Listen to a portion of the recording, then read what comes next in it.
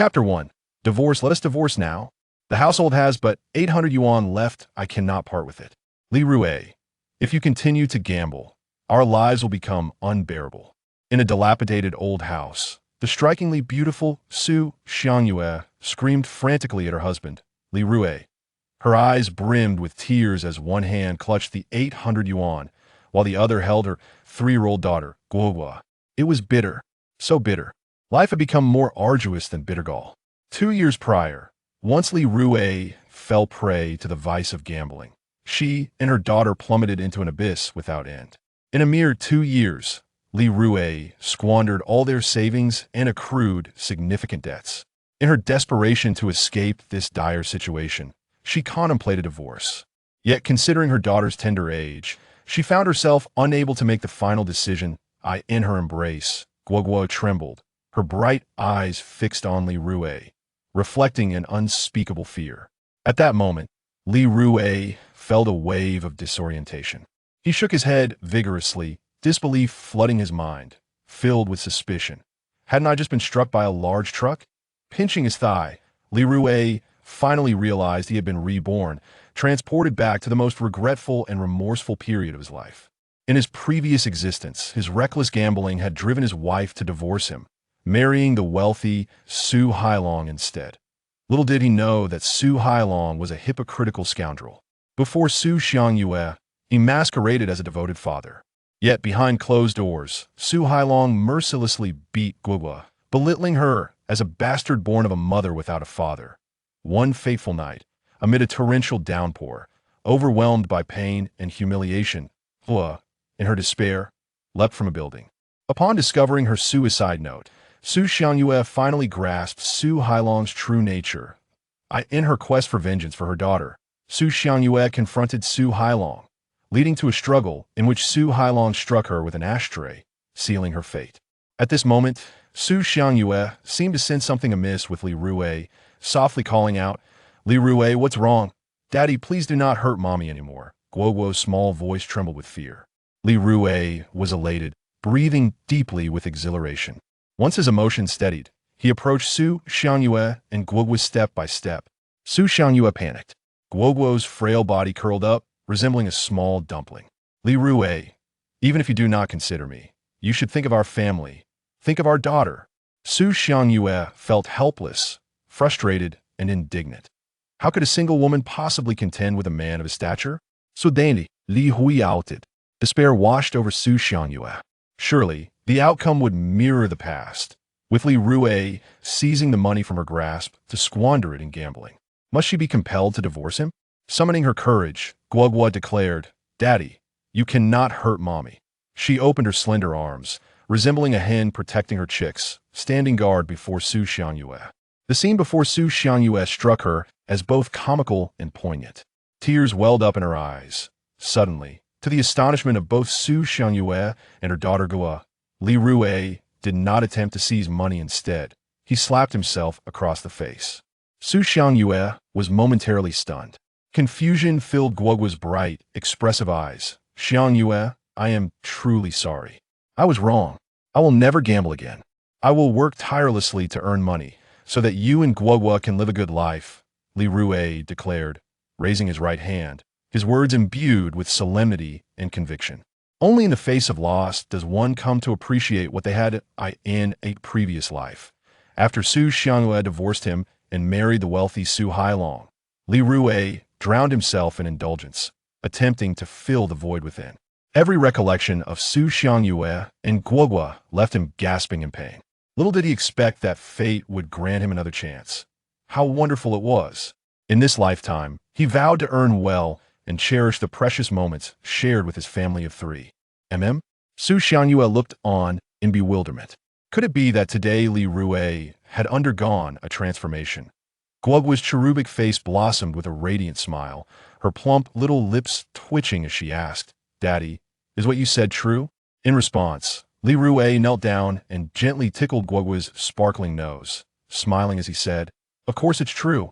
From now on, Daddy will be a good father and husband." "Am I dreaming?" Su Xiangyue exclaimed, her face a portrait of disbelief, her eyes wide as saucers. "What would you like for lunch, Guogua?" Daddy will make it for you, Li Rui said as he lifted Guogua into his arms, affectionately stroking her little head. Reflecting on Guogua's plight in his past life filled Li Rui with remorse, guilt, and anger. This time, he was determined to make amends that Su Hailong would not escape his reckoning either, though for now, he felt powerless against him. Upon hearing about food, Guo, the little glutton, raised her chubby hand high and announced, Guo wants to eat mapo tofu, cucumber with ham, steamed eggs, and hairy crabs. Su Xiangyue's face darkened as she glared at Guo and retorted coldly, eating so much, aren't you afraid of bursting your little belly? Guo isn't afraid at all, she replied, gently patting her round belly, shaking her head and giggling merrily. Her laughter was clear and melodious, like the tinkling of silver bells. A gentle smile graced Su Xiangyu's face, causing the flowers to pale in comparison. In that fleeting moment, Li Rui was entranced, his heart brimming with contentment and reassurance. Xiangyu, Guo, in this life, I will protect you both and ensure that you live a happy and fulfilling life. Li Rui vowed silently, his fists clenching unconsciously. Just then, with a loud bang, a stylishly dressed middle-aged woman forcefully pushed open the bedroom door. This was Su Xiangyue's mother. Chen Cheni, at the age of 51, is a fiery and acerbic woman, driven solely by self-interest.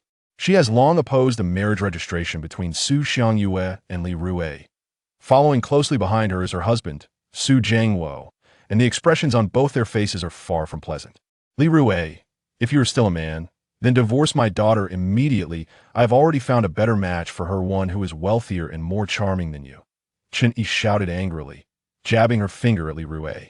Despite being married for many years and having a child, her daughter Su Xiangyue remains as beautiful as ever, attracting many suitors, including affluent ones.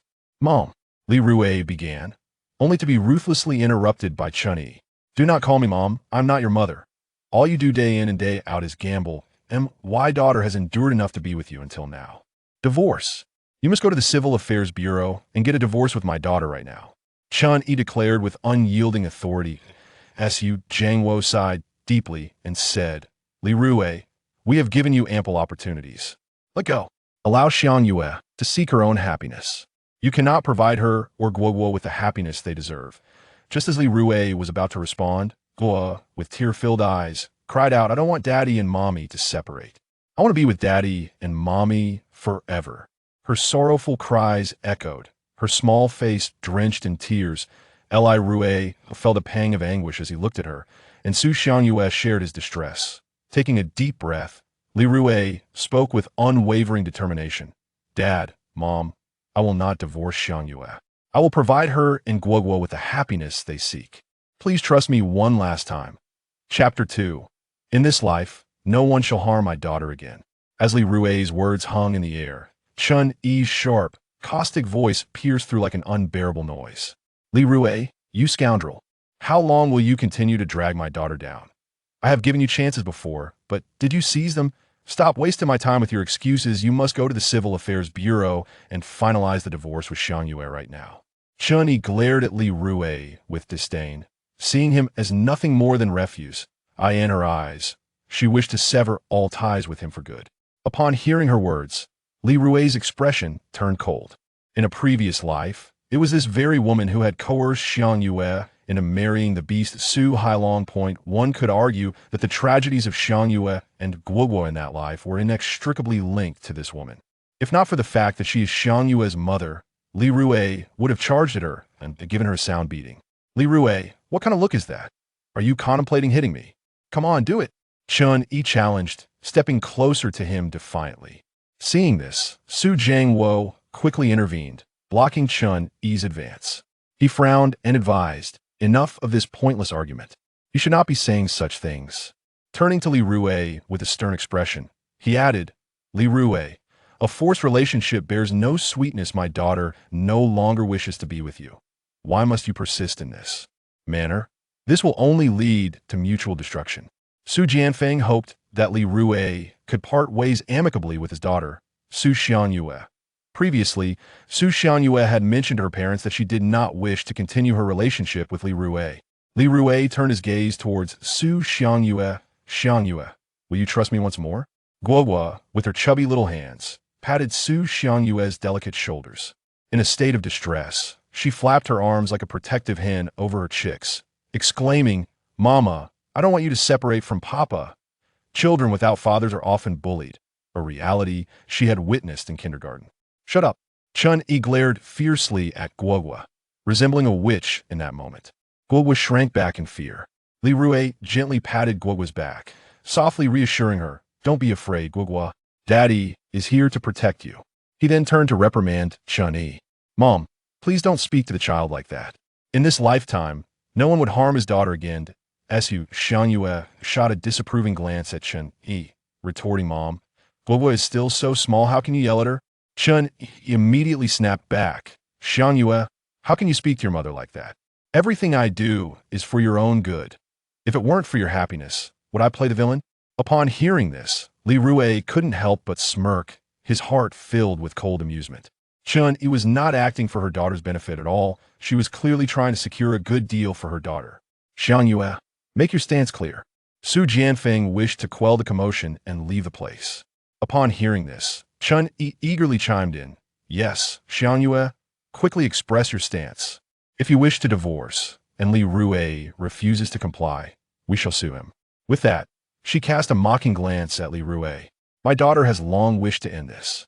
Now, no amount of words will change that." Guogua gazed up at Su Xiangyue with a pouting mouth, appearing utterly pitiful.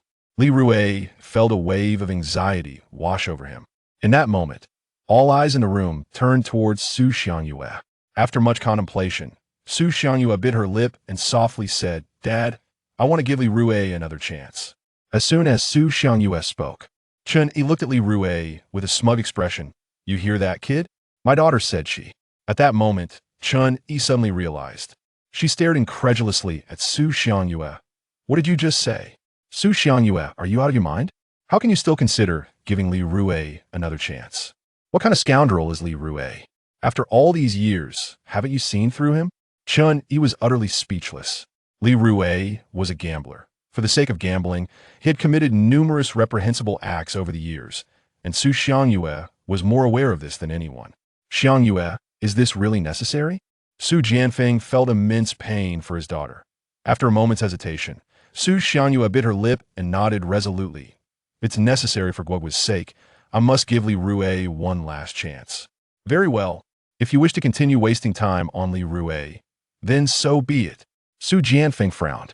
Over the years, he had lost count of how many opportunities his daughter had offered Li Rui. Thus, he disapproved of her decision, yet he respected it nonetheless.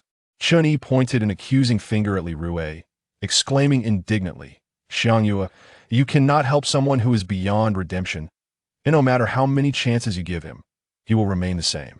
"Dad, Mom, I will change," Li Rui said, first locking eyes with Su Xiangyue with deep affection, then turning to her parents with unwavering determination.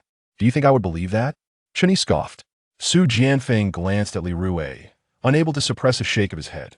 Clearly, he shared Chun-Yi's sentiments. He too believed Li Rui would not change. In their eyes, if he were capable of change, he would have done so long ago. "Li Rui, listen carefully. The debt's you or not my daughter's responsibility.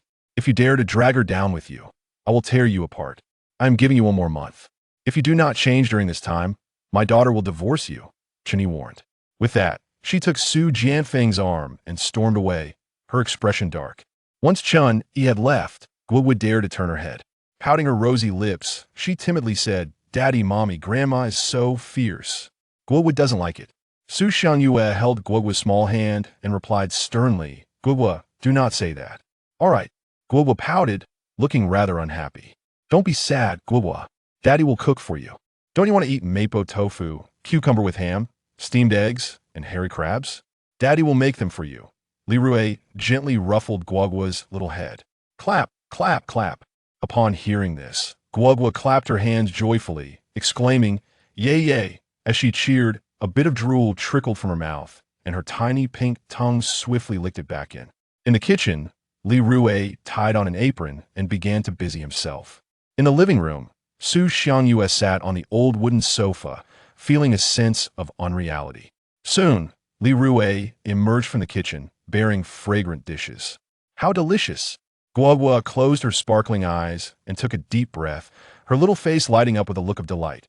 Once the family of three was seated, Li Rui placed a large hairy crab into Su Xiangyue's bowl, smiling as he said, "Xiangyue, eat more. Over the years, you have endured much with me, and I feel guilty towards you. It is often said that men do not shed tears easily. Yet at this moment, Li Rui's eyes glistened with unshed tears. In his lifetime, he had wronged Su Xiangyue too deeply. Just then, Guagua pinched her armpits and huffed through her nostrils. Daddy is biased, giving mommy food, but not Guagua. Guagua is angry. Chapter 3. Brothers in Arms. A father-daughter duo Su Xiangyue and Li Rui were filled with hearty laughter. Guagua, please don't be upset. Li Rui chuckled as he deftly picked up a crab and placed it in his bowl. With meticulous care, he began to peel the crab shell, and once finished, he brought the succulent meat to Guagua's mouth.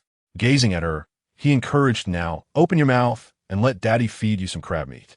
Guagua, beaming with delight, responded, "Now that's more like it." With that, she opened her tiny mouth, joyfully savoring the crab meat. "Li Rui, you are so biased. Why don't you peel the crab for me?" Su Xiangyue pouted, pretending to be upset. Before Li Rui could offer words of comfort, Guagua chimed in, "Mama, how can you still act like a child at your age?" Su Xiangyue was momentarily speechless, while Li Rui burst into laughter. What a blissful life, he mused inwardly, reflecting on how he squandered such a wonderful existence in his past, consumed by gambling. Looking at his wife and child, he felt a wave of emotion wash over him. After the meal, Li Rui tidied up the dishes and hurried to the kitchen to wash them. Su Xiangyue quietly followed him. "Li Rui, what are your plans moving forward? Our family is burdened with considerable debt, and now that Guagua is starting kindergarten, our expenses are increasing," she asked with a serious expression. This question momentarily left Li Rui in a state of confusion. At this juncture, earning money was of utmost importance to him. They resided in Yuelyang Island's happy village, a quaint fishing community. Most villagers had ventured out for work, leaving behind those who relied on fishing for their livelihood. "I'll go fishing shortly," Li Rui replied after a moment's contemplation. "Very well." Su Xiangyue sighed deeply, her eyes reflecting her concerns for the future. It was becoming increasingly challenging to sustain a living through fishing. How much could her husband possibly earn in a day? Yet, she quickly regained her composure and supportively stated, "Li Rui, as long as you genuinely repent and forsake gambling, I will stand by you as we navigate life together. I believe that with our collective efforts, we will have bread to eat and flowers to enjoy." Li Rui felt a warm glow in his heart upon hearing her words. He was fortunate to have such a supportive wife, especially in a world where some women only valued wealth, demanding exorbitant bride prices and threatening divorce if their husbands failed to bring in money. With Su Xiangyue by his side, willing to share both hardships and joys, he felt incredibly lucky and content. "How could I have been such a scoundrel in my past life?" "Xiangyue, I will strive to do better," Li Rui declared, embracing Su Xiangyue tightly. At that moment, their little Guagua, with her chubby arms and legs, stumbled into the kitchen doorway, clutching a remote control. "Daddy, Mommy, how do I turn up the volume?" she exclaimed, only to notice her parents in a warm embrace. Covering her eyes with her pudgy hands, she peeked through her fingers and giggled, so shy. Without hesitation, Su Xiangyue playfully pushed Li Rui away. She tidied her clothes and approached Guagua, gently lifting her up and saying, "Mommy will teach you how to adjust the sound." In the kitchen, only Li Rui remained. After washing the dishes, he took out his phone to check the tide schedule.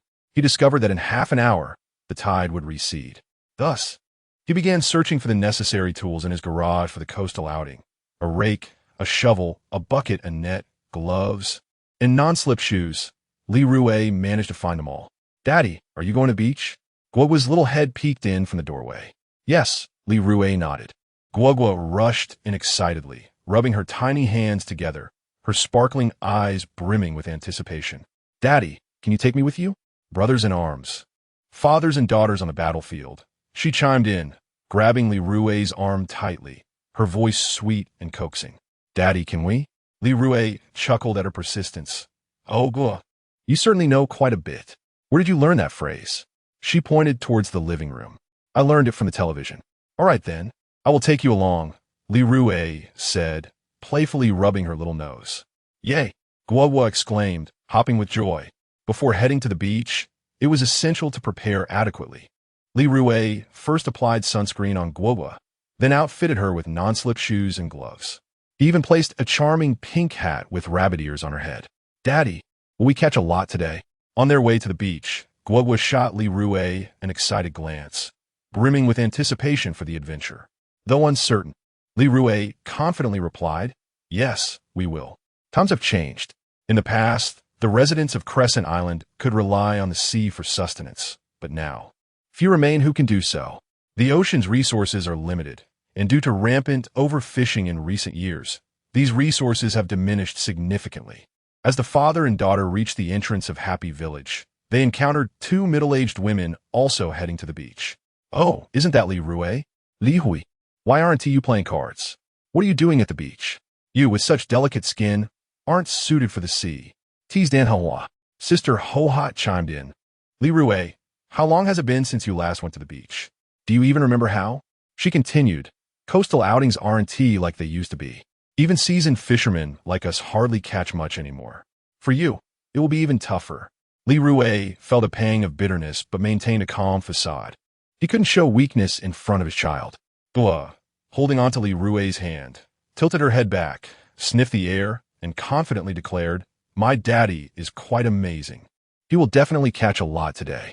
Aunt Hoa and Sister Ho-Hot exchanged amused glances before bursting into laughter. This child must think her father is quite the expert at beachcombing. Children are so innocent. As the two conversed, they proceeded forward. Gua, upon hearing their words, shouted loudly at them, My daddy is truly remarkable. Ahead, Aunt Hoa and Sister Ho-Hot erupted in even greater laughter. The little child displayed an inexplicable confidence in her father.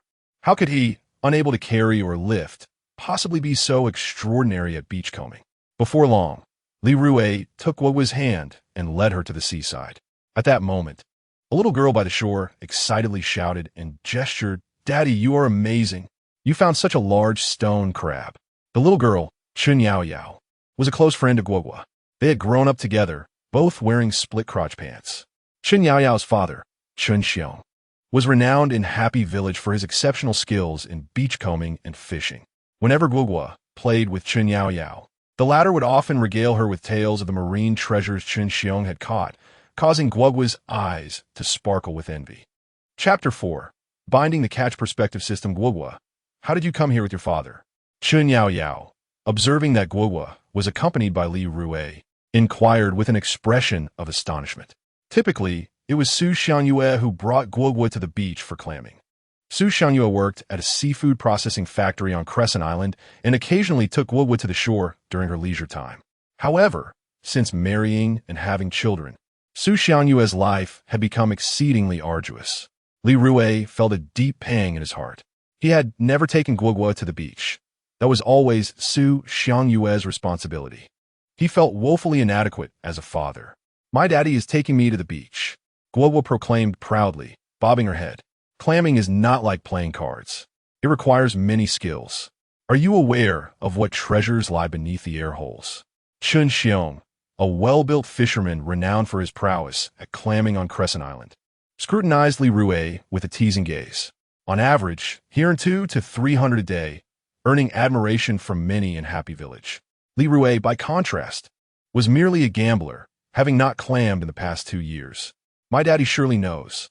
Just as Li Rui contemplated how to respond to Chun Xiong's question, Guogua raised her chin and declared loudly. Li Rui felt a mix of amusement and exasperation. In Guogua's eyes, he seemed to be capable of anything.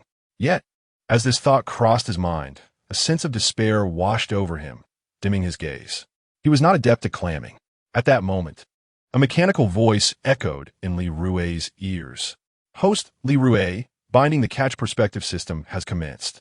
3, 2, 1. Binding successful. From this moment forth, host Li Rui can instantly perceive any catch within his vicinity, with an initial range of 12 meters. Li Rui was utterly bewildered. Was he not merely dreaming? Had he truly bound a system? Was this not a scene straight out of a novel? Your father isn't speaking. He probably doesn't know, Chen Yaoyao said, pulling Li Rui back to reality.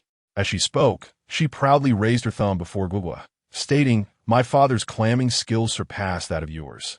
Guogua, visibly indignant, retorted, "My daddy is the best." The two little girls engaged in a spirited dispute.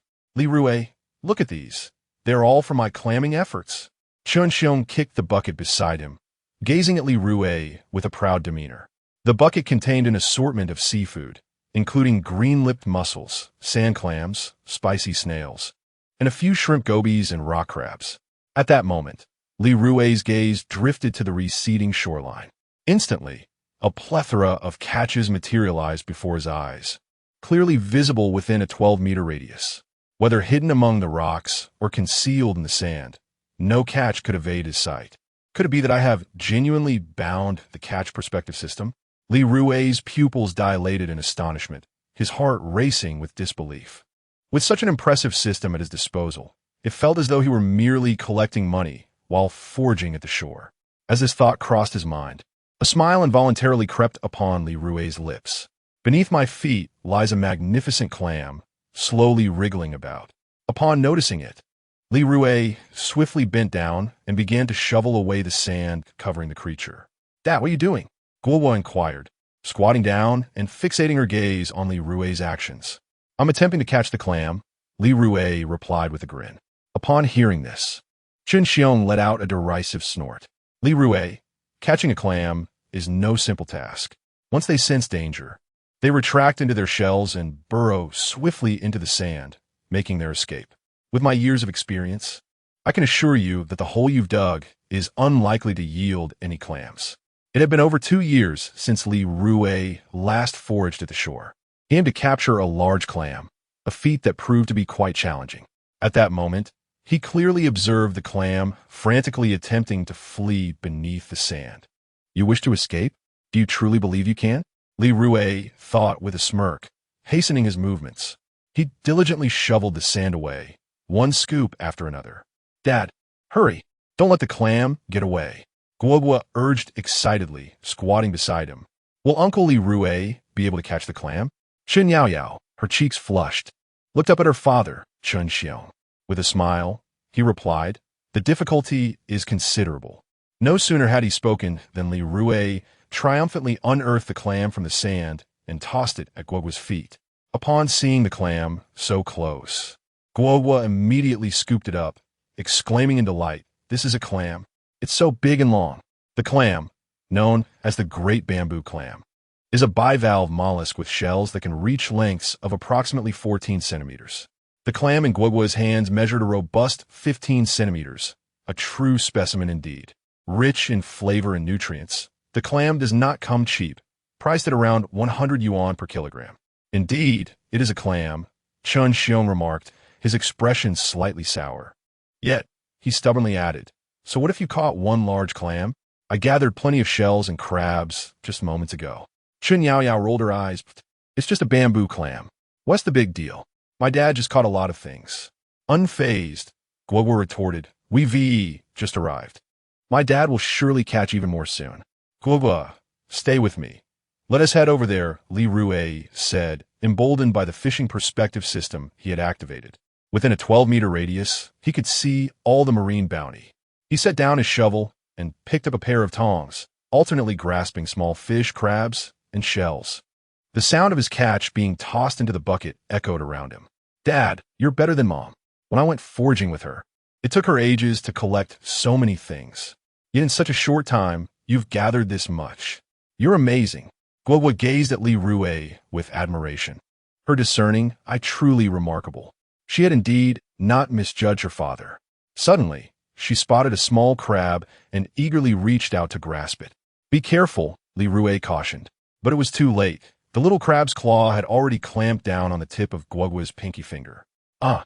Guogua cried out in pain, her cherubic face scrunching up in distress. Li Rui quickly discarded the tongs he had been holding and submerged Guogua's right hand in the water, restricting its movement. He was aware that crabs feel a sense of security in water, which would likely cause them to release their grip. Sure enough, the crab soon loosened its hold. "Take that," Li Rui declared, crushing the crab beneath his foot, for anyone who dared to harm his daughter would face consequences. Afterward, he removed Guogua's glove to inspect her finger closely, relieved to find only a large red mark, with no injury present. "I'm fine, Daddy," Guogua giggled. Li Rui replaced the glove on her hand, saying, "As long as you're all right, just remember to be cautious when catching crabs. You must ensure your safety first before attempting to grab its back. Safety should always be your top priority. Do you understand?" Guogua nodded eagerly, her head bobbing like a chick pecking at grain. Guogua understands. Chapter 5. Come, let us clap and celebrate. Li Rui felt a twinge of unease. With a child as young as Guogua, attempting to catch crabs with her bare hands seemed precarious. The consequences of a painful pinch could be dire. Contemplating this, Li Rui gently cautioned, "Guogua, you must never attempt to catch crabs with your hands again. It is far too dangerous. You can use a pair of tongs instead." However, the idea of using tongs lacked the thrill that Guogua craved. She preferred the tactile experience of catching little crabs herself. With her round, sparkling eyes, she exclaimed, "All right, I can catch small crabs with my hands, but I will be careful." Li Rui found himself at a loss, ultimately conceding to her wishes. The pincers of the small crabs were not particularly formidable and could not penetrate the protective gloves. Henceforth, each time they ventured to the beach, Guogua would don her crab-catching gloves. At that moment, Guogua spotted a tiny swimming crab scuttling near her feet. Quick as a flash, she pressed down on its back. "Ha ha! Daddy, I've caught another crab. Am I amazing or what?" Guogua gleefully tossed the swimming crab into the bucket, clapping her hands in delight as she looked up at Li Rui. "Incredible! Truly remarkable!" Li Rui responded, giving her a thumbs up. Soon after, he began to earnestly search the shore. With the enhancement of the system, he moved with the grace of a fish in water. "Guogua, let us go. There might be a nest of mud skippers beneath that large rock." Spotting a group of mud skippers frolicking under a boulder, Li Rui's spirits lifted. He swiftly approached the rock, with Guogua cautiously trailing behind him. "Daddy, how did you know that there's a nest of mud skippers under this rock?" Guogua's curious little mind was brimming with questions. "It's a hunch," Li Rui pondered before responding, knowing he couldn't divulge the fact that he had just acquired a fish-finding system that allowed him to see beneath the rock. As Li Rui lifted the boulder, a multitude of mud skippers came into view, much to the amazement of both Guogua and him. So many fish. Guogua blinked her big, watery eyes, her chubby little finger pointing at the mud skippers. "Daddy, are these all mud skippers?" While catching the mud skippers, Li Rui patiently explained, "Yes, indeed, these are all mud skippers. They belong to the family Gobiidae, within the order Perciformes. Mud skippers are relatively small, typically measuring between 100 to 150 millimeters. Look, these mud skippers are all rather petite." To provide Guogua with a clearer understanding, Li Rui picked up one of the mud skippers and placed it in front of her. Guogua extended her little hand, measuring the length of the mud skipper. "So this is what 100 to 150 millimeters looks like," she mused, resembling an inquisitive little scholar.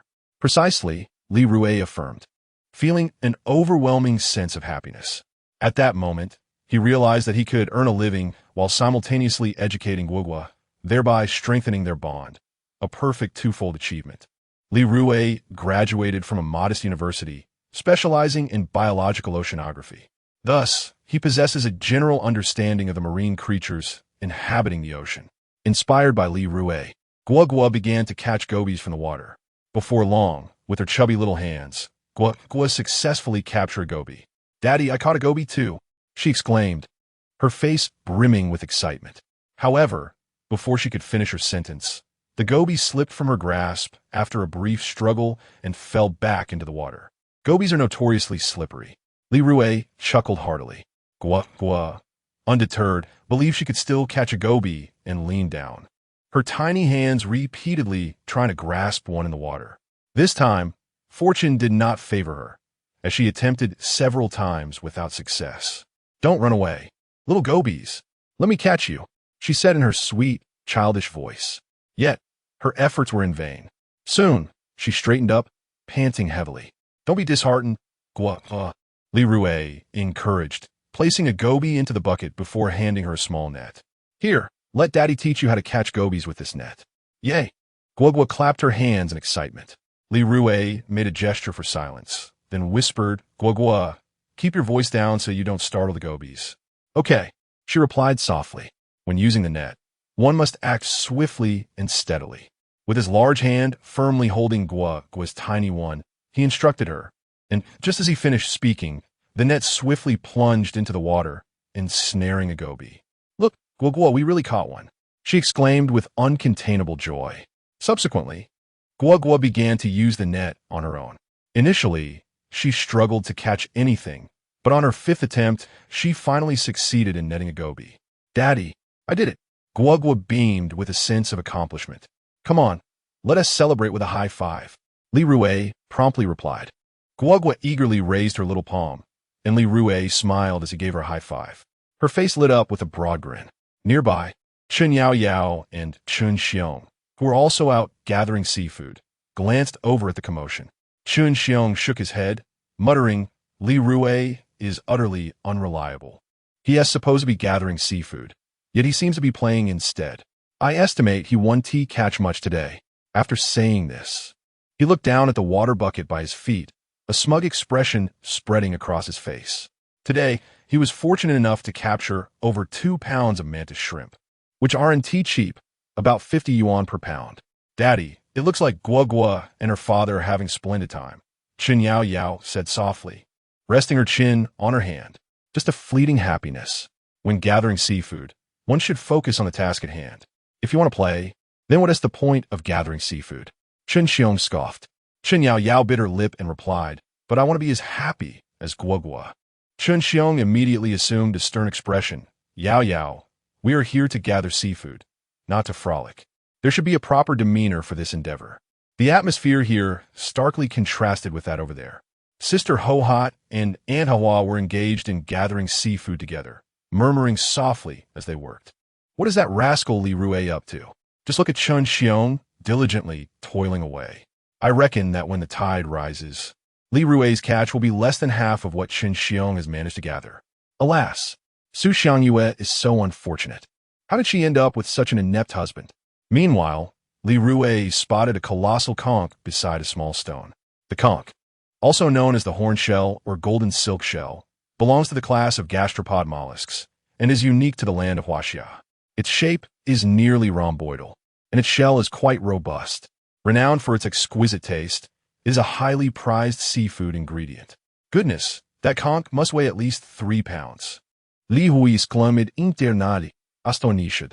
Chapter 6, The Competitive Spirit of Children. Dad, what is wrong? Guogua inquired, noticing Li Rui's intense gaze fixed on a particular spot. Guogua, let us go over there, Li Rui replied, suppressing the excitement bubbling within him as he took Guogua's small hand and headed towards the location of the conch. Were it not for Guogua's presence, Li Rui would have dashed ahead in a heartbeat.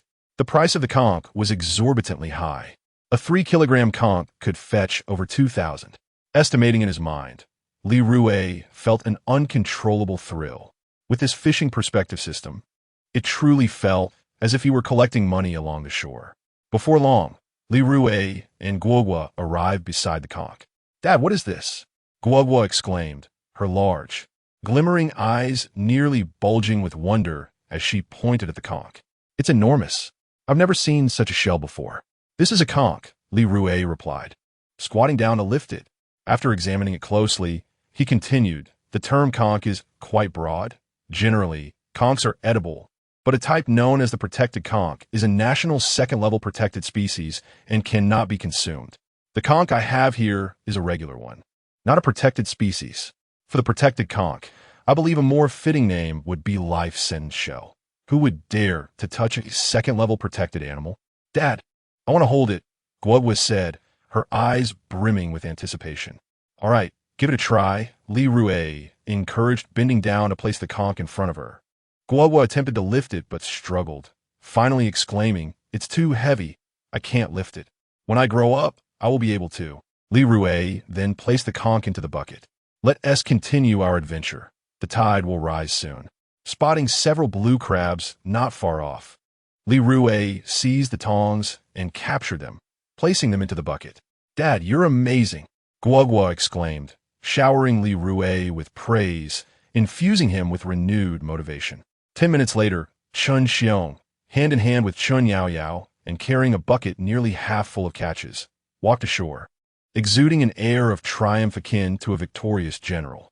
On the shore, Sister Ho-Hot and Aunt Ha-Hua spotted Chun Xiong and approached him with radiant smiles. Chun Xiong, you've had quite the haul, haven't you? Sister Ho-Hot said, stretching her neck to peer into the bucket he carried. Upon closer inspection, she couldn't help but let out a shriek of excitement. You actually caught so many mantis shrimp. You're incredible. Aunt Ha-Hua, upon hearing this, hurried over to examine the contents of the bucket. She too was astonished. This must weigh over 2 kilograms. Indeed, Chun Xiong was renowned as a skilled fisherman on Crescent Island. In these times of dwindling marine resources, making a living through shore fishing has become increasingly challenging. Most of the men from their families had gone off to work elsewhere. Yet, Chun Xiong remained on Crescent Island, living quite comfortably. How could they not envy him? If one could thrive at home, who would wish to toil away in distant lands? Hee, my father is truly remarkable, Chen Yaoyao said proudly. Gu Fei and Helan, upon hearing this, both chuckled. Chun Xiong did not refute it. He gazed at Li Rui and Guogua, who were approaching the shore, and smiled, wondering how much Li Rui had managed to gather from the sea. The mere thought of Li Rui having a wife as beautiful as a flower stirred feelings of envy within Chun Xiong. Day in and day out, Chun Xiong toiled diligently, his mind solely focused on earning money, and indeed he had made a considerable fortune, yet he ended up marrying a plump and unattractive woman. Meanwhile, Li Rui, who indulged in leisure, was blessed with a stunning spouse. How utterly unfair life seemed. It had been over 2 years since Li Rui had last ventured to the sea, and today, on a whim, he decided to go, but surely he couldn't have gathered more than I did. Gu Fei scoffed disdainfully, asserting that Li Rui, a grown man, showed no semblance of masculinity. While other men were out earning a living, he was preoccupied with gambling. Playing cards was his forte. As for gathering from the sea, he might as well rest. Helan remarked coldly. Both Gu Fei and Helan felt a sense of injustice for Su Xiangyue, a woman of such admirable qualities, who was not cherished by Li Rui at all. Let us go over and take a look, Chun Xiong suggested with a smile. I think it's best to pass. There is nothing worth seeing, Gu Fei replied with a frosty demeanor. Helan also showed no interest in going. Recalling how Li Rui and his daughter had been frolicking rather than focusing on gathering from the sea, what could he possibly have collected? At that moment, Chen Yaoyao waved at Guogua, saying, hurry and bring your father over. Let us see whose father gathered more this time. Not far away. Guogua tilted her head and giggled. Okay. The competitive spirit of children often surpasses that of adults. It's getting late. We should head home, Li Rui remarked. Realizing the time, he wanted to return early to prepare dinner for his wife, who was still at work. He hoped that by the time she returned, a table filled with delicious dishes would await her. In his past life, the one he felt he had wronged the most was his wife, Su Xiangyue.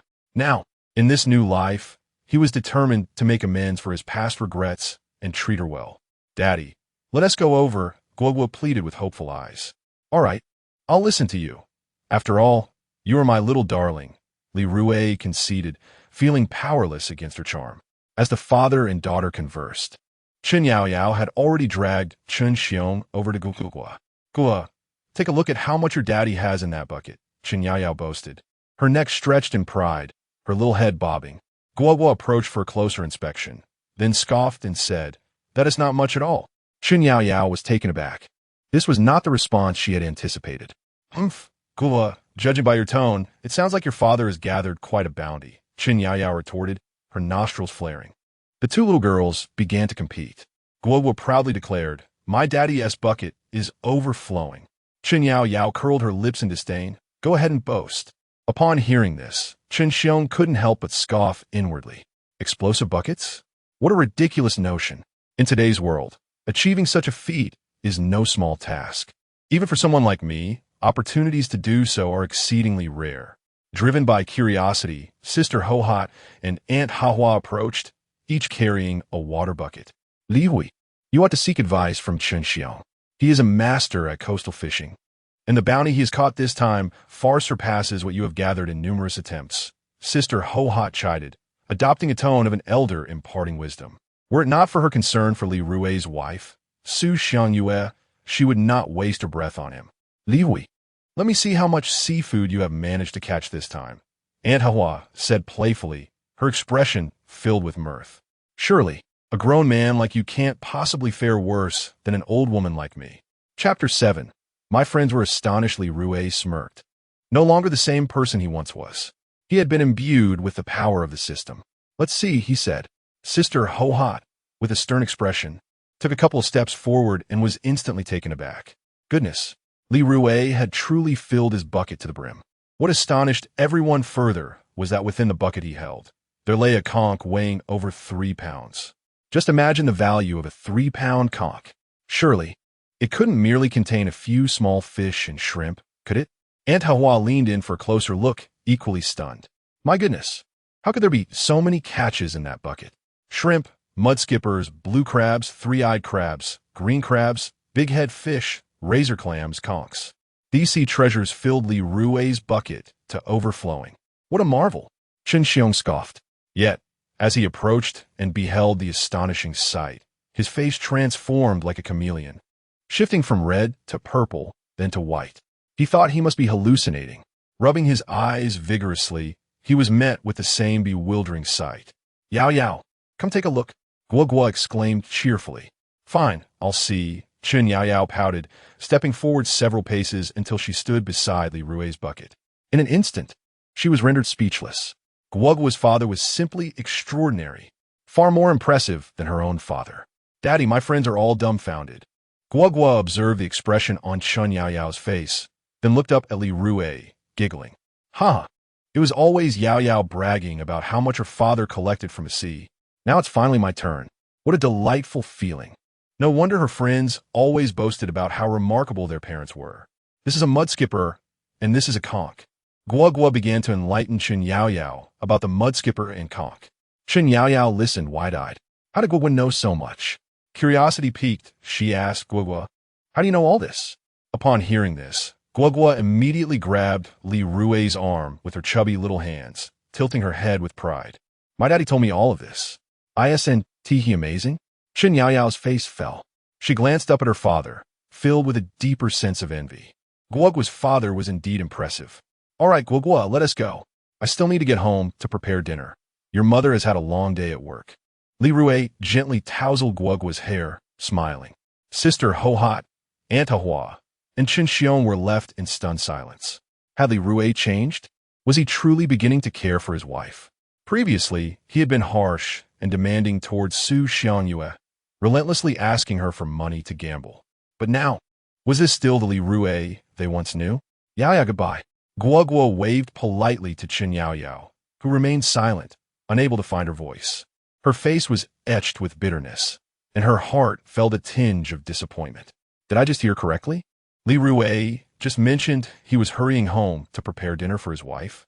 Sister Ho-Hot gazed in astonishment at Aunt Hua and Chen Xiong beside her. That was indeed what he said. Even now, Aunt Hua found it somewhat hard to believe. Chen Xiong felt a slight irritation in his heart. He grasped a bucket while holding Chen Yao Yao's small hand, leaving with a dark expression. Li Rui must have stumbled upon a stroke of luck to have gathered so much seafood. Chen Xiong muttered resentfully. Daddy, what does stumbling upon a stroke of luck mean? Chen Yao Yao asked, her face a picture of confusion. Chen Xiong answered impatiently. It means having good fortune. Chen Yao Yao pondered for a moment before saying to herself, you're right. Guo Guo's father must have been lucky to catch so much seafood today. Chen Xiong was unconvinced. Chen Yao Yao was hardly convinced either. After work, Su Xiangyue returned home, utterly exhausted. Now, the family was burdened with over 200,000 in debt. She earned 4,500 a month. Li Rui was unemployed. How long would it take for them to repay such a staggering debt? Guo Guo was back in school. The thought of these pressing issues made Su Xiangyue's head spin. She held no hope that Li Rui could earn money from gathering seafood. On Crescent Moon Island, so many young people had gone out to work. What did that signify? It indicated that relying on gathering seafood for income was utterly unreliable.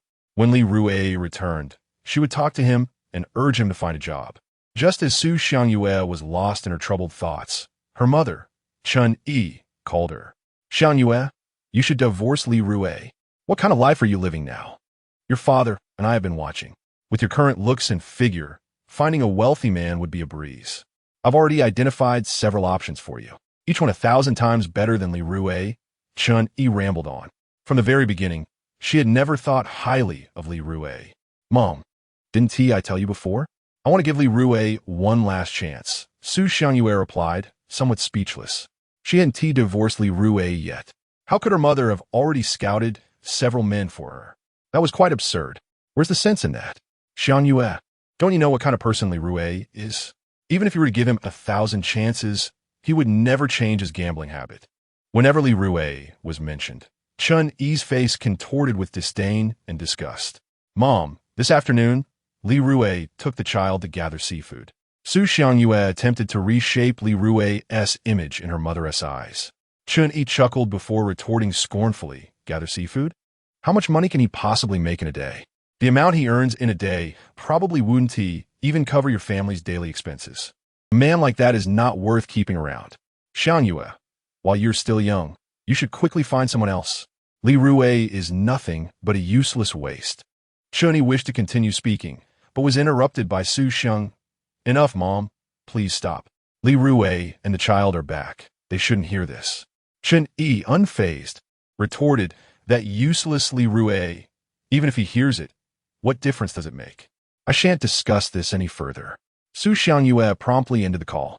On Yue Island, within a 2-story house in Pinggang Town, the extravagantly adorned Chun Yi seethed with anger. Su Xiangyue's father, Su Jianfeng, furrowed his brow in concern. That child, Xiangyue, why does she refuse to heed any advice? Even if Li Rui gives up gambling, what prospect does he have from fishing? This won't do. I must devise a plan to ensure Xiangyue divorces Li Rui as soon as possible. A glint of cold determination flickered in Chun Yi's eyes. Her son was eager to marry and desperately needed a sum of money.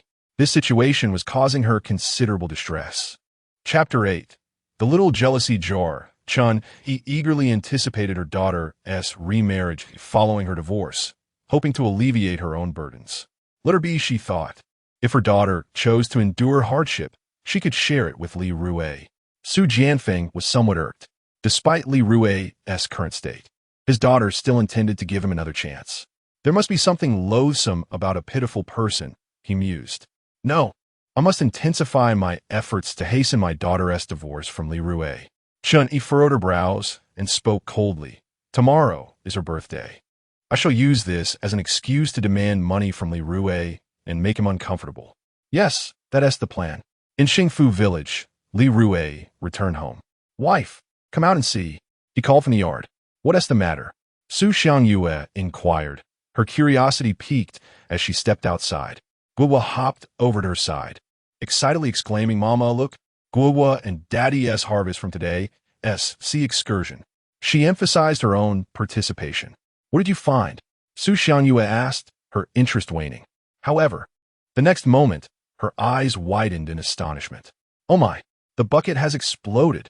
Today, Li Rui's luck was truly extraordinary. Taking a deep breath, Su Xiangyue hurried over, her gaze fixated on the contents of the bucket, her eyes growing wide. This is a conch, she exclaimed, staring in disbelief at the 3-pound shell. Li Rui observed her expression, a swell of happiness filling his heart. With the system's support, he finally felt confident in providing a good life for his wife and daughter. At that moment, the air felt sweet, and the sky appeared infinitely blue. Joyful occasions invigorate the spirit. Husband, you are simply amazing. In her excitement, Su Xiangyue dashed to Li Rui and gave him a fervent kiss. How embarrassing, Guowa chimed in, her voice sweet and innocent. Li Rui embraced Su Xiangyue, gazing tenderly into her eyes, and whispered, My love, please believe me, I will ensure you live a good life. Su Xiangyue was content, replying, As long as you are diligent and hard-working, I shall be satisfied. Daddy, are you only going to let Mama enjoy a good life? Guowa pouted, placing her hands under her armpits in her signature gesture, appearing quite displeased. You little rascal, why are you so jealous? Li Rui shuklad. squatting down to scoop her up in his arms. What a blissful life this is. In his previous life, he had failed to cherish such moments. In this life, he vowed to treasure them doubly. Yet, Guogwa persisted. Daddy, you still haven't answered my question. Are you only going to let Mama enjoy a good life? If you don't answer me, I might really get angry. With that, she pouted adorably. Su Xiangyue gently poked Guogwa's translucent nose, smiling wryly. Guogwa, you are truly a little jealousy jar. Daddy, please talk. Guogwa urged anxiously.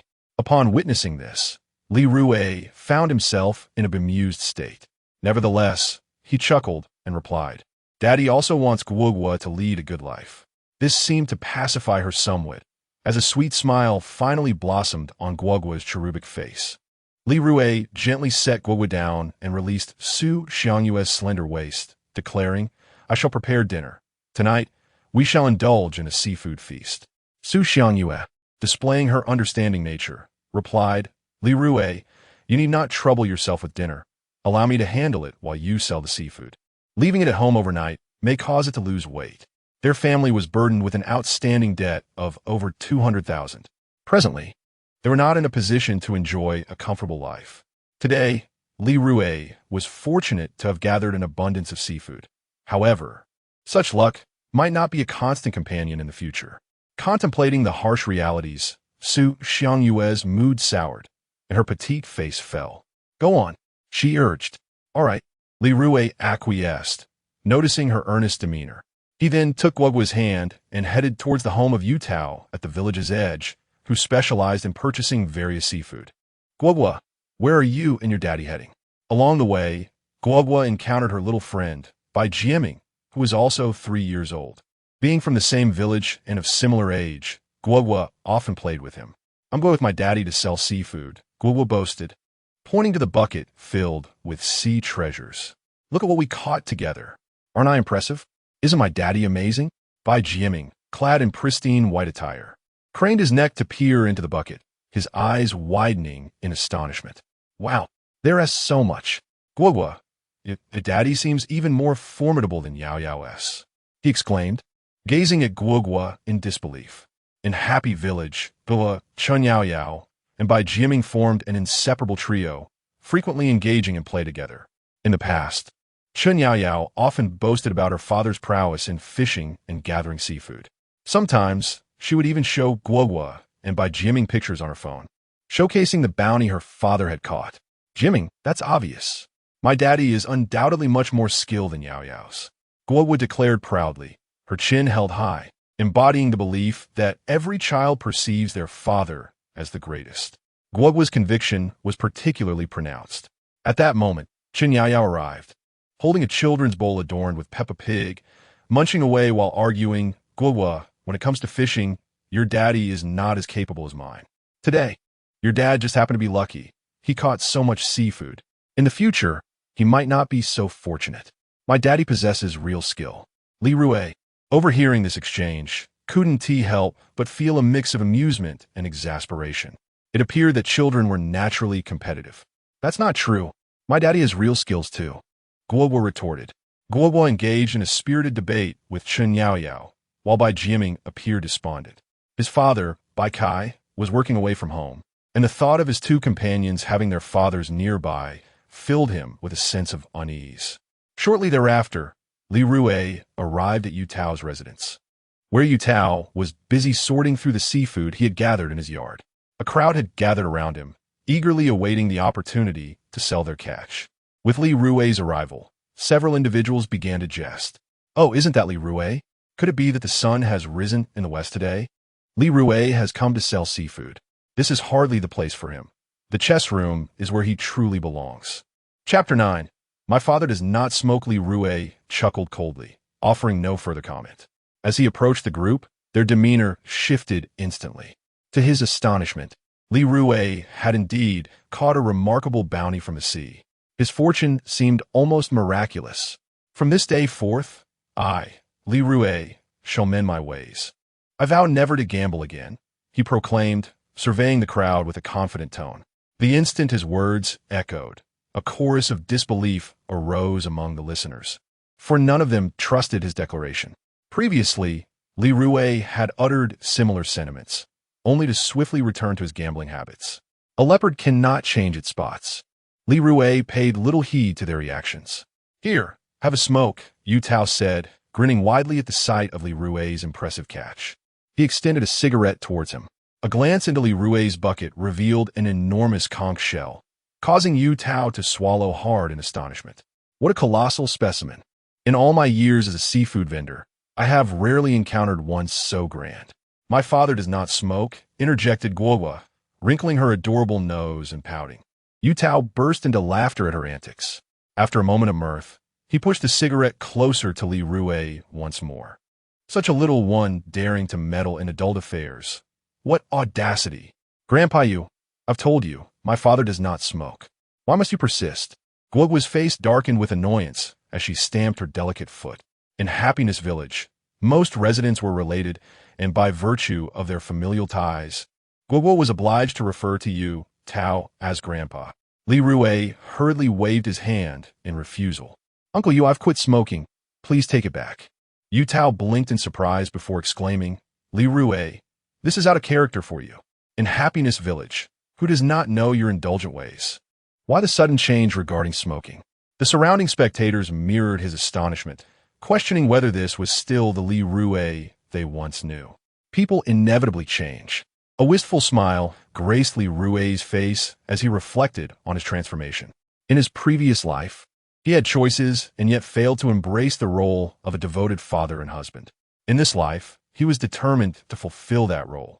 His greatest aspiration in reliving this existence was to rectify the regrets of his past. "See, Grandpa Yu, I was not mistaken. My father truly does not smoke," Guogua declared, shaking her round little head with pride. With no choice but to concede, Yu Tao placed the cigarette back into its case. "Very well. If you do not wish to smoke, so be it." He chuckled awkwardly before adding, "Now, let me calculate the total value of your catch." With that, Yu Tao began to sort and weigh the seafood. The conch weighs 3 pounds and 6 ounces, priced at 506 per pound. That totals 2,016 yuan. The green crabs weigh 3 pounds at 70 per pound, totaling 210. The razor clams weigh 2 pounds at 100 per pound, totaling 200. In summary, Li Rui's venture into the sea yielded a grand total of 3,650 yuan. Upon hearing the figure announced by Yu Tao, the jaws of those around nearly dropped in astonishment.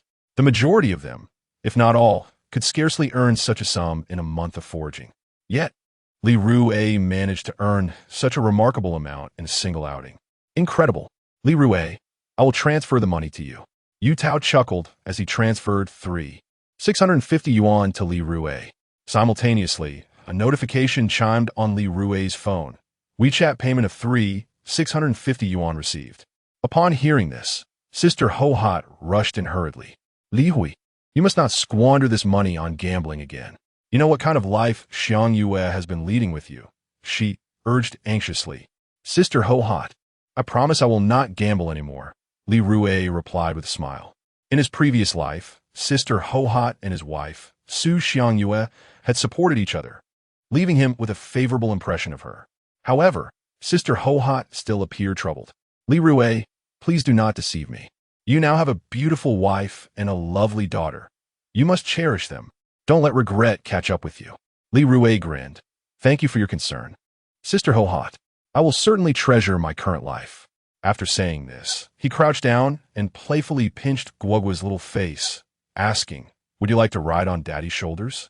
Guogua did not respond verbally, but answered through her actions. With a swift motion, she climbed onto Li Rui's neck, gripping his head tightly with her tiny hands to avoid falling. "Let us go," Li Rui declared as he stood up and began to walk. Guogua swayed her little body, cheerfully humming, "Daddy's daddy is grandpa. Daddy's mommy is grandma." As they stepped outside, a mechanical voice abruptly echoed in Li Rui's mind. "Congratulations, host. You have earned 650 points. 500 points can be exchanged for a lucky sea foraging shovel. Would you like to redeem it now?" Li Rui was startled by this sudden announcement, quickly followed by excitement and joy. "Wow, this system is impressive. Not only did I earn money, but I also gained points that could be exchanged for items. Amazing. Can I choose the color?" Li Rui inquired earnestly. Yes, the system responded.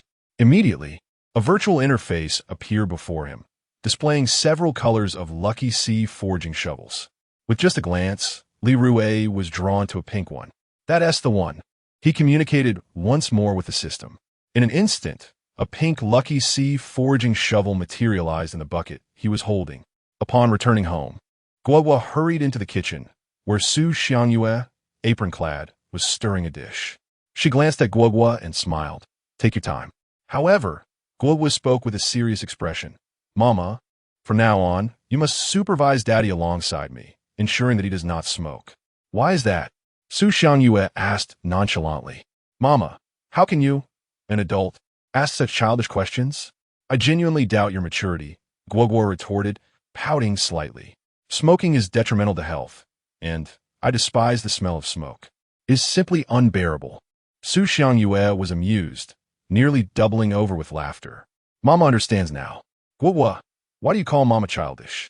Li Rui approached from behind Guo. Mama just asked me an exceedingly childish question, which is why I deemed her immature, Guo replied with utmost seriousness. Mama actually does not know that smoking is harmful to health. Li Rui shook his head and turned to Su Xiangyue, who was busy cooking. Wife, you have worked hard. I just sold some seafood and earned 3,650 yuan.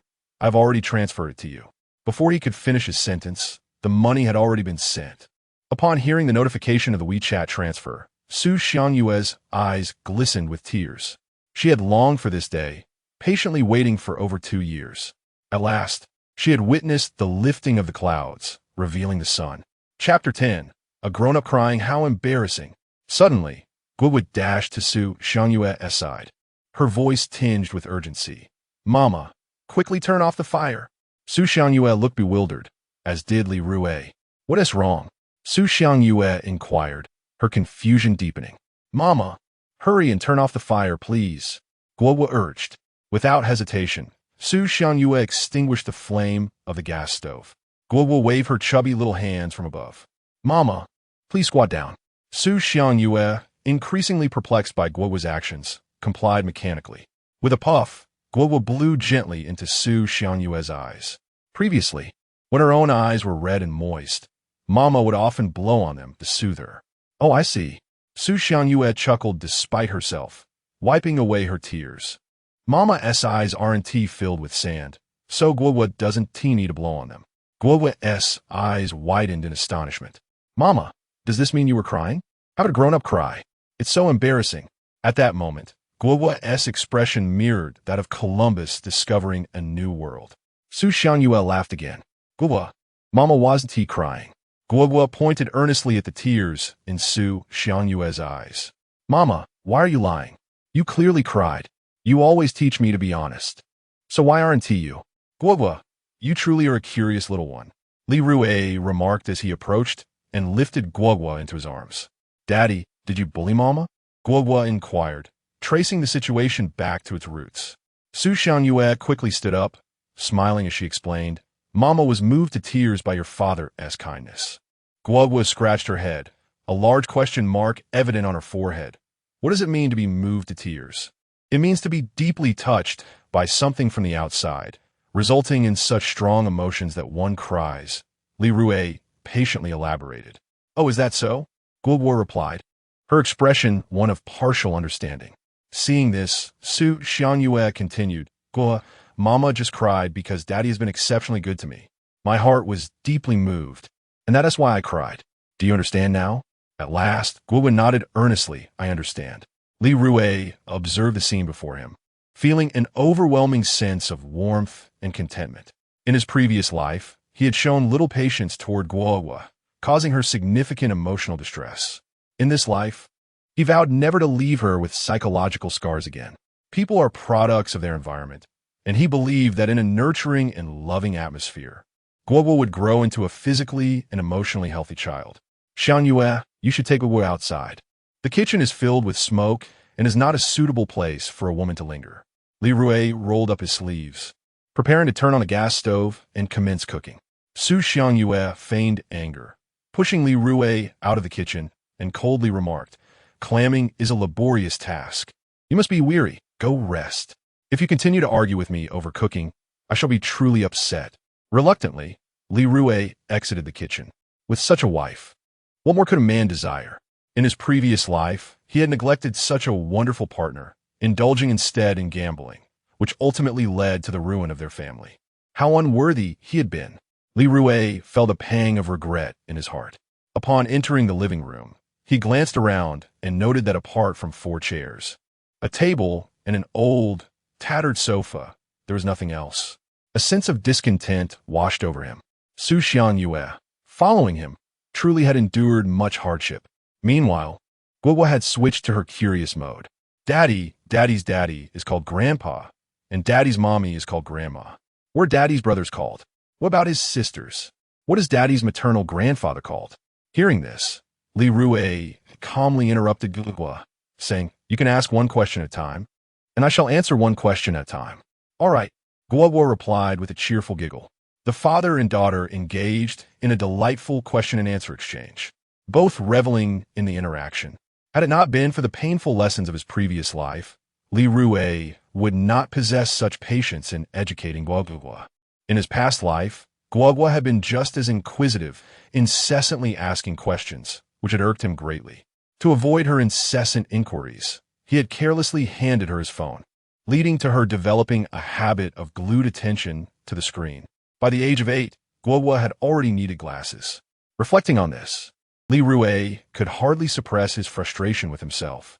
Before long, Su Xiangyue emerged from the kitchen, carrying steaming dishes. Observing the harmonious interaction between Li Rui and Guo, a blissful smile graced her face. Her desires were simple: a happy, safe family with food and drink, both parents diligently earning a living, and a child thriving in health.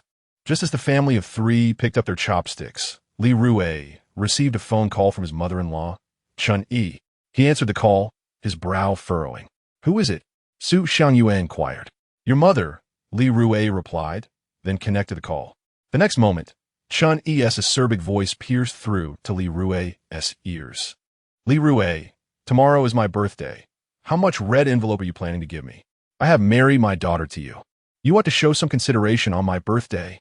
He thought to himself, "You gambling fool, how much money could you possibly have?" Her intent was clear: to humiliate him.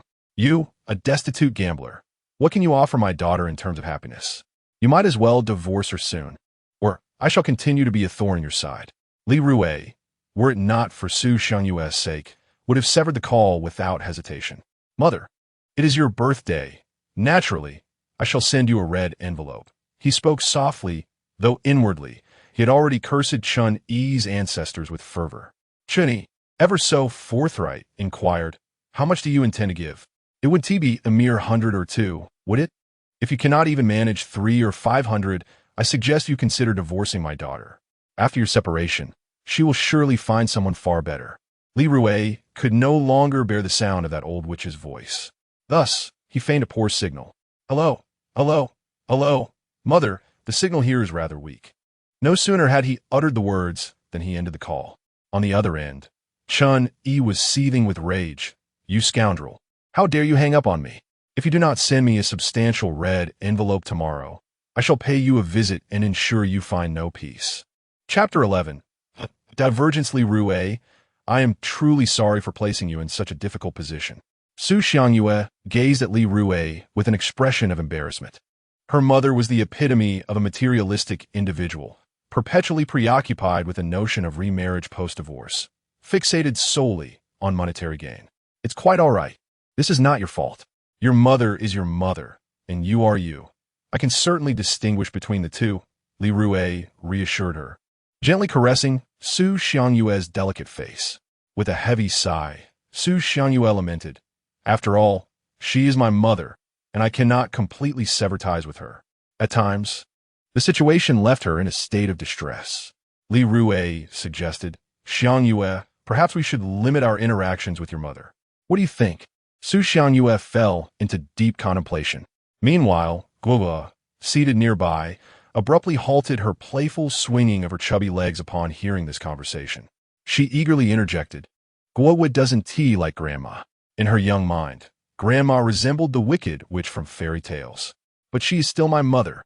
Su Xiangyue bit her lip and replied, Mommy, Guoguo doesn't want to see Grandma anymore. Guoguo pouted, her expression one of pure grievance. Li Rui understood the significance of raising a child in a secure and loving environment. Thus, he spoke with both reason and emotion for Guoguo's healthy development. We must also reduce our contact with your mother.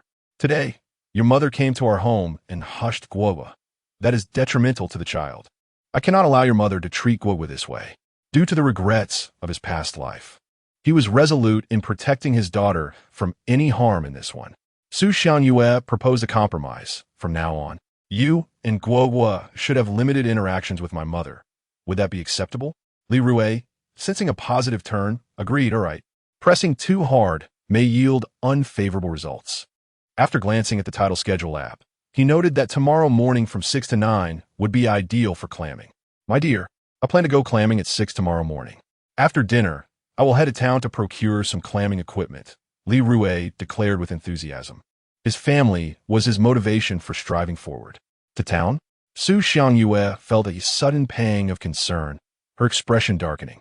In the past, Li Rui's trips to town were often associated with gambling, as the area was rife with gaming establishments. The mere mention of his visit sent her heart into turmoil. My love, don't worry, I have truly quit gambling. If I gamble again, you have every right to divorce me. Li Rui discerned her apprehension and sought to reassure her.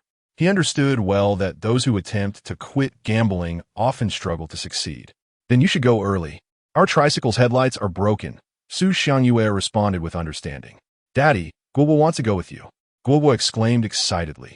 Su Xiangyue immediately adopted a stern expression, stating, You cannot go. It is unsafe for a little child like you to ride on the tricycle. Seeing his mother's seriousness, Guoguo's chubby face fell momentarily, but soon she brightened again, exclaiming, Our family of 3 can go together. Su Xiangyue's expression softened considerably. She gently caressed Guoguo's small head and said softly, Mama still needs to wash the dishes and do housework at home. After speaking, Su Xiangyue couldn't help but tease, You've led Mama astray. It's Mama, not Mama. Guo, with unclear articulation, imitated, It's Mama, not Mama. Su Xiangyue patiently taught several times, but to no avail. Before long, Guoguo fell asleep. This child takes after me. Once he begins to learn, he easily becomes drowsy. Li Rui set down the dishes, picked up Guoguo, and placed him on the sofa, then covered him with a thin blanket. Li Rui, hurry back. I'm at home doing housework and taking care of the child. Noticing the time was getting late, Su Xiangyue urged Li Rui to head out to the street soon. All right, Li Rui nodded, went to his garage, and drove off on his tricycle towards Pinggang Town. 15 minutes later, Li Rui arrived at Pinggang Town. Chen Yi and her husband Su Jianfeng were strolling leisurely. By chance, Chen Yi spotted Li Rui and was instantly taken aback. Dear, what's wrong? Su Jianfeng asked in confusion. Isn't that Li Rui? What would he possibly be doing in town at this hour? Chen Yi's face brimmed with curiosity. Su Jianfeng blurted out, He wouldn't be here to gamble. Would he? Upon hearing this, Chen Yi became furiously indignant and shouted, It must be just that. Earlier today, that scoundrel Li Rui swore to us he would never gamble again. Yet, not even a day has passed, and he is back in town to gamble. With a cold demeanor, she hurriedly followed after him. Su Jianfeng panted as he trailed behind. Before long, Li Rui halted his electric tricycle. As Su Jianfeng and Chen Yi caught up, they saw Li Rui entering a grocery store. What on earth is he doing in that shop? Chen Yi thought, perplexed. Inside the store, the shopkeeper asked, What would you like to buy? Li Rui rummaged through the shop and found many seaside gathering tools, shrimp nets, double-sided shovels, headlamps, folding stools, rain boots, and beach gloves. How much do these items cost in total? Li Rui inquired. You're buying so many items, I'll give you a discount.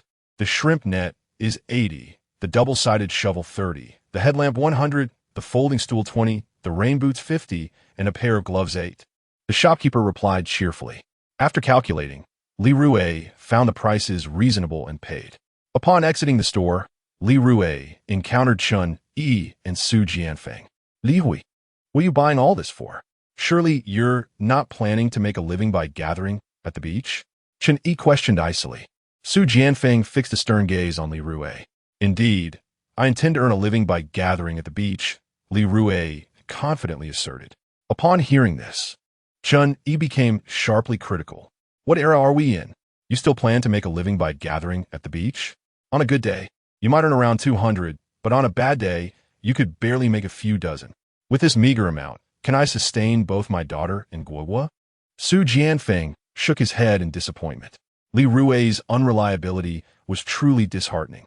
Currently, the only residents remaining on Crescent Island were the elderly, infirm, and those unable to work. The young and able-bodied had ventured out to seek employment elsewhere. Li Rui, despite his youth, chose not to earn a living but instead lingered on the island, effectively existing in a state of stagnation. Dad, Mom, it's getting late. I must return home. Xianyue and Guoguo are waiting for me, Li Rui declared as he prepared to drive back. However, Chen Yi incessantly chattered beside him. Li Rui, you should divorce my daughter without delay. Do not further impede her happiness. In the future, Li Rui pressed the accelerator, propelling the tricycle to its maximum speed. The acrid smoke belched forth, causing Chen Yi to cough. Chapter 12. Experience trumps youth cough. Chen Yi's expression darkened as she exclaimed in anger, that rascal Li Rui is utterly worthless. Su Jianfeng's face also fell. Li Rui lacks ambition. Even if he were to abandon gambling, he should not remain on Crescent Island. What future awaits him there? Undoubtedly, both Chen Yi and Su Jianfeng believed that Li Rui could not sustain a family while lingering on Crescent Island. Li Rui returned home just as darkness enveloped the sky. Daddy, did you bring back any treats for Guoguo? Hearing the sound of the electric tricycle, Guoguo scampered towards their small courtyard, her short legs bouncing with joy, her face aglow with happiness. In the living room, Su Xianyue rushed out, slow down. She remarked, rolling her eyes. Guoguo is truly a little glutton, always thinking about food. Li Rui halted the tricycle, a pained expression on his face. I'm sorry, Daddy forgot to bring you any goodies. Instantly, Guoguo's cheerful demeanor faded. She pouted, flaring her nostrils in discontent. Suddenly, Li Rui, like a magician performing a trick, produced a candied hawthorn from behind his back, holding out to her. Look, Guoguo, what is this? In an instant, a sweet smile blossomed on Guoguo's cherubic face. She eagerly snatched the candied hawthorn with both hands. I knew Daddy would bring me something delicious. She giggled, her large eyes sparkling like crescent moons. The following morning, before dawn had broken, Li Rui rose from bed, soon followed by Su Xianyue. Darling, why are you up so early? Li Hui kiriid, puzlet. I'm going to make you a bowl of noodles. Su Xianyue replied as she dressed. Clam digging is strenuous work. You must eat well. A warm current flowed through Li Rui's heart. I can handle it. You should rest a bit longer. Su Xianyue chuckled. I'm already awake. I can't go back to sleep now. After getting out of bed, she headed straight to the kitchen, while Li Rui made his way to the bathroom to wash his face and brush his teeth. Here's your steaming bowl of noodles. Eat while it's hot. Just as Li Rui finished his morning routine, Su Xianyue placed a steaming bowl of noodles, garnished with 2 poached eggs and scallions, in front of him. A delightful aroma wafted towards Li Rui, igniting his appetite. He picked up his chopsticks and began to enjoy the noodles with gusto. In a short while, he had devoured every last bite, including the eggs. Your noodles are exquisite, Li Rui exclaimed, placing his bowl down, genuinely praising her. Su Xianyue felt a swell of happiness inside, but modestly replied, they're just ordinary noodles. How good can they be? Extraordinarily delicious, truly unparalleled. Li Rui generously lauded her culinary skills. Dressed in his clam-digging attire, with a headlamp atop his head and a bucket in hand, Li Rui stood at the entrance of his home. Su Xianyue adjusted his clothing, ensuring he was ready for the day ahead. She spoke, be careful while gathering shellfish. Safety comes first. Don't hurt yourself, understand? Li Rui smiled and replied, understood. As she watched Li Rui's figure gradually fade into the distance, Su Xianyue wore a frown. Their family's finances were strained. Expenses were overwhelming, and they were burdened with over 200,000 in debt. Her husband's foraging for shellfish was not a sustainable solution. Yesterday, he had merely relied on good fortune to find a bounty, but today would be more challenging. If he could earn 200 yuan today, she would be content. But she harbored doubts about that possibility. If the average daily income was indeed 200, the young men of Crescent Island would not be compelled to seek work elsewhere. Meanwhile, Li Rui had arrived at the shore just as the tide receded. Chun Xiong was busy with his tongs, catching crabs in the shallow water. Today seems to be my lucky day. I've already found several rock crabs, he exclaimed, in high spirits. Rock crabs, also known as stone crabs, are a common species, typically residing in rocky or gravelly seabeds.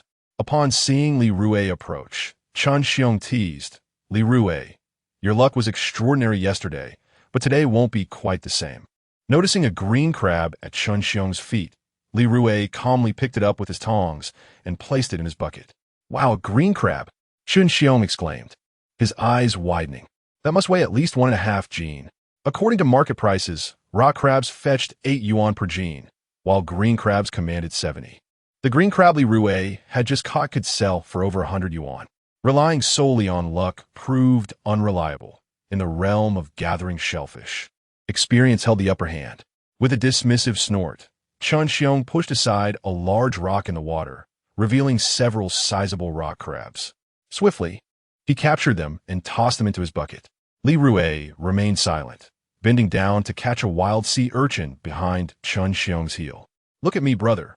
In just a short while, I've gathered several jin of rock crabs," Chun Xiong boasted. However, when he turned to look, his expression shifted to one of envy. "Whoa, a wild sea urchin." Li Rui's luck seemed almost too good to be true. While Chun Xiong had worked hard for a considerable time to gather his crabs, Li Rui had managed to secure a wild sea urchin in the blink of an eye. Wild sea urchins are highly valued and can sell for over 100 yuan per jin. The one Li Rui had caught must weigh at least 8 yuan. Chun Xiong stared at the sea urchin, enviously swallowing hard. "There's an even larger sea urchin here," Li Rui murmured, and he swiftly grasped another one, nearly a jin in weight. The sound of the sea urchin dropping into his bucket jolted Chun Xiong from his stupor, as he realized how thoroughly he had been outdone. "Chun Xiong, continue your pursuit of stone crabs," Li Rui remarked with a hint of indifference. In truth, Li Rui had spotted those stone crabs at first glance. Yet he held no interest in them whatsoever. Stone crabs were far too inexpensive. How could they possibly compare to the value of blue crabs and sea urchins? Upon further examination, Li Rui realized there was nothing of worth in the vicinity, prompting him to depart. "Chun Xiong, how blind can you be? The blue crabs and sea urchins are right beside you, yet you fail to notice them. Why do your eyes only perceive the worthless stone crabs?" Chun Xiong's expression turned sour. Gazing into his bucket filled with stone crabs, he couldn't help but recall the blue crabs and sea urchins that Li Rui had just caught. In an instant, the allure of his own stone crabs diminished. "I shall search a bit longer. Perhaps I might discover blue crabs and sea urchins," Chun Xiong thought as he rummaged about at his feet, only managing to catch a few more stone crabs. Chapter 13. Capturing skeleton shrimp, damn it. Why are there only stone crabs left here? Chun Xiong grumbled as he rummaged through the area for what felt like an eternity, discovering not even a shadow of sea urchins or blue crabs, which only fueled his irritation. Sea urchins fetched over 100 yuan per kilogram, while blue crabs were around 70. In stark contrast, stone crabs were a mere 10 yuan per kilogram. Earlier, he had captured a considerable number of stone crabs, but the earnings were hardly worth the effort. These past couple of days have been truly bizarre. Li Rui has been remarkably fortunate, he muttered angrily. After venting his frustration, he kicked a small rock, wincing in pain. Once he regained his composure, Chun Xiong reminded himself to remain calm. Good fortune is often fleeting, while true skill is everlasting. His livelihood depended on his prowess in fishing and gathering, while Li Rui thrived on luck. It was evident who could sustain themselves through the art of coastal foraging. Meanwhile, Li Rui arrived at a muddy flat. His keen eye immediately spotted a sizable skeleton shrimp beneath a minuscule air hole. The hole was so small that it would have been nearly invisible without careful scrutiny. Yet Li Rui's perceptive skills allowed him to see even the tiniest of openings. Skeleton shrimp typically dwell in mudflats rather than sandy beaches. Employing his shrimp-catching tool, he diligently extracted the skeleton shrimp after 3 attempts. The shrimp were diminutive, measuring only a few millimeters in length, with elongated, transparent bodies that resembled tiny skeletons, thus earning their name. This muddy expanse was teeming with skeleton shrimp, and as Li Rui beheld the countless creatures, adrenaline surged through him. Skeleton shrimp were exquisitely delicious and commanded a high price, approximately 180 yuan per kilogram. In this muddy terrain, Li Rui methodically employed his tool to capture the shrimp at a leisurely pace. I refuse to believe that Li Rui can maintain this streak of good fortune, Chun Xiong murmured from a distance, fixating on Li Rui. Luck could not possibly remain on Li Rui's side forever. With that thought, he kicked aside a rock beside him, only to be greeted by a flurry of shrimp gobies darting into view. Wow, so many shrimp gobies. It appears that luck has finally come my way, Chun Xiong exclaimed, excitement coursing through him as he seized a net to capture the fish from the water. In no time, he managed to reel in over 3 kilograms of shrimp gobies. As dawn broke, Hohat and Hahua arrived together. Upon seeing Chun Xiong's net filled with a substantial haul of seafood, their eyes widened in astonishment. Oh my, Chun Xiong, you are truly impressive. Every time you venture out, you reap such bountiful rewards. In our village of happiness, you are the only one who can make a living through coastal foraging. None others can, they praised, causing Chun Xiong to feel a bit elated. However, he modestly replied, I am just average. I am not as extraordinary as you make me out to be. Suddenly, he shifted his tone, a hint of envy in his voice as he added, unlike Li Rui, who struck it lucky yesterday and caught an entire bucket full. Upon hearing this, Hohat immediately scoffed. That's merely a stroke of good fortune. Hahua chimed in, indeed his success is purely luck. Relying solely on luck in coastal foraging is futile. It is only we seasoned gatherers who can consistently yield fruitful results. I surmise that this time, Li Rui will not find anything of value while foraging by the sea. Upon hearing this, Chun Xiong could not help but twitch the corner of his mouth. Just moments ago, Li Rui had gathered a 1.5-pound blue crab and several wild sea urchins, which he had indeed collected. Chun Xiong, we shall not engage you further. There are abundant wild oysters over there, exclaimed Sister Hohat, her eyes gleaming as she spotted a shallow area teeming with wild oysters, and she promptly dashed towards them. Aunt Hahua also bid farewell to Chun Xiong and followed suit. The two were seasoned foragers, fully aware that only the robust wild oysters held culinary value, while the thin ones were scarcely worth the effort. With great enthusiasm, Aunt Hahua and Sister Hohat tossed the plump wild oysters into their buckets. As they continued, they approached Li Rui. What treasures have you unearthed, Li Rui? Sister Hohat jested. Sister Hohat shared a cordial rapport with Su Xiangyue. However, due to Li Rui's past 2-year obsession with gambling, which had brought great distress to Su Xiangyue, Sister Hohat harbored some animosity towards him. I haven't found much of worth, Li Rui replied, extracting skeleton shrimps from the mud with his shrimp extractor. What you are holding is a shrimp extractor, isn't it? Aunt Hahua scoffed, rolling her eyes. That contraption is exorbitantly priced, and its utility is questionable. Why did you purchase it? Before she could finish her sentence, Li Rui made a vigorous pull, and a skeleton shrimp emerged from the mud. Aunt Hahua was rendered speechless. Sister Hohat's eyes widened in astonishment. Goodness, that's a skeleton shrimp. They're quite valuable.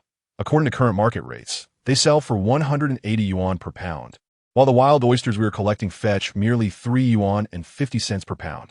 In the blink of an eye, Li Rui extracted 2 more skeleton shrimps with his extractor. Sharing a glance with Sister Hohat, Aunt Hahua seized her bucket and hurried to Li Rui's side. They observed the air holes and desperately began to dig. The skeleton shrimps, sensing danger, swiftly maneuvered through the mud, evading capture.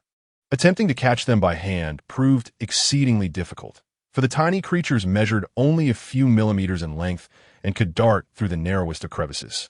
Despite their strenuous efforts, akin to frantic dog paddling, Aunt Hahua and Sister Hohat were unable to catch a single skeleton shrimp. In stark contrast, Li Rui expertly wielded his extractor with precision, capturing them effortlessly. The disparity was glaring. While Aunt Hahua and Sister Hohat were breathless and empty-handed, Li Rui had amassed over 4 pounds of skeleton shrimp without breaking a sweat. Their frustration mounted. Sister Hohat and Aunt Hawa were unwilling to concede defeat. I refuse to believe I cannot catch a skeleton shrimp by hand, Aunt Hawa declared, exerting herself with all her might as she wildly dug through the muddy terrain. Meanwhile, Sister Hohat brandished a shovel, rapidly excavating the sand. They moved swiftly, yet the skeleton shrimps maneuvered with even greater speed through the murky depths. After a short while, the two women found themselves breathless and seated motionless upon the muddy bank. Is it truly so arduous to catch the skeleton shrimp, Aunt Lotus? Li Rui inquired, as he deftly extracted yet another skeleton shrimp with his shrimp net. Isn't catching skeleton shrimp supposed to be a simple task? Aunt Lotus felt a wave of despair wash over her. Sister Osmanthus shared a similar sentiment of frustration. Witnessing Li Rui's effortless success in capturing the shrimp only fueled their envy. Their hearts ached as they realized that the elusive creatures were within arm's reach, yet they were unable to catch even a single one.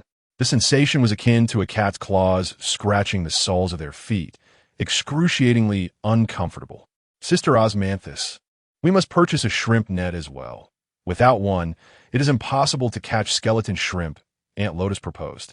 Previously, she had deemed the shrimp net too expensive and ineffective, thus refraining from acquiring one. In hindsight, that decision was gravely mistaken. Sister Osmanthus promptly concurred, we must buy it. Without a doubt. During their conversation, Li Rui had managed to capture over 1/2 pound of skeleton shrimp. Chapter 14. Perhaps the greater the hope. The greater the disappointment with the aid of perspective and a shrimp-catching device, Li Rui found himself effortlessly capturing skeleton shrimp. However, Aunt Hawa and Sister Hohat, after several attempts, ended up in a similar predicament, utterly exhausted and yet without a single shrimp to show for their efforts. This left both women in a state of deep frustration. Aunt Hawa, let us continue to collect oysters, Sister Hohat said, her voice tinged with dismay. At this rate, we will suffer a considerable loss from this outing. Aunt Hawa sighed deeply. All right then, let us go gather oysters. The thought of the many skeleton shrimp lurking beneath the mudflat beneath their feet gnawed at her, as the inability to catch even one was quite distressing. Meanwhile, Su Xianyue arrived at the shore with Guogua. I'll call your father and ask him to come over, Su Xianyue said, pulling out her phone. She needed to reach the seafood processing factory by 8 in the morning, and there was still a little over half an hour until then. At that moment, Su Lanji, accompanied by her daughter Chen Yaoyao, also arrived. Xianyue, why have you brought your daughter here? Su Lanji inquired. With a robust build and a face marked by blemishes, she sometimes found herself yearning for intimacy with her husband, Chun Xiong, who would often rebuff her advances. Li Rui went to gather seafood before dawn. I'm here to hand Guogua over to him, Su Xianyue replied politely. Li Rui is gathering seafood? Su Lanji laughed incredulously, unable to contain her amusement. With his slender frame and penchant for gambling, how could he possibly go to gather seafood? In comparison to Su Xianyue, Su Lanji felt fortunate. Her husband, known as a master of gathering seafood across several villages, earned a substantial income of over 100,000 a year solely from his endeavors at the sea. In contrast, Su Xianyue's husband was merely a gambler. Although Su Xianyue possessed greater beauty, a better figure, and a more refined demeanor, she appeared to lead a far less fortunate life. Aunt Su, why is it amusing that my daddy is gathering seafood? Guogua said defiantly, tilting her head up and pouting at Su Lanji. What mean aunt? She dares to mock my father. Upon hearing this, Su Lanji suppressed her laughter yet replied, Buh, I'm merely curious as to how your father, a man so often engrossed in the gambling house, suddenly decided to gather seafood. Perhaps it was merely a fleeting whim. My daddy said he wants to be a good father and husband, so he has quit gambling, Guogua declared proudly. Xianyue, if Li Rui truly wishes to change, I believe he should seek employment elsewhere rather than rely on gathering seafood for a living. In our village, only my husband can sustain such a lifestyle, Su Lanji boasted. Little Chun Yaoyao nodded vigorously, exclaiming, my daddy is a master at gathering seafood. Guogua immediately retorted, my daddy is the real master at gathering seafood. Indeed, The vanity of children can often surpass that of adults. My father is more impressive, Chen Yaoyao declared softly. My daddy is even more remarkable, Guoguo retorted defiantly. Su Xiangyue and Su Longji exchanged glances, caught between laughter and tears. Guoguo further proclaimed, yesterday my daddy and I went to the beach, and we caught a bucketful. That was merely coincidence, an accident, luck, not skill, Chen Yaoyao huffed, firmly believing that her father, Chen Xiong, was the ultimate master of beach fishing. Luck is a form of skill, Guoguo shot back with an angry glare at Chen Yaoyao. Su Xiangyue's expression darkened. She too felt that Li Rui had merely been fortunate the previous day. In her mind, for her family to escape their current predicament, Li Rui truly needed to seek work outside. Beach fishing relied too heavily on luck, which could not always favor Li Rui. Chen Xiong thrived at home because he possessed genuine fishing prowess. Noticing Su Xiangyue's despondent demeanor, Su Longji felt a twinge of satisfaction. Xiangyue, you know your family's situation better than anyone. If Li Rui sincerely wishes to provide a better life for you and Guoguo, he should start working sooner rather than later. Daytime jobs and evening deliveries. It's not as if everyone has a husband who can earn several hundred every day from beach fishing. Su Longji boasted, her vanity greatly appeased. I'll discuss this with Li Rui later. Su Xiangyue disliked the idea of being separated from Li Rui. It often found herself powerless to change circumstances. Meanwhile, Guoguo and Yao Yao continued their debate. My daddy is more impressive. My daddy is even more remarkable. Su Longji glanced down at Guoguo, squinting with a smile. Guo, don't argue with Yao Yao. In our happy village, who can compete with Yao Yao's father in beach fishing? Guoguo exclaimed without hesitation, my daddy can. Upon hearing this, Su Longji couldn't contain her laughter. Well, since you say so, let us see who gathers more treasures from the beach today. Chen Yaoyao was determined to compete with Guoguo. Who was afraid of whom? Guoguo's spirit was equally fierce. Afterward, Guoguo silently prayed, Daddy, please don't let me down. Before long, Li Rui appeared within the group's view, holding a bucket and beach fishing tools. Daddy! Guoguo exclaimed, bouncing with excitement as she waved to him. Su Xiangyue smiled, but Su Longji remarked with a hint of sarcasm. Li Rui certainly has a lot of fishing tools, but that shrimp net he is carrying, our family hasn't bought one yet. I wonder how much he'll collect this time. Previously, her husband Chen Xiong had dismissed the shrimp net as flashy and impractical, which was why they had not invested in one. In the shallow waters, Li Rui waved at Guoguo. My dad is here. Guoguo, brimming with excitement, shared the news with her companion, Chen Yaoyao. Chen Yaoyao pursed her lips, remarking, your father, having not ventured to the sea in over 2 years, probably didn't gather much this time. My father told me last night that someone like yours, who is a first-timer after such a long hiatus, will likely receive a novice gift pack. Future endeavors at C1TB as fortunate.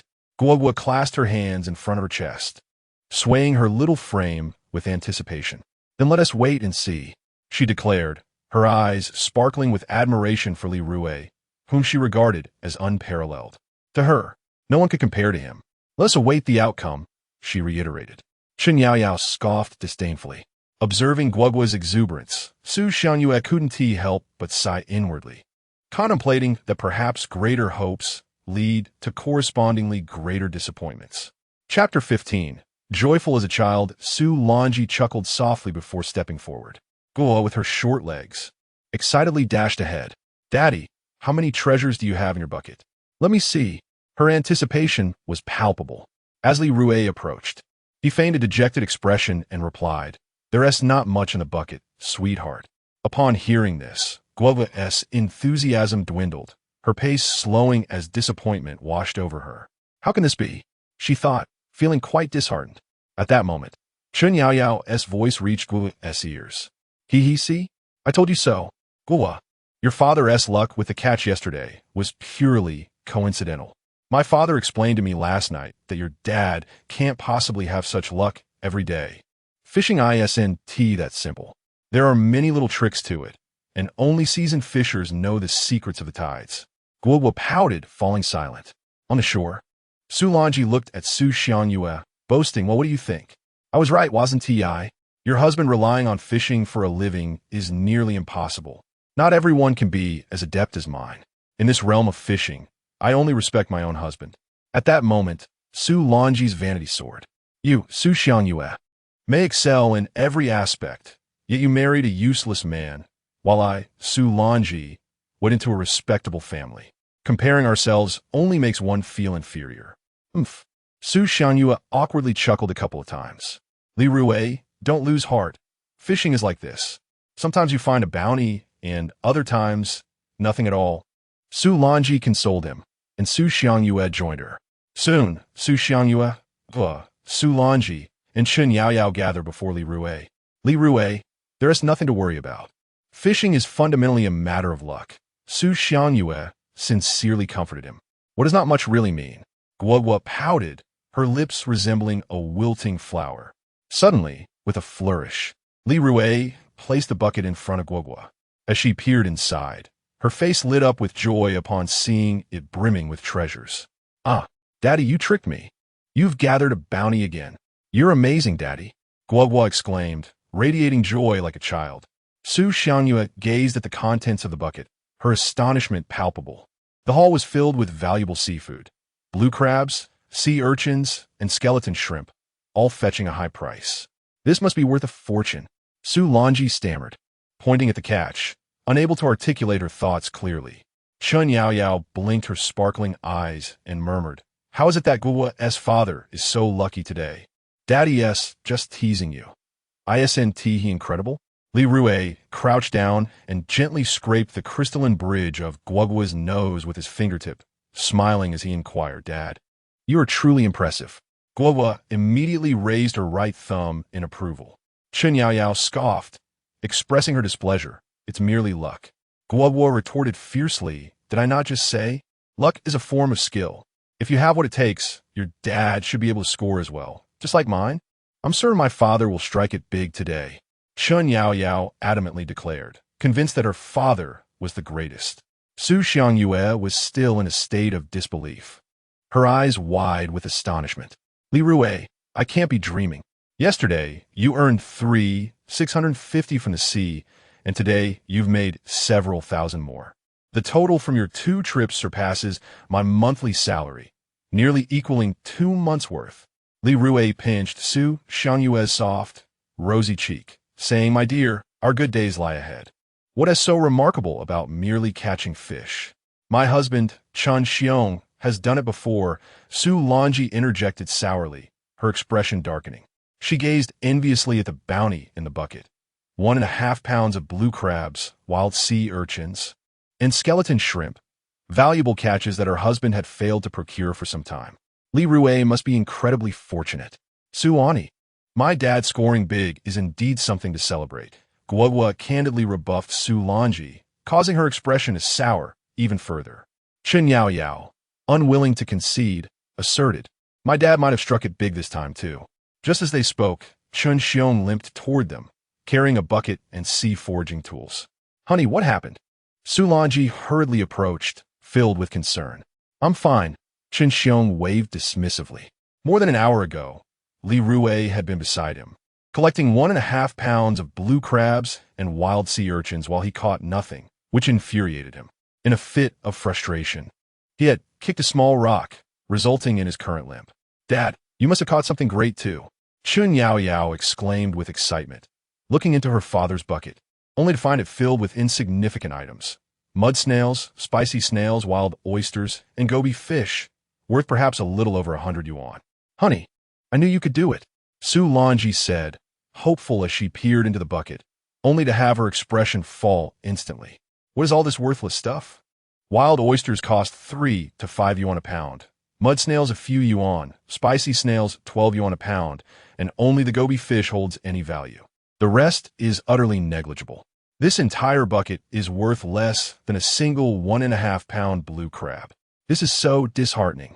Li Rui, it's getting late. I need to head to work, Su Xiangyue remarked, glancing at the time and realizing she had only 10 minutes before her shift, prompting her to hurry her words. Su Xiangyue hurriedly departed. Before leaving, her heart was filled with joy, sweeter than honey. Slow down, Li Rui gestured. Li Rui, I see what you've caught. Surely. You've gathered less than I have during this tide. Chen Xiong remarked as he peered into Li Rui's bucket. Upon closer inspection, Chen Xiong's jaw dropped in astonishment. Goodness! Li Rui's bucket was brimming with an abundance of skeleton shrimp. Chen Xiong, envious, swallowed hard. While I may not have caught as much as you, your bucket is completely full, Li Rui replied with a knowing smile. To be honest, there were many items in Chen Xiong's bucket that Li Rui deemed unworthy. Wild oysters, mud snails, and spicy snails, all of little value. Guo, you will accompany your father to the shore, Li Rui said, placing the lucky tide rake before Guo. The lucky tide rake was a tool he had exchanged from the system, its efficacy uncertain. Guo picked up the lucky tide rake and, with a casual scoop, unearthed a hefty blue crab weighing half a kilogram. Witnessing this, Guo erupted in excitement, exclaiming, "Daddy, what a massive crab! Quickly, catch it!" Chapter 16. The power of the lucky beach shovel. Li Rui thought to himself, "My goodness, this lucky beach shovel is indeed extraordinary." Guo casually dug into the sand and surprisingly unearthed a blue crab weighing over a pound. Incredible. Absolutely remarkable. Daddy, hurry and catch it. Don't let it escape. While Li Rui was still in a daze, he saw Guo chasing after the large blue crab as it scuttled towards the ocean, shouting loudly. Without hesitation, Li Rui grabbed the tongs and swiftly caught the crab, placing into the bucket. Chen Xiong watched in disbelief. His eyes nearly popped out. He made a living by beachcombing and fishing, braving all weather conditions to do so nearly every day. He was well aware of how challenging it was to catch blue crabs nowadays. Yet just moments ago, a 3-year-old girl had effortlessly dug up a crab weighing around 1.5 pounds right in front of him. Such luck was unparalleled. In the past couple of days, both Li Rui and Guo had been extraordinarily fortunate. Su Longji was filled with envy. She kicked Chen Xiong and pointed to the spot where Guo had dug, exclaiming urgently, "You need to dig here. There might be more blue crabs." Upon hearing this, Chen Xiong immediately sprang into action. He picked up the shovel and began to furiously excavate the very spot Guo had just dug. At that moment, he resembled a frenzied bull. Soon enough, Chen Xiong had excavated a sizable patch of sand, but he was utterly exhausted, panting heavily. Finally, when he could no longer move, he stopped. "Why is there nothing here?" Su Longji was taken aback. Indeed, how could there be nothing? Chen Xiong plopped down onto the sand, utterly frustrated. In the same spot where the 3-year-old Guo had easily dug up a large crab, he had dug nearly half an acre without finding a single thing. Who was he supposed to complain to? Chen Yaoyao looked at Guo, her face a picture of disbelief. At that moment, Guo crouched down and, with her lucky beach shovel, dug again, unearthing yet another crab. Guo found another crab. She excitedly stood up, trembling with joy, pointing at the crab she had just dug up and shouting in delight. Witnessing this scene, Chen Xiong cursed under his breath, "Damn it, this is truly bizarre. I've turned over nearly half an acre and found nothing, while Guo just casually digs and finds another crab." Frustrated, he slammed his fist into the sand. Wincing in pain, Chen Yaoyao stood there, her mouth agape, her expression one of utter astonishment, as if she had seen a ghost. Li Rui chuckled to himself. It seemed this lucky beach shovel was indeed remarkable. He used the tongs once more to place the crab into the bucket. "Step aside, useless thing." Su Longji pushed her husband Chen Xiong aside, quickly snatching the shovel from his hands, and rushed over to Guo, eager to search for crabs herself. She refused to believe that a mere child could outdo her, an adult. After searching for quite some time, Su Longji still found nothing. "Damn, this is truly bizarre." In the same spot, Guo effortlessly unearthed 2 large crabs with just a couple of digs. Yet, despite the considerable effort she and her husband expended over a vast stretch of sandy terrain, they uncovered nothing. Su Longji crouched on the ground, gasping for breath. "Guo, you are just too fortunate." Chen Yaoyao gazed at Guo with starry eyes. Hee, Guo grinned with pride. At that moment, a crowd gathered around. Sister Ho-Hot exclaimed, "What is going on? Is there something valuable here? This large patch of sand has been thoroughly dug up. If there weren't any treasures, that wouldn't be possible." "Ho-Hot, stop talking nonsense. Let us dig quickly." If we delay, we might not even get a taste of the soup. Aunt Hawa seized a beach shovel and began to search. The others followed closely behind. Li Rui took a glance and realized that beneath this sandy ground, aside from a few oysters, there was nothing else. Oysters, also known as mollusks, typically attach themselves to shallow marine objects or rocks, filtering plankton and organic debris from the water through their open and closed shells. Their shells can grow up to 30 to 40 centimeters long. They are reasonably priced, costing around 10 yuan per pound. In no time, a large crowd had gathered in the area. Li Rui lay on a dry patch of ground, resting. He reached into his pocket and pulled out a cigarette from the pack. Generally, at this time, Li Rui enjoyed smoking a cigarette to relieve fatigue. Men, after all, understand each other. Suddenly, a smooth, plump little hand pressed against his cigarette hand. "Daddy, smoking is harmful to health. Didn't you say you've quit?" Guo was squatted beside Li Rui, her face darkened, pouting as she questioned him. "Daddy doesn't smoke," Li Rui chuckled. For Guo's sake, he was determined to quit smoking entirely. The dangers of secondhand smoke are greater than those of firsthand smoke. Upon hearing this, a joyful smile instantly blossomed on Guo's chubby face. "Daddy, you must be tired. Let me massage your legs." "Oh, you can massage legs?" Li Rui was taken aback. "Of course." Guo tilted her little head, speaking proudly. "I can massage legs. I learned it from watching television." With that, Guo began to massage Li Rui's legs. Li Rui gazed at the sky, his face filled with bliss. In his previous life, he had neglected such a wonderful daughter, consumed instead by gambling. What a fool he had been. "Is the pressure just right?" Guo asked as she massaged, her voice crisp and melodious, akin to the sound of silver bells. Li Rui smiled. "The pressure is just right." In reality, Guo's touch was very gentle. How much strength could a little girl of just over 3 years possess? At that moment, Li Rui savored the delightful time spent with his daughter. "Su Hailong, just you wait. In my past life, you brought ruin to my family, causing Guo's death and murdering Xiang Yue and me. In this life, I shall ensure you pay blood for blood." Li Rui's gaze was as sharp as a freshly unsheathed blade. To live again, this was his ultimate aspiration. For the time being, he could only develop cautiously, refraining from provoking Su Hailong. Su Hailong was a magnate in the seafood industry. At present, Li Rui's strength was insufficient to confront him.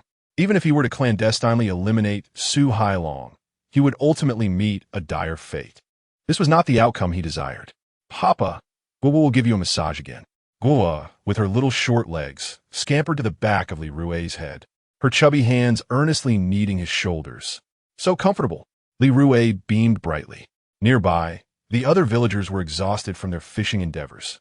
Chen Yaoyao pointed at Li Rui's bucket, pouting as she inquired, "Daddy, why did Guo's daddy's bucket burst again? He seems quite impressive." "Just luck," Chun Xiong scoffed, curling his lip. "Luck cannot perpetually favor him. Just wait. Next time Guo's daddy goes fishing, he surely won't experience the same misfortune." Chapter 17. Practical application. As Chun Xiong observed Guo pressing Li Rui's neck, he turned to his daughter, Chan Yaoyao, with a smile curving his lips, and said, "Yaoyao, your father is weary.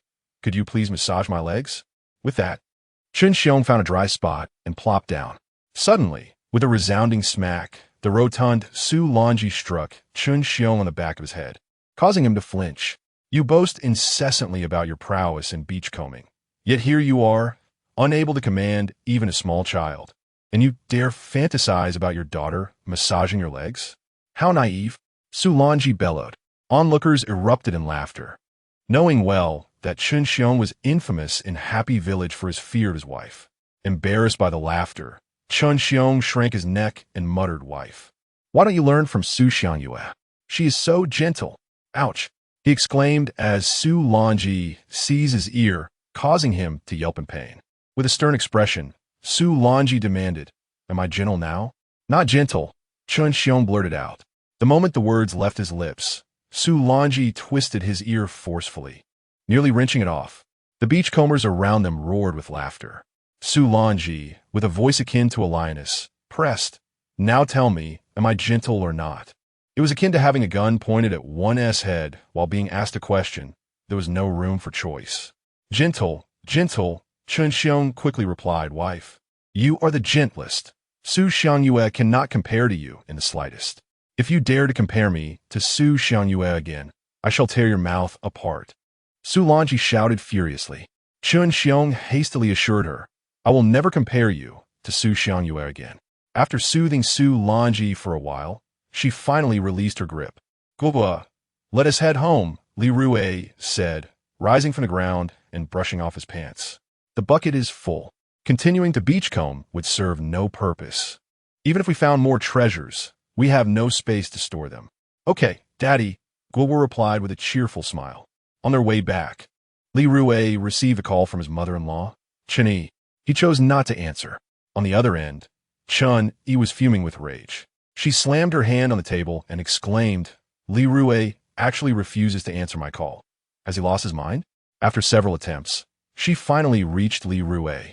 As soon as he answered, Chen Yi unleashed her ire. Li Rui, you're utterly disrespectful. I am your mother-in-law, and you dare to ignore my calls? What are your intentions? Do you no longer wish to maintain a good relationship with my daughter? Li Rui was unyielding, retorting, Mother, please speak to me respectfully. Let us discuss this calmly, but if you continue to act all high and mighty, I will hang up. Beside him, Guo, with her chubby little hand resting on her chin, looked puzzled and mumbled, what does acting high and mighty mean? Upon hearing this, Li Rui quickly covered the phone with his hand, crouched down to meet Guogua's gaze, and patiently began to explain. The phrase relying on one's age refers to the act of flaunting one's seniority and belittling others simply because of one's advanced years. Allow me to illustrate with a vivid example. Some elderly individuals on public transportation insist that young people give up their seats for them, proclaiming that their age entitles them to such courtesy. Do you understand, Guogua? Guogua's little mind was whirring rapidly. After a moment, she nodded. Daddy, I think I understand. Grandma seems to enjoy relying on her age. She always asserts her status as an elder, demanding that you, Mama, and I behave in certain ways. The mere thought of her grandmother caused Guogua's round little face to dim.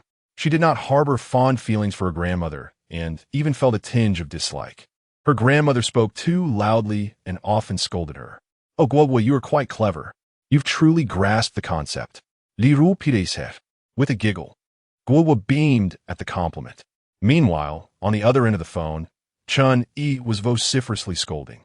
Li Rui, however, did not catch a single word. Just tell me what you want, he said, placing the phone to his ear, his expression one of impatience. It's my birthday today. You ought to show some acknowledgement. Chen Yi asserted boldly. At the very least, send me a red envelope containing 2,000 yuan. With a snap, Li Rui hung up the phone as soon as she finished speaking. That woman certainly has an insatiable appetite. Not long after, another call from Chen Yi came through, but Li Rui chose not to answer, silencing his phone instead. Were it not for the fact that she was his mother-in-law, he would have long since blocked all her contact information. In Li Rui's courtyard stood an elderly woman with a furrowed brow. This was Li Rui's mother, Li Fong. Known for her honest and simple nature, she sighed heavily. Oh, that son of mine really gives me no peace of mind. Surely he hasn't taken Guogua to the chess room. She paced back and forth, exhaling deep sighs, her face etched with weariness and sorrow. In her life, the person she worried about the most was her second son, Li Rui.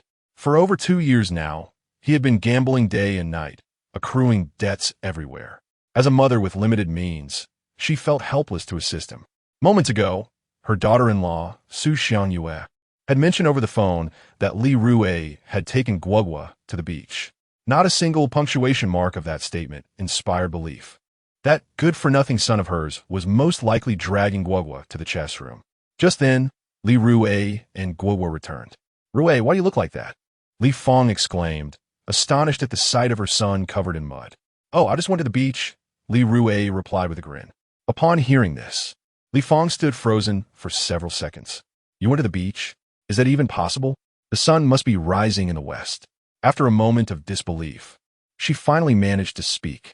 Guogua bounced over to Li Fong, looking up at her with a cheerful smile, and declared, Grandma, Daddy really did go to the beach just now. Guogua can vouch for that. To ensure that grandmother would believe her words, Guogua deftly raised her right hand, suspended in midair.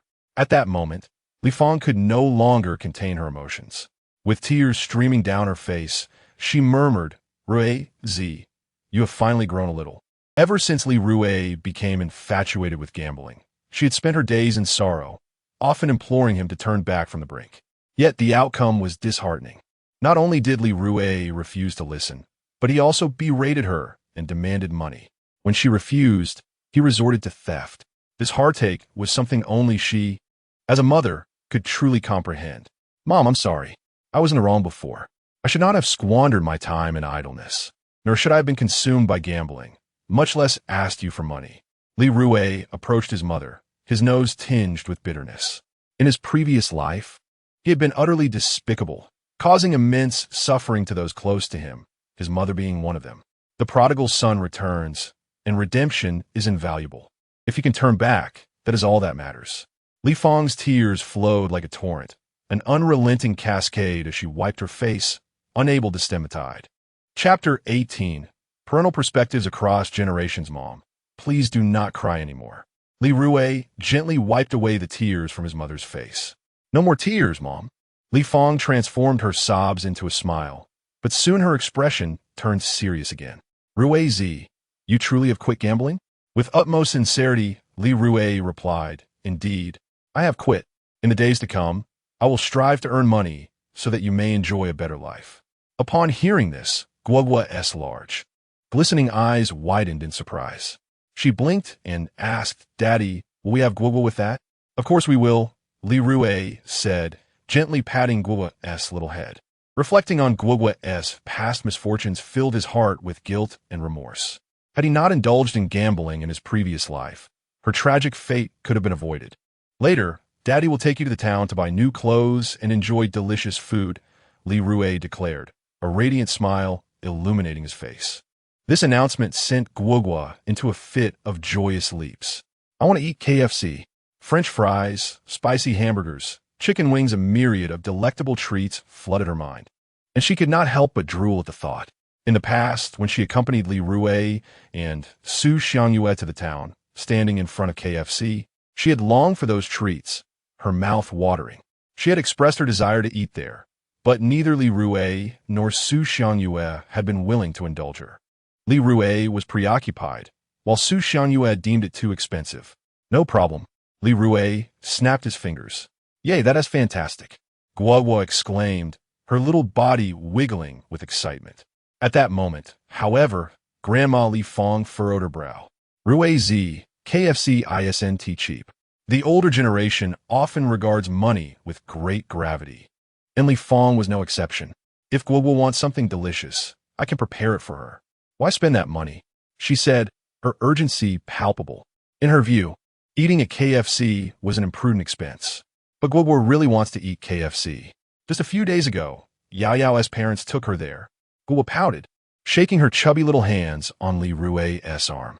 "Since Daddy has promised to take you to KFC, he will indeed take you," Li Rui asserted, unwilling to break his word in front of Guogua. The things one desires as a child hold significance only when fulfilled during childhood. Seeking them in adulthood loses its charm. Li Fang stamped her foot in frustration. "Rui, why do you indulge the child like this? A meal at KFC costs a hefty sum. Think of how many pounds of rice that could buy. How long would it take to earn that back?" "Mom, times have changed. We cannot raise children merely by ensuring they are fed and clothed. A lack of material wealth can lead to a deficiency in spiritual wealth," Li Rui patiently explained. "Material conditions shape consciousness. A person who grows up in material deprivation may also suffer from spiritual impoverishment, easily developing a character marked by inferiority and timidity." "Fine. I cannot argue with you," Li Fang ultimately conceded, though she still felt a pang of regret. At that moment, Li Fang noticed the bounty of seafood in the bucket. My goodness, how could there be so many delightful treasures? Her eyes widened in astonishment. Guogua and Guogua's father collected these from ashore. Antigua were impressive, Guogua proclaimed with a proud expression. Li Fang crouched down to examine the seafood up close. She swallowed hard before speaking. "There are mantis shrimp, blue crabs, and sea urchins in here. None of these are inexpensive." As far as she knew, mantis shrimp were priced at 180 yuan per pound, while blue crabs were 81 yuan per pound. The blue crabs in the bucket were all sizable, and she estimated they were certainly worth more than 80 yuan each. Wild sea urchins also fetched a price of 180 yuan per pound. Just how much could all this seafood sell for? Mom, please take these shrimp and fry them up, Li Rui said, fetching a plastic basket from the kitchen to select a dozen mantis shrimp from the bucket. Mantis shrimp are known for their succulent meat, perfect for frying. Once cooked, a sprinkle of salt and pepper enhances their exquisite flavor and tenderness. Li Fong immediately poured the shrimp back into the bucket. What are you doing? Mantis shrimp are such an expensive delicacy. How could your father and I possibly indulge in them? You should sell them instead, Li Fong said sternly. In her youth, she had tasted mantis shrimp, and the flavor was truly sublime. Mom, just take them, Li Rui insisted, continuing to fill the basket. Li Rui, if you keep this up, I might just get angry, Li Fong replied, her expression darkening. Reluctantly, Li Rui returned the shrimp to the bucket. Such was the nature of the older generation. Frugality was ingrained in them. In their time, hunger was a daily reality, instilling a deep-seated respect for money. Seeing Li Rui acquiesce to her wishes softened Li Fong's demeanor. She grasped his hand and said earnestly, Rui, you know your family's circumstances. You need to make money while you can. Your mother-in-law often meddles, suggesting you divorce your wife, and that worries me greatly. Speaking of this matter brought a frown to Li Fong's face. She hoped dearly that Li Rui could truly reform, abandon gambling, and start anew. Li Rui's gaze was resolute. I will. The tragedies of his past life would not be permitted to repeat in this one. Rui, just like your wife, you should also find a steady job. Relying on gathering seafood is not a sustainable plan. Today you may be fortunate, but what about tomorrow? Tomorrow you might be left with nothing, Li Fong advised, patting his hand. The able-bodied men of Happiness Village had mostly ventured out to seek work. Those who remained had found employment in the factories on the island. In this day and age, it was exceedingly difficult for a man on Crescent Island to make a living solely by fishing. Li Rui replied nonchalantly, Let us see. All right, you decide for yourself, Li Fong said, not pressing him too hard. She felt that being overly insistent might stifle Li Rui's ambition. Yet, she remained convinced that gathering seafood was not a long-term solution. Dad, Guogua is hungry, Guogua pouted, placing her hands on her little belly, looking quite pitiful. At that precise moment, Guogua's empty stomach let out a growl. Father will first purchase these items and then take you to town for KFC. Is that agreeable? Li Rui inquired with a smile. All right. Guogua rubbed her chubby little hands together, eagerly anticipating the crispy chips and hamburgers. Li Fong didn't let Hernose, Guogua, was so delightful about KFC. Grandma prepares delicious meals for you, doesn't she? Upon hearing this, Guogua shook her little head vigorously, as if it were a rattle drum. No, Guogua wants KFC. Li Fong playfully tapped Guogua's forehead and said with a smirk, You little glutton. She then exchanged a few words with Li Rui before departing. Upon arriving at Yutao's home, Yutao immediately noticed the seafood in Li Rui's bucket. He promptly pulled out a pack of Huazi cigarettes from his pocket, extracted one, and offered it to Li Rui with a broad grin. Here, have one. Yutao always kept 2 packs of cigarettes in his pocket, a pack of Likun and a pack of Huazi. Grandpa, my daddy doesn't smoke, Wu said, frowning and waving her hands in protest. How could Grandpa you have such a poor memory? Guogua thought to herself. I told him yesterday that my daddy doesn't smoke, and yet he remains so forgetful. Chapter 19. A dismissive glance with a cold glance. Yutao disregarded Guogua's words and turned to Li Rui with a warm smile, saying, Rui, this is a fine cigarette. I usually wouldn't offer this to just anyone. Here, take it. He nudged the cigarette towards Li Rui's chest. Despite its quality, Li Rui no longer indulged in smoking. With a polite smile, he declined, Uncle you, thank you, but I have truly quit. Upon hearing this, a sweet smile graced Guogua's face. Rui, that is not like you. Yutao sighed, reluctantly reclaiming the cigarette. Uncle you, let's discuss the price for these, Li Rui said, shaking the bucket in his hand, signaling Yutao to quote a price. Previously, Yutao had set a price, and Li Rui felt it was a bit unfair. For the average blue crabs at 71 per pound, considering their size, I'll give you 80. Sea urchins at 106 and skeleton shrimp at 105. Yutao deliberated. Li Rui narrowed his eyes, a sardonic smile playing on his lips. Uncle Yu, your prices are too low. They're not low, Yu Tao exclaimed dramatically. Uncle, a one-off deal is not worthwhile, Li Rui retorted, his lips curling slightly. Hearing this, Yu Tao feigned a look of distress. All right, I'll add a bit more. 90 for the blue crabs, 107 for the sea urchins, and 107 for the skeleton shrimp. Li Rui immediately countered. 100 for the blue crabs, 108 for the sea urchins, and 108 for the skeleton shrimp. Yu Tao's lips curved into a slight smile. Li Rui, your prices are excessively high. I cannot accommodate them. This is my final offer.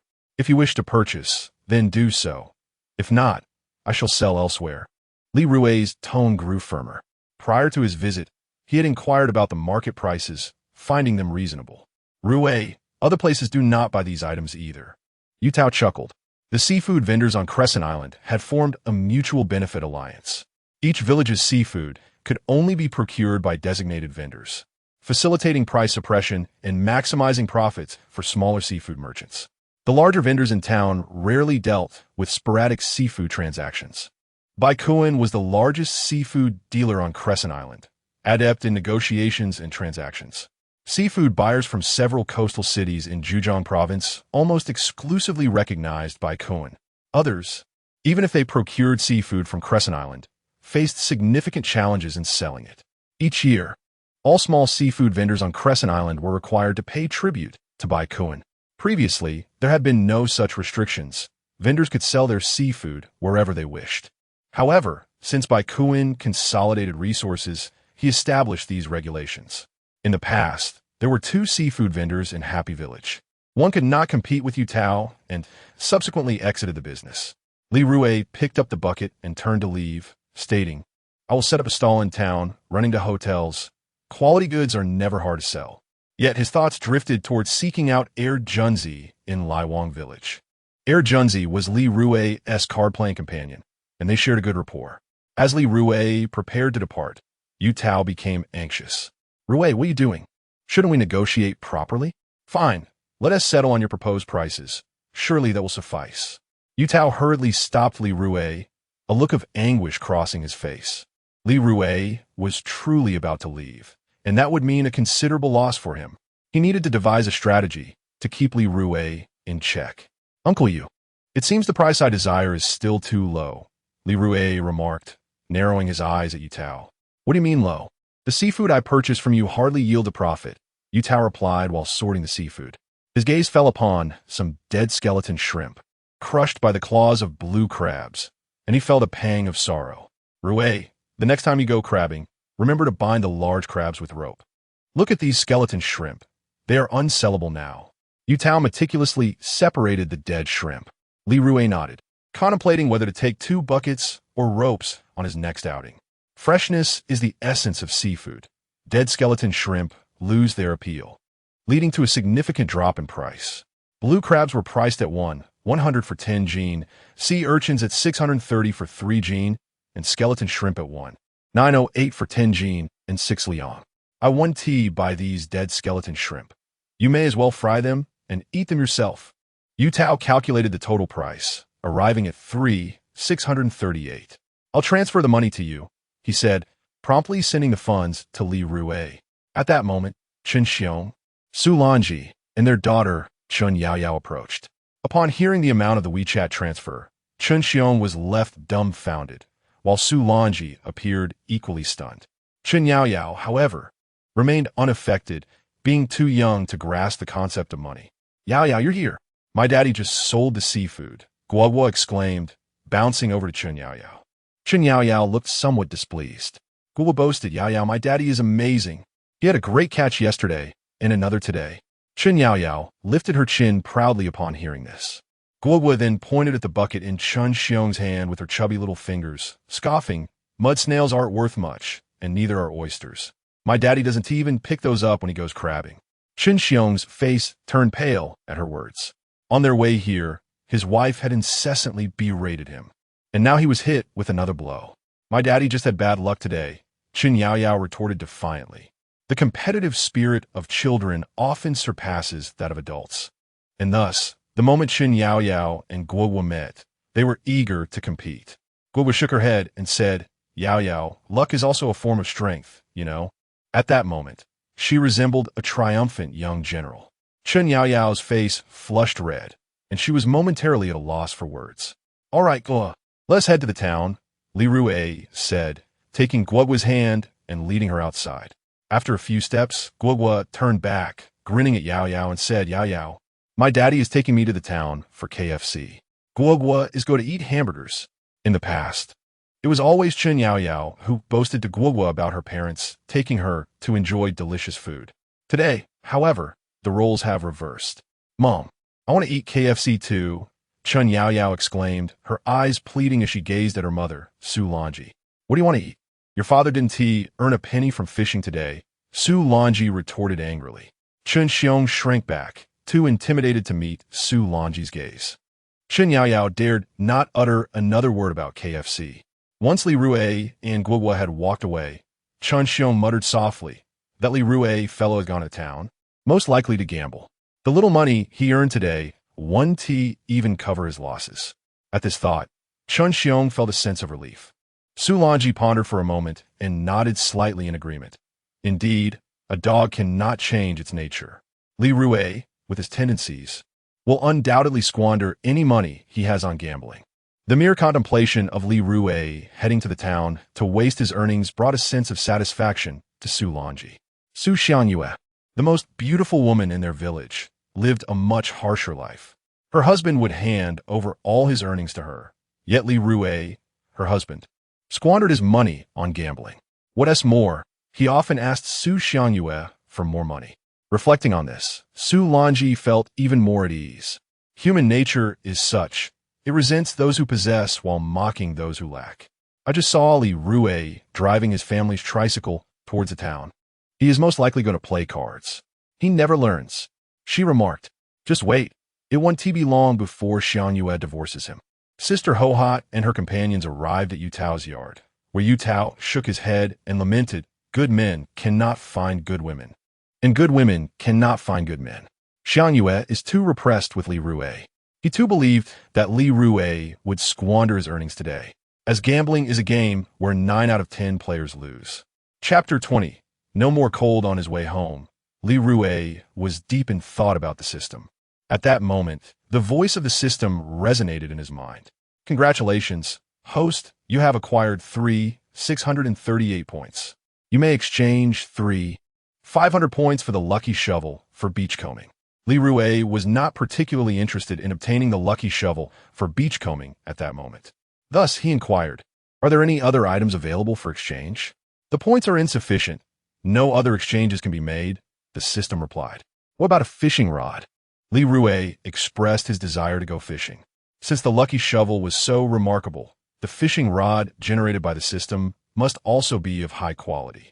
A lucky fishing rod is available, but it requires 10,000 points. Currently, the host has 788 points, the system noted. If you wish to acquire the lucky fishing rod, you'll need to put in more effort. The system did not forget to encourage Li Rui. After calculating carefully, Li Rui found the system's calculations to be accurate. Previously, he earned 650 points from beachcombing, exchanged for the lucky shovel, and spent 500 points, leaving him with 150 points. Adding this latest acquisition, his total indeed stood at 788 points. After concluding the conversation, Li Rui contemplated how much money to transfer to his wife. He needed to retain some funds for himself and Guo's expenses. Meanwhile, on Crescent Island, at the Hime seafood processing plant, a group of middle-aged women were engaged in conversation. The day before yesterday was my birthday. My husband bought me a gold necklace that cost over 1,000. For my birthday this year, my husband got me a jade bracelet. He transfers his salary to me every month in a gathering of women. Comparing their lives had become commonplace, almost a tradition. Su Xiangyue quietly continued her work. Xiangyue, your husband Li Rui is truly inconsiderate. Not only does he fail to buy you gifts, but he even asks you for money to fund his gambling, remarked a middle-aged woman named Xiao Rong, nudging Su Xiangyue with her elbow. Xiao Rong felt indignant on Su Xiangyue's behalf. The mere thought of Li Rui filled her with frustration. Another woman in the vicinity, Li Yueping chimed in Xiang Yue. Your mother is right in advising you to divorce Li Rui. With your looks and figure, it would be easy to find a man 100 times better than him. Li Yueping, Xiao Rong, and Su Xiangyue shared a close bond. Li Rui was in the midst of reforming. Su Xiangyue defended him with a remark. People can change, she said softly. Xiao Rong scoffed dismissively. Li Rui has said that countless times. Why do you still believe him? In my opinion, a dog cannot change its nature. Su Xiangyue pondered. This is his last chance. Guoguo is still young. I do not wish for her to grow up without a father. Most importantly, she still held onto a glimmer of hope for Li Rui. When they married, she promised to stand by him through thick and thin. Her words were not mere platitudes. Remember, that was your vow. Don't forget it, Xiao Rong urged. My husband is about to receive his salary. Once he does, he will transfer the money to my WeChat. Li Yueping spoke with a sweet expression. Just as she finished her sentence, the sound of a WeChat transfer resonated. A sum of 500 yuan arrived. Li Yueping felt a bit bewildered. Why had her husband's salary halved this month? This was illogical. The middle-aged women working nearby heard the sound and began to tease her. Whose husband earns so little in a month? Just over 3,000. How can that possibly support a family? One remarked, a grown man earns less than we do. Employees at the seafood processing plant earn around 4,000 a month. Xiao Rong looked at Li Yueping with a puzzled expression and inquired, Yueping, what's going on? Why did your husband earn so little this month? Fuming, Li Yueping took out her phone, only to be stunned. Her husband hadn't transferred any money to her. Su Xiangyue checked her phone and smiled, saying just now, Li Rui transferred me 3,500. This statement left the surrounding middle-aged women speechless for several seconds. This is unprecedented. Li Rui actually gave you money. Li Yueping's jaw nearly dropped in disbelief. Xiao Rong was equally astonished. Su Xiangyue, with a gentle demeanor, remarked, Li Rui really is changing. Li Yueping genuinely felt happy for Su Xiangyue. Li Rui was indeed making improvements and performing well. Then, she shifted the conversation. 3,005 is a bit low. My husband gives me 7,000 a month. Li Yueping couldn't help but feel a sense of pride. Xiao Rong expressed her envy. Yueping, your husband is quite capable. Mine only gives me 5,000. As the discussion continued, the middle-aged women began sharing how much their husbands contributed monthly. Some mentioned 3,000, others 5,000, and a few said 8,000. Su Xiangyue, not boasting but hoping to change Li Rui's image in Xiao Rong and Li Yueping's eyes, added, just the other day, Li Rui transferred me 3,600. Xiao Rong and Li Yueping had often urged her to consider divorce, remarks she did not wish to hear. What? Li Rui transferred you 3,006 yesterday and 3,005 today? In just 2 days, he sent you 7,001. Li Yueping was left speechless. Xiao Rong's eyes sparkled with envy. As soon as Li Yueping finished speaking, the other middle-aged women began to gossip. Yesterday, Li Rui earned 3,006. Today, he earned 3,005. No way. Li Rui lost 7 or 8,000 in one day. Goodness, he's truly irresponsible if he lost that much in just a single day. Observing the expressions on Xiao Rong and Li Yueping's faces, Su Xiangyue felt a small sense of vanity satisfied. Meanwhile, Li Rui was driving his family's electric tricycle, holding Guoguo in his arms, on his way to Pinggang town. The chilly wind whipped against Guoguo's face, making her shiver. Daddy, I'm so cold, Guoguo said in her sweet, childish voice. Li Rui's heart trembled. He slowed the car down, holding Guoguo even tighter. Is it better now? Li Rui inquired. It's still a bit cold, Guoguo pouted, her rosy lips forming a delicate frown. Li Rui felt a pang of discomfort in his heart. It did not matter if he felt cold, but how could he bear the thought of Guoguo following him, suffering from a chill? Just hold on a little longer.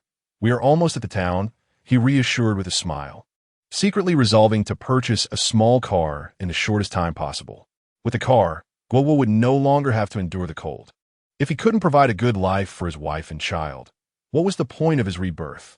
Guoguo nodded like a little chick pecking at rice, then added, Daddy, let us hold each other tight so we can keep warm. As she spoke, her chubby little hands wrapped around Li Rui's body. Her small face nestled against his chest. Now it's not cold at all. So warm. Chapter 21. Enjoying delightful moments with Guogwa. The road to the town was barren on both sides. On this chilly morning, the sea breeze brushed against them, sending a slight shiver down their spines. Li Rui felt the warmth of the little creature nestled in his embrace, a gentle warmth flowing through his heart. "Daddy, hurry up," Guogwa urged eagerly. Yao Yao had often extolled the virtues of Kentucky Fried Chicken, and just the thought of indulging in it made Guogwa's mouth water. "You little rascal. You must be craving it again," Li Rui chuckled. Guogwa's round little face beamed with a radiant smile. Upon arriving at Pingang Town, Li Rui had just parked the tricycle in front of the KFC when a phone call came through. "Rui Gu, are we going to play cards?" Song Jun's teasing voice came through the line. Song Jun, nicknamed Air Junzi, hailed from Wong Village and had frequently played cards with Li Rui in the past. They shared a close bond. "I've quit," Li Rui replied decisively. "Quit?" Song Jun sounded incredulous, as if hearing a fantastical tale. "How could you possibly quit? That's impossible. You must be joking." "I said I quit, and I mean it. I have other matters to attend to," Li Rui stated firmly before hanging up. In his previous life, the bloody lessons were still fresh in his mind. There was no way he would fall back into the clutches of gambling. Yunzi was left bewildered. This is absurd. This is utterly nonsensical. For over 2 years, Rui Gu had practically lived at the card hall. Suddenly, he had decided to quit. Upon entering KFC, Guogwa's eyes sparkled with excitement, her little tongue darting out to moisten her lips. "Daddy, I want to eat French fries, hamburgers, spicy chicken wings, and so many delicious things," Guogwa exclaimed, spreading her arms wide to illustrate. "I'll go place the order for you," Li Rui replied with a smile. Before long, the staff brought out the French fries, hamburgers, spicy chicken wings, Portuguese egg tarts, and 2 cups of fruit juice. Guogwa quickly extended her chubby little hands. "Don't rush, sweetie. Let me put on some disposable gloves for you." Li Rui gently took her hands and patiently adorned them with the gloves. "Daddy, why do I need to wear disposable gloves?" Guogwa's sparkling eyes brimmed with curiosity. Li Rui answered, "For health reasons. We should always wash our hands before eating, right? It's all for our health." Guogwa nodded. Guogwa understands. Once the gloves were on, Guogwa could hardly contain her excitement. She grabbed a spicy chicken wing and eagerly took a bite. She savored the flavors delightfully, while Li Rui watched with a smile. The offerings at KFC are often delightful on a first visit, yet after repeated indulgence, one may find them rather ordinary. "Daddy, open your mouth." Guogwa noticed that Li Rui had yet to eat. With great consideration, she picked up a French fry and urged him to open wide. Li Rui leaned down and opened his mouth. Guogwa fed him the fry, and he relished its taste immensely. "Daddy, there's a slide over there. Guogwa wants to play." Guogwa spotted a small slide in the corner and immediately pointed towards it. "You can play after you finish eating," Li Rui said with a stern expression. Guogwa felt a tinge of disappointment. "All right," she replied, then eagerly devoured her hamburger. At that moment, Li Rui recalled events from his previous life. In that life, Guogwa incessantly expressed her desire to eat KFC, but he paid her no heed, completely engrossed in gambling. It was this negligence that led to the tragedy of his former existence. Once satiated, Guogwa hurriedly asked, "Daddy, can I go play on the slide now?" "I'll go with you." Li Rui removed the disposable gloves from Guogwa's hands, wiped the remnants of food from her mouth, and took her to the slide. Guogwa dashed over, delighting in the experience. "Daddy, this is so much fun." It was her first time on a slide, and her curiosity was insatiable. 20 minutes later, Li Rui and Guogwa exited KFC. "Oh look, there's a ride." "Daddy, I want to play," Guogwa exclaimed, noticing 4 rocking cars at the entrance, 2 on each side. She had overlooked them on their way in. "Let me insert the coin," Li Rui said, and after doing so, he placed Guogwa onto one of the cars. Instantly, the ride erupted with delightful music. "Daddy-yes daddy" is called Grandpa. "Daddy-yes mommy" is called Grandma. Guogwa swayed along with the rhythm, humming the nursery rhyme. "Daddy, why aren't you riding the rocking car? It's so much fun." Guogwa suddenly looked up at Li Rui. "Such a small ride, Daddy can't fit." Li Rui couldn't help but chuckle. Guo scrutinized the situation and realized the ride was indeed too small for her father. Why isn't there a rocking car for adults? She pouted. Moments later, Li Rui lifted Guo from the ride. Daddy, I want to eat candied hawthorn, she said, pointing at the treat with her sweet voice. Let us buy some, Li Rui replied without hesitation, purchasing a skewer of candied hawthorn. As she savored it, she exclaimed, so sour and sweet. It's delicious. When I get back, I'll tell Yao Yao and Jimming about the taste of candied hawthorn. They then arrived at a children's clothing store where Li Rui had Guo try on several outfits. He was particularly taken with a pink dress. Excuse me, how much is this dress? Li Rui inquired, pointing to it. 280, the shopkeeper replied with a smile. Li Rui's lips twitched in disbelief. Why are children's clothes so expensive? The shopkeeper, reading his thoughts, quickly added, this dress is made from high-quality fabric. It's very comfortable to wear. While adults can manage with regular fabric, children have delicate skin that might react poorly to it. If you really want to buy it, I can offer it to you for 240. Upon observing Li Rui's expression, Guo pouted and remarked, Daddy, Guo does not like this dress. Li Rui understood her sentiments.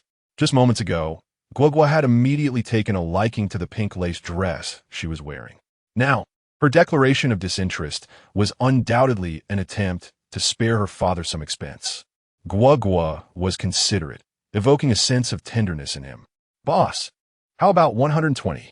Li Rui proposed, attempting to negotiate. 120? The shopkeeper exclaimed in disbelief. Absolutely not. I can't even procure it at that price. I would need at least 320 to let it go. 180. If you agree to sell, I shall purchase. If not, I shall explore other options, Li Rui countered, crouching beside Guo and feigning the intention to remove the dress she was wearing. The shopkeeper clenched his teeth and sighed deeply. All right. Since it is the first sale of the day, I shall give you a discount. 180 it is. Li Rui then carefully selected a pair of shiny black leather shoes for Guo, adorning her feet. Standing up, she twirled around.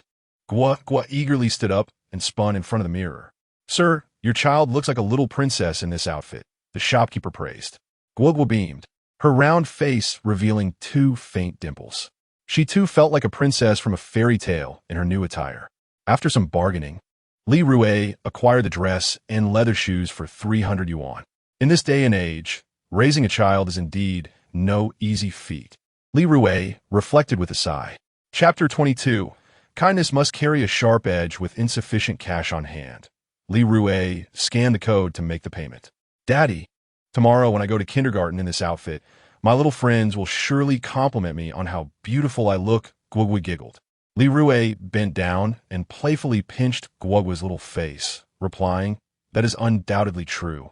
A child raised in a home devoid of material abundance, where parental affection is lacking and love is never felt, is likely to develop a character marked by insecurity, timidity, and cowardice.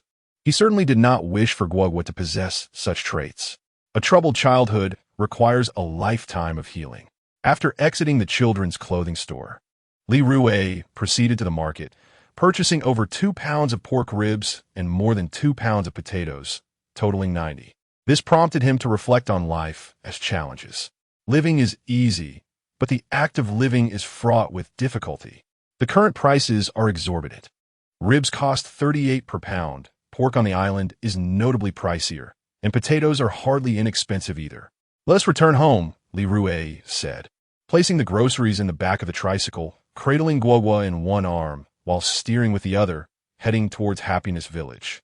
At that moment, at the entrance of Happiness Village, a group of people were engaged in idle gossip. Some claimed that rural folk are simple-minded, but that demonstrates a lack of understanding of their lives. Those who do not work outside the village spend their days idly and relish in gossip. They endlessly discuss the affairs of families, particularly the Zhongs and the Lis. Recently, Li Rui had been fortunate, earning some money from clam digging, only to venture into card games shortly thereafter. The townsfolk remarked that his skills were lacking and that he was a classic case of someone who was both inexperienced and overly fond of gambling. Just yesterday, he had claimed to have quit gambling at Yutao's house, and at that moment, Li Rui found it quite dubious. As the villagers conversed, Li Rui returned on his electric tricycle. Upon seeing him, Chun Xiong smiled and remarked, "Oh, back so soon?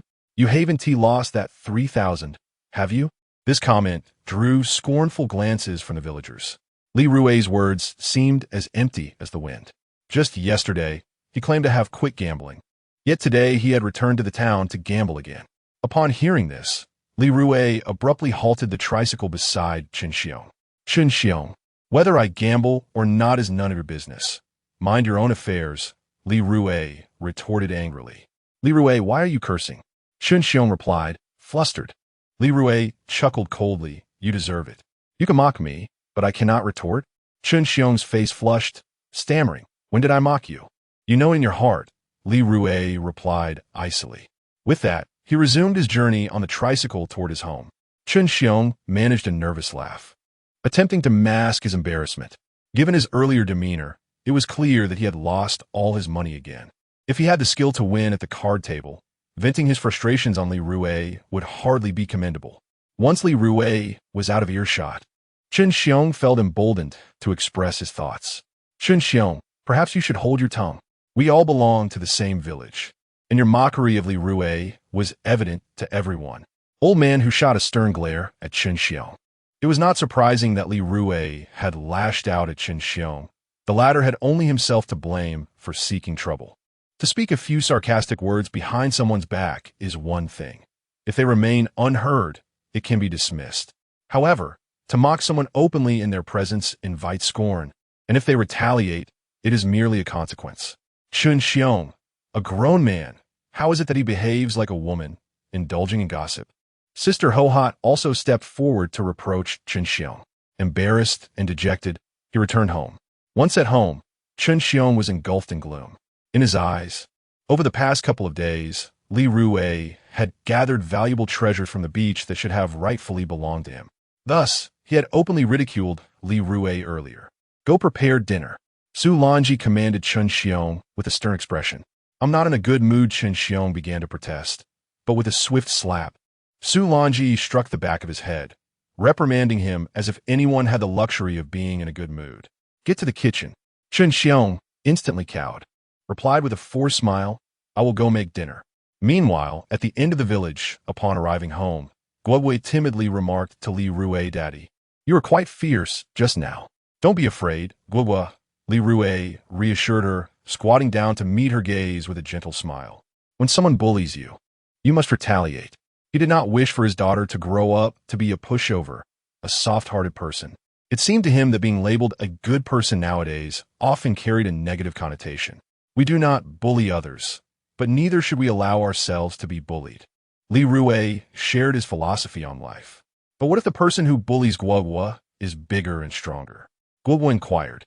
Upon hearing this, Li Rui grasped her hand firmly and, with unwavering conviction, stated, "Then you must tell Daddy. I will always be your strongest support. Whoever bullies you, I will confront them."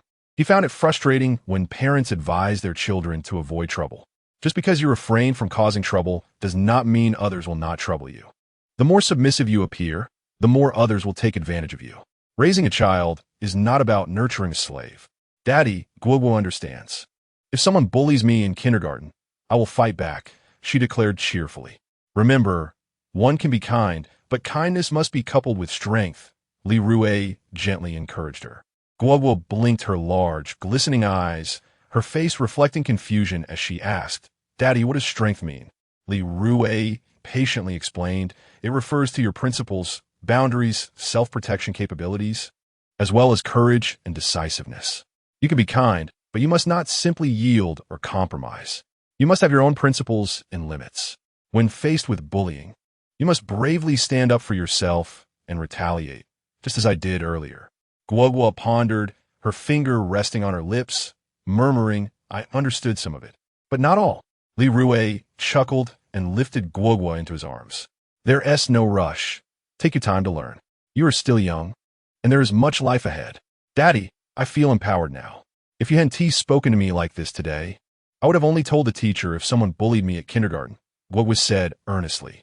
"When one is bullied, one should retaliate immediately and then inform a teacher. It is imperative not to project a character of timidity." Li Rui spoke up, asserting that people tend to prey on the weak and fear the strong. This is a universally acknowledged truth. Schools primarily instruct one to be a good and honest person, yet familial education must not be overlooked. Suddenly, Guogwa raised her tiny fists and, with a sweet voice, declared, Guogwa does not want to be a coward. Guogwa wants to be brave. Why go to kindergarten? If anyone bullies me, I will fight back and then tell the teacher. That is indeed the right approach. Li Rui smiled with satisfaction. Glancing at the time, he realized there were still over 5 hours until the next tide, prompting him to consider a brief rest. Thus, he took Guogwa to her grandmother. Upon seeing Li Rui, his father, Li Dafu, instantly wore a sullen expression, questioning, who permitted your presence? Grandpa, Guogwa chirped cheerfully. In an instant, Li Dafu's demeanor transformed. He beamed widely, bending down with open arms. Ah, it's Guogwa. Come here, let Grandpa give you a hug. The bond between generations is not to be trifled with. Chapter 23. The wind blows strongly tap, tap, tap. Guogwa, with her tiny legs, quickly scampered into Li Dafu's embrace. Guogwa, Grandpa has missed you terribly. I feel unwell. Every day, I don't see you. Li Dafu lifted Guogwa, a gentle smile illuminating his face. Grandpa, your beard hurts, Guogwa. The delicate little face of Guogwa had been pricked several times by the white bristles on Li Dafu's face. With a heart full of tenderness, Li Dafu playfully patted her cheek. It's my fault. Grandpa should have tidied up his beard. Li Fong brought a chair and placed it beside Li Rui. Sit. Seat. What do you mean by sit? Li Dafu shot a disapproving glare at Li Rui, feeling irritated by this ungrateful offspring. What a wonderful daughter-in-law. What a lovely daughter. And yet, he neglects them, consumed by thoughts of gambling. Feeling embarrassed, Li Rui hesitated to take a seat. Instead, he placed a bag before his mother. Mom, these skeleton shrimps are all dead, but still fresh enough for frying.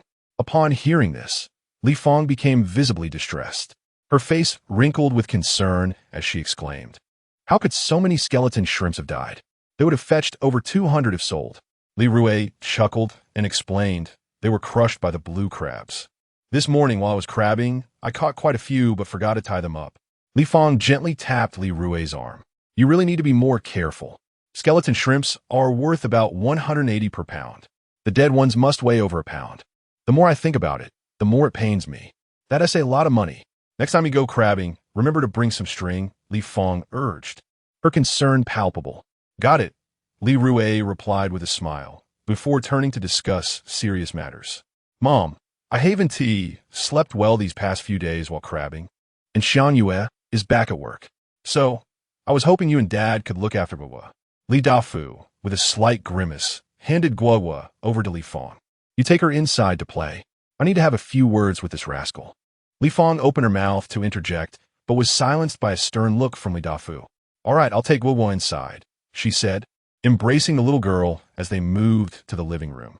At that moment, only Li Dafu and Li Rui remained in the courtyard. Did you go gambling in town again this morning? Li Dafu asked coldly.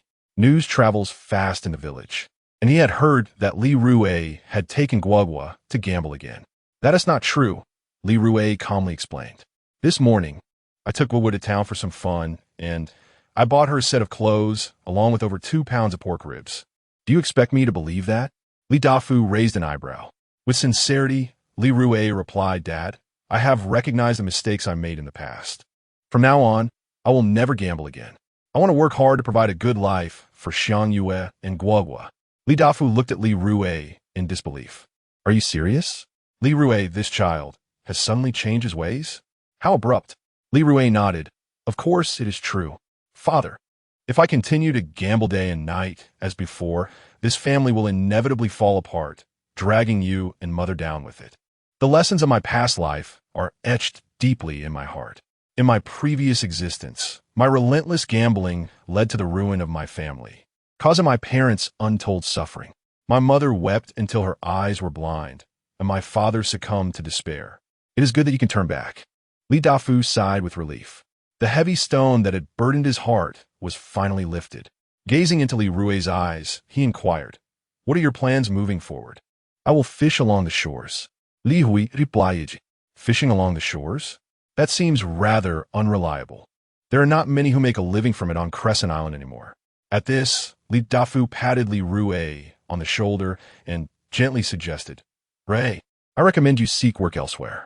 During the day, you can work, and in the evenings, deliver food. This will enable you to repay your debts more swiftly. Over the past 2 years, due to gambling, Li Rui squandered more than 200,000. To turn his fortunes around, he must exert greater effort than others. Father, I believe I can manage well by fishing along the shores. Li Rui replied confidently. With the system support, fishing is as natural as water for him. Li Dafu exclaimed, Where does this confidence come from? In our village, the only one who thrives from fishing along the shores is Chun Xiong.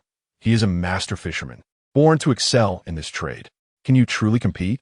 Father, if others can succeed, so can your son. With a smile, Li Rui replied, Just yesterday and today, I earned over 7,000 from fishing. I know this. You were merely fortunate, and such good luck cannot last. Li Dafu remained unconvinced about Li Rui's reliance on fishing for a livelihood. There were some things Li Rui could not express. He could not reveal to his father that he had gained a system. Father, I shall give myself a month to see how much I can earn from fishing. Li Rui asserted, This is your promise. After a month, if you cannot support the family through fishing, you will seek work elsewhere diligently, abandoning these unrealistic notions.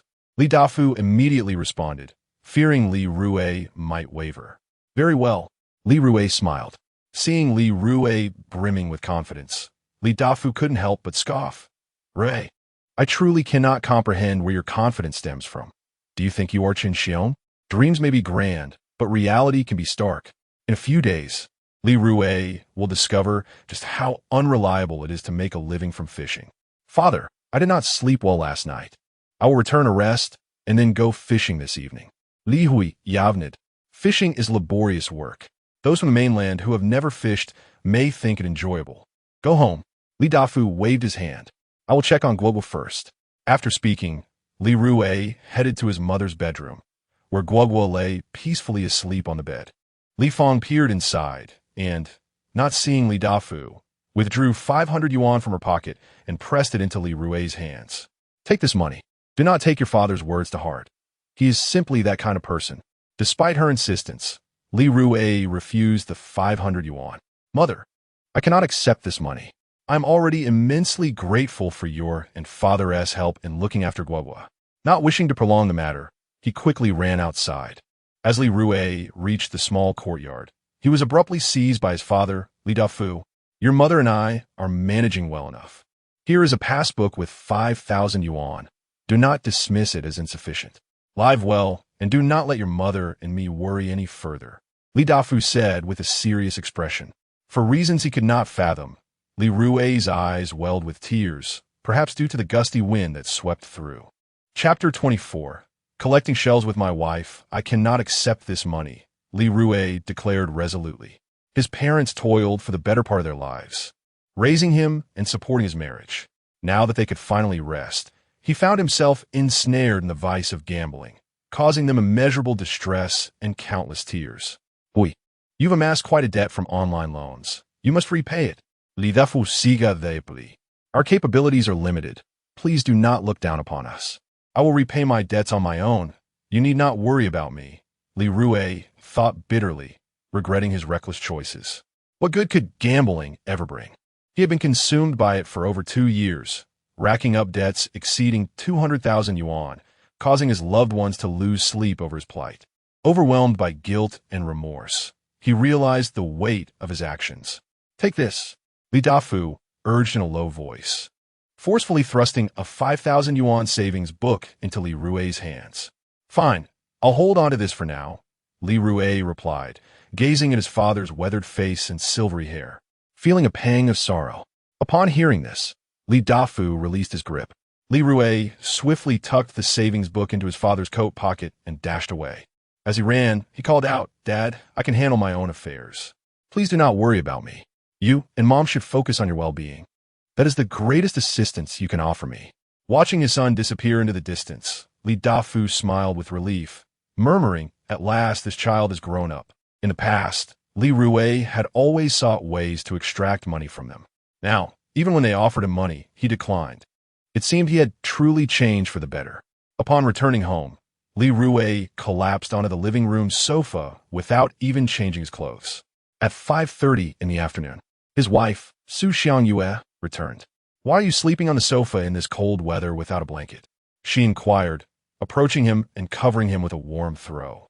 At that moment, Li Rui yawned and sat up. "You're awake?" Su Xiangyue smiled. "Yes," Li Rui replied, his gaze fixed on her. He could never tire of admiring her beauty. "Is there something on my face? You've been staring at me," she teased. "My dear wife, you are simply too beautiful. I could gaze at you endlessly," Li Rui chuckled. "You are quite the flatterer," she said, her expression turning serious. "Li Rui, I need to tell you something.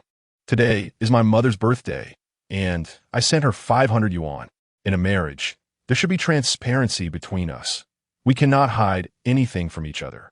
Su Xiangyue held this belief firmly. "That is understandable," Li Rui replied. Though he harbored no fondness for his mother-in-law, Chun Yi, he recognized that she was his wife's mother, and he must exercise restraint. He did not wish to complicate matters for Su Xiangyue, who found herself caught in the middle. "Li Rui, you're not angry, are you?" Upon hearing Li Rui's words, Su Xiangyue's anxious heart was finally set at ease. Moments ago, she had worried that Li Rui might be upset about the matter. After all, she was his mother. Li Rui playfully pinched Su Xiangyue's delicate face and said, "If I were to be angry over such trivial matters, it would be quite distressing for you, caught in between." Su Xiangyue beamed with gratitude. "Thank you for your understanding." Li Rui then shifted the conversation. "Xiangyue, how about joining me for a night of beachcombing?" With the system at his disposal, beachcombing felt akin to a treasure hunt. The more companions he had, the greater the bounty would be. "But I have work tomorrow." Su Xiangyue hesitated, as she did not perceive beachcombing as a lucrative endeavor. "You could take a day off. I have a feeling tonight will bring us great fortune," Li Rui said enthusiastically. Su Xiangyue shot him a skeptical glance. "Li Rui, you don't actually believe your luck will remain this favorable, do you? Beachcombing depends heavily on the weather. It cannot be considered a reliable job.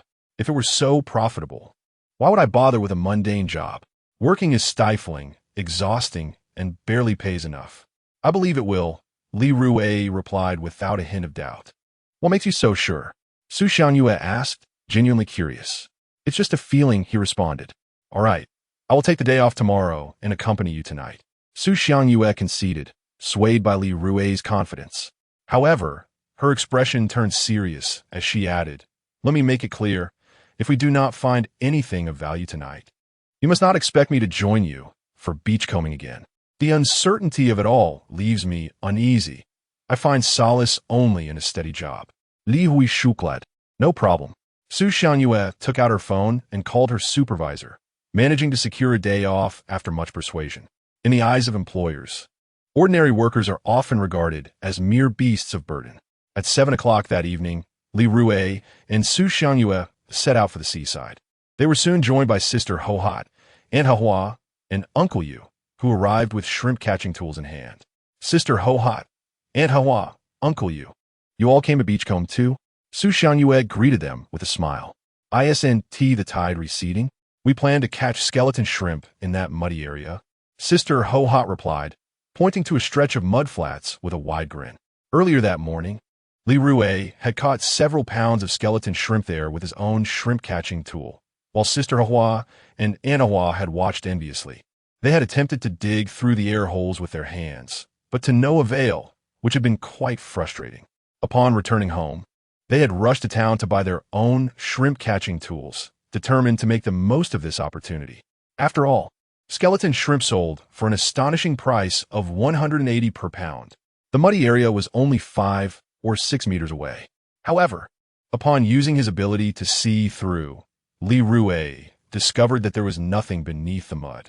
"Li Rui, we have our own shrimp-catching tools now. You won't be able to monopolize the skeleton shrimp from that muddy patch," Aunt Hahua boasted, waving her tool triumphantly. Old Yu is a man of integrity, not one for many words. At this moment, his heart is ablaze with anticipation for a grand endeavor tonight. "Sister Hohat and Aunt Hahua, given your amicable relationship with my wife, I shall speak candidly. Beneath that muddy expanse, there are no more skeleton shrimps. Li Rui smiled faintly. Upon hearing this, a cold smirk crept upon Sister Hohat's lips. Li Rui, are you trying to hoard everything for yourself with such claims? This morning, while you were using the shrimp catcher to trap skeleton shrimps, Anhahua and I were watching you closely. Now that the tide has receded again, how could there possibly be no skeleton shrimps left? I refuse to believe that you have cleaned them out entirely. With that, Sister Hohat huffed and made her way toward the muddy shore. Anhahua and Old You hurried after her, fearing they might arrive too late and miss out on a fortune. Li Rui shook his head and strolled along the coastline. As he walked, he utilized his keen perception to spot a large stone, the side of which was adorned with numerous baby conchs. My dear wife, come, let us head over there, Li Rui exclaimed with enthusiasm. Su Xiangyue followed closely behind him. Before long, Li Rui arrived beside the large stone, where he beheld a multitude of baby conchs. The baby conch, also known as the black star conch, is a marine gastropod mollusk characterized by its oval shape and sturdy shell. Its base color is a pale white or light yellow, intricately patterned with dark brown spots. Due to its unique appearance, it possesses a certain ornamental value. So many baby conchs, Su Xiangyue exclaimed as she crouched down, scooping up the conchs and placing them into the bucket. Chapter 25. A vast discrepancy. Su Xiangyue's hands were relentless, rhythmically dropping the piglet snails into her bucket.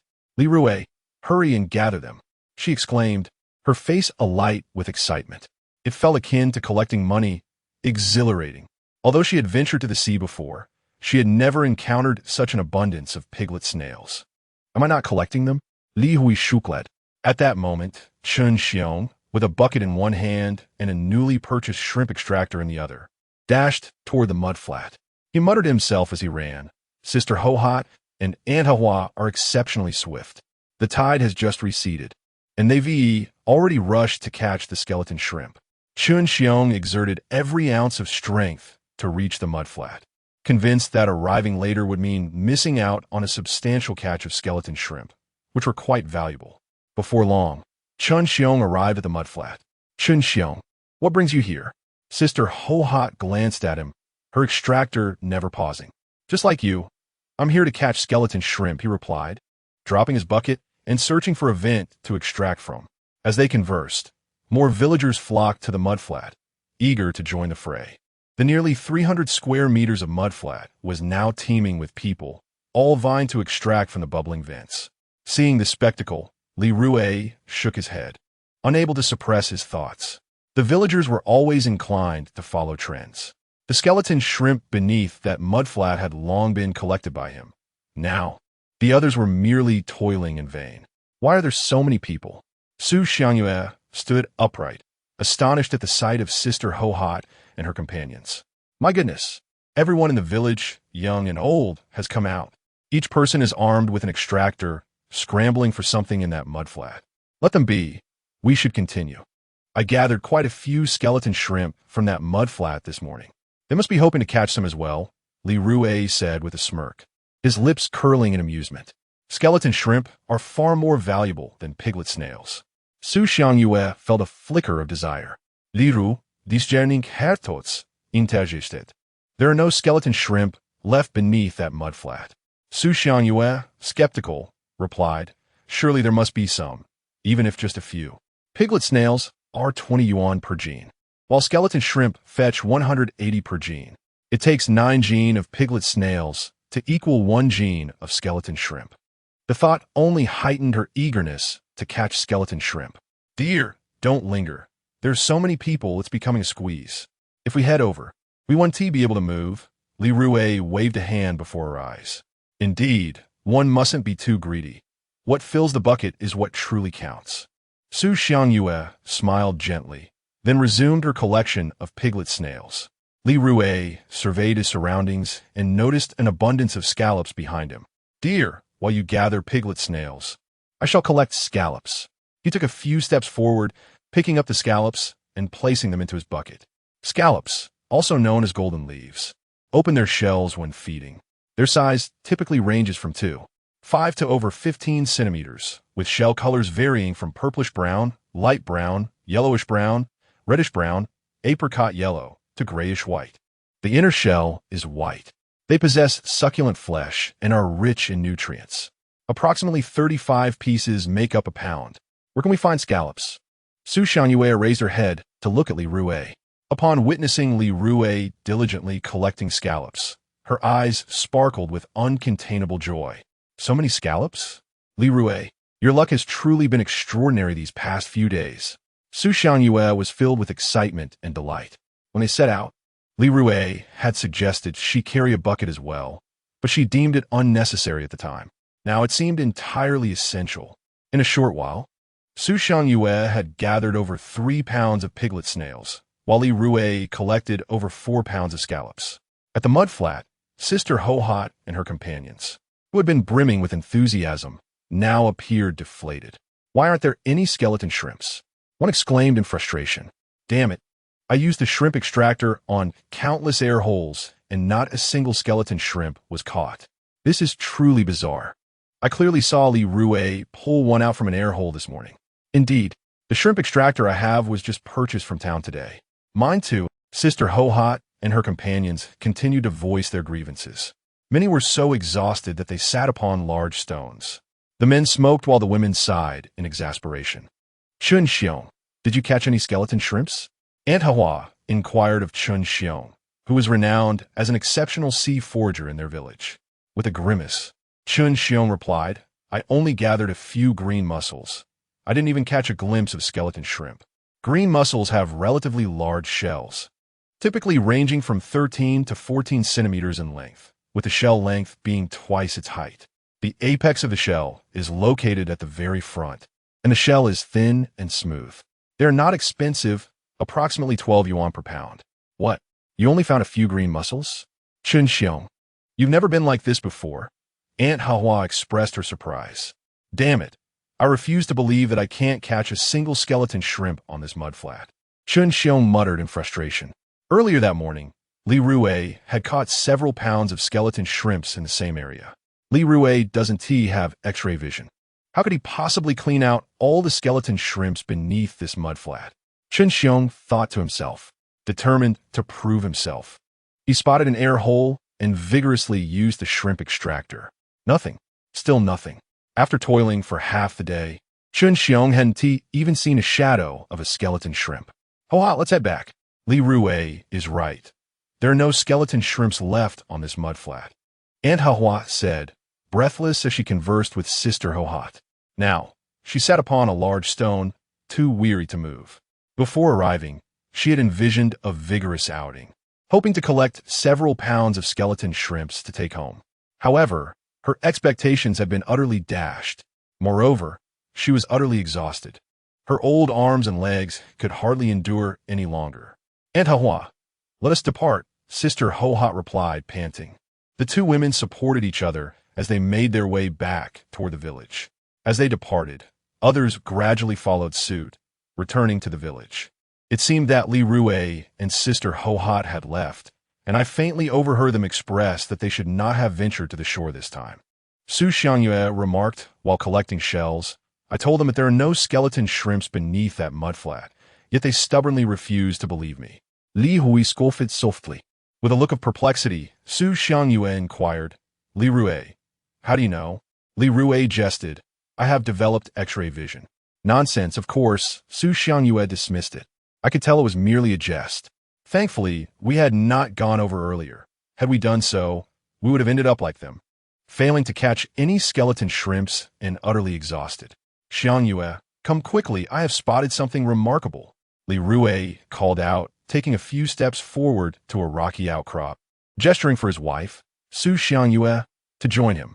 As he gazed beneath the rock, his eyes widened in astonishment, and his adrenaline surged rapidly. Chapter 26. Disturbing the lair of the tiger crab. Oh dear, I haven't finished collecting the pig snails here. I can't come over right now, Su Xiangyue exclaimed, her hands tirelessly engaged in the task. After a considerable time, she felt no fatigue at all. Gathering the densely packed pig snails felt akin to collecting money. Who would tire from such a rewarding endeavor? Xiangyue, I truly have something remarkable here. You needn't continue gathering the pig snails, Li Rui remarked, his gaze fixed on the formidable pincers of a creature before him, somewhat dismissive of the snails and scallops. What remarkable thing! Su Xiangyue's attention was instantly captured, and she swiftly approached Li Rui's side. Li Rui pointed at the impressive pincers and grinned. Look at this! Su Xiangyue's eyes widened in astonishment. Trembling with excitement, she exclaimed this. This is a tiger crab. How enormous! This tiger crab must weigh over a pound. The tiger crab, also known as the frog crab, is a uniquely shaped and vividly colored marine crustacean. Its carapace is frog-like, longer than it is wide, and it possesses a prominent dorsal ridge. It boasts significant culinary value, known for its health benefits, including promoting circulation and nourishing the liver. It is typically prepared by steaming, boiling, sautéing, or even consumed raw. Quick, grab it, Su Xiangyue urged, pointing fervently at the tiger crab. A crab this size could fetch 300 to 400. Li Rui bent down, using the pincers to approach the creature. At once, the tiger crab brandished its massive pincers, its body slightly arching as it attempted to retreat. Seizing the moment, Li Rui deftly clamped down on it and placed it before Su Xiangyue. I'll tie it up, she declared, swiftly grasping the crab's back and flipping it over. From her pocket, she produced a length of cotton string, expertly wrapping it around one pincer, then through its legs and around the other pincer, finally tying a secure knot on its back. Her movements were fluid and efficient, clearly demonstrating her expertise in binding crabs. Let me weigh it, Su Xiangyue said, lifting the tiger crab with her hands. To her astonishment, she exclaimed, Li Rui, this tiger crab must weigh around 1 pound and 8 ounces. A crab of that weight could sell for nearly 400. As she uttered this figure, her head spun slightly. Her daily wage at the factory was only a little over 100. Don't be too quick to rejoice, Li Rui remarked with a smirk. What do you mean? Su Xiangyue was perplexed by his comment. How could one not be delighted after catching a tiger crab weighing 1 pound and 8 ounces? Just as her confusion deepened, Li Rui, with the pincers still in hand, clamped down on another tiger crab weighing over a pound. Ding, ding, ding. Look at this, he proclaimed, presenting the creature before her. Su Xiangyue's mouth fell agape, nearly gasping aloud. Another crab exceeding a pound. Were they indeed disturbing the lair of the tiger crabs tonight? Li Rui, your luck is simply extraordinary. Su Xiangyue set down the tiger crab she had bound and, as before, proceeded to tie up the one before her. She had not yet emerged from her elation. Li Rui then picked up another tiger crab. Beneath the large rock in front of him, there was no shortage of tiger crabs. Indeed, they had stumbled upon the very lair of the tiger crabs tonight. Keep your voice down. We mustn't draw attention to ourselves, Li Rui cautioned, his expression one of vigilance. At the mudflat, most people had departed, yet a handful remained, wielding their shrimp extractors, persistently probing the water-emitting holes. Chen was among them. I refuse to believe that Li Rui managed to clean out every last skeleton shrimp from this vast mudflat this morning. He grumbled, feeling utterly defeated. Typically, during their coastal excursions, Chen was the one who collected the most. Recently, however, Li Rui had been extraordinarily lucky, gathering a plethora of treasures. This thought ignited a wave of envy within Chen. If Li Rui could succeed, then surely he, Chen, could as well. He continued to compete with himself in his mind. The remaining individuals on the mudflat were all dejected, murmuring pessimistic remarks. It appeared they would continue searching for skeleton shrimp tonight, yet it seemed improbable they would find even a single one. Perhaps we should explore elsewhere. We cannot return empty-handed, they lamented, as returning empty-handed was a colloquial term among coastal gatherers, signifying a day of no gains. Li Rui and his wife, Su Xiangyue, were engrossed in their task. You're right, we must keep our voices low, Su Xiangyue exclaimed, her eyes sparkling with barely contained excitement, though her voice was barely audible, fearing they might attract unwanted attention. The two worked in perfect harmony. Li Rui would occasionally grasp a tiger crab, while Su Xiangyue swiftly bound it and placed it into the bucket. As the pile of tiger crabs grew taller, Su Xiangyue felt a sense of disbelief. She had been out to sea many times before, But never had she encountered such a multitude of tiger crabs as she did today. At that moment, Chun Xiong straightened his back and called out to Li Rui and Su Xiangyue. Li Rui, why are you and your wife lingering there? Have you found something good? Su Xiangyue shuddered, a hint of panic rising within her. They had not yet finished capturing the tiger crabs. Chun Xiong, please don't come over. What could we possibly have? My legs are sore. I'm just resting here for a moment, Li Rui replied, maintaining his composure. As he spoke, he pulled out a cigarette from his pocket and lit it, taking a much-needed respite. Chun Xiong, upon hearing this, perked up instantly. Li Rui, this isn't like you. How can you be tired after such a short while? I still feel as lively as ever. Seeing Li Rui seated on a large stone, smoking, Chun Xiong genuinely believed that Li Rui had found nothing of interest. Chun Xiong, given that you've been so busy, you must have gathered quite a few treasures, haven't you? Li Rui surprise the shukli. Beneath that mudflat, there was nothing at all. Earlier, Li Rui had used his ability to see through the ground and had confirmed this reality. His current remarks were merely an attempt to vex Chun Xiong. Chun Xiong's face stiffened as he kicked the bucket at his feet, gazing at the few green-lipped muscles inside with a bitter expression. However, in the next moment, he lifted his head and replied loudly, I found quite a few treasures. Take your time, he added. I won't keep you company. I'm going to have a smoke. Li Rui, with a smile on his face, inwardly criticized this old fellow. Chun Xiong is as stubborn as a dead duck. Li Rui felt utterly useless. As a grown man, he had no endurance whatsoever. Chun Xiong muttered quietly to himself, feeling quite pleased. He then continued to use the shrimp extractor to draw air from the siphon. Su Xiangyue let out a slight sigh of relief. Thankfully, Chun Xiong hadn't come over. If he did, he would surely collect a considerable number of tiger crabs from this spot. Su Xiangyue patted her ample chest, not wishing to share the tiger crabs with anyone else. Chapter 27. A step too late, Chun Xiong toiled tirelessly for a considerable time. Yet he failed to catch even a single skeleton shrimp. It was inconceivable. Chun Xiong felt a wave of frustration wash over him. Logically, since Li Rui had captured numerous skeleton shrimps on this mudflat earlier in the day, there should still be some left at this hour. Just as Chun Xiong paused to catch his breath, he heard Li Rui's teasing laughter echoing from nearby. Brother Xiong, why have you stopped? Did you not just claim to be full of vigor? Did you not just say that there were abundant treasures beneath your feet? Why halt now?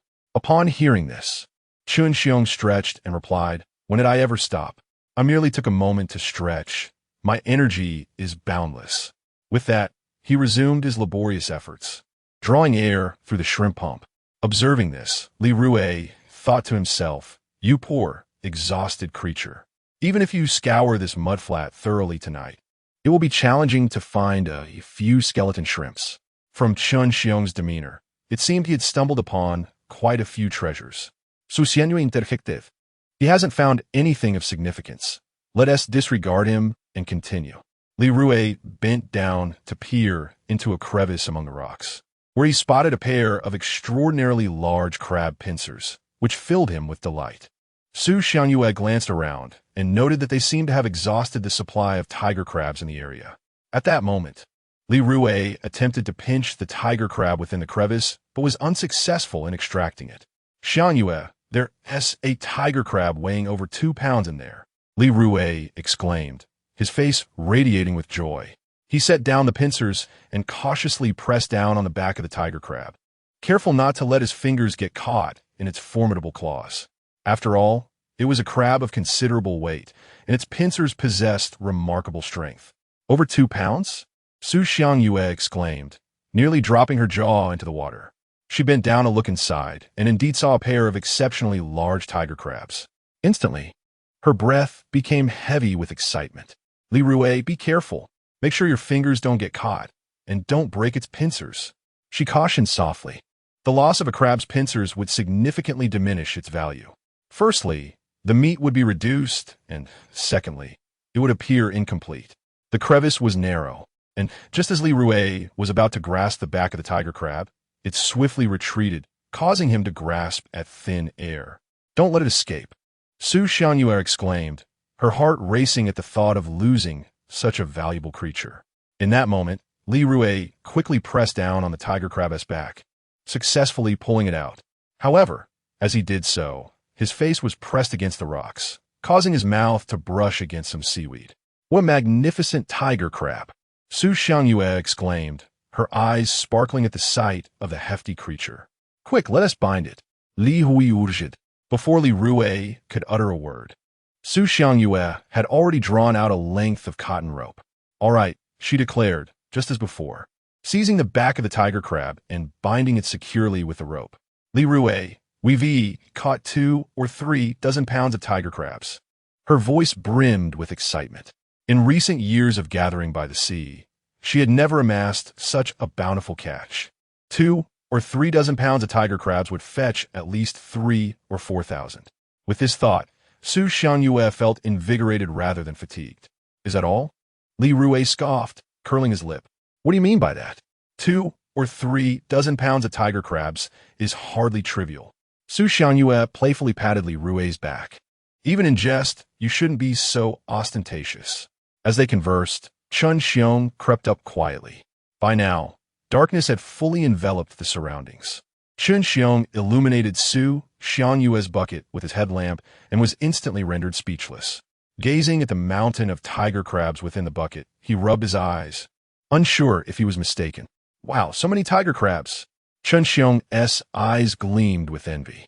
Chun Xiong, how did you get here? Su Xiangyue thought to herself, worried that Chun Xiong, upon seeing her bountiful catch, would rush to gather tiger crabs in the vicinity. Regaining his composure, Chun Xiong fixed his gaze on Li Rui and rebuked. Didn't you just say there was nothing worthwhile around here? Li Rui smirke, shrugging nonchalantly. Indeed, there is not much of value here. Tiger crabs are not as valuable as skeleton shrimp. In comparison, they are hardly noteworthy. Brother Xiong, you must have caught quite a number of skeleton shrimp after working so hard earlier. Chun Xiong's expression stiffened as he glanced at the few pitiful green mussels in his bucket, mumbling, I actually caught a fair amount of skeleton shrimp. Curious. Su Xiangyue peered into Chun Xiong's bucket, and then questioned with confusion, Chun Xiong, why don't you have a single skeleton shrimp in your bucket? This question struck Chun Xiong like a slap to the face, and in an instant, his cheeks flushed crimson like a ripe tomato. Where are the shrimp? Where did they go? Su Xiangyue perplexed. Li Rui, you're being quite inconsiderate. With so many tiger crabs here, why didn't you inform me? Chun Xiong hastily shifted the topic. With that, he bent down to search for tiger crabs. Su Xiangyue felt anxious. We discovered the tiger crabs. Why should we tell you? Li Rui scoffed softly. Li Rui, stop talking. Let us continue searching for more tiger crabs and make the most of our time. Su Xiangyue whispered, tugging at Li Rui's arm. Li Rui, having utilized his insight, realized that there were no mature tiger crabs left in the area. Only those the size of fingers remained. As a native of the seaside, he understood the principle of not overexploiting resources. Let us leave. We can let Chun Xiong enjoy this spot alone. Sharing joy is better than solitary pleasure, Li Rui chuckled. Upon hearing this, Su Xiangyue stamped her foot in distress. No way. Upon observing the situation, Li Rui leaned closer to Su Xiangyue and whispered, we have thoroughly harvested the mature tiger crabs here. Only a few finger-sized ones remain, which are of little use. Furthermore, it is not as if we shall cease our beachcombing endeavors in the future. Upon hearing Li Rui's intent to depart and leave this spot to him, Chun Xiong couldn't help but smile broadly. To prevent any competition for the tiger crabs between Li Rui and his spouse, Chun Xiong urged, Li Rui, did you not mention that you were leaving? If so, you should make haste. I believe this area has been depleted of tiger crabs. You ought to seek your fortune elsewhere. As he spoke these words, Chun Xiong couldn't suppress a cold chuckle within. There must still be numerous tiger crabs remaining. It was improbable that Li Rui and his partner had captured them all. Very well, we shall depart.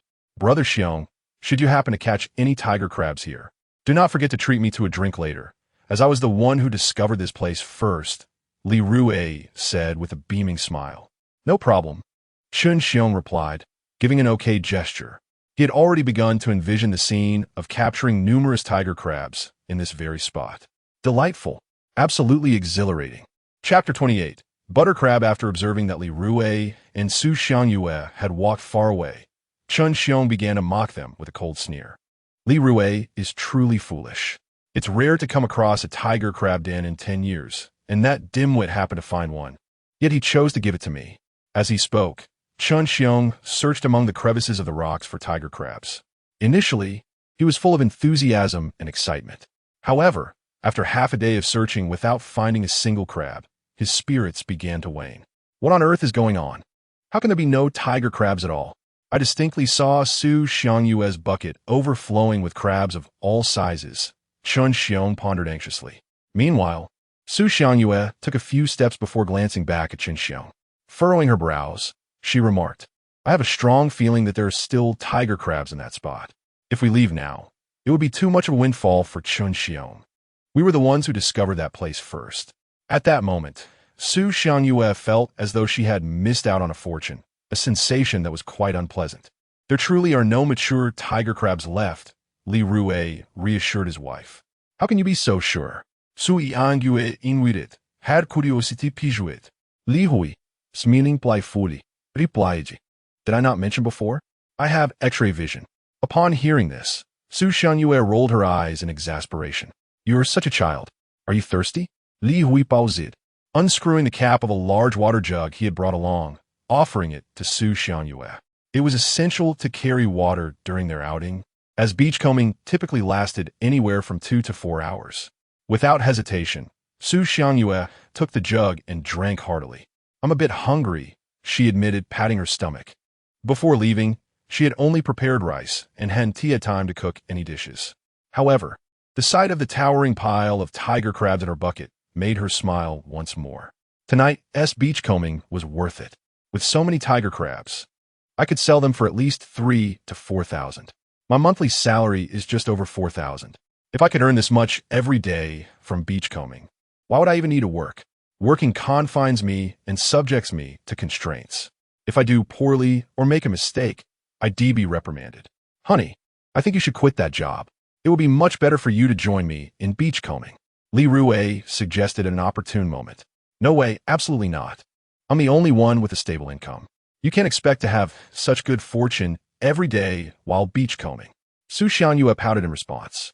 Li Rui shukled, remaining silent. Some matters should not be rushed. They require a gradual approach. Li Rui, why are you walking so quickly? When beachcombing, one must pay close attention. Being careless won't do. Su Xiangyue scolded as she noticed Li Rui hastily moving forward without carefully observing his surroundings. Having been married for several years, she understood that beachcombing demanded patience, perseverance, and physical stamina. At that moment, Li Rui was merely glancing around before continuing on his way. "This won't do. I am paying attention," he insisted.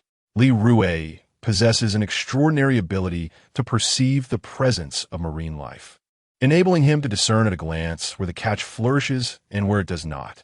The stretch of water they just traversed yielded nothing of significant value, merely a collection of spicy snails and green mussels. Once he regarded such finds with esteem, but now they no longer held his interest. "You have none," Su Xiangyue retorted through clenched teeth, incredulous at Li Rui's blatant falsehood. Li Rui slowed his pace and glanced at her, advising, in future excursions to the sea, "We ought to bring some provisions. Collecting seafood is labor-intensive. It can last for several hours. Without sustenance, one easily succumbs to hunger, which saps one's strength. Indeed, next time we go, we should bring some eggs and bread." Su Xiangyue nodded in agreement. As they conversed, Li Rui abruptly halted at a brackish water junction. Su Xiangyue crouched down to examine the area closely and discovered an abundance of oysters. "Li Rui, look at all these oysters," she exclaimed, retrieving a small knife to start prying open the oyster meat. Meanwhile, Li Rui's attention was captivated by a butter crab lurking beneath a patch of seaweed. "Li Rui, why are you just standing there? Hurry and pry the oyster meat." Su Xiangyue. Their fortune that evening was remarkably favorable, with oysters plentiful enough to keep them busy for over an hour.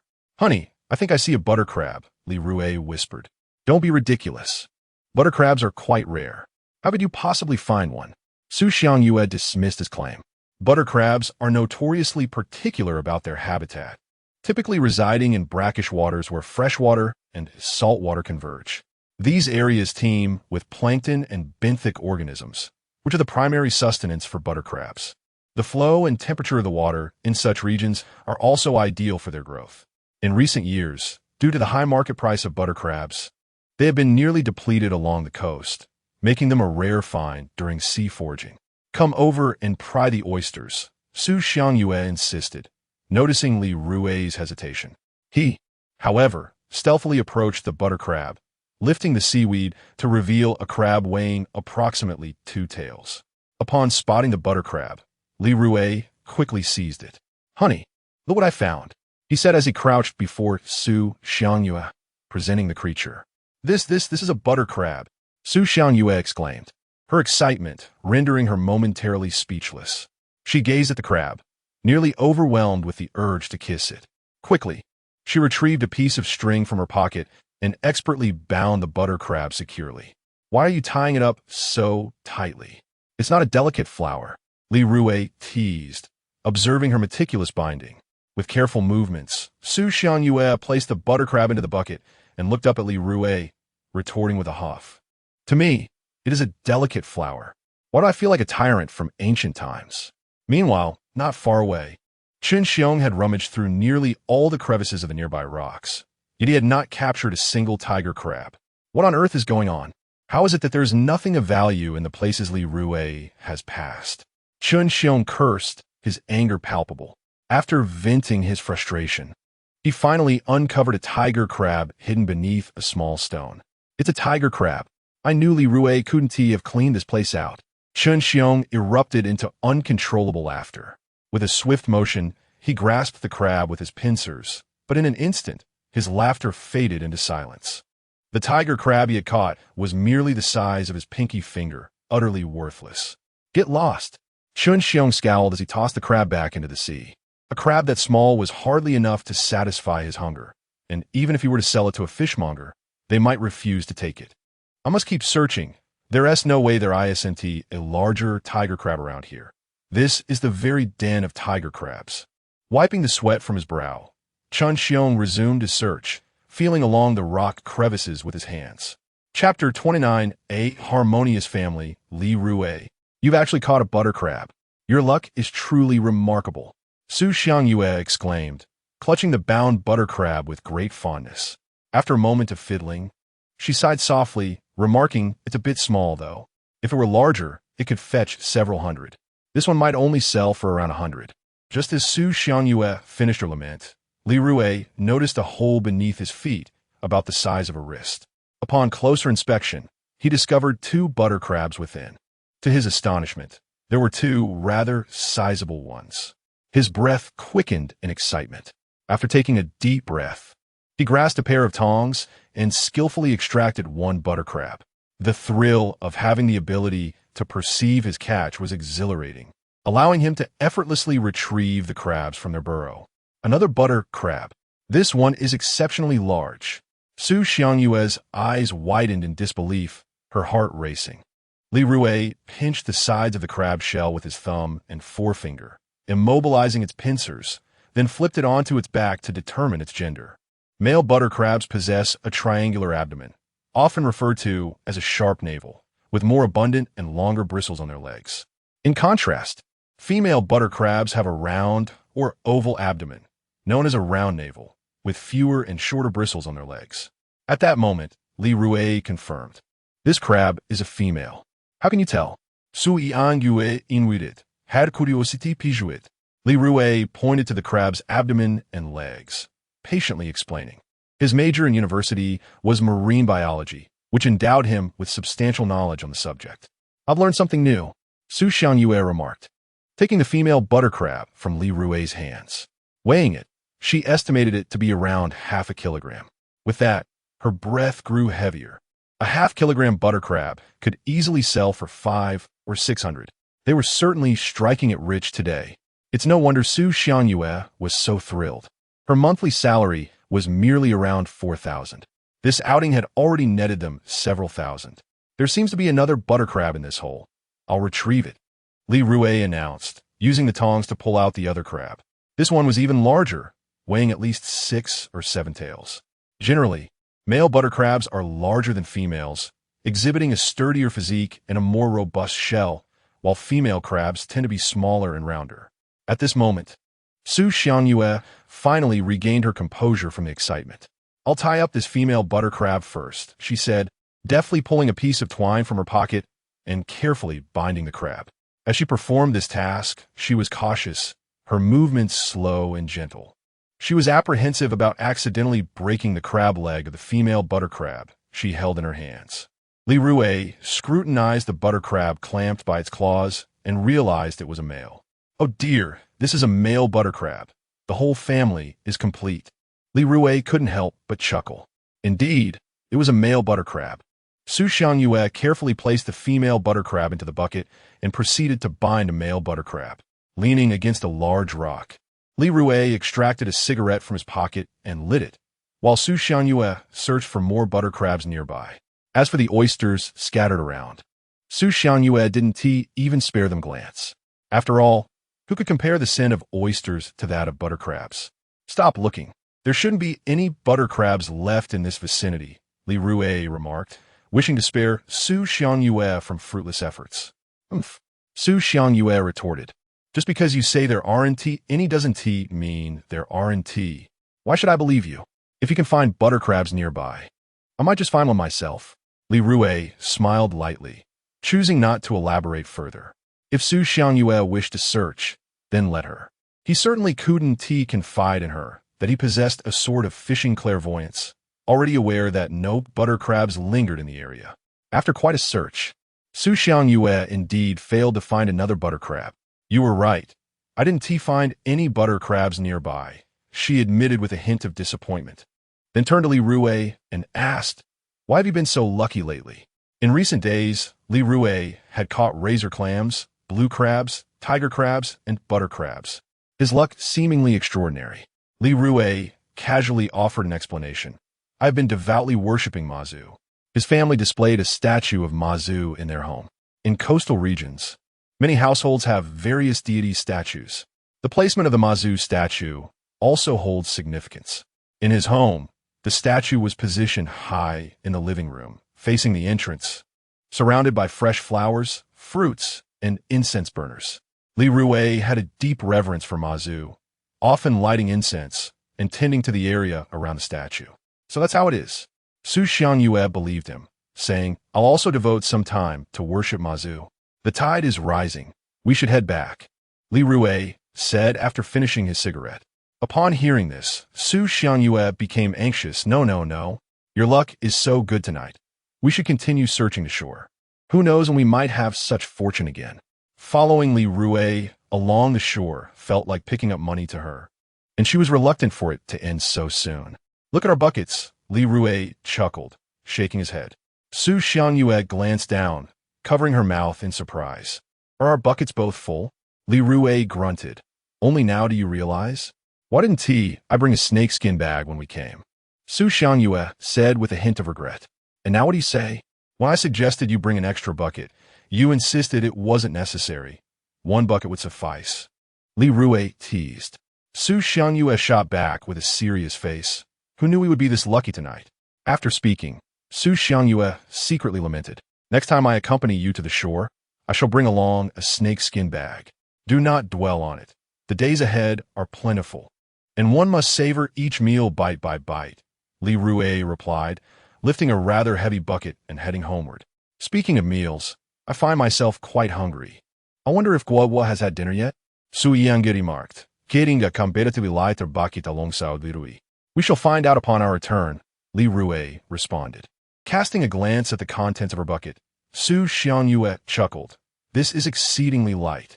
Li Rui, both amused and exasperated, retorted, "The bucket you hold must weigh at least 20-some jin. How can you claim it as light?" Su Xiangyue tilted her head and insisted, "It is indeed light." Chapter 30. Emotional outburst. The heavier the burden, the greater the wealth. Su Xiangyue playfully exclaimed, "I want to be a little wealthy lady." No sooner had she uttered these words than she felt her stomach rumble with hunger. With a cheerful expression, she turned to Li Rui and inquired, What would you like to eat tonight? I can prepare something for you, and we can enjoy a couple of drinks later. Did we not just catch 3 butter crabs? Let's feast on butter crab, Li Rui jested. Slap. Before Li Rui could finish his sentence, Su Xiangyue playfully smacked him on the back. What nonsense! Butter crabs are too precious to eat, she retorted, rolling her eyes and frowning. Tonight, we shall have oysters. They are both delicious and affordable.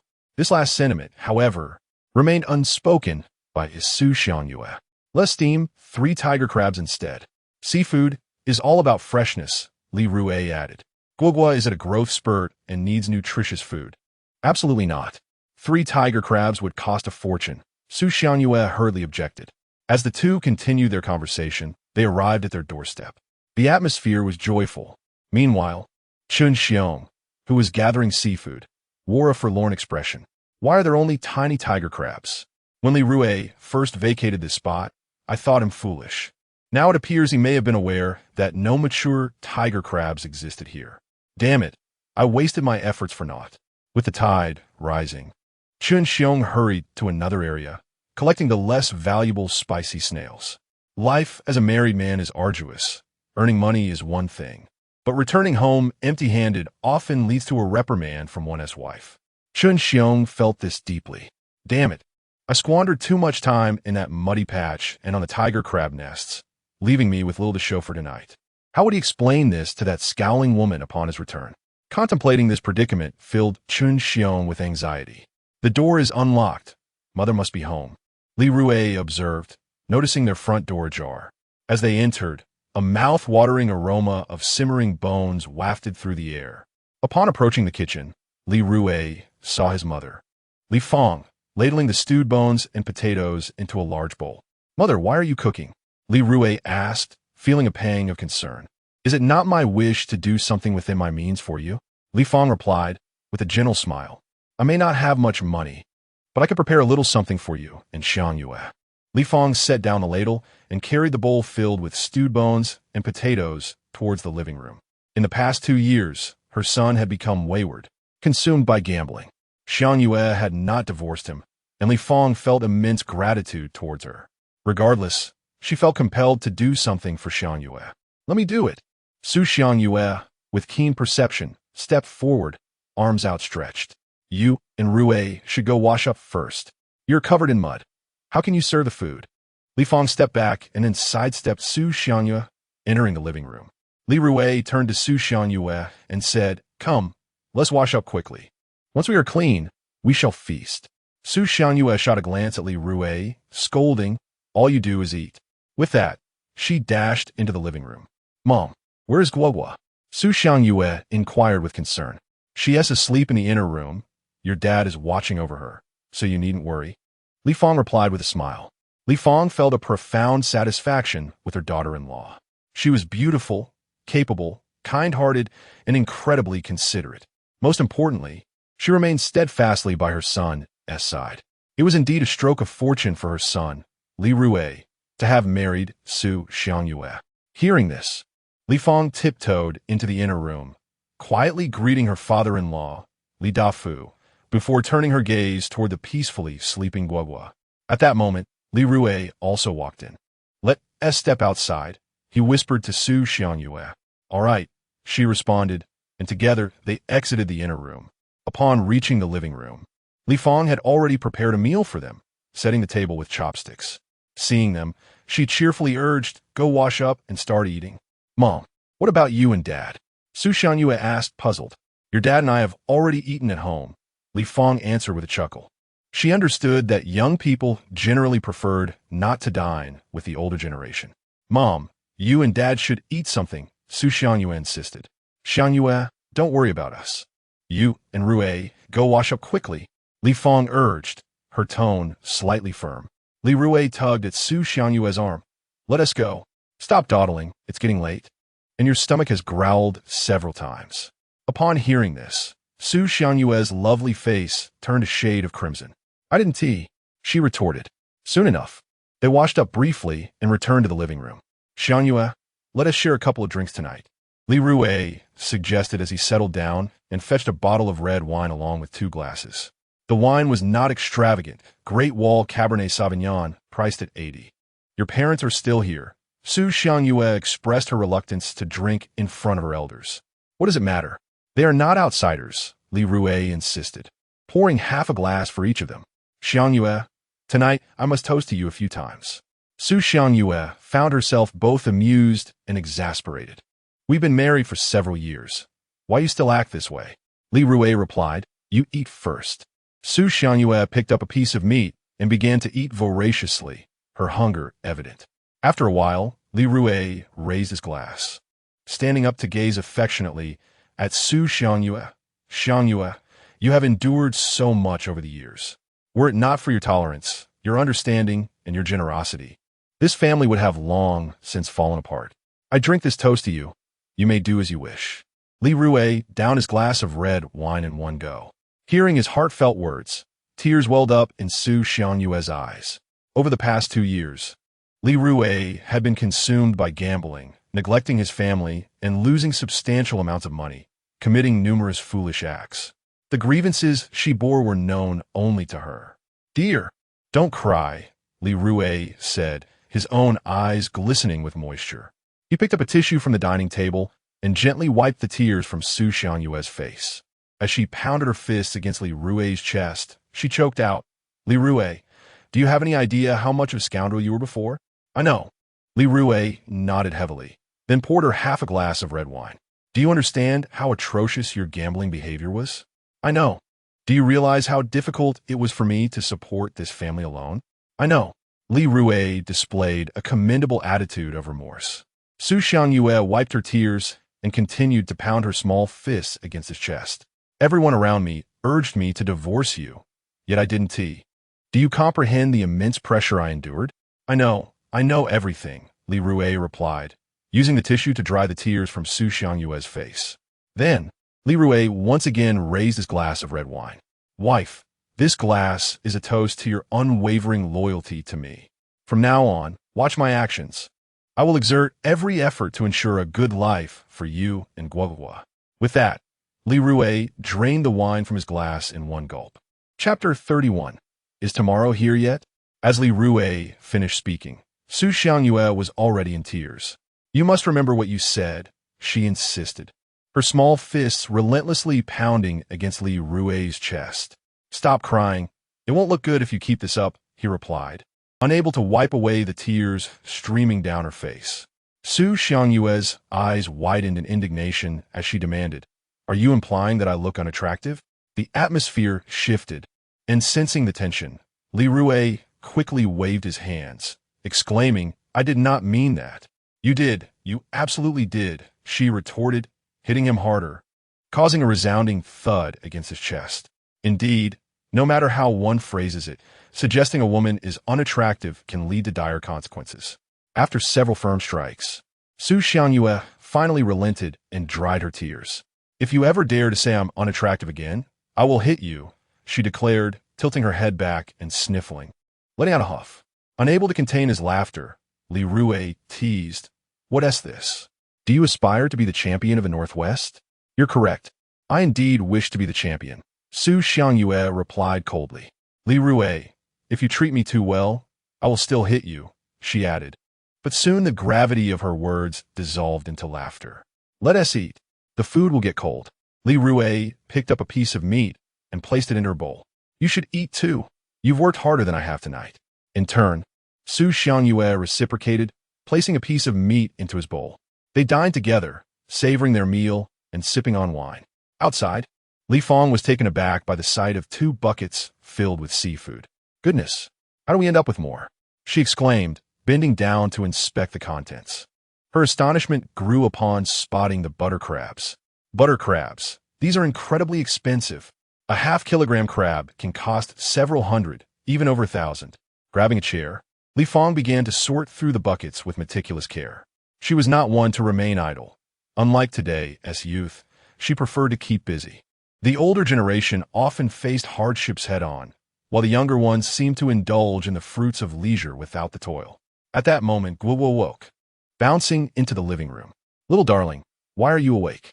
Li Rui set down his utensils and hurried over to her, lifting her into his arms. Though he refrained from holding her too closely due to the lingering smell of smoke on him. Guogua wrinkled her small nose and pouted, saying, "Daddy smells. You reek of smoke. You're not keeping your promises." Li Rui burst into laughter at her words. Children really do have an extraordinary sense of smell. The moment he approached, Guogua had detected the smoke on him. "Don't be upset, Guogua," he chuckled. To cheer her up, he knew the solution was simple. Guogua's bright eyes sparkled mischievously as she raised her right index finger, declaring that unless he promised to buy her an ice cream and a lollipop, she would remain displeased. From her chair, Su Xianyue teased, "Guogua is far too easy to please." Li Rui promptly agreed, "Of course, tomorrow I shall buy you ice cream and lollipops." Upon hearing this, Guogua extended her chubby little pinky finger. "What does this mean?" Li Rui asked, puzzled. "Come on, let's make a pinky promise. We shall not change for 100 years, and whoever does is a little dog," Guogua replied with utmost seriousness. Li Rui smirked and chuckled. "Is there truly no basic trust between people?" Guogua urged, "Hurry up, or I might actually get angry."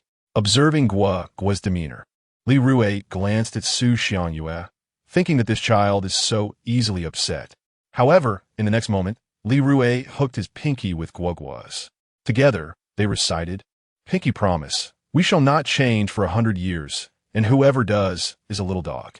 With this, Guogua's heart felt at ease. She reminded him, "Papa, remember to buy me ice cream and lollipops tomorrow. If you forget, you will turn into a little dog." Li Rui set her down, squatted to her level, and assured her, "Rest assured, tomorrow Papa will definitely buy you ice cream and lollipops." At the mention of ice cream and lollipops, Guogua stuck out her tiny tongue. Savoring the thought, "Li Rui, come eat," Su Xianyue called out. At that moment, Li Dafu emerged from the bedroom, stretching lazily. "Ruizi, go eat. I will watch over Guogua." He gestured for Li Rui to join the meal. "All right, I will go," Li Rui said as he sat down, barely lifting his chopsticks when, tap, tap, tap, Guogua scampered over with a gait that suggested she was oblivious to all else. She patted Li Rui's thigh with her soft little hands, gazing up at him with eager eyes. "Papa, is tomorrow here yet?" Guogua, still grasping the concept of time, received an amused response from Li Rui. "Not yet." "Oh, not yet." Guogua's expression fell slightly. She then dashed to the corner of the living room to play with her toys. But before long, she returned with the same enthusiastic demeanor. "Papa, is tomorrow here yet?" "Not yet." Li Rui shook his head with a smile. "Guogua, it will be tomorrow when the sun rises." Su Xianyue couldn't help but roll her eyes at Guogua, thinking that this little glutton was undoubtedly preoccupied with thoughts of ice cream and lollipops. "Not here yet." Guogua lowered her head, pouting her little lips. This back and forth continued until Guogua finally grew weary, her eyelids drooping as she murmured, "Is tomorrow here yet?" Li Dafu cradled Guogua in his arms and approached Li Rui, his expression stern as he warned, "If you dare not buy Guogua ice cream and lollipops tomorrow, beware of my wrath." "Dad, I will definitely buy Guogua ice cream and lollipops tomorrow. I won't forget," Li Rui quickly assured him. Satisfied with this promise, Li Dafu carried Guogua into the inner room. After dinner, Li Rui and Su Xianyue tidied up the dining table together. As the two stepped out of the living room, they observed Li Fong categorizing the items they had collected during their evening excursion to the shore. "Mom, it's quite late. You and Dad should head back," Su Xianyue urged. "There's no need for you to keep busy. Li Rui and I can manage just fine." Li Fong, with a radiant smile gracing her face, replied, "It's of no consequence. Your father and I are getting on in years and find it difficult to sleep at night. At this hour, we are quite alert. If I don't engage in some activity, I feel restless." As the elder, she took joy in being able to assist the younger generation within her capacity. Li Rui also encouraged Li Fong to return home. Yet she remained resolute in her intention to sort the items they had gathered. "Ruizi, when you sell seafood to Yutao in the future, be sure not to mix your goods. He will shortchange you significantly." Li Fong displayed a pragmatic side, revealing her understanding of the world. In life, one must be shrewd. Naivety can lead to losses, she reflected, a sentiment that resonated deeply with her generation. Chapter 32, Endless Mother, with your extensive knowledge. What grade of butter crab are those three? Li Rui inquired with palpable excitement. His eagerness stemmed from a desire to avoid being taken advantage of. The fish vendor in their village, Yu Tao, was notoriously shrewd, and Li Rui feared he might be cheated when selling his seafood. The quality of butter crabs directly influences their market price. A top-grade butter crab weighing approximately half a pound typically ranges from 1,000 to 1,500. Larger specimens can even reach up to 2,000. Meanwhile, special-grade butter crabs of similar weight are priced around 800 to 1,000. The first-grade butter crabs are more affordable, costing only about 300 to 400. I'll take the dishes to the kitchen. You can speak with Mother, Su Xiangyue said as she accepted the bowls and plates from Li Rui and headed toward the kitchen. The hour was getting late, and she wished to finish her chores promptly to rest. Li Rui acknowledged her with a sound. Li Fong then picked up a butter crab, pointing out its various features as she explained. Rui Zi, observe the color of this butter crab. It is a brilliant golden hue, with a uniform and radiant sheen that extends from its shell to its legs. Its heft is noticeable, indicative of its rich internal butter content and firm flesh. These characteristics align perfectly with those of a top-grade butter crab, hence its classification. The price for this one is approximately 1,300, while the larger one is around 1,800. Li Fong spoke deliberately, and Li Rui listened intently. The smaller crab, however, could be sold for a mere 500. The classification of butter crabs can be determined through 3 criteria. First, the appearance and color. The yellower the crab, the higher the quality. Second, the fullness. The more robust the crab's body, the superior its quality. And third, the weight. Heavier butter crabs contain more butter. Li Rui nodded, diligently noting his mother's insights. A radiant smile adorned Li Fong's face as she continued. Rui Zi, you are indeed fortunate to have stumbled upon top-grade butter crabs. It has been years since anyone in our village has found such a prize. As she spoke, Li Fong began sorting the contents of the bucket, her hands nearly ceaseless in motion. Li Rui settled beside his mother, also starting to categorize the items. The fishermen of Crescent Moon Island endure great hardships. It is a rare delight to find something of value, only for the fishmongers to ruthlessly suppress the prices. Our village's vendor, Yu Tao, is particularly notorious for this. Li Fang Siga. Mother, if Uncle Yu offers an unjust price tomorrow, I shall seek alternative avenues for selling. I refuse to believe that without Zhang the butcher, we cannot procure a hair-covered pig, Li Rui remarked, well aware of Yu Tao's reputation. Life on the island did not afford the same breadth of sales channels as the mainland. Li Fong chuckled bitterly. Rui Zi. A tacit understanding has formed on Crescent Moon Island. Seafood from one village can only be sold to designated vendors. Finding other avenues is quite a challenge. At that moment, Li Dafu emerged from the living room. Guogua has fallen asleep, so you need not worry. Li Dafu noticed that Li Rui was about to inquire about Guogua, and he preemptively spoke up. Rui, you must refrain from gambling in the future. Do you understand? Li Fang admonisha startly. Upon hearing this, a tumult of emotions surged within Li Rui. In his previous life, his obsession with gambling led to his family's ruin. In this life, how could he possibly succumb to gambling again? Mother, I understand, Li Rui replied. As the old saying goes, when a couple is of one mind, even mud can turn to gold. Li Fong intended for Li Rui to collaborate with Su Xiangyue in nurturing their family. As someone with experience, Li Rui understood how challenging it is to maintain a harmonious household. It is indeed rare for Su Xiangyue to grant him repeated opportunities. Mother, rest assured, I will cherish my life with Xiangyue. She is a wonderful woman, and I shall never let her down. I will treat her even better, Li Rui said, casting a glance at Su Xiangyue, who was washing dishes in the kitchen. Now that sounds more like it, Li Fong said with a smile of relief. Li Dafu was a man of few words, quietly attending to his tasks. He observed his son's transformation with joy in his heart. Having previously worried that Su Xiangyue might not endure Li Rui's shortcomings and leave with Guogua. While they were conversing, Junzi called Li Rui. Li Rui wiped his hands dry before answering the phone. Rui, we're one player short. Come join us for a game. Junzi uagit impaciently. Get lost. From now on, I will never gamble again.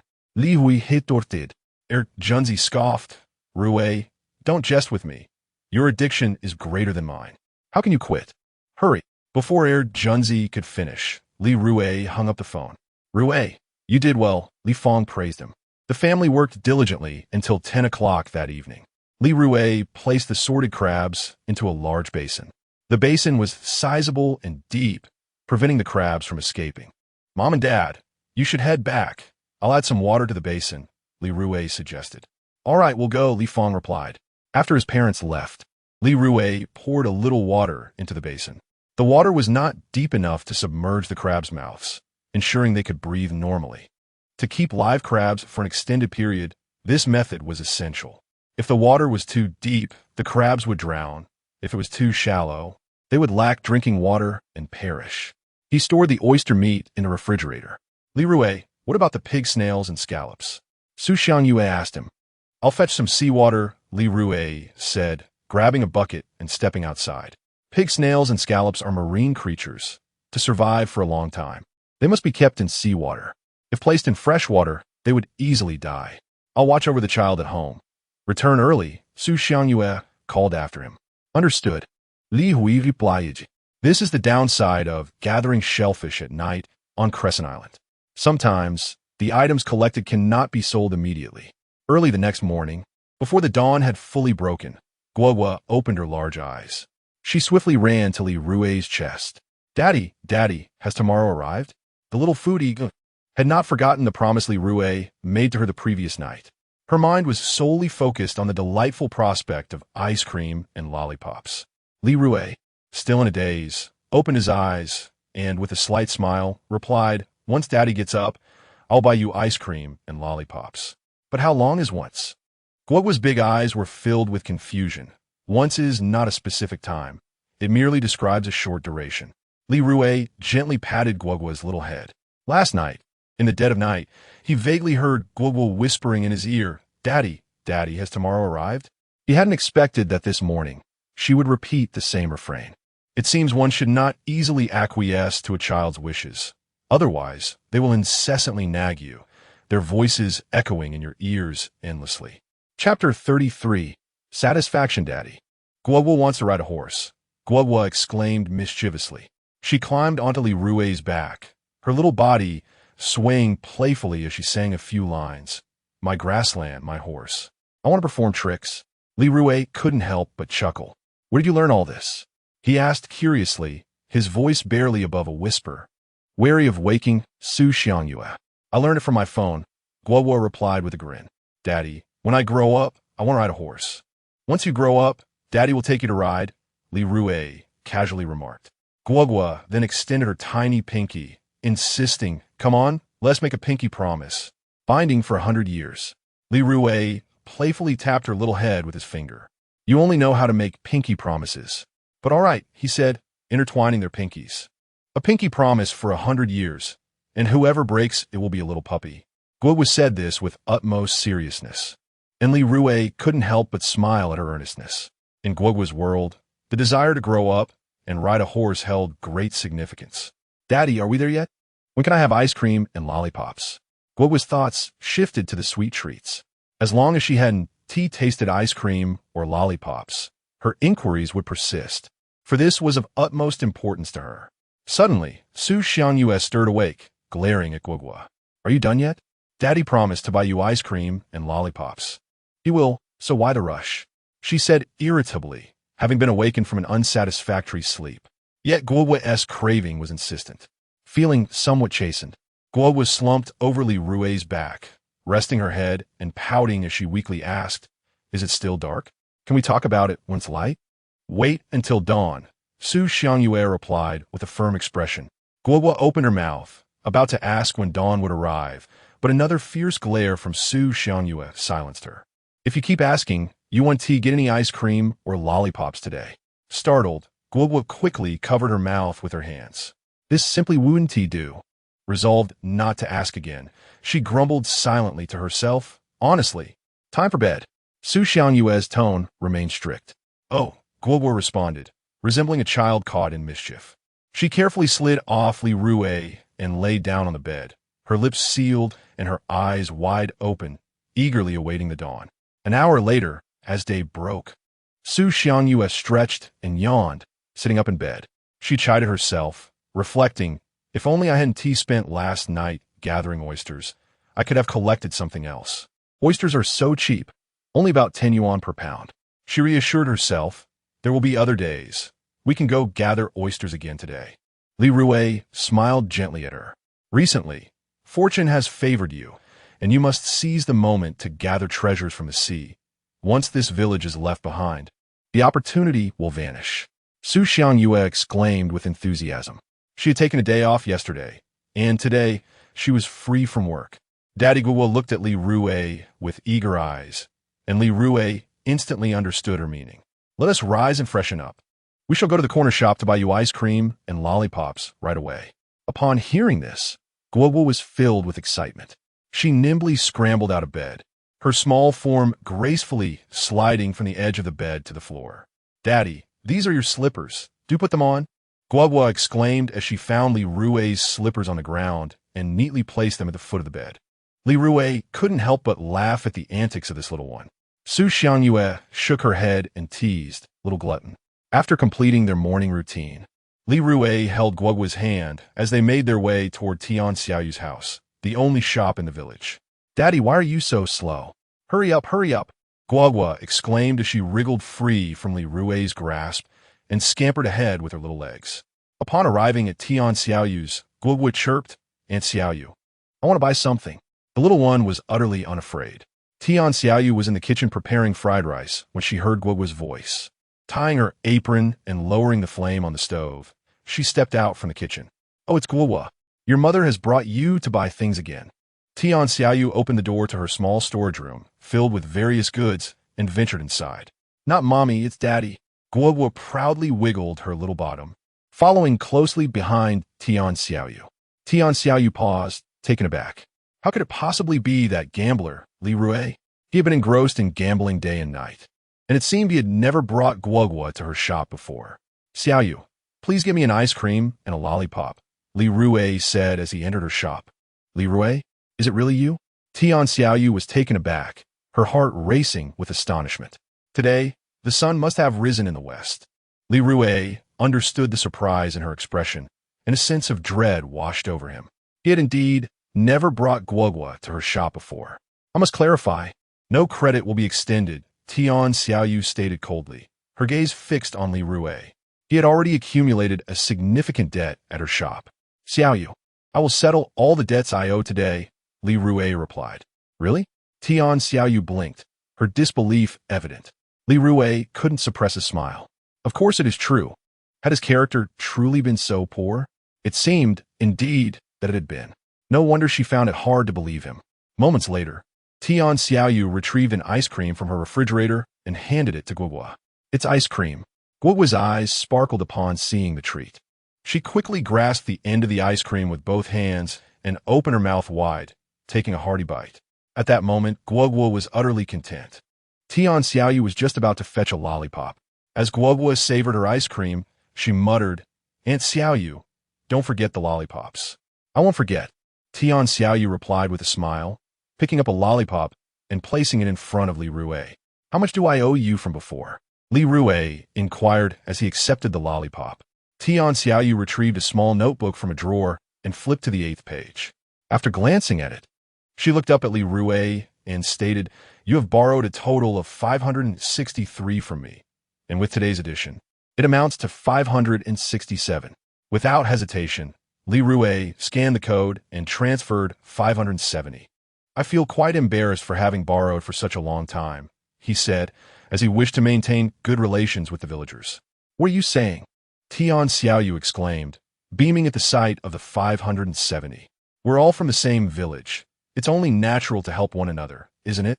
Li Rui picked up Guoguo and bid farewell to Tian Xiaoyu, saying, All right, you must still be cooking.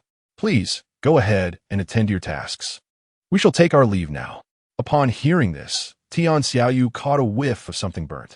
My fried rice, she exclaimed, rushing towards her kitchen. Earlier, she had turned the gas stove to a low flame, thinking she would return shortly, but little did she expect. Chapter 34. Attempting to maintain a low profile upon exiting the door of Tian Xiaoyu's home, Lua, while savoring her ice cream, beckoned Li Rui to squat down. "Daddy, quickly squat down. Guoguo wants a ride on your neck," she cheerfully exclaimed.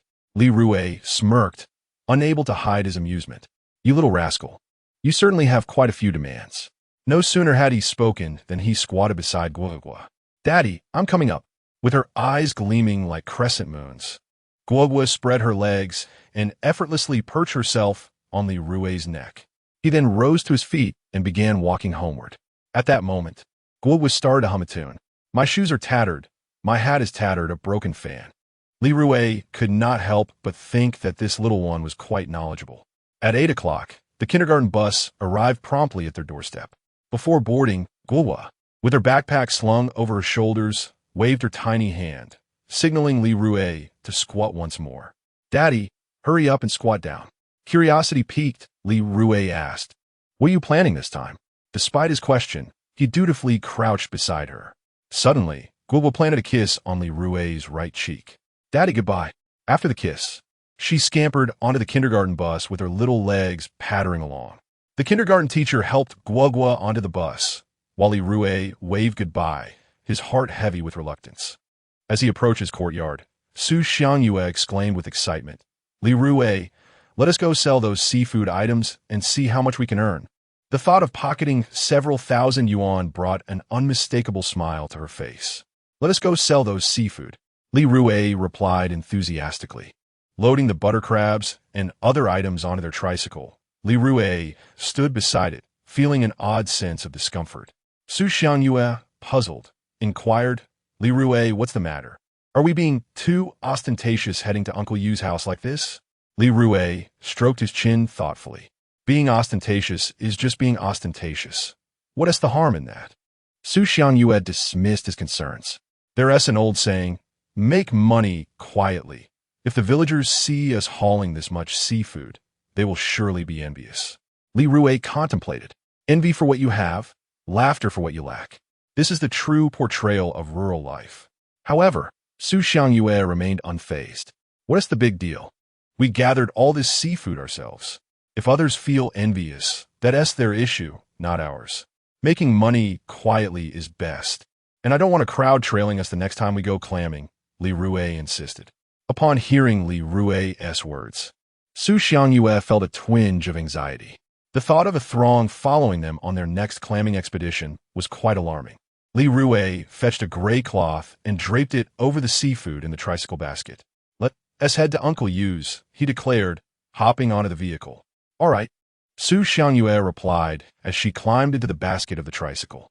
Before starting the ride, Li Rui asked, "Are you holding on steady?" With a smile, Su Xiangyue responded, "I'm steady. Life has finally taken a turn for the better." Upon hearing this remark, Li Rui twisted the throttle of his tricycle, propelling it forward with remarkable speed. Meanwhile, in Yu Tao's courtyard, several individuals were engaged in selling the treasures they had gathered during last night's beachcombing. Among the crowd stood Chen Xiong, his head hung low, wearing an expression of despondency. "Chen Xiong, did you discover anything of value last night?"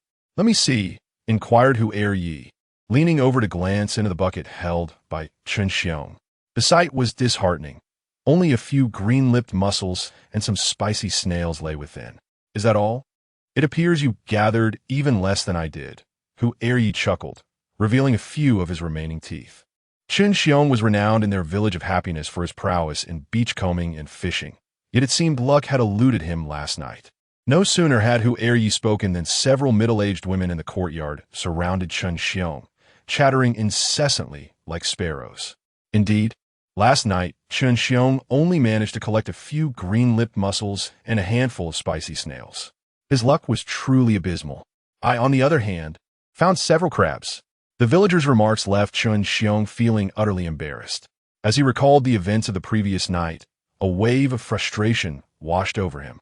He had spent hours on the mudflat, attempting to catch skeleton shrimp with a shrimp pump, yet not a single one had grazed his bucket. To make matters worse, he had spotted Li Rui and Su Xiangyue capturing 30 to 40 pounds of tiger crabs amidst a rocky area. At that moment, he had felt a pang of envy. But ultimately, he had only managed to catch a handful of minuscule tiger crabs, far too small to fetch any worthwhile price. There existed an unspoken rule in Happiness Village that any crab the size of a thumb must be released back into the water. Upon returning home, his wife Sulanji had scolded him mercilessly for failing to bring back anything of value. It was merely a stroke of bad luck, Chun Xiong muttered, scratching his head awkwardly. If this continued, his wife would undoubtedly compel him to seek work elsewhere. Just then, Li Rui arrived on his tricycle, with Su Xiangyue beside him, pulling up to Yu Tao's courtyard. Su Lanji happened to enter at that moment. Li Rui, Xiangyue, it seems you both collected quite a haul last night. You even brought your tricycle to Yu Tao's, Su Lanji remarked, her tone laced with sarcasm. As soon as she spoke, all eyes in the courtyard turned towards Li Rui and Su Xiangyue. Li Rui, noticing the crowd, thought to himself that his attempt to remain inconspicuous had utterly failed. Sister Lanji, I didn't gather anything either, Li Rui replied with a smile. Then why did you ride over here on your tricycle so early in the morning? Sulandi Guetstin Zenini Inji. Li Rui, often regarded as a dilettante who spent his days playing cards, was not particularly adept at beachcombing. He detected the teasing undertone in Su Lanji's words and retorted sharply. It's my choice. What business is it of yours? You should focus on your own husband. Chun Xiong, it has nothing to do with me. How could you speak to me like that? Su Lanji's expression immediately darkened. It was none of the dog's business to meddle. Li Rui leaped off the tricycle, and Su Lanji was nearly fuming with rage. She shouted indignantly, I want to see how much you plan to sell today. This time, Li Rui chose to ignore Su Lanji. Why the silence? Did you not gather much last night either? Su Lanji huffed in annoyance. That's none of your concern. Li Rui was not one to be easily intimidated. He would not indulge others' provocations. Su Lanji's frustration was palpable, her teeth clenched in irritation. Chun Xiong glanced at his wife, pondering that last night.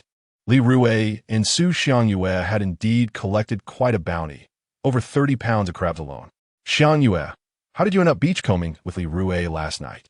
Sister Ho Hot inquired with genuine concern.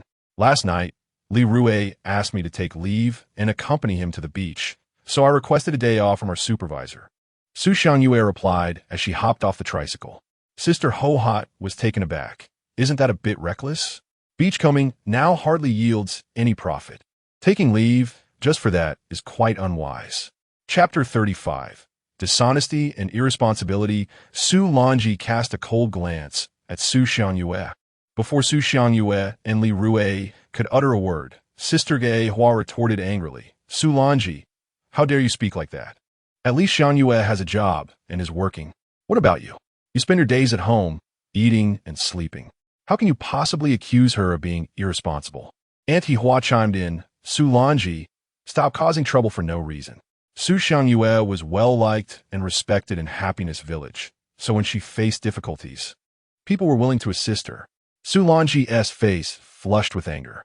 My wife can do whatever she pleases. Who are you to meddle? Li Rui also reproached Su Lanji. Chun Xiong, why are you silent? These people are bullying your wife. Can't you see? Su Lanji tugged at Chun Xiong's arm. Speaking fiercely, Chun Xiong managed a slight smile. Don't stoop to their level. This only fueled Su Lanji's frustration further. She snapped, useless fool. I wanted you to speak about them, not me. In the courtyard, most people had sold the seafood they had gathered the previous night and had not yet left. They were eager to see just how much Li Rui had collected during his nighttime foray, while others carried buckets to sell their catch. Li Rui had arrived on a 3-wheeled cart, which piqued their curiosity immensely. Chun Xiong, the green mussels are 10 yuan per pound, and the spicy snails are 15. You have a total of 3 pounds of green mussels and 4 pounds of spicy snails, which amounts to 90 yuan. Yu Tao placed the money before Chun Xiong. Su Lanji stepped forward, snatched the 90 yuan, and stuffed it into her pocket. In front of everyone, she chastised Chun Xiong. If you earn so little from your sea trip today, you'll be sleeping on the sofa tonight. What can 90 yuan even do? It's hardly enough for a meal. Chun Xiong shrank back, feeling quite aggrieved. Li Rui observed the sellers and, puzzled, asked, Why are you all still here? He truly did not wish for anyone to see how much he had gathered the night before. Accumulating wealth quietly was the best way to avoid envy. Just moments ago, Su Lanji had been causing trouble for them out of jealousy. Over the past couple of days, he had collected quite a bounty from the sea. "We want to see just how much you and your wife collected last night," Su Lanji said, her words dripping with sarcasm. Just then, Yu Tao stood up from his small stool, approached Li Rui with a grin, and said, "Rui, let me see what treasures you have hidden under that tarp on your cart." Yu Tao reached out and lifted the gray fabric covering the cart. Instantly, the seafood was laid bare before the astonished crowd. Goodness, Rui and Xiangyue actually gathered so much last night. They gasped. There were piglet snails, scallops, tiger crabs, and even the legendary butter crabs. Heavens, there are butter crabs! It has been many years since anyone in our village has found butter crabs. Su Lanji was utterly astonished. Chen Xiong's eyes widened in disbelief. "Ruizi, come, have a cigarette." Yu Tao pulled a cigarette from his pocket and cheerfully offered it to Li Rui. This acquisition would yield him a considerable profit. Li Rui, however, did not take the cigarette. Noticing this, Yu Tao chuckled. "Ruizi, Guogua's gone to school. What are you afraid of? Just take it. Uncle will light it for you." "Uncle, there's no rush. First, give me a price," Li Rui replied, showing no eagerness to sell. "Ruizi, we are from the same village. I assure you my price is absolutely fair." Yu Tao spoke smoothly, moving beside the tricycle and quoting prices for the seafood displayed. "Piglet snails are 15 yuan per gene, scallops 5 yuan per gene. The smaller tiger crabs are 51 yuan per gene, medium-sized ones are 100, and the large ones are 200. As for these 3 butter crabs, for the smaller one, I offer 100 yuan, for the slightly larger, 800, and for the biggest, 1,000. The crowd listened to Yu Tao's quotes, once again rendered speechless. Su Lanji even nudged her husband, Chen Xiong, saying, "You useless man, look at how many treasures others have gathered from the sea." "Uncle, your prices are far too low," Li Rui remarked, glancing at Yu Tao. This man was a seafood dealer and could undoubtedly discern the quality of those butter crabs at a glance. The prices he offered were uncommonly low, and Li Rui would never consent to sell these seafood items at such a price. "Not low at all, really not low," Yu Tao insisted earnestly. "Ruizi, it's only because it's you. If it were anyone else, I wouldn't offer such a high price." "Uncle, since you say so, I shall take my leave," Li Rui declared, preparing to board the tricycle and head back. Seeing this, Yu Tao hastily grasped Li Rui's arm. "Uncle will add a bit more. I can raise the price by 5 yuan. Offering such a high price, I might end up at a loss." Upon hearing this, Li Rui wasted no time and climbed onto Yu Tao's tricycle. "Xiangyue, get in," he called out. "MHM," Su Xiangyue replied as she hopped into the tricycle's basket. Yu Tao grew anxious. "Ruizi, what are you doing? Uncle's offer is quite sincere. Why won't you sell?" Li Rui was disinclined to listen to Yu Tao's ramblings any longer. He twisted the throttle of the tricycle, speeding out of Yu Tao's gate. "Humph, I'll be waiting for you to bring the goods back to me," Yu Tao scoffed inwardly. The previous day, he had dined with several seafood dealers from nearby villages. During the meal, they had agreed among themselves not to encroach upon each other's territory in acquiring seafood. Even if Li Rui brought an heir Junzi from Wang Village to act as a seller, the seafood dealer from Wang Village would not purchase Li Rui's catch. Furthermore, should Wang Village's dealers offer a lower price than his, it would be to their advantage. Others murmured quietly, "Li Rui's luck has been exceedingly good these past few days. The next time he ventures to the sea, we shall accompany him. He feasts on meat while we savor the broth. Indeed, the next time he goes to the shore, we will follow him." On the journey home, Su Xiangyue expressed her doubts. "Li Rui, if we do not sell these items to Uncle Yu, to whom shall we sell them? Can a living person truly be suffocated by urine? That scoundrel Yu Tao is exceedingly deceitful. His offered price lacks sincerity. I will devise a plan to sell these goods to others." Li Rui pondered the avenues for selling these items. "It is imperative to act swiftly. We cannot retain these goods for too long, as I fear they may perish." Su Xiangyue was acutely aware of the practical concerns. Seafood, after all, is characterized by its freshness. The value of deceased seafood plummets significantly. Upon returning home, Li Rui settled onto his sofa, preparing to call heir Junzi. At that moment, The lanky heir, Junzi, arrived on an electric bicycle at Li Rui's residence. "Brother Rui, let's go play cards," he exclaimed, rubbing his hands together as he entered the living room, urging Li Rui to join him in a game. Chapter 36. Finding a way, heir Junzi. "If you mention playing cards to me again, do you believe I will kick your backside?" Li Rui's expression turned cold as he raised an eyebrow. "Brother Rui, what has gotten into you these past few days? It was you who took me to play cards before, and you used to say that playing cards was better than being a living deity." Heir Junzi was perplexed by Li Rui's demeanor. Li Rui waved his hand dismissively. "Let us not dwell on the past." He then shifted the conversation back on track. "Heir Junzi, I need your assistance." Before Li Rui could finish his sentence, Heir Junzi slapped his chest with a resounding thud. "Brother Rui, do you not know me? I am your loyal little brother. When you say east, I do not go west, and when you tell me to chase ducks, I do not pursue dogs." Though his words were somewhat flattering, they rang true. "Last night, my wife and I went to the beach to catch some seafood, but I have no place to sell it. Can you help me sell it?" Li Rui stated. As soon as Li Rui finished speaking, Su Xianyue placed a cup of tea in front of Heir Junzi. She held no particular fondness for him, yet she still did what was necessary. Giving face to her husband meant giving face to herself. "You're being too polite, sister-in-law," Heir Junzi said with a smile as he accepted the teacup, then turned to Li Rui, astonished. "Brother Rui, you're not joking with me, are you? Didn't you say that no one goes to the beach to catch anything? How come you and sister-in-law went to the beach last night?" Li Rui kicked Heir Junzi lightly on the calf. Heir Junzi scratched his head and chuckled sheepishly. "I misspoke. My apologies." Li Rui maintained a serious expression. "Everyone makes mistakes. I have now seen the error of my ways. A grown man playing cards day and night is utterly disgraceful. You should quit too." Heir Junzi was taken aback. "What nonsense! If you're telling me to stop playing cards, then you should stop as well." Li Rui stood up and gave Heir Junzi a playful kick on the backside. 7 or 8 years ago, Heir Junzi and Li Rui attended the same high school in the city. On one occasion, Heir Junzi was bullied by classmates.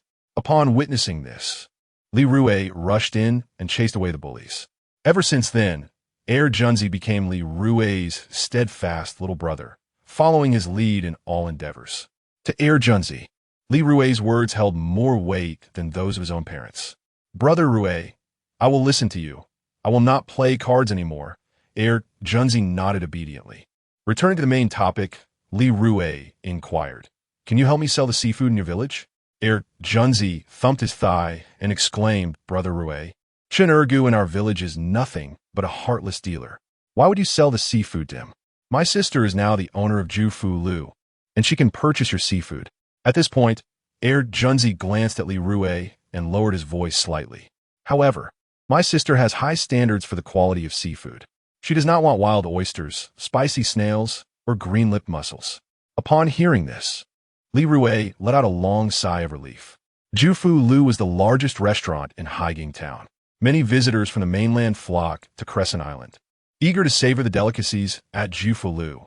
Now that Heir Junzi's sister is the proprietress of Jufu Lu, matters have become more manageable.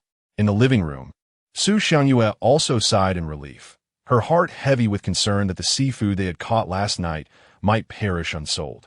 The thought alone pained her. "Rui, go. Having found me, I must assist you. Whatever you've caught, I'll have my sister purchase it," Heir Junzi declared with unwavering loyalty. "I want to put your sister in a difficult position," Li Rui reassured, patting Heir Junzi's shoulder. With that, he led Heir Junzi to inspect the seafood they had gathered the previous evening. Meanwhile, at the village entrance, Yu Tao felt a surge of excitement at the thought of the seafood that Li Rui and Su Xianyue had caught. He fervently hoped it hadn't spoiled, especially the butter crabs. Murmuring to himself, he hurried towards Li Rui's home. Upon arrival, Yu Tao exclaimed, "Rui Zi, Xianyue, I'll offer you a fair price, 3 extra yuan for each additional pound. What do you say?" He feigned a look of anguish, claiming, "This is the best price I can offer. I'm taking a significant loss here. Uncle Yu, as a junior, how could I allow you to suffer a loss?" Li Rui smirked coldly, dismissing him. Yu Tao, anxious and restless, approached Li Rui and began to chatter incessantly. "Rui Zi, Those 3 butter crabs are of average quality. As a seafood vendor, I can tell a glance. The only reason I can offer you such a high price is because we are from the same village. Li Rui chose to ignore Yu Tao. Those 3 butter crabs were, in fact, top-tier, fully oiled specimens, worth no less than 3,000 in the market. Yet Yu Tao was only offering a meager 1,009. How greedy could he be? Now, he had the audacity to come and deceive him. Uncle Yu, we are leaving. You may take your leave. Li Rui politely issued an eviction. Upon hearing this, Yu Tao's temper flared. He stomped his foot, his face darkening. Fine. Let us see who will buy your seafood. Greed knows no bounds. In his eyes, Li Rui likely intended to sell the seafood to Lai Wang village, a route that was entirely unfeasible. Previously, he had made an agreement with Chun Ergu from Lai Wang village that seafood from their happy village would not be purchased by him. With that, Yu Tao stormed off. Rui Gu, who is that old man? Should I go teach him a lesson? Junzi emerged from the living room, his eyes glaring at Yu Tao's retreating figure. Li Rui promptly gave Junzi a light smack on the head. Ouch! Junzi yelped, clutching his head in pain. Li Rui shot him an exasperated glare. You only think about violence. If you injure him, can you compensate for the damages? Let us just ignore him. Rui, go. I merely wanted to stand up for you. Junzi chuckled sheepishly. Proceed to Ju Fu Lu first. My sister-in-law and I shall arrive shortly. Li Rui stated with a stern expression. Understood. Junzi replied while saluting, then mounted his electric scooter and rode towards Pinggang town. As Junzi's scooter passed by Yu Tao, he cast a glance at him and squinted. Isn't that Junzi from Lai Wang village? I see.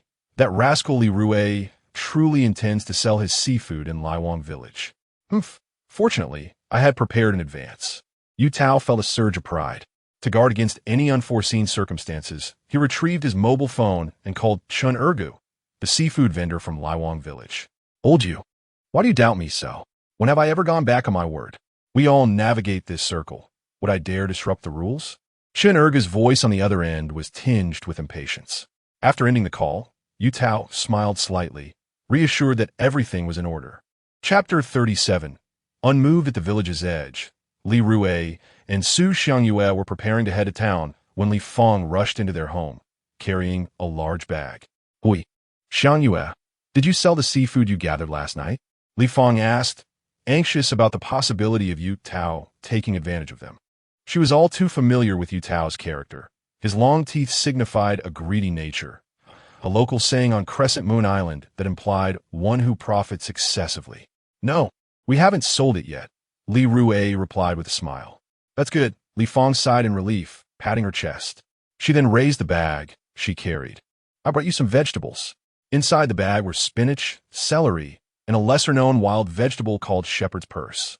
While most people recognized and had tasted spinach and celery, few were familiar with shepherd's purse, a wild herb that can grow up to 50 centimeters tall, with rosette-shaped leaves that are finely divided, and whose long segments can reach up to 12 centimeters in length and 5 centimeters in width. It is highly nutritious and possesses significant medicinal value. Its delightful taste makes it suitable for dumplings, steamed dishes, salads, stir-fries with eggs, soups, or noodles. Shepherd's purse flourished abundantly on Crescent Moon Island, easily identifiable by the older generation. Mom, what have you brought this for? Li Rui asked, feigning a stern demeanor, though warmth filled his heart. The cost of living was high, and every little bit saved counted. Rui, don't spend money recklessly. You must consider your wife and children more, Li Fong admonished, embodying the wisdom of an elder. She had always been restless, and her restlessness only intensified with age. If not for her unwavering affection towards Su Xiangyue over the past 2 years, it's possible that Su Xiangyue would have divorced Li Rui by now. This exemplifies the importance of having a good mother-in-law. Some mothers-in-law perpetually quarrel with their daughters-in-law, leaving their sons caught in the middle, often leading to familial discord. I understand. Mom, Li Rui interjected, taking the bag from her hands. Upon glancing inside, he exclaimed, shepherd's purse. I absolutely adore it, especially for a cold dish with drinks. Before long, Li Rui placed the bag in the kitchen and returned to the courtyard. In the countryside, most families had their own small yards. Rui, Xiangyue, come. I'll accompany you to Yu Tao's house, Li Fong declared. Her purpose for visiting was to ensure that Yu Tao would not take advantage of her son and daughter-in-law. Young people often felt shy and lacked bargaining skills, but she was different, a seasoned individual who was not concerned about appearances and excelled at negotiation. Mom, we don't plan to sell the seafood to Yu Tao, Li Rui stated. What? Li Fong exclaimed, momentarily taken aback. If not to Yu Tao, then where? The town doesn't purchase seafood from individual sellers. Other villages won't buy seafood brought from our village either. Li Rui chuckled. Mom, do you remember Junzi? The mention of that name immediately darkened Li Fong's expression. Don't bring up Junzi. Isn't he just your card-playing buddy? In the past, he would follow closely behind you every day to play cards. Li Fong held a rather poor impression of Junzi. In her eyes, Junzi could be classified among the dubious company of fair-weather friends. Mom, Junzi, like me, has also quit gambling. His sister is now the proprietress of Jufu Lu, and I plan to leverage his connections to sell these seafood delicacies there, Li Rui explained with a smile. If Junzi had not quit gambling, he interrupted Junzi's sycophantic chatter. Really? Li Fong exclaimed, her face lighting up with surprise. Could it be false? She pulled out her phone, glanced at the time, and then looked up at her mother, Li Fong, saying, Mom, it's getting late. We need to go sell the seafood. When we return, I still have to catch more. Li Rui hurriedly hopped onto the tricycle, while Su Xiangyue climbed in the back. Mom, we must hurry along. I won't be able to serve you dishes or pour water today. Su Xiangyue waved goodbye to Li Fong. Meanwhile, in Pinggang Town at Fuman Lu, within an opulent office, Junzi explained his purpose to his sister, Song Ling, tall and slender, yet possessing an alluring figure. Song Ling was strikingly beautiful. Today, she donned a sleek black business suit, her pristine neck exposed, adorned with a large jade pendant, a clear indication of her affluent background. Junzi, go away, stop bothering me, Song Ling exclaimed, feeling a headache coming on at the sight of her brother. Last time, he had approached her with a similar pitch about seafood. At that time, Junzi had extolled the virtues of the seafood he was selling, but when she examined it, it turned out to be nothing more than common varieties like spicy snails and clams. The quality was subpar, and as her establishment served high-end cuisine, she had no interest in inferior seafood. Sis, this time is different, my friend. Junzi grew anxious for his mind. His brother Rui's affairs held greater importance than his own. Before he could finish, Song Ling interrupted him. Junzi, do not mention those dubious friends of yours again. What can they do besides indulge in food and drink or play cards? With that, she began to push him toward the door. Leave me be. I am overwhelmed with work and have no time to entertain your fair-weather friends, nor you. Seeing this, Junzi resorted to stubbornness. Reclining on the sofa in his sister's office. If you do not purchase the seafood my brother Rui brought, I shall not leave, he declared resolutely. Song Ling was infuriated, stomping her foot in frustration. Pointing at Junzi, she hissed through clenched teeth, Junzi, how can you behave like this? If you persist, I will have the security of our restaurant throw you out. Junzi shook his head defiantly. As long as you are not afraid of losing face, go ahead. I have no shame. You. Song Ling fumed, her teeth grinding. Nevertheless, Junzi was her brother, and her earlier threats were merely bluster. Little did she know, he was impervious to both soft and hard tactics. Sister, please do not be upset. Would you kindly take a look at the seafood my brother Rui has brought? Consider it a favor for me. Seeing his sister's displeasure, Jun climbed off the sofa, wrapped his arm around her shoulder, and flashed a cheerful grin. He then adopted a playful tone. Sister, please? Just think of it as your little brother pleading with you. My brother Rui will arrive shortly. And if you refuse to even glance at the seafood he brings, how am I to face the world? Jun appealed to her sensibly and emotionally. This tactic had proven effective with his sister, Song Ling, in the past. However, this time, Song Ling remained unmoved, responding curtly, if your dubious friends had brought anything worthwhile. Would it have to come through you to reach me? Please, sister, just take a look, Jun implored, grasping her arms and pouting once more.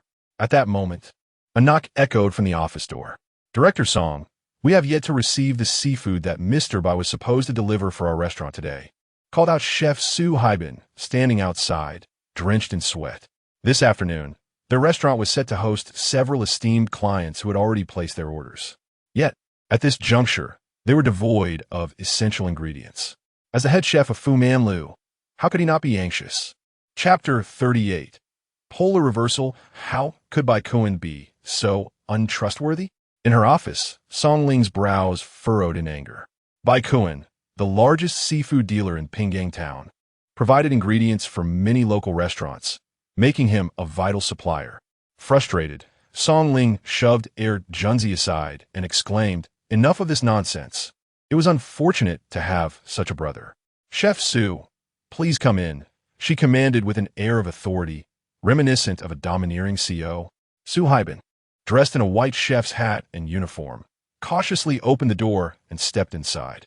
He was plump and sturdy. Seeing his sister's serious demeanor, Junzi ceased his antics.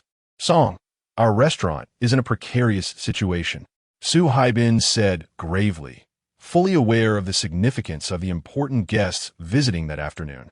Taking a deep breath, Song Ling dialed Bai Kuan's number, suppressing her fury while maintaining a friendly tone. "Mr. Bai, what's going on? Why haven't the ingredients we ordered arrived?" Bai Kuan replied apologetically, "I'm sorry, Song. The ingredients you ordered yesterday were intercepted by someone else. They have considerable influence, and I couldn't stop it." He intended to leverage this situation to manipulate Song Ling for future gain, as he was envious of the profitable and popular Jufu Lu. "How could you be so untrustworthy?" Song Ling clenched her fists in anger. "I truly apologize, but I am powerless in this situation," Bai Kuan feigned innocence. Desperate to resolve the issue swiftly, Song Ling pressed, "Do you have any alternative solutions, Mr. Bai?" With a heavy sigh, Bai Kuan responded, "You know how difficult it is to catch wild tiger crabs these days. My team will deliver your other ordered ingredients as soon as possible. But I genuinely have no wild tiger crabs available today. I am unable to assist further." He concluded the conversation abruptly, leaving Song Ling fuming. "That bastard. He is clearly trying to sabotage me." The guests arriving at their restaurant had specifically requested wild tiger crabs. What should she do? Junzi, overhearing her distress, chuckled, "Sister." In her fury, Song Ling snapped at him, "Silence." Su Haibin lowered his head, realizing that offending those distinguished guests would spell disaster for Jufu Lu. "Please, let me finish," Junzi urged, sensing the urgency of the situation had shifted to his sister. At that moment, Song Ling paced her office restlessly. "Go away. Can't you see I'm busy?" She shot Junzi a glare, exasperated by his incessant presence. Why was he so bothersome, utterly lacking in awareness? Now, I find myself exceedingly vexed, while he buzzes around me like a persistent fly. "Very well, if you wish for me to leave, I shall depart at once. No longer to trouble your sight." With his arms crossed, Junzi strode toward the door, exclaiming that the wild tiger crabs brought by my brother Rui would have to be taken away. Upon hearing this, Song Ling's body jolted as if electrified. Su Haibin also looked at Junzi with excitement, thinking that for once, Junzi, who usually caused trouble for his sister, was being reliable. Just as Junzi exited the office, Su Haibin hurriedly called out, "Song Zong, your brother is leaving." It was only then that Song Ling regained her senses. Clicking her black high heels, she rushed in front of Junzi, arms wide open to block his path. "Junzi, did your friend truly bring wild tiger crabs?" Song Ling's eyes sparkled with anticipation. "Sister, didn't you just tell me to leave?" "Move aside. I shall go now," Junzi said, playfully pushing her aside, feeling quite amused. Song Ling promptly delivered a light smack to his head. "Now spill the truth," she demanded sternly. Junzi remained silent, extending his hands for money. Without hesitation, Song Ling produced 200 yuan and placed in his hands, urging him, "Speak quickly." Junzi gestured for more. "I'll give you 300, take this money. And if you don't tell me, I will crack your skull," she warned. He accepted the 300 yuan with a grin, saying, "Sister, my friend will soon bring 20 to 30 pounds of wild tiger crabs and 3 butter crabs." Song Ling quickly inquired, "Is that a lot? There won't only be 1 or 2, right? It's the close season now. Wild tiger crabs and butter crabs are exceedingly difficult to catch. On a good day, one might catch 1 or 2, but that hardly resolves my pressing dilemma." Noticing her urgency, Junzi raised his head toward the sky and once again extended his hands for money. Hurry up and tell me. Song Ling seized his ear and twisted it, causing him to yelp, Sister, please let go. I'll tell you everything. With a satisfied huff, she released him. Rubbing his ear, Junzi remarked, the green bamboo snake's mouth and the yellow wasp stinger are both non-toxic, but the most poisonous is a woman's heart. Was I not just asking for a bit of money? Must you be so dramatic? As Song Ling threatened to twist his ear again, Junzi took a step back and quickly added, my brother Rui will bring 2 to 3 dozen pounds of wild tiger crabs and 3 butter crabs. Wonderful. A weight lifted from Song Ling's heart. Brother, Rui is like a second father to me. When he arrives, you must offer a fair price. Do you understand? Junzi said with utmost seriousness.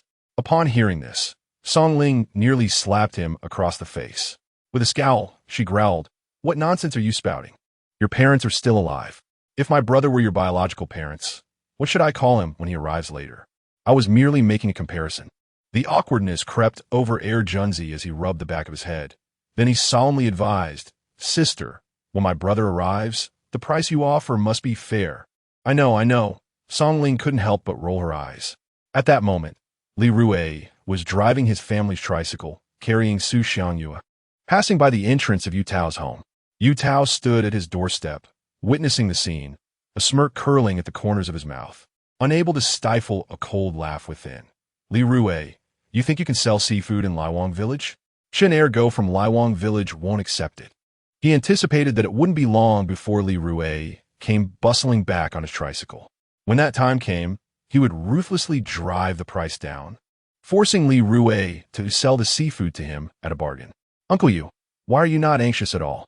Chen Xiong approached with his arms crossed. Exactly. Uncle Yu, why are you not worried in the slightest? Li Rui is breaking the rules. Chen Xiong's wife, Su Lanji, cracked sunflower seeds, joining the conversation. Yu Tao smiled with confidence. He stretched out his right hand, performing a dramatic 180-degree flip, and declared, the Monkey King cannot escape the grasp of the Buddha. Chapter 39. How do you speak? Uncle Yu, how are you so confident? As he spoke, Chen Xiong pulled out a cigarette and handed it to Yu Tao with both hands. You truly know how to conduct yourself. The compliment pleased Yu Tao immensely. Just as he took the cigarette and placed it in his mouth, Chen Xiong produced a lighter and ignited it for him. Yu Tao inhaled deeply, exhaling clouds of smoke as he said, I've already reached an agreement with the seafood vendors from the nearby villages. None of them will purchase the seafood that Li Rui brings. We have formed an alliance. Since we all rely on this livelihood, they will not break the rules. Just wait. Before long, Li Rui will obediently bring that seafood to me for sale. Chen Xiong flattered. Uncle Yu, your connections and methods are impressive. In the future, when you purchase seafood from my family, could you perhaps offer a higher price? Upon hearing this, Yu Tao embraced Chen Xiong's shoulders, chuckling, Chen Xiong, with your adept social skills, there is no reason for me not to buy from you at a high price. Let us first draw the pie. This has always been his principle. No business is without deceit. Without cunning, how could one be a merchant? Uncle Yu, we express our gratitude here. Su Lanji's face beamed with a radiant smile. However, a flicker of cold amusement flashed in her eyes. This morning, Li Rui and Su Xiangyue have been causing a ruckus, and it is impossible for them to sell the seafood they collected last night. They are merely floundering about, expending effort for no reward. Meanwhile, Li Rui and Su Xiangyue arrived at the entrance of Jufu Tower. Just as Li Rui took out his phone, the manager, Chen Shichong, approached and inquired, What brings you here? We're here to sell seafood. Li Rui replied with a smile. Sorry. But Jufu Tower does not purchase seafood from individual vendors. Chen Shichong retorted with a disdainful gaze and an unfriendly tone. What were these two thinking? How could such a large restaurant possibly buy seafood from individuals? Li Rui maintained a smile. We are. Chen Shichong cut him off, waving his hand dismissively. Leave quickly. Don't disrupt our business. We are expecting important guests today. Your presence here is unwelcome. At that moment, Junzi called. Brother Rui, have you and your sister-in-law arrived? Yunsi usket shefoli. We've arrived. My sister-in-law and I are at Ju Fu Tower's entrance. But they want to let us in and are trying to drive us away. Li Rui replied candidly. Seeing that Li Rui and Su Xiangyue were still lingering, Chen Shichang's expression darkened, and he barked, "Leave at once. My sister and I will be there shortly." Junzi felt a bit displeased. After hanging up, Li Rui parked his tricycle in a corner. Chen Shichang, noticing this, frowned. "Why are you still here? I've said it already. Our hotel will not purchase the seafood you brought." Li Rui retorted angrily. "What business is it of yours where we park our vehicle? This is the foundation of your restaurant. Isn't it? How dare you speak to me like that?" Chen Shichang lifted his head and pointed at Li Rui. "How dare you speak like that?" In the next moment, the cold voice of Song Ling, the proprietress of Jufilu, echoed through the air. The sound of her black high heels clicking on the ground approached swiftly. Junzi and Su Haiban followed closely behind her.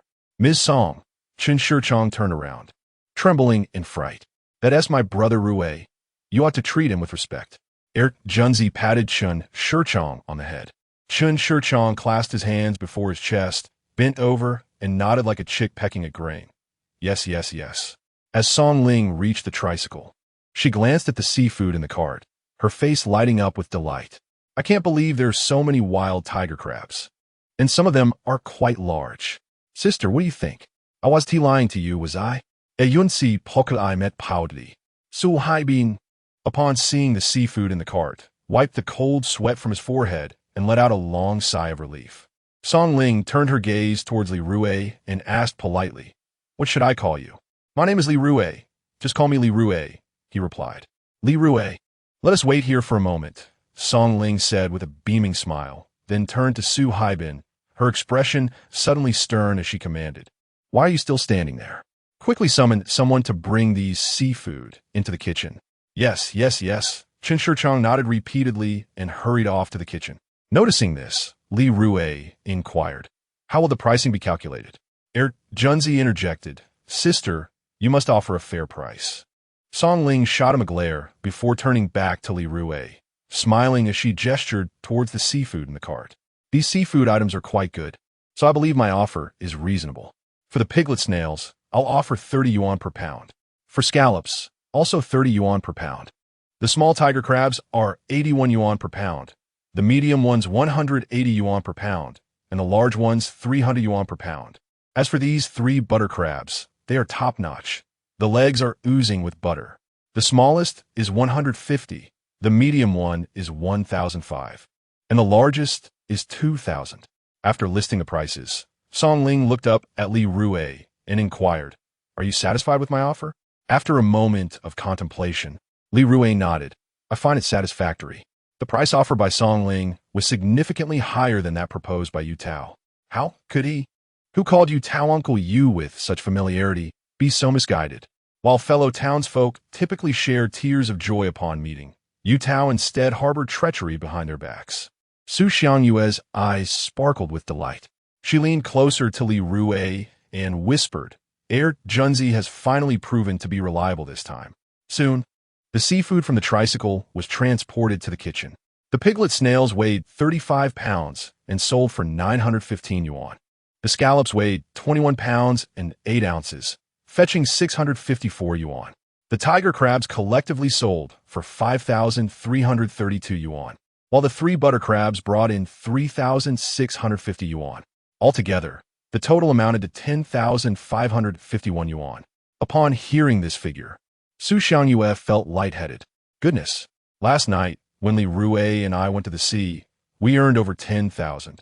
Isn't that just outrageous?" It is important to note that her monthly salary amounts to only around 4,000 yuan. "Li Rui, considering your 16,000, you may take this slip to the finance department to collect your payment."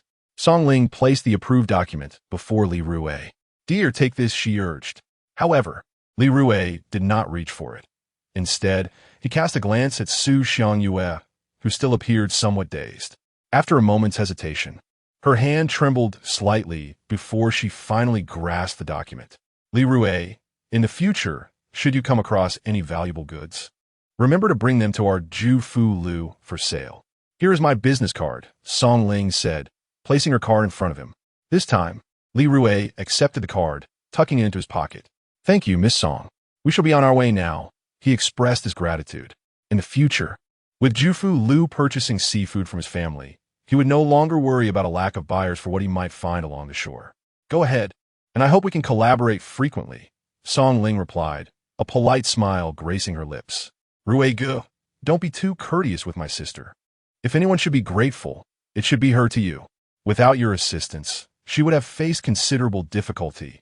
Junzi chimed in, chuckling heartily after exiting Song Ling's office. He then recounted the challenges his sister had encountered. Here, this is 200 yuan. Take it, Li Rui said, pressing the money into Junzi's pocket. Junzi was adamant about refusing. Rui Gu, what are you doing? I cannot accept this. Do you take me for someone unworthy? He protested. Li Rui shot him a stern look, prompting Junzi to hastily shove the money back into his pocket. Take it. This is a referral fee. Between brothers, we should settle accounts clearly. Upon hearing this, Junzi grinned widely, showing his teeth. Rui Gu, do you truly regard me as a brother? Li Rui scoffed. Why so much unnecessary chatter? Chapter 40. It is not one, but 5 brother Rui. Have you truly quit gambling? Junzi fidgeted with his hands, feeling the familiar urge to play again. Li Rui halted in his tracks, glaring fiercely at Junzi, who instinctively recoiled. Despite his audacity, Junzi was genuinely afraid of Li Rui. If you gamble again, I shall crack your skull, Li Rui declared, delivering a swift kick to Junzi's rear, causing him to stumble perilously. I won't gamble anymore. I promise never to do it again. Junzi chuckled awkwardly. On their way to the finance office, Li Rui turned to Junzi and asked, do you have any dreams? Without a moment's hesitation, Junzi blurted out, I want to become you. That is not just one dream. It is 5, Li Rui replied with a brazen grin. Your aspirations encompass looks, physique, temperament, talent, and charisma. After uttering this, Li Rui couldn't help but reflect. Greed makes the heart insatiable. You speak the truth, brother Rui. Junzi nodded earnestly. However, Su Xiangyue could no longer contain herself. She playfully patted Li Rui's back and laughed. Could you please refrain from being so conceited? Sister-in-law, my brother is not conceited at all. He speaks nothing but the truth. Junzi chimed in with utmost seriousness, genuinely believing in Li Rui's words. Su Xiangyue chuckled lightly. Your brother Rui isn't as great as you claim. Indeed, he is, Junzi asserted with unwavering conviction. As they joked and laughed, they arrived at the finance office of Jufu Building. The cashier, upon seeing the receipt, inquired whether Su Xiangyue preferred cash or transfer. Feeling that cash would attract too much attention, she opted for a transfer to her WeChat account. 16,000 has been credited. Upon seeing the amount, Su Xiangyue felt an overwhelming sense of disbelief. Earning over 10,000 in a single sea foray was something she had never dared to dream of before.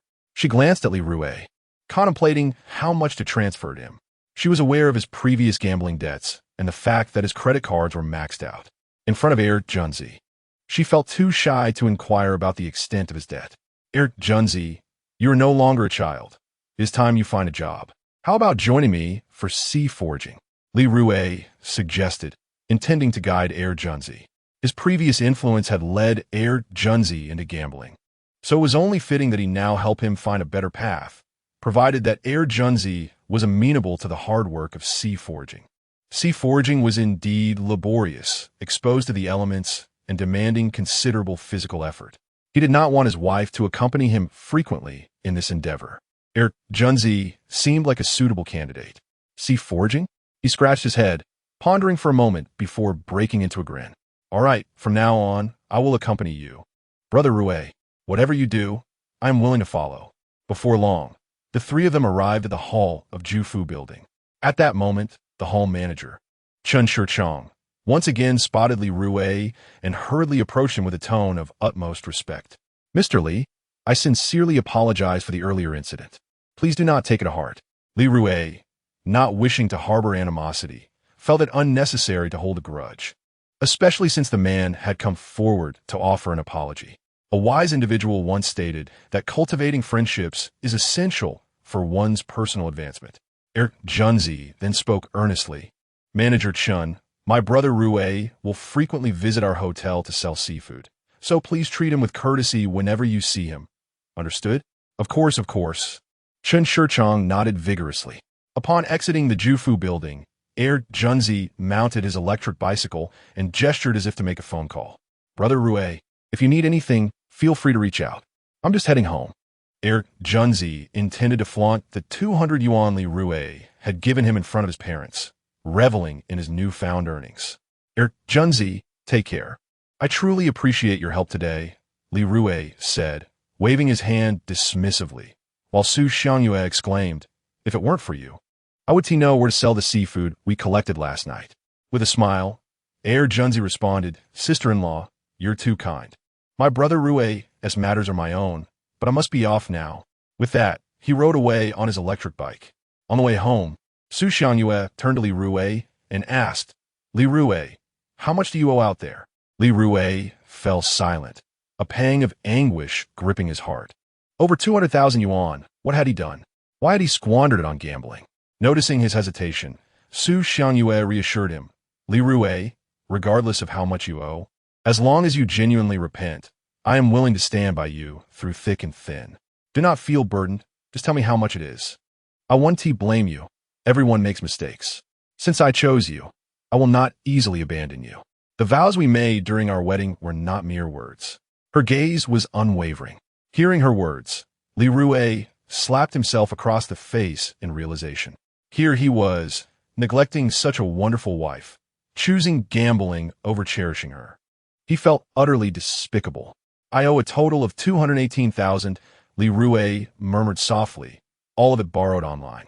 Without hesitation, Su Xiangyue transferred 8,000 yuan to him. Repay 8,000 first. We will gradually settle the remaining amount together. Remember, this is your final chance. If you continue to gamble, She could not bring herself to finish the sentence. Li Rui quickly raised his hand, swearing, I swear to the heavens. If I ever gamble again, Li Rui. Upon hearing this, Su Xiangyue swiftly covered his mouth with her small hand. Enough. As long as you have the determination, that is all that matters. No need for harsh oaths, she said gently. Dear wife, you are truly wonderful, Li Rui muttered. At this moment, in Happiness Village, Yu Tao sat at the entrance of his home, occasionally glancing at the main road leading back to the village. Chun Xiong squatted beside him, engaged in casual conversation. Why haven't Li Rui and his wife returned yet? Chun Xiong inquired, puzzled. Logically, Li Rui and Su Xiangyue should have been back by now. Yu Tao chuckled softly. I suspect they have ventured to Laiwang village. Chen Ergu and Laiwang refuses to accept their seafood, so they may have gone to another village. Su Lanji, munching on sunflower seeds, scoffed. No matter how far they roam, they won't be able to sell their seafood. In the end, they will be left with no choice but to sell it to Uncle Yu. Indeed, Yu Tao nodded slightly in agreement. Sister Hohot hurried over, approaching Yu Tao with advice. Yu Tao, we are all from the same village. When Li Rui and Xiangyue return to sell their seafood, please don't drive the price down too much. Sister Hohot, do you think I'm that kind of person? Yu Tao replied with a smile, though inwardly he harbored a sly grin, thinking to himself that indeed, he was that kind of person. Sister Hohot internally rolled her eyes, knowing full well the truth of Yu Tao's character. Yet such thoughts remained unspoken. As they conversed, Chen Xiong spotted Li Rui and Su Xiangyue approaching in the distance. He pointed at Li Rui's tricycle, exclaiming loudly, Li Rui and his wife are back. They look as though they have faced some setbacks. Upon hearing this, the others craned their necks to look. Humph, they have finally returned, Yu Tao thought, a mischievous glint in his heart. Chapter 41. An empty affair. Xiangyue and her companions have truly returned. Sister Hohot, filled with concern, hurried over. Yu Tao sat leisurely at his front door, casually crossing his legs and puffing on a cigarette. Chun Xiong whispered in Yu Tao's ear, Uncle Yu, you must negotiate firmly this time. Let that boy Li Rui learn a lesson. Su Lanji shared the same sentiment. In the past couple of days, Li Rui had been out at sea, collecting an abundance of treasures, which had made the couple exceedingly envious. Their jealousy had reached a fever pitch. Yu Tao smiled faintly, already having made his plans. Observing this, Chen Xiong thought to himself that a smile from Uncle Yu could spell unpredictable outcomes. Surely, Uncle Yu would take advantage of Li Rui's naivety later. Not far away, Sister Ho-Hot approached the tricycle. Xiang Yue, I just spoke to your Uncle Yu and asked him not to hold it against you. Make sure you sell your seafood to him later. Our crescent island is isolated. The channels for selling seafood are limited, and some individuals have monopolized the market. It's tough for us small-scale fishermen to sell our catch. After a brief jog, Sister Ho-Hot was out of breath as she conveyed her message. Su Xiangyue, perched in the tricycle's compartment, smiled. Seeing her smile, Sister Ho-Hot thought Xiangyue was about to express her gratitude. As this thought crossed her mind, Sister Ho-Hot waved her hand. Interrupting, Xiangyue, let's not be so formal. No need for thanks. That would be too distant. You have helped my family before when we had our troubles. It's only right that we help each other. Li Rui, unable to contain himself, chuckled. Sister Ho-Hot, Xiangyue, and I sold everything we collected from the sea last night. On their way back, Li Rui and Su Xiangyue had agreed not to disclose how much they had earned to outsiders, as many villagers were prone to envy. If someone like Chen Xiong were to discover they had made over 10,000, he would surely be consumed by jealousy. What? You sold all? Rui, you're not joking with me, are you? Sister Ho-Hot's disbelief was evident, her eyes nearly popping out of her head. Sister Ho-Hot, it's true. Su Xiangyue beamed, with a smile radiating happiness. Life indeed holds promise. Having or lacking money is one matter. The potential for a brighter future is another. Su Xiangyue felt content with her current life. Sister Ho-Hot remained skeptical. She stepped forward, peering into the tricycle's compartment. You really sold it all? She exclaimed, taken aback. Thank you for your kindness, Sister Ho-Hot. Su Xiangyue expressed her gratitude once more, acknowledging Sister Ho-Hot's effort in advocating for her family. A word of thanks was well-deserved. Sister Ho-Hot chuckled heartily. What thanks? Your Sister Ho-Hot hasn't done anything to help your family. Meanwhile, at Yu Tao's doorstep, he and the others were oblivious to the conversation between Li Rui and the others. Chen Xiong looked at them with curiosity. What were they talking about? They seemed so joyful. Su Longji's heart skipped a beat. Could it be that Li Rui and the others sold their seafood? Experiencing personal financial setbacks is undoubtedly disheartening. However, witnessing an entire village prosper is a burden far heavier than mere disappointment. Utterly implausible, asserted Yu Tao with unwavering conviction. He had already established connections with the seafood merchants from the neighboring villages, who would be interested in purchasing the seafood from Li Rui's family. Uncle Yu, why haven't they arrived yet after our lengthy discussion? Chen Xiong pondered aloud, his mind swirling with questions. I surmise they are deliberating on how to sweet-talk me into a favorable deal, Yu Tao replied, a smug expression adorning his face. The territory of Crescent Island was not an easy one to navigate. Without the right connections, even the finest goods would struggle to find a market. While ordinary seafood might be sold at a roadside stall, more valuable delicacies like tiger crabs and butter crabs would never find buyers in such a manner. Typically, those who indulge in such luxurious fare are wealthy individuals from outside the island. Who amongst the common folk could afford such indulgences? Uncle Yu, how did I overlook this perspective? Chen Xiong chuckled, playfully flattering Yu Tao. If only you possessed the sharp wit of your Uncle Yu. The seafood procurement task for our village would have surely been yours, Yu Tao boasted. Su Longji spat out a sunflower seed shell and hurriedly exclaimed, They are here. Soon, Li Rui's tricycle came to a halt at Yu Tao's doorstep. Witnessing this scene, Yu Tao was overwhelmed with triumph. Rising from his small stool, he smiled slightly and inquired, Rui, have you reconsidered? Are you planning to sell your family's seafood to me? Chen Xiong silently admired Yu Tao's acumen, thinking, Uncle Yu is impressive. Experience truly brings wisdom. Li Rui, after wandering around without success in finding a buyer, was approached by Su Longji, who sarcastically noted, Rui, didn't you say you wouldn't be selling seafood at your Uncle Yu's place? Why have you returned? Come inside. Yu Tao opened his door, contemplating how to negotiate the price down. At that moment, Li Rui appeared to Yu Tao as merely a piece of meat on a chopping board, ready to be priced as he wished. Seafood cannot be stored for long. If left too long, it perishes and loses its value. Yu Tao's intention in opening his door was to facilitate Li Rui in maneuvering his tricycle into the courtyard. Yet in the next moment, Li Rui leapt from the tricycle with a grin, exclaiming, "Uncle Yu, I'm just here to fetch a bucket. I seem to have forgotten to take it back home during my last visit." Stunned, Yu Tao stood frozen. "You ungrateful brat. I've opened my door for you. And you want to even drive your tricycle in? Are you toying with me?" Before Yu Tao could fully comprehend the situation, Li Rui had already entered his courtyard and retrieved a red bucket. "Li Rui, are you and your wife truly not selling what you collected from the shore last night?" Chen Xiong quickly inquired as Li Rui emerged from the courtyard. At this moment, Yu Tao perked up his ears, and Su Longji adopted an eager, onlooker-esque demeanor.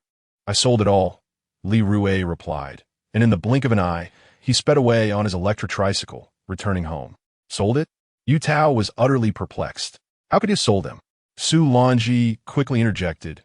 "Uncle Yu, just now, when Li Rui left, I noticed that there was nothing in the back of his tricycle. It seems he really did sell those items." Upon hearing this, Yu Tao felt his anger boiling over. After much contemplation on how to negotiate a lower price for acquiring those goods, it turned out that Li Rui had sold them instead. Who could possibly understand this feeling? Who, indeed, was the one lacking in integrity that purchased those seafood items? Yu Tao's teeth ground in frustration. The seafood vendors from the nearby villages were utterly untrustworthy. Their words were as empty as the wind. This matter could not simply be brushed aside. "We must hurry. Li Rui might be heading to the beach soon.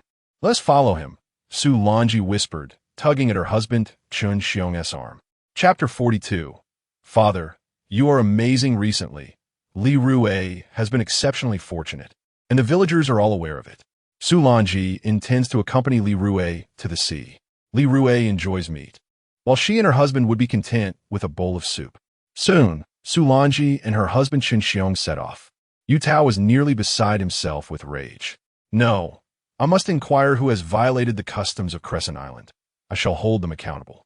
Yu Tao picked up a small stool, placed it inside his home, and then proceeded to Li Rui's residence.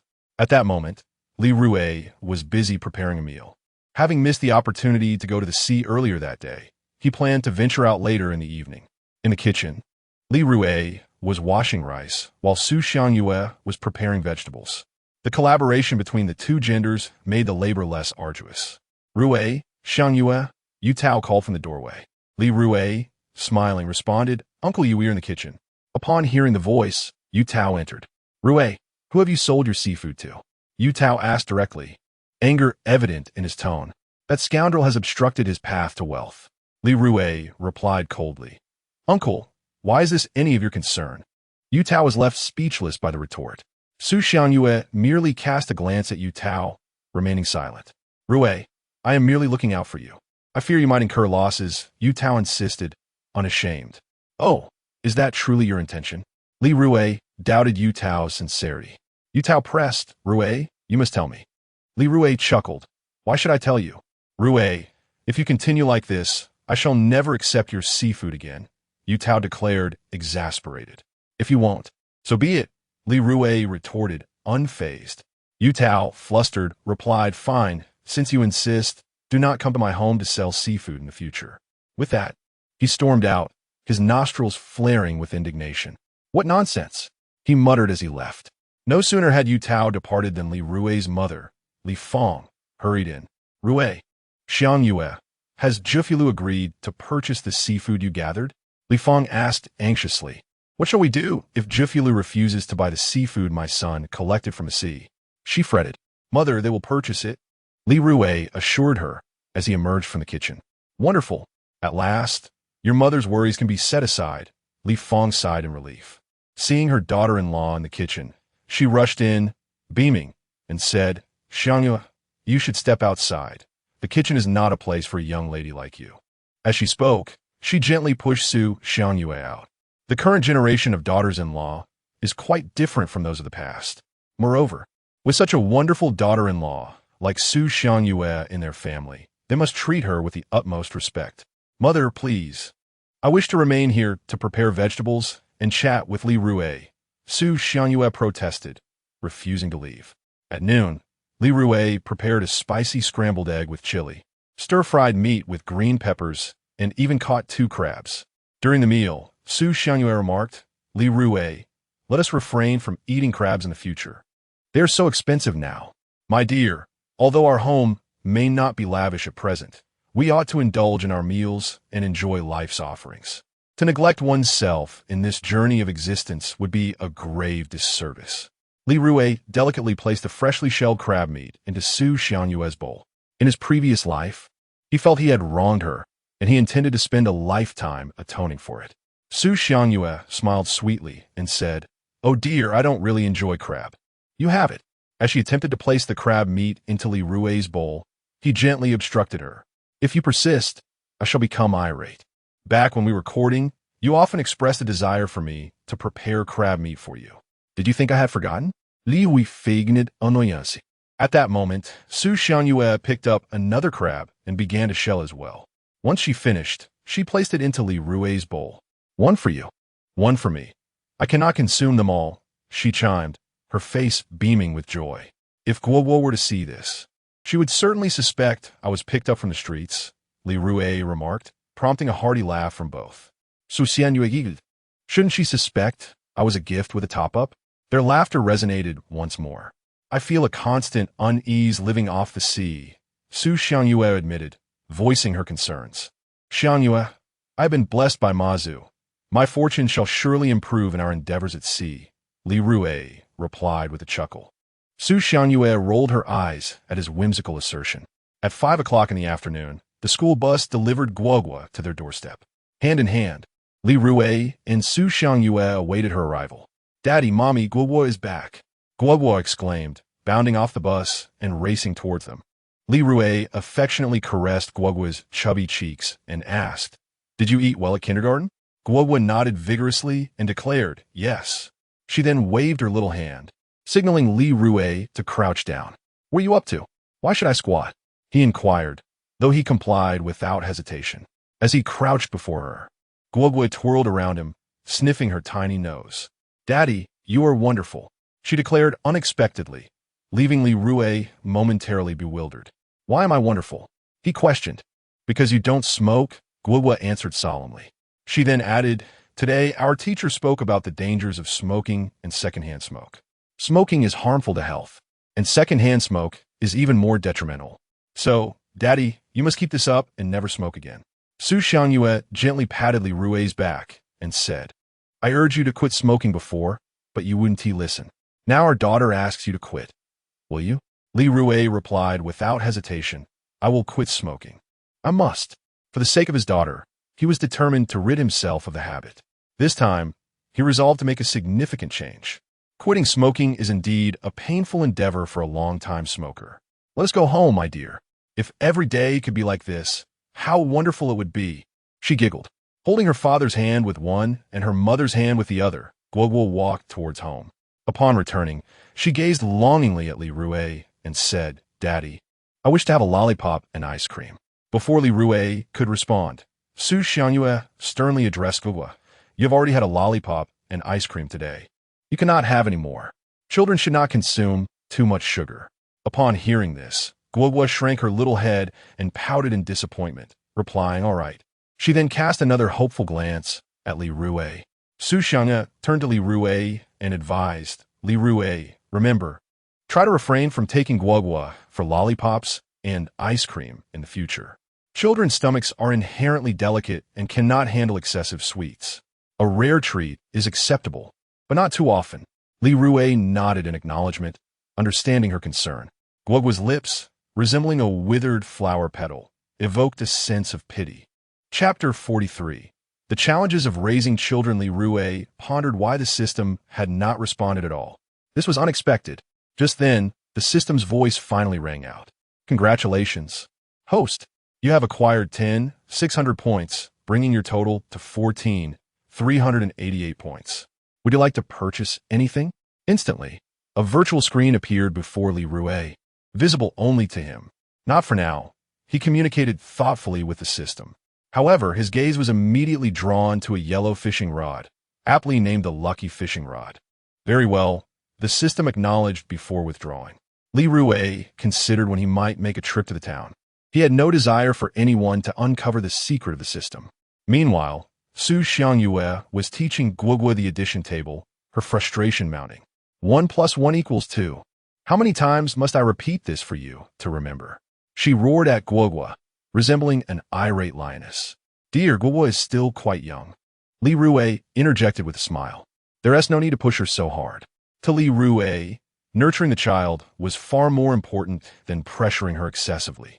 Many believe that children must not fall behind at the starting line, yet they fail to realize that the starting line is determined by the parents, not the children themselves. Being overly strict during childhood can lead to depression in the child. Li Rui's expectations for Guogua were simple: to be safe, healthy, and possess sound values. Nothing more. Other children are learning their addition tables. We cannot let ours lag behind. Children cannot afford to fall behind at the starting line. Su Xiangyue shot a cold glance at Li Rui, clearly dissatisfied with his perspective. Force-feeding education will only make Guogua resent learning, Li Rui asserted, voicing his opinion. Seeing Guogua's forlorn expression tugged at his heart. After all, he was a man endowed with the system's support. How could his daughter possibly be ordinary? Su Xiangyue, with a stern face, countered, in such a competitive environment, if Guogua does not study diligently now, what will become of her in the future? Li Rui approached her from behind, gently massaging her shoulders. In dealing with women, one must first address their emotions before tackling the problem at hand. Otherwise, it can become quite troublesome. How is the pressure? Li Rui inquired. Very comfortable, Su Xiangyue replied, her face reflecting enjoyment. After a while, Li Rui continued, my dear. When it comes to educating our child, we shouldn't be too demanding. We should cultivate her interests. Forcing a 3-year-old to memorize addition tables daily is simply unfair. Guogua, seated on her little chair, nodded vigorously. She detested the monotonous task of rote memorization. It's so dull and tedious, she thought, noticing the child's agreement. Li Rui appealed to Su Xiangyue's emotions and reason, hoping she would embrace his viewpoint. She didn't want to take the easy way out. Su Xiangyue shot Guogua a disapproving look. Guogua lowered her head, her small hands intertwined and rubbing together nervously. Li Rui's expression darkened slightly. Xiangyue, you cannot expect Guogua, such a young child, to be as perpetually busy as us adults. What is the purpose of living a life? After being born and gaining a semblance of understanding, must one toil like a donkey endlessly? He sought to sway Su Xiangyue's educational philosophy. Su Xiangyue countered, one must first live. Only by excelling in studies can one hope to live a better life. Can it? Upon hearing this, Li Rui chuckled. In this day and age, who cannot survive? I have only heard of people succumbing to exhaustion, never of starvation. We should interact with children in an equitable manner. Guogua is a living being. I do not wish for her to turn into an examination machine. In today's society, many of our compatriots suffer from psychological ailments, largely stemming from familial issues. Although Guogua did not fully grasp Li Rui's words, she felt an innate agreement with him, silently applauding his perspective. Su Xiangyue's charming face darkened. Li Rui, what do you mean by that? You're well aware of our family's circumstances. How far can Guogua go without relying on her education? Education is indeed a commendable path, but it suits some and not others. Li Rui reiterated his viewpoint. Fine, since you feel so strongly, you can take charge of the child's education, Su Xiangyue replied, somewhat irked, turning her face away from him. Ordinary children are all brought up this way nowadays. If she does not push Guogua a bit, the child will certainly lag behind others in the future. Xiangyue, since we have brought Guogua into this world, we must love her and allow her to grow in a nurturing environment. A person filled with love will surely thrive in life, Li Rui stated. Children are not mere tools. To love a child means to embrace, to understand, to guide, and to serve as a model. We must also abandon the notion of raising children for our own old age. When you love your child, they will feel it. When you grow old, they will naturally treat you well. Su Xiangyue suddenly stood up from her chair, her anger palpable as she glared at Li Rui. What do you mean by that? Are you suggesting that I do not love our child? No, Li Rui smiled, gently urging Su Xiangyue back in her seat. He then spoke softly. I know how deeply you love Guogua, but the way you express that love may be more than she can bear. As parents, we must regard our children from an equal perspective. Before having children, we are not omnipotent beings. After having children, we remain fallible. Li Rui recognized that some of his parenting beliefs might not be entirely correct, yet he vowed to bestow abundant love upon Guogua. He detested the notion of imposing one's will under the guise of doing what is best for the child, forcing them into pursuits they do not enjoy. Is that truly in the child's best interest? Competing in grades and conditions can lead to psychological issues. Let the child be themselves. We merely need to provide guidance. After Li Rui's heartfelt words, Su Xiangyue fell into deep contemplation.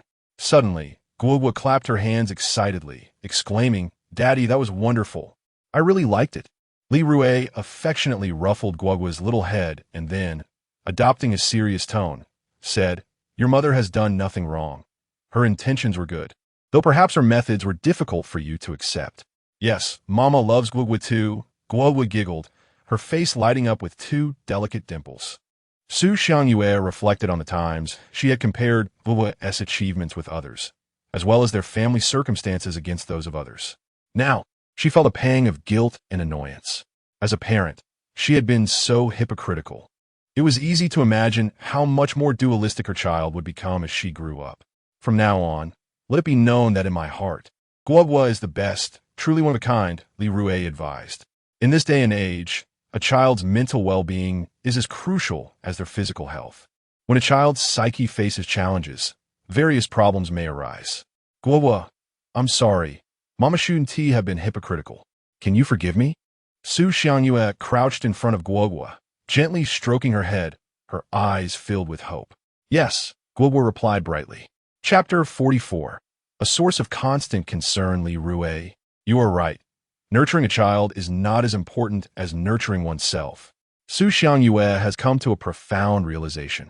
Previously, she was excessively harsh on Guogua. Guogua is a living being, not merely an instrument for her ambitions. "My dear, we must strive together. The quality of Guogua's life is significantly correlated with our efforts." Li Rui gently grasped Su Xiangyue's delicate hand and leaned closer to her. "Oh, how embarrassing."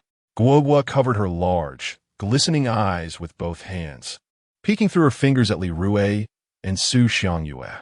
Seeing this, Su Xiangyue immediately blushed and withdrew her hand from Li Rui's grasp. "The child is right here. What are you doing?"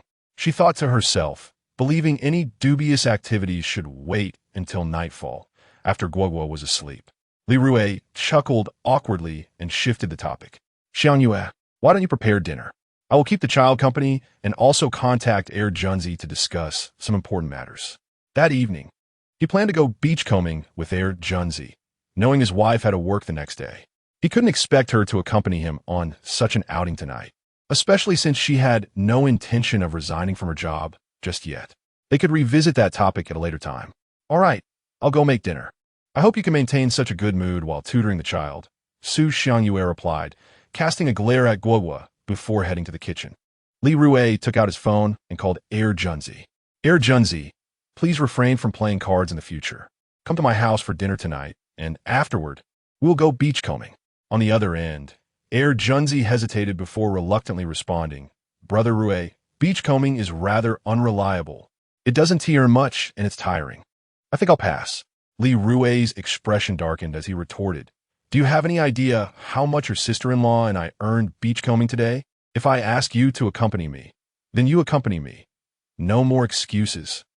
Junzi shrank back, replying quietly, "All right." As Li Rui put away his phone, he prepared to play with Guogua when his cousin, Li Dalong, entered with a broad smile. "Rui, come, have a smoke," said Li Dalong, whose pockmarked face beamed as he offered a cigarette to Li Rui. Before Li Rui could respond, Guogua, with her short legs, hurried over to Li Dalong and vigorously waved her chubby little hands. "My daddy doesn't smoke. The teacher said smoking is harmful to health. Secondhand smoke is even worse. I don't want to inhale secondhand smoke." Guogua scrunched her little nose, thinking that adults were indeed a source of constant concern. Why did they always offer cigarettes upon meeting? Li Rui, helpless, smiled at Li Dalong. "Cousin, please put that away. I have quit smoking." "How did you manage that?" Li Dalong asked, puzzled, disregarding Guogua's presence. What does a little child know about such matters?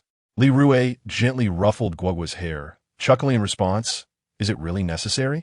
Li Dalong shook his head with a wry smile. Li Rui responded in a resolute tone, affirming, "Indeed." In his previous life, he had shown no regard for Guogua's feelings. This time, he was determined to honor them. Li Dalong tucked away his cigarette and chuckled, "Rui Z, if you go clam digging, would you take your uncle along?" Upon hearing this, Li Rui finally understood the purpose of Li Dalong's visit. In the past, Li Dalong had always spoken ill of him behind his back, criticizing his lack of ambition and never offering assistance. Now that Li Dalong sought his company, it was clear he would not be inclined to take him along clam digging. With this in mind, Li Rui politely declined, saying, "Uncle, you are a seasoned clam digger, having consumed more salt than I have rice. It may not be appropriate for me to lead you. Rui Z, your luck has been quite favorable lately. While you feast, your uncle merely wishes to savor the broth." Li Dalong said with a teasing grin. "Just take your uncle along." Li Rui inwardly scoffed. "You test a leader with a mere cigarette. What leader could withstand such a trivial trial? You wish for me to lead you to fortune without offering any gesture of goodwill. At your age, how can you be so oblivious to social niceties? Moreover, although we are relatives, our bond is not particularly strong." Yet, he replied with a facade of politeness, "Uncle, I find myself unable to fulfill your request." Li Dalong's expression darkened immediately. "Rui Z, what is the matter with you? As your uncle, how can you deny me even this modest request?" With that, he turned away, his face clouded with displeasure. "Uncle, why are you leaving? Come to my house for dinner tonight," Su Xiangyue called out politely. "I won't be joining," Li Dalong retorted stiffly, not even glancing back as he departed. Su Xiangyue felt perplexed. In the living room, Li Rui merely chuckled coldly, taking the earlier incident in stride. "Daddy, why do adults always offer cigarettes upon meeting? Wouldn't it be better to give lollipops?" Guogua pouted. Speaking of lollipops, she smacked her lips. "I really want to eat a lollipop. If only I could have one." "You little foodie, all you think about is eating," Li Rui teased gently, giving her little nose a playful rub. "Our kindergarten friends say that if you don't actively eat candy, there's something wrong with your head," Guogua replied, her argument unwavering. Li Rui found her reasoning amusing, laughing heartily. "Your kindergarten friends are quite right. Daddy, Guogua wants a lollipop," she pouted, gazing at him with big, pleading eyes. "Your mother said you can't have any ice cream today, so I can't buy you a lollipop," Li Rui replied, as he did not endorse excessive candy consumption for children. Guogua raised her chin and quickly stated, "Then can I have a lollipop tomorrow?" "That depends on your behavior," he said, seizing the moment to pick up a workbook. "Now, what is 1 plus 1? 1 plus 1 equals..." Guogua counted on her fingers. 1 plus 1 equals 3. Li Rui listened, not taking offense. He pointed at Guogua's little fingers and patiently instructed, "This is a finger, and this is also a finger. 1, 2. 1 plus 1 equals what?" "Daddy, Guogua knows," she exclaimed excitedly. 1 plus 1 equals 2, right? "Exactly," Li Rui replied with a smile of satisfaction. Subsequently, he continued to passionately teach Guogua the addition tables, and she listened with rapt attention. Occasionally, she would pose a question to him. "Daddy, is Mama's temper good or bad? When she teaches me, she often gets angry, and I don't like it." Guogua suddenly interjected. "What'd you just say, Guogua?" At that moment, Su Xiangyue entered the room, carrying a plate of spicy and sour shredded potatoes. Upon seeing her, Guogua quickly covered her mouth with her chubby little hands and mumbled. "Guogua, didn't he say anything just now?" Chapter 45, Insanity or Fever. "Mom just heard everything," Su Xiangyue murmured. Guogua thought to herself, "Oh no." However, Su Xiangyue did not dwell on the matter with Guogua and proceeded to the kitchen to serve the dishes. "Daddy and Mommy are really fierce. They are not gentle at all," Guogua pouted. This time, she had learned to be clever. While speaking, her round, sparkling eyes were fixed on the doorway of the living room. The moment Su Xiangyue appeared, she would immediately close her mouth.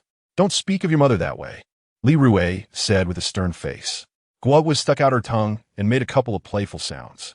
Just then, a lanky boy, Junzi, hurried over energetically. "Brother Rui, I'm here." Junzi grinned foolishly. "Hello, Uncle Junzi." Guo waved her chubby little hand to greet him upon seeing him. Junzi approached, crouched down, and was about to pinch Guoguo's little face, but she quickly took several steps back. She vigorously shook her hand and said earnestly, "You mustn't pinch a child's face. If you do it too much, they might drool." "Hey, this little one seems to know quite a bit," Junzi remarked, somewhat surprised. "How does a 3-year-old child know so much?" Guoguo promptly corrected him. "Guoguo, I sent a little one. Guoguo is over 3 years old now, almost 4. Junzi chuckled. "You've never heard of a 3-year-old child?" He teased. Guoguo, of course, had heard of 3-year-olds, but she insisted, "I'm over 3 years old now. Not a 3-year-old child." She spoke with utmost seriousness. Junzi burst into laughter, and so did Li Rui. He patted Guoguo's little shoulder, saying, "Go play with your toys. I need to discuss something important with your Uncle Junzi." "All right." Guoguo giggled as she dashed to the corner of the living room. The corner was piled high with toys. She sat on a carpet, arranging several Barbie dolls, standing them all upright. "Before Guoguo eats, I'll let Mommy feed you all," she chatted to herself. After glancing at Guoguo, Junzi smiled at Li Rui and said, "Brother Rui, your daughter is quite amusing." Li Rui did not respond and shifted the conversation to serious matters. Junzi, let us talk business. From now on, you'll accompany me to the beach. I'll pay you 200 a day. What do you think?" Li Rui inquired earnestly. A daily wage of 200 is quite decent on Crescent Island. Junzi was momentarily taken aback, staring blankly for a while before exclaiming, "Brother Rui, are you crazy? Or are you running a fever? 200 a day is no small sum. It's rare to find such a high wage on Crescent Island." He thought to himself, in these times, making 200 a day from beachcombing is quite difficult. If you can't earn that much in a day, how could you offer me such a high salary? What are you really thinking? I'm perfectly sober. Just tell me if you're willing or not. Li Rui's tone grew cold. "No, absolutely not." Junzi shook his hands repeatedly. He was worried that Li Rui would end up at loss. After some contemplation, Junzi remarked, "Brother Rui, what do you think of this arrangement? From now on, I will accompany you to the beach. If you earn money, you shall give me 10%. If you do not, then I shall receive nothing." In Junzi's perspective, Li Rui was merely acting on a whim, engaging in this endeavor for a few days before losing interest. However, Li Rui agreed to Junzi's proposal. With the support of the system, having Junzi accompany him to the beach and sharing a portion of the earnings would suffice for a comfortable living. This was a sentiment he could not express to Junzi, so he simply stated, "Work diligently, and we can achieve great things together." Junzi nodded with a smile on his face, but internally he scoffed, "Brother Rui, spare me. Do you really think I am unaware of the current state of beachcombing? Seasoned beachcombers struggle to earn 200 a day. Great prospects? What nonsense." Before long, Su Xianyue returned with several more dishes. The dining table was adorned with 4 dishes and a soup, spicy conch, shredded pork with green peppers, braised pig trotters, stir-fried bok choy, and a bowl of tomato and egg soup. "Guoguo, wash your hands and come to eat," Su Xianyue called out. After washing her hands, Guoguo did not immediately sit down to eat. Instead, she pulled Su Xianyue toward her collection of Barbie dolls, earnestly stating, "Mama, they haven't eaten yet. They can only eat after Guoguo eats." All right, Su Xianyue replied, wearing a bemused expression, and she began to symbolically feed the dolls. "Okay, they're all full now, and Guoguo can eat." Upon hearing this, Guoguo rushed to the dining table, climbed onto a small chair, and began to eat heartily with her spoon. During the meal, Junzi hesitated to speak. Su Xianyue's impression of him had changed somewhat. She glanced at Junzi and asked, "Junzi, what do you wish to say?" Just as Junzi opened his mouth, Li Rui interrupted, "Don't talk while eating. I know what you want to say. You simply think that making a living from beachcombing is unreliable." "Exactly. Only Brother Rui understands me." Junzi chimed in. Su Xianyue also worried that Li Rui's good fortune would not last indefinitely, as beachcombing relied heavily on luck, which was capricious and unpredictable. Yunzi, just a few days ago, I was possessed by Ma Zhu. My luck in beachcombing will surely continue, Li Rui jested. "Is that true?" Yunzi exclaimed, raising his head and staring intently at Li Rui. He was a fan of online novels and often encountered stories of impoverished protagonists who experienced miraculous turnarounds. Had fiction seeped into reality? Could it be that Brother Rui was the chosen one? Isu siangyu, noticing Yunsi's reaction, remarks Yunsi. Don't listen to your Brother Rui's nonsense. He is just rambling. Sister-in-law, perhaps it is true. I have read such plots in online novels. Junzi replied solemnly. Su Xianyue couldn't help but roll her eyes. Goodness, it seems Junzi is quite the delusional youth. After finishing their meal, Li Rui and Junzi gathered the necessary items for beachcombing, yet they had not yet stepped out of the door. Guoguo exclaimed, Daddy, Uncle Junzi, I wish to accompany you to the beach. It is such a delightful adventure. Su Xianyue gently tapped Guoguo's little head and replied, It is already dark. You have school tomorrow. What do you intend to do at the beach? Yet, Guoguo persisted in her desire. Pouting slightly, she said, If I can't go, then you must promise to buy me candy tomorrow. Su Xianyue's expression darkened as she coldly responded, Absolutely not. At that moment, Li Rui and Junzi stepped outside, and soon a large crowd gathered around them, all eager to join Li Rui on his beach expedition. Li Rui surveyed the scene and thought to himself, Goodness, it seems I have assembled quite a formidable entourage. Chapter 46. Even dogs won't pick it up. Junzi felt a presence behind him. Upon turning around, his eyes widened in astonishment as he exclaimed, Goodness gracious! Brother Rui, it appears the entire village, men, women, and children, has come out. Are they also here to gather from the sea? He was utterly taken aback. Behind him stood several elderly individuals, their teeth long gone. Yet here they were, out in the dead of night, pursuing the ocean's bounty. Such a scene was unprecedented for him since arriving in Wang village. Let us move on, and pay them no mind, Li Rui replied, a hint of frustration evident in his tone. It seemed that the adage of silently amassing wealth held some truth. Junzi nodded and followed closely behind Li Rui. As they progressed, a flurry of activity erupted among the crowd, trailing them. Upon reaching a certain point, Junzi remarked, Brother Rui, something feels amiss. Why do they seem to be following us? His face was a canvas of confusion. Li Rui felt a surge of irritation, but he found himself powerless to act. The sea, being a common resource, could not be claimed by any one individual. Thus, he could not simply drive others away. Li Rui's luck has been extraordinary lately. By following him, we shall surely uncover treasures, murmured those behind them. Indeed, last night, Li Rui and his wife collected items worth at least 5,000 or 6,000. They chattered excitedly. Junzi soon grasped the situation. I see now. Brother Rui, with this throng trailing us, how can we gather from the sea? He was anxious that if they stumbled upon something valuable, the crowd's presence would hinder their efforts. As Li Rui contemplated a strategy, they soon arrived at the shallow shore. Brother Rui, look at all the whelks over there, Junzi exclaimed, dashing toward a cluster of rocks. He pried whelks from their rocky homes and tossed them into his bucket. Known as bitters or rock whelks, these creatures are oval-shaped, typically measuring 33 millimeters in height and 21 millimeters in width. They resemble river snails, with the larger specimens being about the size of an adult thumb. They are not particularly expensive, costing roughly 10 yuan per pound. With Junzi's shout, the crowd surged toward him, eagerly harvesting whelks and tossing them into their own buckets. Li Rui has truly been fortunate lately. Following him, we are bound to find treasures, Chun Xiong said excitedly as he gathered. At that moment, Li Rui stealthily approached Junzi and tugged at him. Junzi looked up perplexed. Brother Rui, why aren't you collecting? This area is teeming with whelks. If we don't gather them, others will. His anxiety was palpable. This particular gathering spot for whelks had been his discovery, and he was unwilling to see it stripped bare by others. Li Rui remained silent, pulling Junzi away from the crowd. Brother Rui, what are you doing?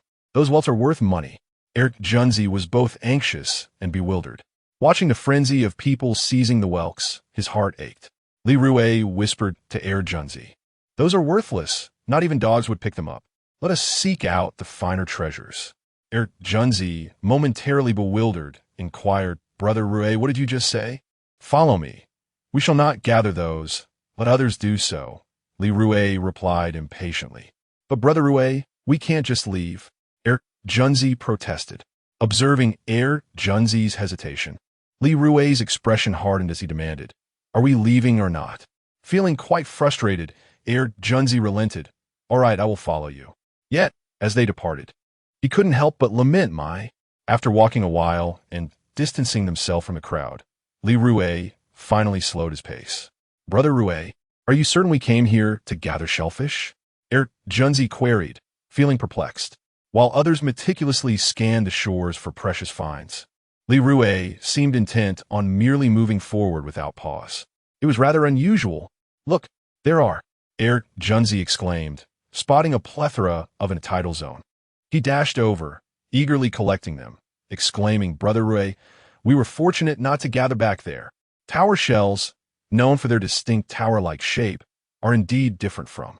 Their thicker, sturdier shells protect their delicate bodies, and they typically have more than 7 layers that taper as they ascend. They are considerably more valuable than fetching around 25 yuan per pound. At that moment, Li Rui noticed a multitude of, "Brother Rui, come quickly.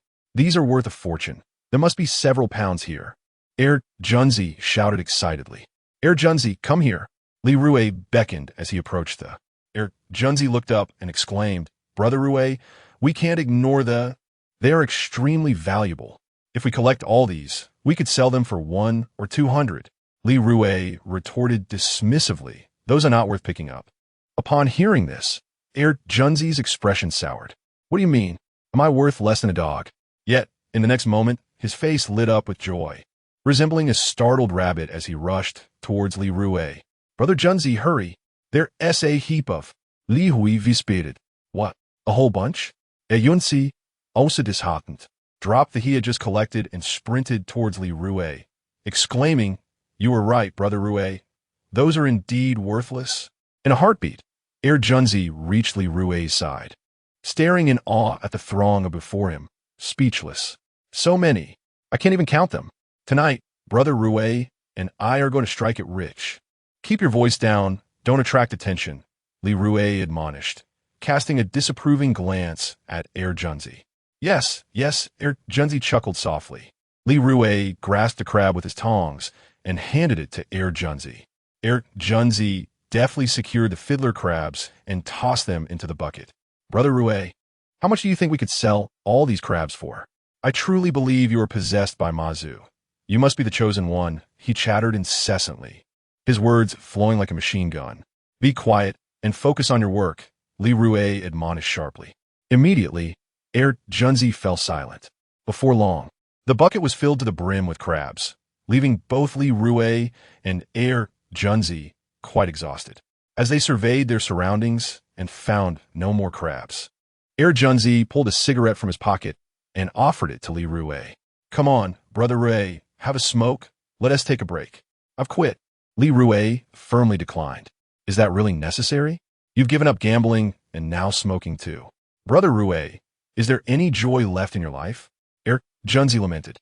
Li Rui thought of Guogua and Su Xianyue, a smile of contentment gracing his face. "Yes, there is. His greatest aspiration in life was to ensure that his wife and child lived a happy and prosperous life." Chapter 47.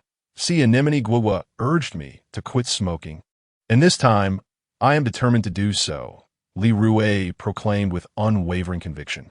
To be candid, at that moment, he was beset by cravings. Yet, the mere thought of his daughter fortified his resolve. As a father, he aspired to set a commendable example. He could not afford to break his promise to Guogua. Junzi was momentarily taken aback. "Brother Rui, isn't Guogua just a little child?" Li Rui kicked Junzi lightly and then replied earnestly, "Do not underestimate child. I had previously promised Guogua that I would quit smoking, and I intend to keep that promise." Guogua possessed a keen sense of smell and could easily detect the scent of cigarettes. He did not wish for Guogua to recoil from him, calling him Daddy Stinky. "Brother Rui, you've changed remarkably," Junzi remarked, scratching his head and chuckling awkwardly. In the past, Brother Rui frequently told him that cigarettes and alcohol were inseparable, that a smoke after a drink was akin to divine enjoyment. Now, the unexpected desire to quit smoking from Brother Rui astonished him. He seemed like a different person altogether. Brother Rui, if you don't smoke, I want to either, Junzi said, displaying his understanding by putting the cigarette back into its case. He then glanced down at the bucket brimming with swimming crabs and cheerfully added, Brother Rui, tonight I shall earn more than 200. Li Rui settled himself on a large rock and replied, of course. Just this bucket of crabs could fetch 3 or 4,000. If you take 10%, that's 3 or 400. Upon hearing this, Junzi's face lit up with joy, and he grinned widely. Brother Rui, when you initially offered me 200 a day, I thought you were out of your mind. It seems you possess remarkable foresight. However, as the topic turned to finances, Li Rui's expression grew serious. He addressed Junzi, saying, let us be clear from the outset. If you continue to work with me, I will provide you with 10% of the earnings. If you have any objections, do not accompany me. It's essential to clarify financial matters among close friends to prevent future disputes. I do not wish for conflicts over money. Brother Rui, had it not been for you bringing me to the shore, I'd likely still be aimlessly wandering about. Li Rui nodded slightly and affirmed, since you say so, we shall adhere to this distribution model moving forward. His confidence for the future stemmed from having acquired a fishing perspective system. While others searched for catches across stretches of sea, he could see at a glance where the fish were plentiful and where they were not. This significantly enhanced his efficiency in fishing. Furthermore, the money he earned could be converted into points, which allowed him to redeem fortunate tools from the system.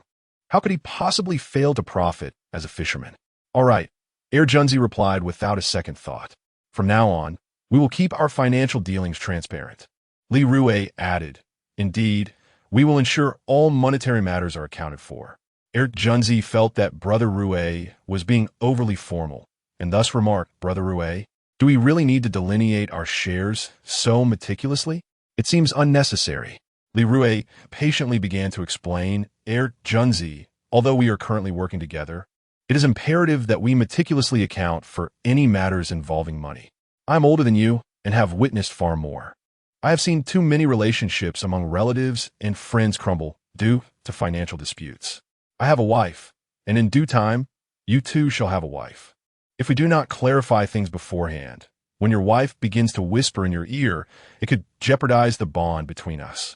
There's a pair of brothers in the Happiness Village who fell apart over issues of parental support and land distribution. The lessons of the past are ever present. Don't mock me, Ruegu. I am not as charming with women as you are, nor am I as handsome. Besides, I have no money. How could I possibly marry a wife? Junzi dared not to dream of finding a partner in this lifetime. Trust me, Junzi.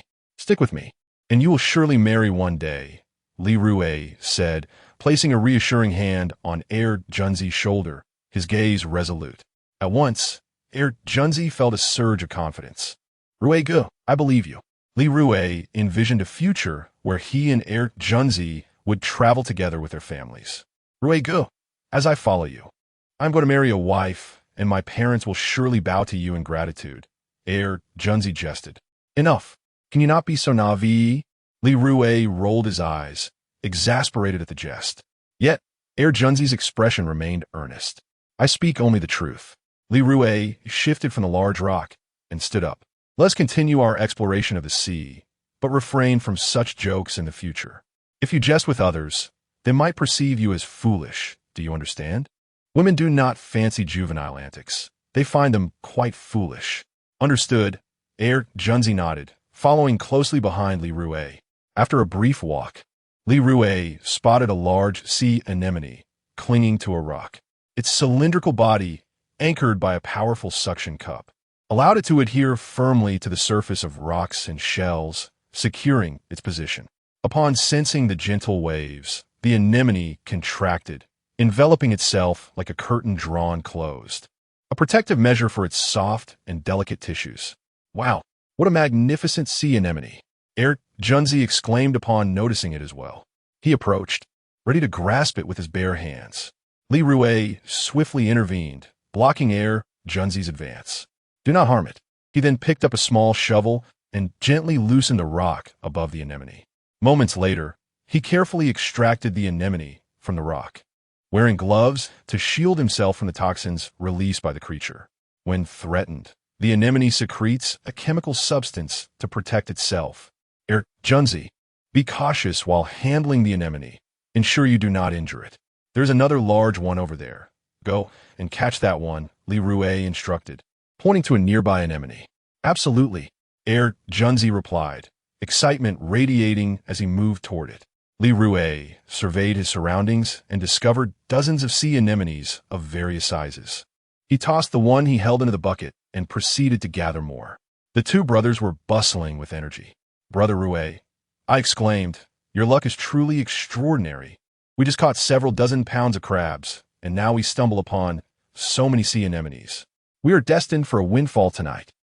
Junzi gazed at the sea anemones as if they were stacks of 100 yuan bills, unable to comprehend how they could possibly collect them all. Ha ha ha. Li Rui's expression darkened as he shot Junzi a glare. Can you tone down your excitement? Don't you have any awareness of how many people from our village are out here tonight? Upon hearing this, Junzi fell silent, swiftly gathering the sea anemones. There were simply so many. His eyes sparkled with delight, and his face radiated exuberance. After half an hour of diligent work, Li Rui and Junzi finally cleared the area of sea anemones. Looking at the half-full bucket, Junzi's eyes gleamed with joy. Brother Rui, we truly struck gold tonight. Tomorrow morning, we'll head to my sister's place to sell all of this. Don't rush, Li Rui smiled faintly, exuding confidence. His intuition hinted that there were still more treasures awaiting them. Chapter 48. Left for father to eat, is it really impossible? Junzi exclaimed. He felt quite self-sufficient. Li Rui settled onto a large stone, suggesting, let's take a break and continue our seaside foraging. After sitting beside Li Rui, Junzi instinctively pulled a cigarette from his pocket and offered it to Li Rui. All right, I forgot you quit smoking. Junzi chuckled ruefully. Are you hungry? Here. Li Rui produced 2 eggs from his pocket. One a chicken egg, the other a salted duck egg. If you desire something flavorful, take the duck egg. The eggs were gifts from his wife, Su Xiangyue. Junzi eagerly snatched the salted duck egg, grinning, Brother Rui, I want to hold back. Foraging at the beach was indeed exhausting, and he was genuinely feeling peckish. Just as Junzi peeled the shell off the duck egg, Li Rui remarked, tonight's luck is truly poor. We haven't found anything good. Junzi was momentarily taken aback. Brother Rui, he began, but then noticed Li Rui making a subtle gesture towards him. What's going on? He wondered, even more perplexed. We have someone approaching from behind. Li Rui whispered in Junzi's ear. Upon hearing this, Junzi quickly grasped Li Rui's intention. He played along indeed. Our luck is quite dismal tonight. We've only gathered a few spicy snails. If we had known, we should have picked up some earlier. As soon as he finished speaking, Chun Xiong's mocking laughter rang out from a distance. Li Rui, why are you out of luck tonight? I just caught a few hefty crabs, each one fatter than the last. When it comes to foraging at the beach, I'm the expert, while you're merely a novice. Luck cannot always favor you. Chun Xiong appeared rather smug. Such is human nature. Competitors rarely wish for your success to surpass theirs. Junzi, let us move on.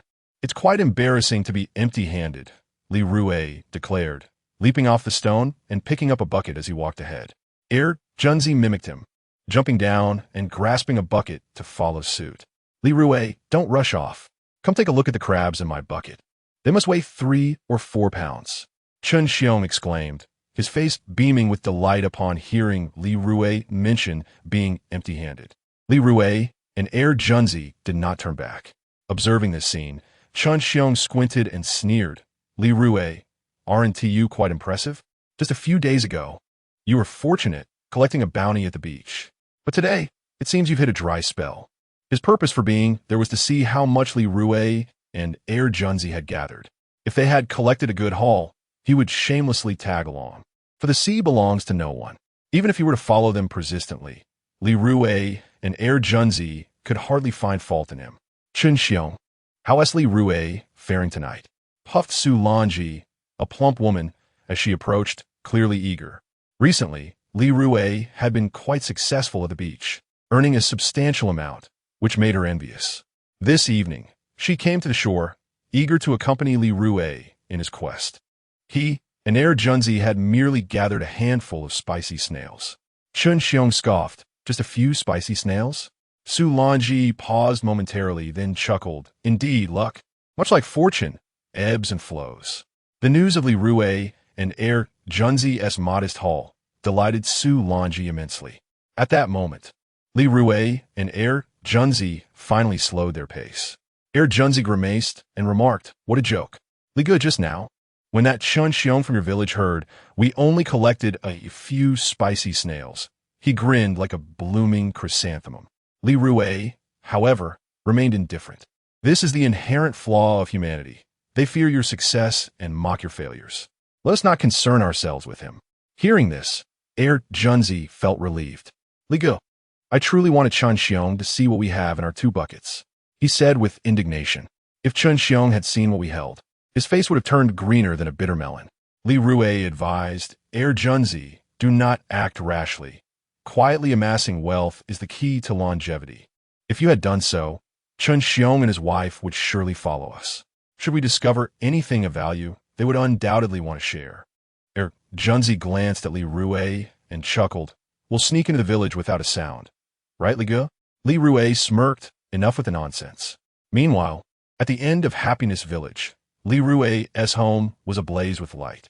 Su Xiangyue sat at the entrance, gazing expectantly towards the road, longing for Li Rui's early return.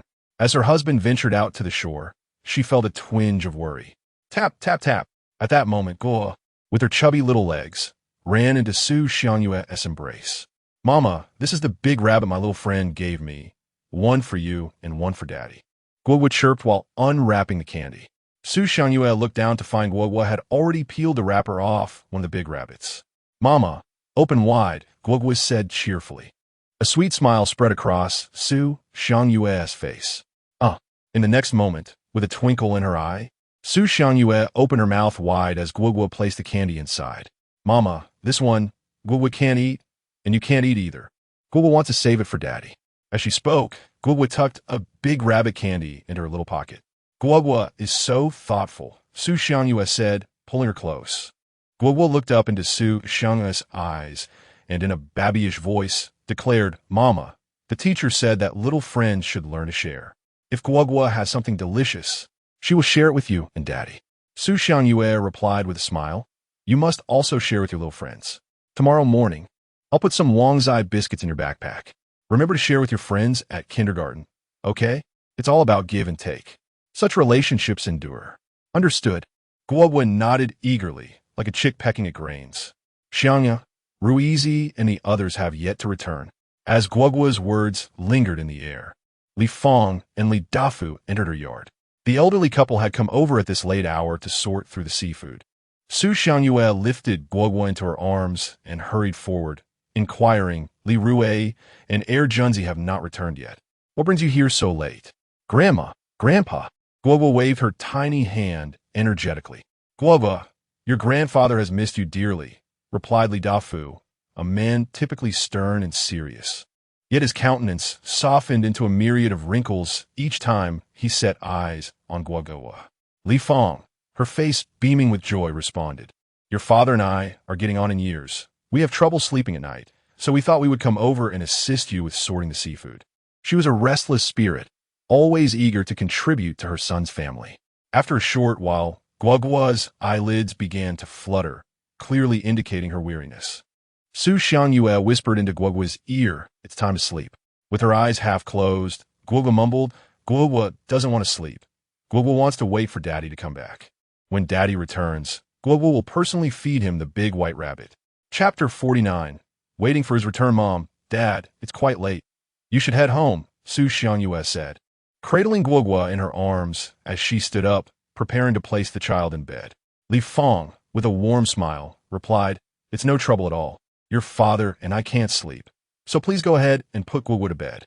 As Su Xiangyue entered the bedroom and laid Guo down, the little one, still half asleep, murmured, "Mama, is Daddy back?" Her tiny hands clutched tightly around the large white rabbit candy nestled in her belly pocket. She yearned to present the candy to her father upon his return. However, as soon as the words left her lips, she could no longer keep her eyes open and soon drifted into slumber. Back in the living room, Su Xiangyue settled into a chair, her gaze fixed on the entrance of her home. Xiangyue, you have work tomorrow. You should get some rest, Li Fong gently urged, feeling a pang of sympathy for her daughter-in-law. I will wait for Li Rui to come back before I sleep, Su Xiangyue replied, her heart restless until she saw Li Rui. The thought of sleeping without his return left her uneasy. After several attempts to persuade her, Li Fong decided to refrain from further insistence, understanding that the younger generation often found such admonitions tedious. Meanwhile, at the shallow sea, Su Longji watched Li Rui and Air Junzi in the distance, and inquired of Chun Xiong beside her. Shall we follow them? Follow them? What for? Li Rui is having a stroke of bad luck tonight. What would be the point of trailing behind them, only to return empty-handed? Chun Xiong scoffed coldly. After speaking, he spotted a cluster of turban shells not far away. Wading through the water, he hurried over. Wow, look at all these turban shells. Li Rui and Air Junzi must have walked right past them. How could they miss such a bounty? Chun Xiong exclaimed, bending down to collect the shells. Su Longji approached and began to gather the turban shells as well. Indeed, there are so many. We must have several pounds here, she exclaimed excitedly. Thank goodness I listened to you earlier and I didn't follow them. Had I gone, I wouldn't be able to collect these shells now. Su Longji felt immensely relieved. On the other side, Air Junzi had been trailing Li Rui for some time without finding anything worthwhile. Feeling deflated, he suggested, Brother Rui, let's take a break. Just then, Li Rui halted before a patch of abalone and beckoned. Air Junzi, come here quickly. What have you found this time? Air Junzi's fatigue vanished instantly as he rushed through the water to Li Rui's side. When the beam from his headlamp illuminated the abalone beneath the surface, he was momentarily stunned. Stop staring. Let's gather them quickly, Li Rui urged, already picking up the abalone. The abalone shell is a single structure, enveloping the soft body from the back for protection. The size of the shell varies according to species and age. Small abalones do not exceed 5 centimeters in shell length. Medium ones range from 5 to 20 centimeters, and large abalones can measure between 20 to 30 centimeters. Their shells are typically oval or flat, with a smooth surface. The soft-bodied creature is divided into a head, foot, and mantle. Abalone, a dioecious species, exhibits distinct sexual differentiation and is highly nutritious, offering benefits such as nourishing the lungs, aiding digestion, nourishing yin, and clearing heat. Consequently, it commands a considerable price. When ordinary people mention abalone, they often regard it as a luxurious delicacy. Little do they know, the shell of the abalone can also serve as traditional Chinese medicine. Brother Rui, when you go to the shore, why don't you find wild takeout like those wilderness survival bloggers on Douyin? In a flash, you'd stumble upon a beautiful wild lady, joked Air Junzi while foraging for abalone. Are there really wilderness survival bloggers on Douyin who have found wild ladies? Li Rui couldn't contain his curiosity. Isn't that outrageous? Opening the door to absurdity?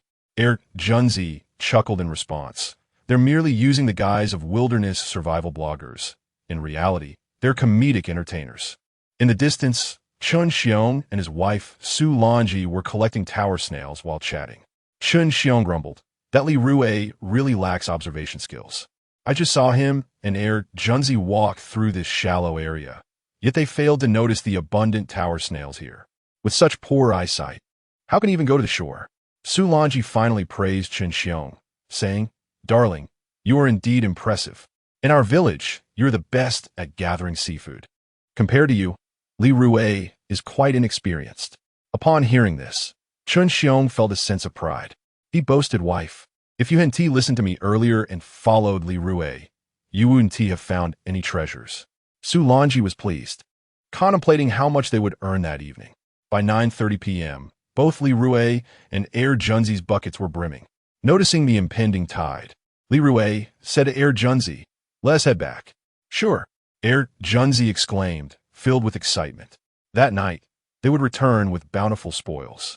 On their way back, Li Rui's cousin, Li Dalong spotted them from a distance and couldn't resist asking, Rui, how was your haul tonight?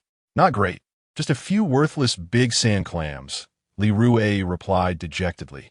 The big sand clam is a bivalve, characterized by its large, white or pale yellow shell, which is nearly round in shape and holds little value, fetching only a few dollars per pound. That's all right. Next time you might come across something valuable. Li Dalong chuckled. As he said this, he glanced at his own bucket, and a proud smile spread across his face. Although he hadn't collected much, he had found several large sea snails and a pile of bitter snails, totaling about $100 in value, which satisfied him greatly. Privately, Li Dalong felt fortunate that when he sought out Li Rui earlier in the afternoon to accompany him to the shore, Li Rui had declined. Had he agreed, he too would have only gathered a few worthless big sand clams. The villagers, upon hearing Li Rui's earlier remark, began to murmur softly among themselves, realizing that luck is often fleeting. A couple of days ago, Li Rui enjoyed a streak of good fortune, but tonight his luck seemed to have deserted him. I believe it is unnecessary for us to continue trailing after Li Rui in pursuit of the sea's bounty. As these words were spoken, a faint smile graced Li Rui's face. This was precisely the outcome he desired. Darling, let us go and take a look at the buckets of Li Rui and Junzi, Chen Xiong cheerfully declared as he dashed towards them. Stop right there, Su Lanji admonished with a stern expression. I can hardly manage this burden alone. You must help me carry this bucket as well.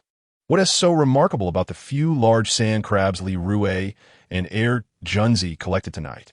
With that, Su Lanji forcibly thrust the bucket into Chen Xiong's hands. Chen Xiong dared not utter a word of protest. Indeed, a few large sand crabs were hardly worth a fuss. Chen Xiong sought to excuse himself, saying, You're right. There's nothing particularly noteworthy about those crabs. Rui Gu, your quick thinking is commendable. I suspect that in our future excursions to the sea, we shall no longer have anyone trailing behind us. Junzi exclaimed, grinning broadly as he gave Li Rui a thumbs up. Chapter 50. Not the least bit tired on the way back, Li Rui felt a profound sense of regret. Previously, he had sold his family's boat due to gambling, and now he lamented the sluggish pace at which money flowed into his hands. He yearned for a boat once more, with his unique ability to see through things. He could amass a considerable fortune. This matter required careful deliberation. Brother Rui, we had a bountiful harvest tonight. Why do you still wear a gloomy expression? Junzi inquired, perplexed. Nothing, Li Rui replied, patting his pocket in search of a cigarette. It is common for men to seek solace in a smoke when feeling irritable, and Li Rui was no exception. Not finding a cigarette pack, he suddenly recalled that he was in the midst of quitting. Damn, how could he have been so addicted to gambling in the past? The pits he had dug were far too deep, and it would take considerable time to fill them. Upon entering his home, Su Xiangyue approached Li Rui with a coat in hand. It's getting chilly. Put this on, she said tenderly. Junzi observed, feeling like a spectator to their affection, wishing for a similarly considerate wife.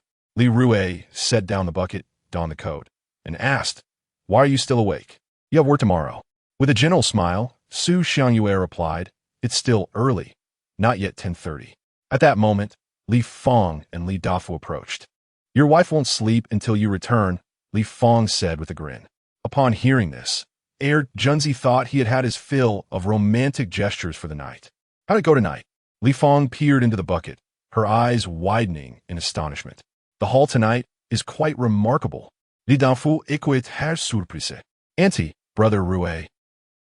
Junzi intended a boast, but Li Rui firmly tugged at his arm, urging, Let us go inside.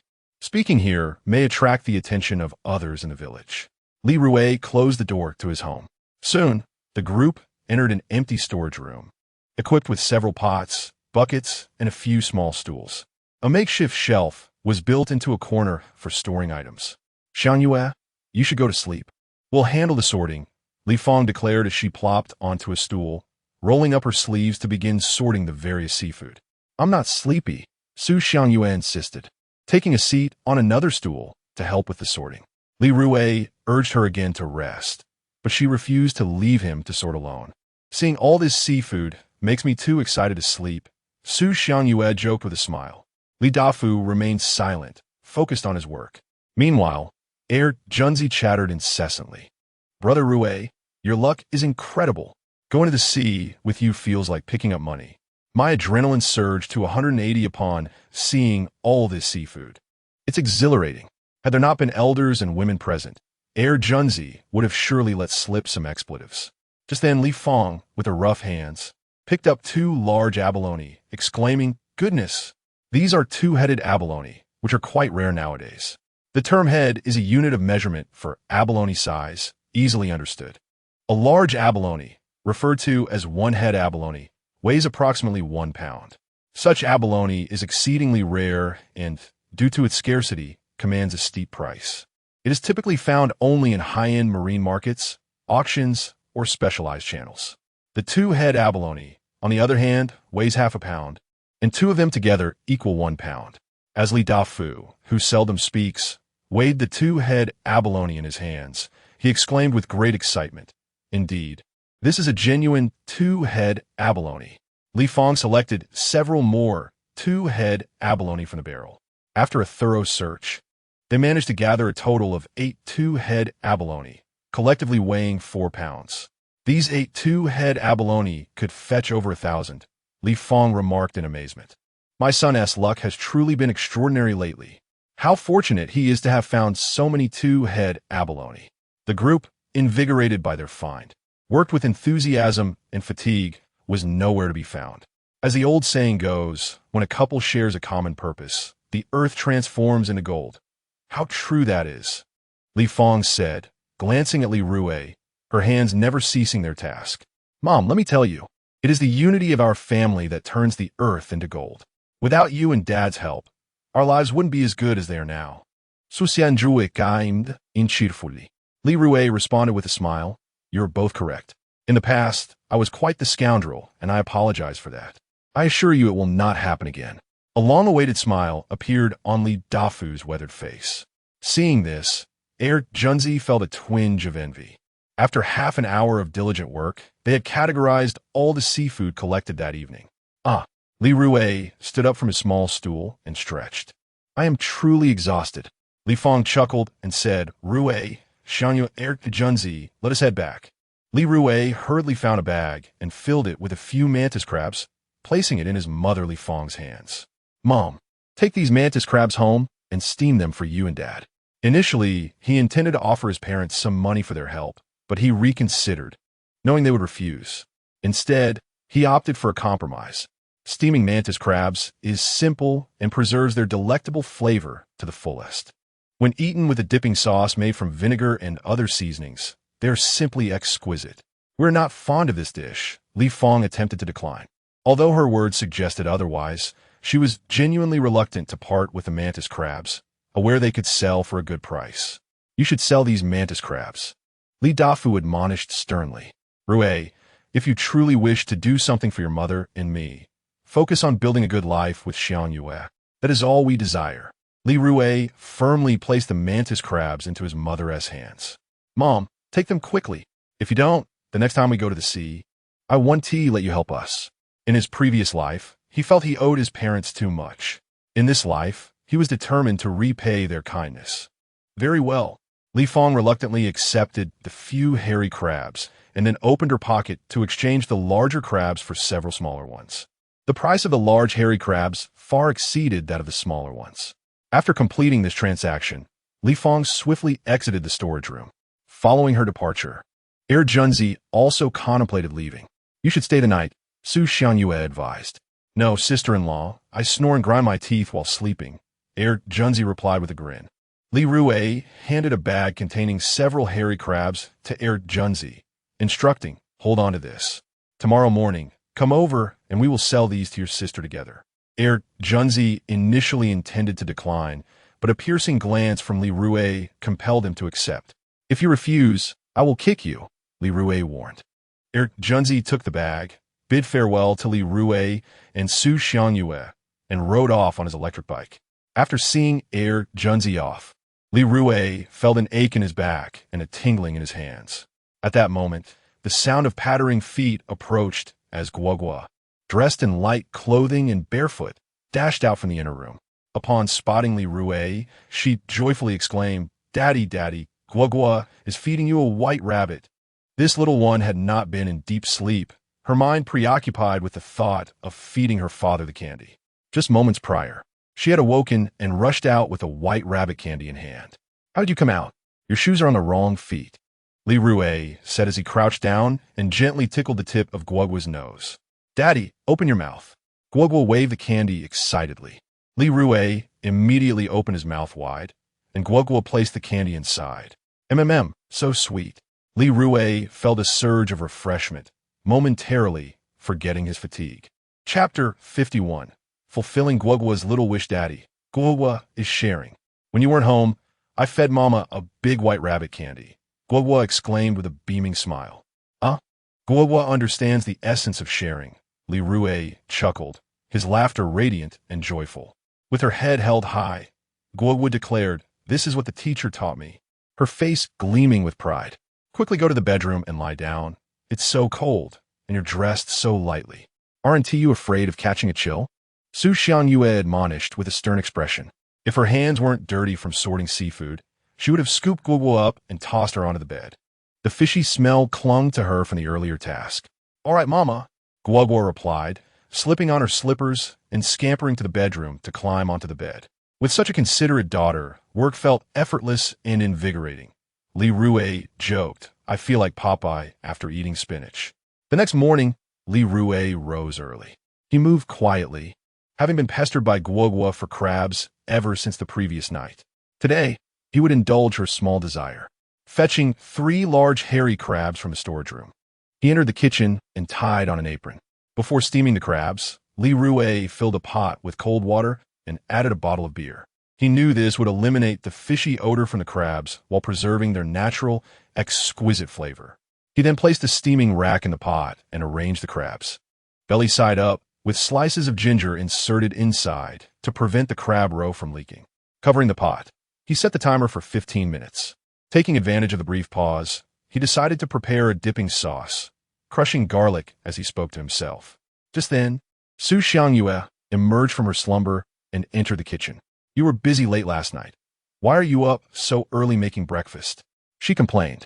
Li Rui smiled and replied, "Making breakfast for my wife and child brings me immense joy." Looking at Li Rui, Su Xiangyue felt a sense of unfamiliarity. He had often told her that cooking was a woman's duty. "Go wash your face and brush your teeth," Li Rui urged, gently pushing her shoulder to usher her out of the kitchen. "There's smoke in here. I don't want you to breathe it in." Upon hearing this, Su Xiangyue's expression changed abruptly. "Li Rui, if I become a plain-looking woman, will you still love me?" Li Rui smirked, retorting, "What do you think? If I turn into a plain-looking woman, you surely won't love me anymore." Su Xiangyue pouted. "Impossible. No matter how you change in my eyes, you will always be the most beautiful," Li Rui said, removing his apron. Hearing this, Su Xiangyue scrunched her nose, realizing he was merely flattering her. "You're definitely lying to me," she said, heading off to wash her face and brush her teeth. Li Rui then went to the bedroom to wake Guogua. "Daddy, I want to eat crabs," Guogua exclaimed as soon as she opened her eyes. When it comes to crabs, Guogua couldn't help but smack her little lips. Saliva nearly trickled from the corners of her tender mouth. As Li Rui helped Guogua put on her clothes, he remarked, "I just steamed some crabs. And once you're dressed, wash your face, and brushed your teeth, you can enjoy them." Just a moment ago, Guogua had been yawning and sitting languidly on Li Rui's lap. Now, her big, watery eyes widened in excitement. "Really?" Guogua's throat bobbed as she swallowed. "When has Daddy ever lied to you?" Seeing her reaction, Li Rui felt an overwhelming sense of happiness. "Moi." Guogua planted a hearty kiss on Li Rui's cheek. "Daddy, Guogua loves you," she exclaimed with vibrant energy. Once seated at the dining table, Guogua watched with sparkling eyes as Li Rui deftly peeled the crab meat. "Here," he said, placing the succulent crab meat into Guogua's bowl. At that moment, Su Xiangyue dipped the peeled crab meat into a sauce and placed it in Li Rui's bowl. "I know you prefer stronger flavors, so I've added some sauce. Enjoy," Su Xiangyue casually remarked. Observing this, Li Rui was filled with an inexplicable sense of bliss. In his past life, he must have saved the galaxy. He had a general understanding of women today, who often demanded exorbitant dowries. Even after marriage, should financial troubles arise, they might be quite considerate, but would leave without a second thought. In contrast, his wife, Su Xiangyue, was simply delightful. So delicious, Guo chewed on the crab meat, her little legs swinging adorably beneath the table. Soon, she would tell Yao Yao on the school bus, "This morning, I had crab." Seeing Guoguo's exuberance, Li Rui and Su Xiangyue exchanged glances and smiled. At 7:30, Su Xiangyue left for work. By 8 o'clock, Guoguo boarded the kindergarten bus, humming a little tune. "Daddy and Mommy go to work, and I go to kindergarten." Just then, Yu Tao arrived at Li Rui's doorstep, grinning as he inquired. "Rui, I heard you only found a few big sand whiting last night. Is that true?" In this village, any hint of news would be known to every villager within an hour. In the morning, many women would gather beneath the great locust tree at the entrance of Happy Village, which served as the village's information hub. Yu Tao's visit was to investigate. If Li Rui had procured valuable items the previous night, he could profit from purchasing them. "Last night, my luck was average," Li Rui replied, not directly addressing Yu Tao's question. They were from the same village, and he wished to maintain cordial relations. "Rui, could you tell me who bought your seafood last time?" Yu Tao asked with a smile. He was eager to know who had encroached on his business. If he found out, he would not let the matter slide. Despite his inquiries the previous day, he had been unable to determine where Li Rui had sold his seafood. "Uncle Yu, there is no need for that." Li Rui chuckled. Seeing Li Rui's tight-lipped demeanor, Yu Tao decided not to press further. After a moment of contemplation, he chuckled and said, "Rui, in the future, if you happen to find anything valuable while gathering by the sea, bring it to your uncle to sell. I assure you, I will offer you the highest price. As for future matters, we shall discuss them later." Although Li Rui verbally acquiesced, inwardly he couldn't help but scoff. "You crafty old man, your prices are pitifully low, yet you still claim them to be fair. All right then, I won't bother you any longer. I must return home." Upon realizing his intentions had not been fulfilled, Yu Tao's smile diminished significantly. With that, he turned and walked away, hands clasped behind his back. On his way home, Yu Tao muttered irritably, "What's so impressive about it? It's merely a stroke of luck over a couple of days, finding some decent treasures."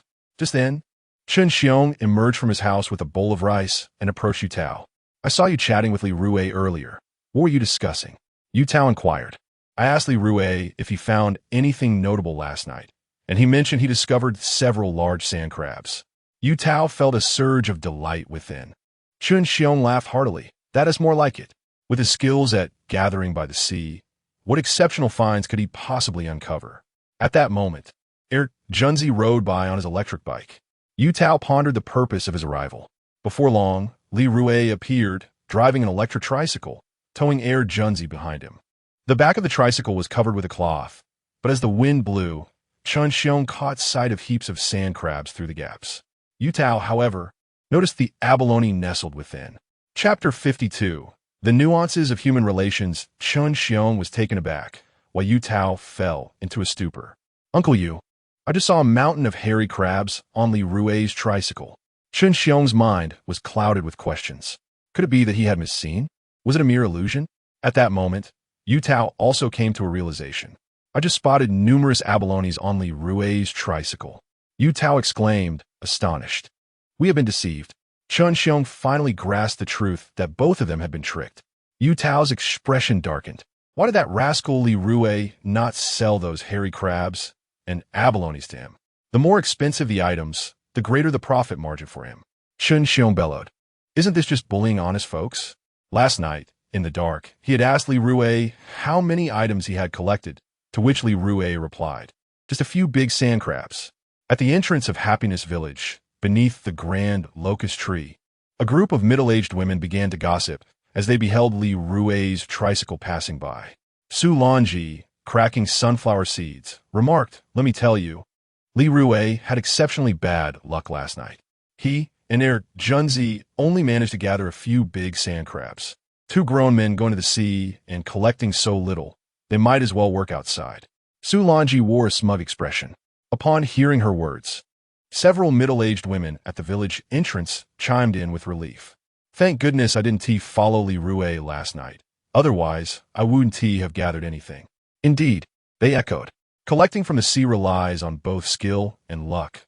Luck cannot be constant, but skill is something tangible. Sister Hohat retorted to Su Lanji, what does it matter to you that Li Rui and Junzi collected so little last night? Look at how pleased you are. Aunt Hua shot a cold glance at Su Lanji, saying, we are all from the same village. Gossiping about others behind their backs is unkind. I'm entitled to my feelings. Why should you care? Su Lanji huffed. At that moment, Chun Xiong, in a foul mood, approached and dragged Su Lanji back home. Su Lanji spat out sunflower seed shells on the ground and rolled her eyes, asking, what's wrong? Chun Xiong whispered. Li Rui and Junzi collected a significant amount of hairy crabs and abalones last night. Yu Tao and I saw it with our own eyes. What? Su Lanji blinked in disbelief. Last night, Chun Xiong intended to repeat himself, but Su Lanji interrupted.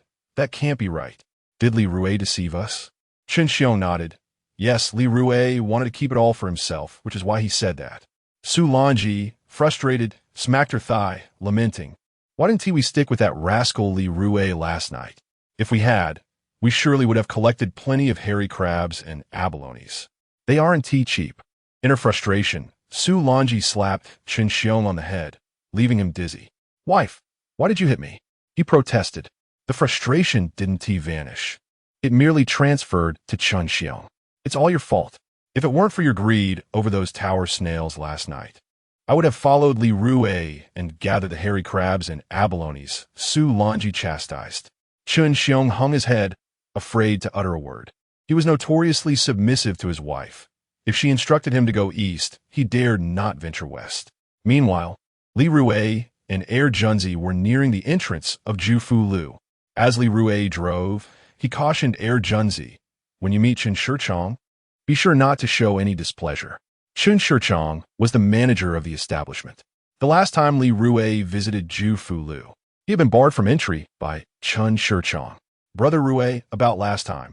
Junzi began, his voice tinged with indignation. Li Hui interrupted. In this day and age, it's best to avoid offending others. We have no conflicts of interest with him. That incident was merely a trivial matter. I didn't give it much thought. Junzi, still youthful, did not grasp the intricacies of social dynamics. Suppressing his simmering anger, he replied, all right, Brother Rui, I'll heed your advice. As they conversed, they arrived at the entrance of Jufu Lu, where Chun Shirchong had been waiting for them. Li Rui, Junzi, come. Have a smoke, he said, stepping forward with cigarettes in hand. The cigarettes were Huazi. Li Rui accepted one from Chun Shirchong, placing it between his ear and his head. Observing this, Junzi also took a cigarette from Chun Shirchong. I must apologize for the last incident. It was my fault, Chun Shirchong said with a broad smile. Manager Chun, you're being too formal. What incident are you referring to? Li Rui waved his hand dismissively. Chun Shirchong burst in a hearty laughter, thinking to himself that Li Rui was quite remarkable, possessing eloquence and an open mind, qualities befitting a person of great undertakings. Before long, Song Ling, dressed in professional attire, approached with a tall, slender man. Prior to their arrival, Junzi had called his sister, Song Ling Li Rui.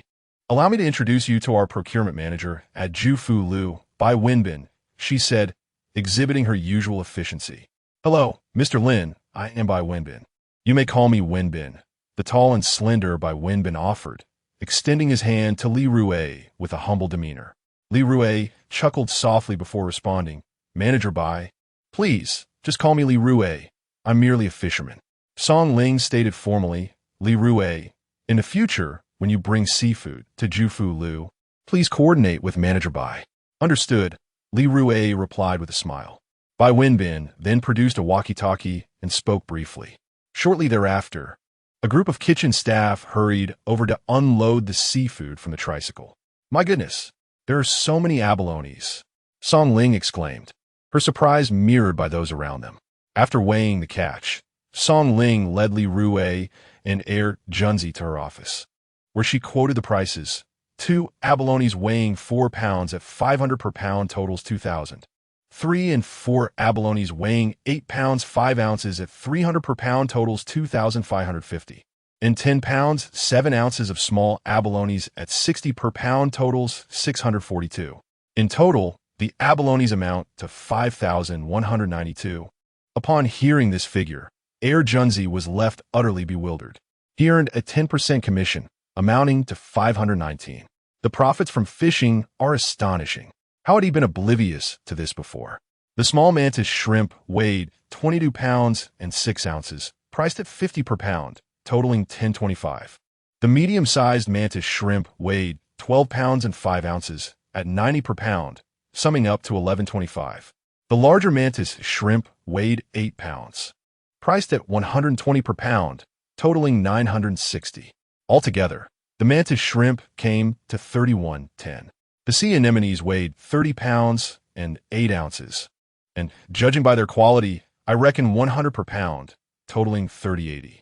The grand total reached 11382. When Song Ling quoted the prices, Li Rui listened intently, noting that her figures exceeded his expected price range. Consequently, he was quite eager to continue collaborating with Song Ling.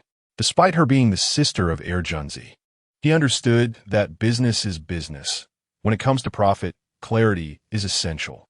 He had witnessed too many individuals sever ties over financial disputes in reality. "Let us make it 11400, Song Ling stated with a serious expression. She approached work matters with utmost seriousness. Li Rui cupped his hands together and smiled. "Thank you, President Song." At this point, Song Ling's charming face broke into a smile. "Li Rui, you're too formal. My brother is working with you, so please bear with him. He may not excel at much, but he excels at eating." "Sister, why are you belittling me?" Herr Junzi pouted slightly, feeling somewhat disgruntled. "President Song, Herr Junzi is like my own little brother.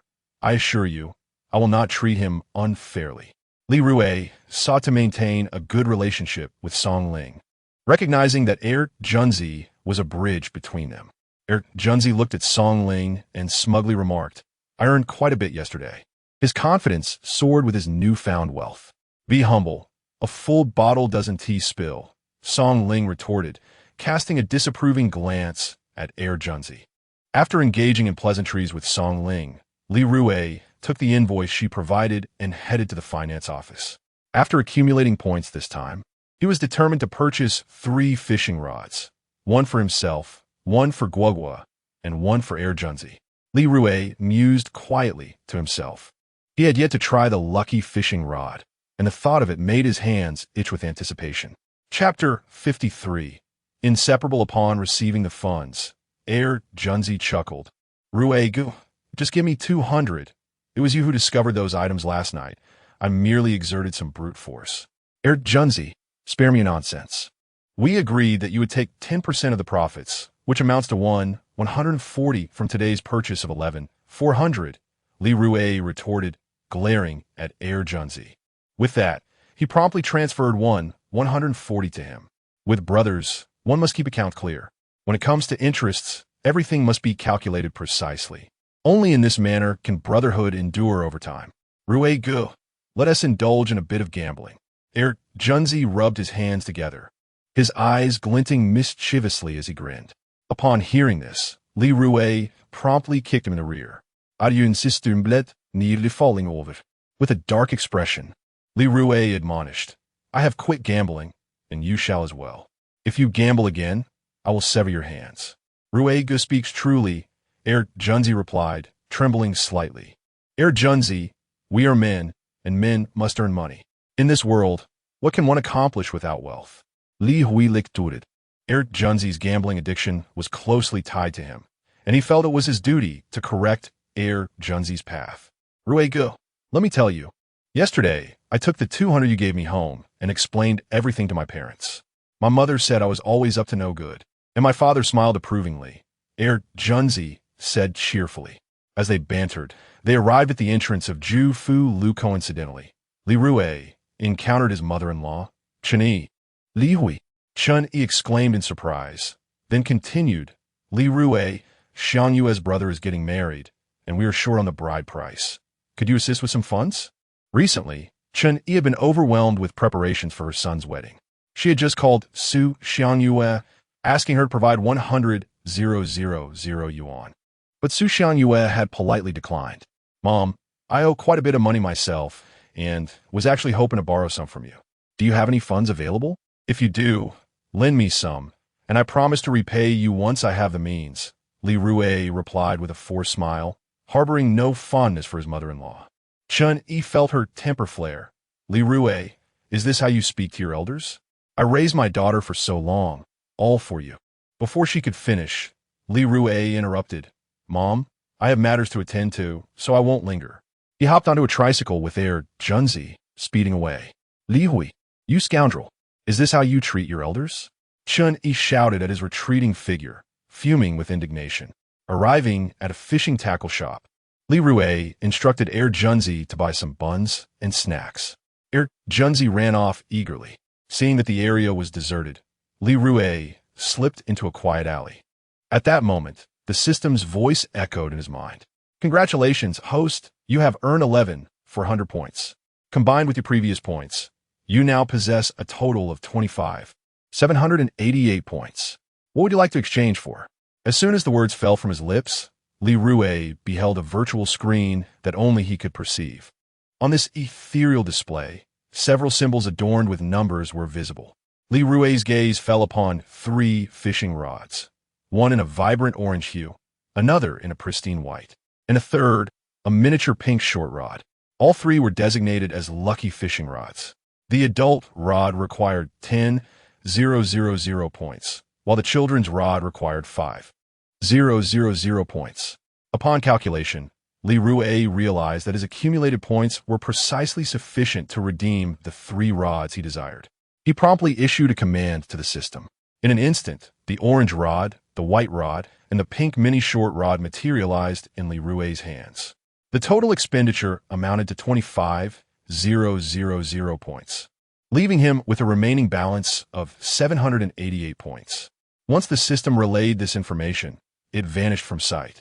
Shortly after emerging from the alley, Air Junzi approached, bearing a few steamed buns and a plethora of snacks. Brother Rui, why did you purchase 3 fishing rods?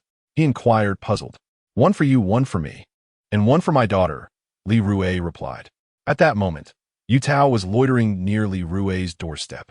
Upon seeing Li Rui return, Yu Tao hurriedly approached and asked, Rui Z, did you and Air Junzi gather a fair amount of abalone and swimming crabs last night? Have you sold those treasures? Li Rui feigned ignorance, responding, Uncle Yu, what are you talking about? Last night, Air Junzi and I merely collected some large sand whiting. The villagers are all aware of it. Yu Tao grew anxious, insisting, Rui Z, we are from the same village, and I am your uncle. Please do not hide the truth from me. If you sell those prized catches to me, I assure you, you will not suffer any loss. Uncle, what on earth are you talking about? Li Rui exclaimed, bewildered. Rui Z, just now when you passed by me on your tricycle in town, I saw the abalones on it. Yu Tao gestured as he spoke. Li Rui adamantly asserted that Yu Tao was mistaken. Seeing that Li Rui was impervious to reason and noticing that the tricycle was now empty, Yu Tao stormed off in frustration. That old fellow is quite incensed, Air Junzi remarked with a cold snort, casting a glance at Yu Tao. Let be, Li Rui replied, shifting the conversation to more pressing matters. Air Junzi, our nightly excursions to the sea are detrimental to our health. Today, we shall go during the day. Let us prepare and set off. Due to the gravitational pull between the moon and the sun, there are 2 tidal occurrences each day, high tide and low tide, with a time interval of approximately 12.5 hours between the 2 high tides. Thus, one can venture to the sea twice a day. Brother Rui, I shall follow your lead. Whatever you say goes, Air Junzi chuckled. 10 minutes later, the 2 were ready and stepped out of the house.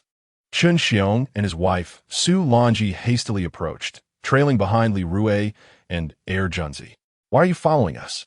Yunzi kvirit, slightly irked as he glanced back at Chun Xiong and Su Longji. Last night, Brother Rui and I gathered some large sand whiting. Air Junzi, are you deceiving ghosts? Last night, you and Li Rui collected quite a number of abalones and crabs, and my husband witnessed it all. Su Longji pouted. Chun Xiong quickly chimed in, indeed. I saw it with my own eyes. Li Rui instantly grasped the situation. From that moment on, wherever Li Rui and heir Junzi ventured. Chun Xiong and his wife Su Longji followed closely behind. During this time, Li Rui, utilizing his ability to perceive fish catches, noticed a cluster of yellow conchs beneath a rock, yet he refrained from harvesting them. He desired to collect them, but he knew that Chun Xiong and Su Longji would surely rush over. The yellow conch, also known as the east wind conch, boasts a thick and sturdy shell with a smooth surface, its exterior a sandy hue. The flesh is delectable, rich in essential amino acids and rare elements, easily absorbed by the body. Thus, the price of yellow conch is quite high. Brother Rui, this couple is exceedingly bothersome. They are practically inseparable from us, heir Junzi remarked, casting a frustrated glance at Chun Xiong and Su Longji. Ignore them. Li Rui pondered a strategy. The sea belongs to no one. If they can gather shellfish, so can others. Unbeknownst to him, Li Rui arrived at a vast expanse of wild oysters, which hold little value. He had no interest in such things. Suddenly, Li Rui's gaze fixated on a wild oyster, and he couldn't help but mutter a curse under his breath. Damn it. Chapter 54. What I do not want. Li Rui contemplated for a moment and said, Heir Junzi, let us gather oysters here this afternoon. With that, he approached the oyster and picked it up, tossing it into the bucket. Heir Junzi was taken aback. Brother Rui, are you serious? A substantial portion of those living by the sea hold wild oysters in disdain, largely due to their inconsistent size and quality, as well as their low market value. Collecting wild oysters requires a discerning eye. Only the plump ones yield meat that is worth collecting, while the flat ones are of little use. Chun Xiong and Su Longji stood in stunned silence. Rui, you cannot be joking. Wild oysters fetch a meager price here. When sold to Uncle Yu, they only earn 2 yuan per pound, and even then, he scrutinizes the quality and may haggle. Su Longji exclaimed in astonishment. Do I appear to be jesting? Li Rui crouched in the seawater, retrieving wild oysters. Among those he had just collected was one particularly large, round, and flawless pearl. Even someone with limited knowledge of pearls, like Li Rui, could discern its considerable value. This wild oyster region harbored many such pearls, visible to his trained eye, thanks to his extraordinary fishing insight. Su Longji glanced at her husband, Chun Xiong, at a loss for words. She held the wild oysters in contempt, as did Chun Xiong. However, Chun Xiong's eyes darted, and he whispered to Su Longji, I suspect Li Rui is here to ditch us. We must not fall for his ruse. Indeed, Su Longji nodded vigorously, recalling their misstep from the previous night. Resolute, Chun Xiong and Su Longji perched themselves on a large stone, their gaze fixated on Li Rui, wary of him slipping away. Brother Rui, shall we explore elsewhere? Heir Junzi truly looked down on these wild oysters. He picked one up, examined it closely, and declared, this oyster contains little meat. With that, he tossed it back into the sea. Li Rui shot him a glare. When I say to collect oysters, simply collect them without the unnecessary chatter. Heir Junzi quickly donned a smile. I shall begin now. An hour later, Heir Junzi's bucket brimmed with wild oysters. These are quite heavy, he remarked, straining to lift the bucket. Meanwhile, Li Rui was meticulously selecting oysters that contained pearls, discreetly tossing those into his bucket. Chun Xiong, we cannot remain idle. Our livelihood depends on coastal fishing, Su Longji fretted. Yet, despite her urgency, she found herself powerless. Li Rui showed no interest in seeking more valuable finds and continued gathering wild oysters, leaving her no choice but to stay. Shall we search elsewhere? Chun Xiong also grew anxious. No, Su Longji resolutely replied. She feared that if they left, Li Rui might venture off and discover more prized treasures like abalone. The events of last night linger vividly in her memory. With a splash, Chun Xiong jumped into the sea, casually picking up a wild oyster. Wife, keep an eye on Li Rui while I gather some wild oysters here. We must not return empty-handed. At that moment, Li Rui noticed the wild oyster Chun Xiong had picked and felt a pang of concern. Inside that oyster lay a pearl. He had refrained from rushing over to grab it earlier to avoid drawing Chun Xiong's attention. Goodness, this oyster is rather small, Chun Xiong muttered, then carelessly tossed the oyster beside Li Rui. What are you doing? Aryun si question angrily, gloating at Chen Xiong. Immediately, Chen Xiong apologized. Li Rui, I'm sorry. I accidentally threw that oyster beside you. Please don't take it to heart. With Chen Xiong's words, Li Rui chose not to hold a grudge. In fact, he felt a flicker of triumph. He reached down to pick up the wild oyster. Brother Rui, why would you pick such a wild oyster? It's flat, skinny, and clearly lacks meat. Just as Li Rui was about to toss the wild oyster into the bucket, Junzi voiced his confusion. This shouldn't be. Brother Rui is from the seaside. He should know that flat and skinny wild oysters hold little value and aren't edible. Junzi's words instantly caught Chen Xiong's attention. Rui, isn't that the oyster I just tossed? What do you want it for? Chen Xiong scoffed. Why do you care? Li Rui thought to himself, knowing he could see the pearl nestled within the oyster in his hand. As for Chen Xiong, he dismissed the matter entirely. Su Lanji looked on, perplexed. What was going on with Li Rui today? She kept her gaze fixed on him. Earlier, Li Rui had gathered several exceedingly small wild oysters, which were of no value and hardly edible, as they contained little flesh. After collecting every wild oyster in the area that contained a pearl, Li Rui straightened up and said to Junzi, let us head back. Junzi stood in disbelief. Brother Rui, you can't be serious.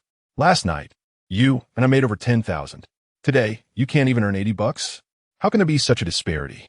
While Junzi was still in a daze, Li Rui had already begun walking toward the shore. Brother Rui, wait for me. After regaining his senses, Junzi waved and splashed through the water to catch up with Li Rui. Wife, did you see the wild oyster Li Rui just picked? The one he grabbed was one I discarded. He treasures it as if it were a gem. It's utterly hilarious. After Li Rui and Junzi had walked away, Chen Xiong burst into hearty laughter. After a while, he laughed so hard that his stomach ached and his back bent. Su Lanji, however, looked on with suspicion. Chen Xiong, don't you find Li Rui's behavior today rather unusual? She sensed something was off, but couldn't quite articulate her thoughts. Li Rui's actions were merely an attempt to prevent us from following him to gather the valuable items. Chen Xiong analyzed thoughtfully. It seems to be the only plausible explanation. Su Lanji concurred after careful consideration. Upon witnessing Li Rui and Junzi truly returning home, they commenced their earnest search along the shore. Meanwhile, Li Rui and Junzi had arrived at Li Rui's residence. Brother Rui, what exactly are you hiding? Junzi huffed, carrying a bucket brimming with wild oysters.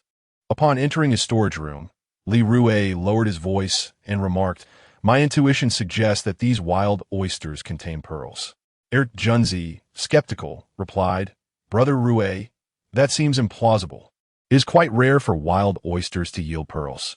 Li Rui then seized an oyster knife, a small tool with a flat tip designed to easily penetrate the crevices of the oysters, and began prying them open. Brother Rui, stop. You're wasting time. Junzi frowned as he squatted beside him. In the next moment, as Li Rui pried open an oyster, a lustrous and plump pearl was revealed within.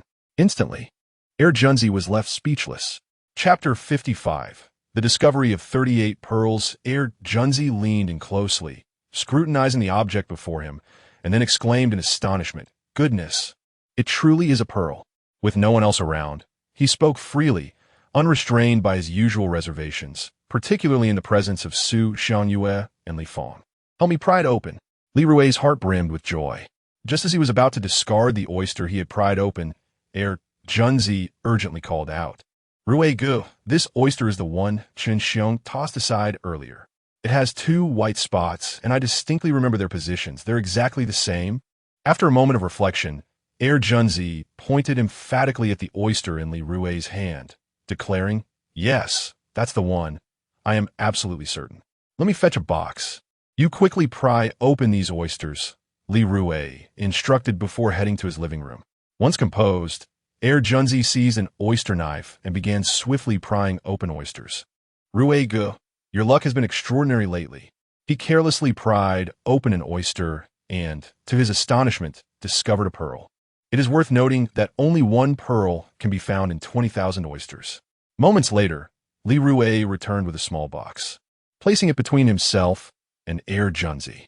Junzi dropped the oyster knife, eagerly picking up the pearl from the box, holding it before his eyes, one eye shut, inspecting it closely. The pearl was plump and lustrous, marked only by a tiny black dot. At this point, Junzi suddenly raised his head, his gaze fixed on Li Rui, and exclaimed with excitement, "Rui, go. This pearl is of excellent quality. It should fetch a handsome sum." Li Rui looked at Junzi in surprise. "You possess knowledge about pearls?" Junzi chuckled awkwardly, replying, "My brother-in-law used to court my sister, and he gifted her several pearls. I don't know much, but I have some familiarity." Li Rui took note of this.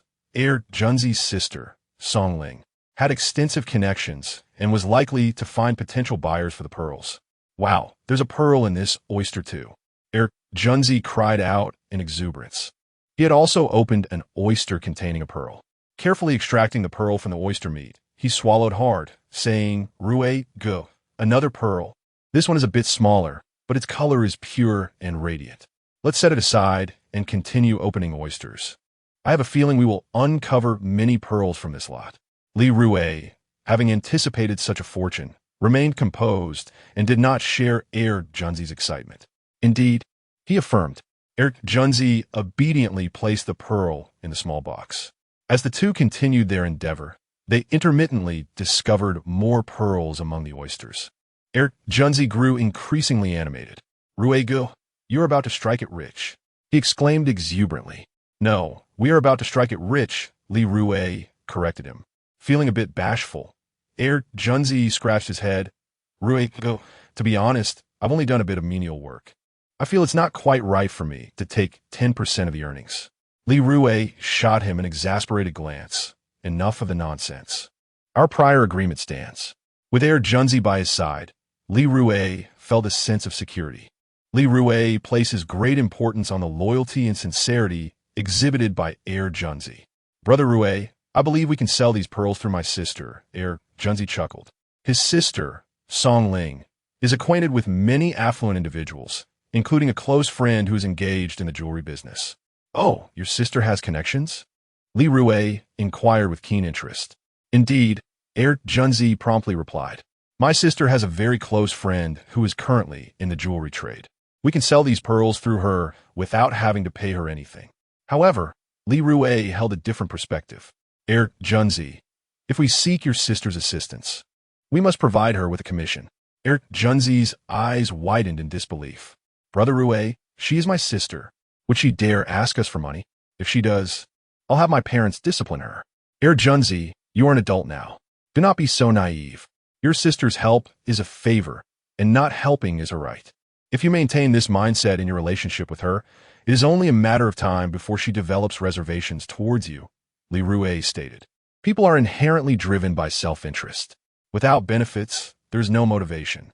After some contemplation, Junzi conceded the truth of this assertion.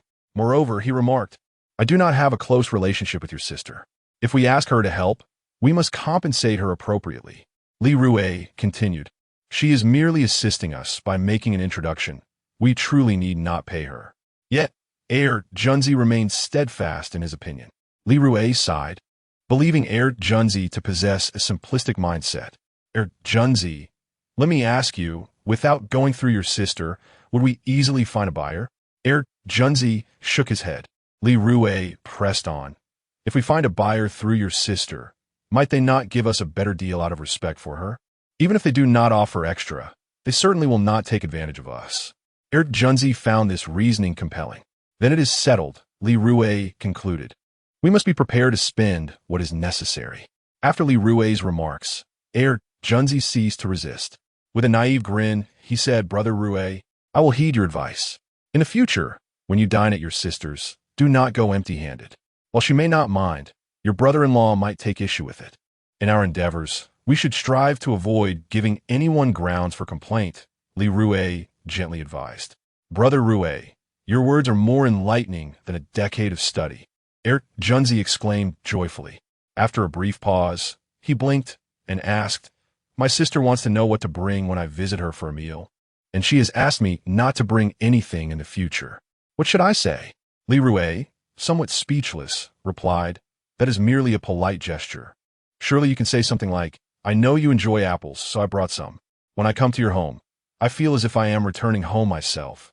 What is wrong with bringing a little something? If you say this, your brother-in-law will certainly appreciate that you are considerate and articulate. The two continued their conversation while opening oysters.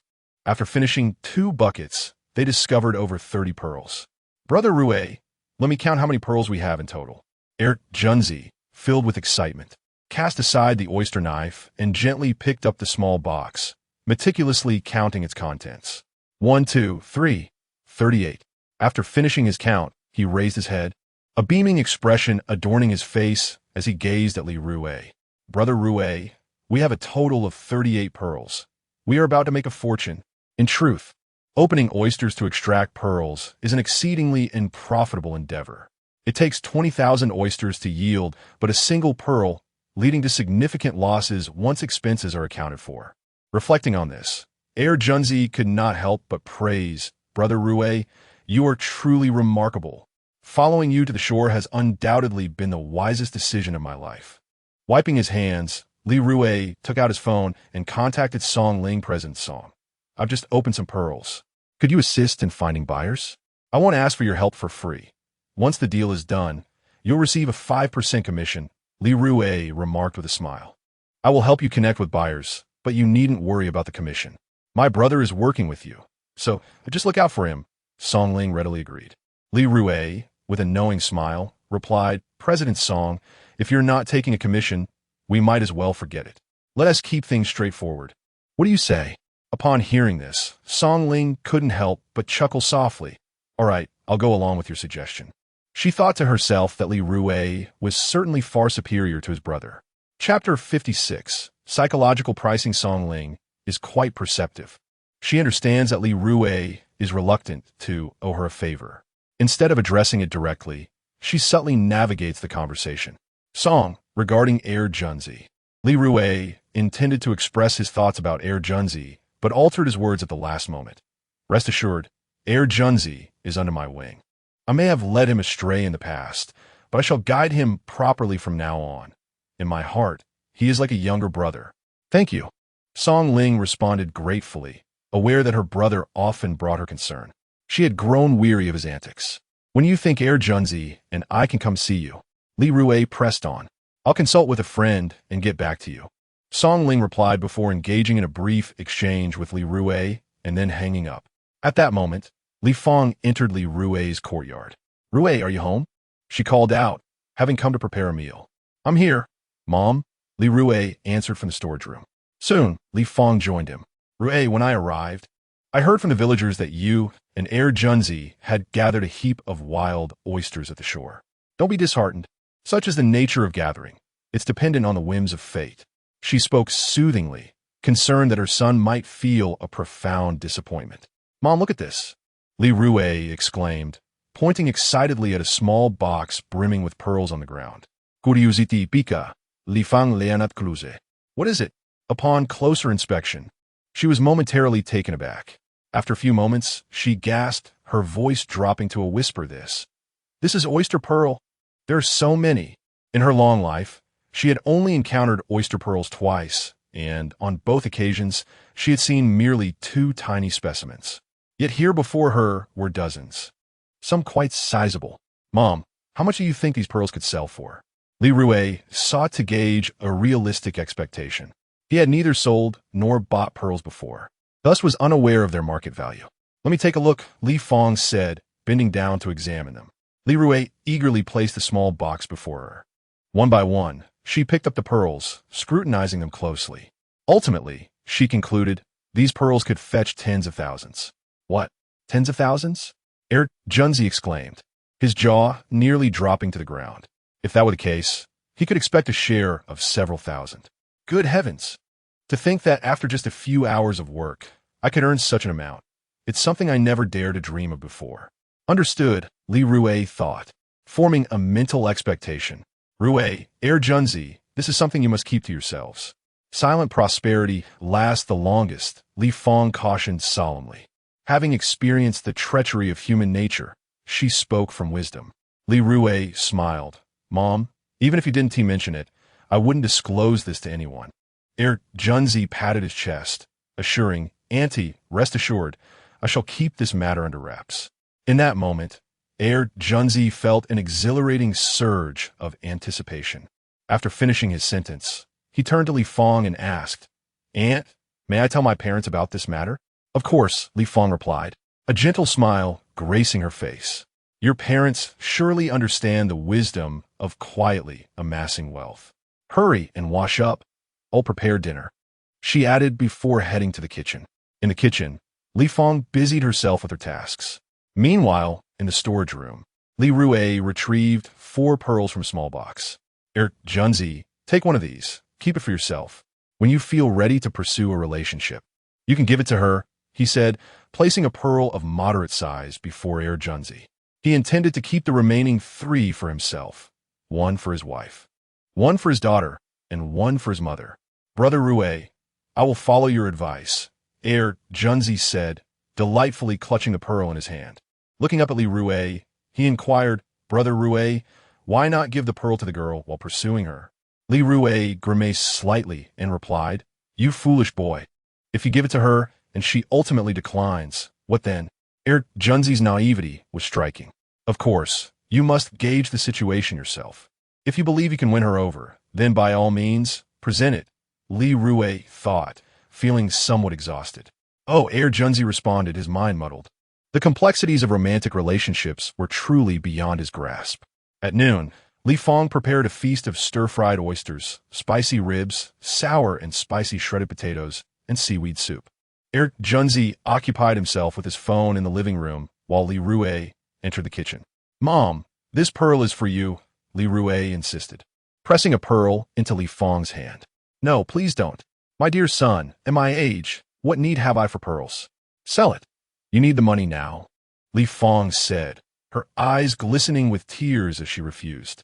Her son had finally matured, and she felt a swell of pride. Mom, let's not do this. We wouldn't want Junzi to think we're making a spectacle of ourselves, Li Rui remarked before dashing out of the kitchen. Hey, if you sell this pearl, it would be beneficial. I have no use for it, Li Fong said, carefully placing the pearl into a small bag before tucking it away. After the meal, Junzi let out a satisfied burp. He glanced at Li Fong and Li Dafu, his face flushing as he said, Aunt Uncle, I'm sorry for making you feel like outsiders. Mom, it's your delicious cooking that led to Junzi eating 2 extra bowls of rice today. Li Rui chimed in to smooth over the situation. Yes, Junzi nodded vigorously. Seeing that everyone was finished, Li Fong began to clear the dishes. Junzi quickly stood up, eager to help with the cleanup. Junzi, sit down. You and Rui have been out to sea twice last night and today.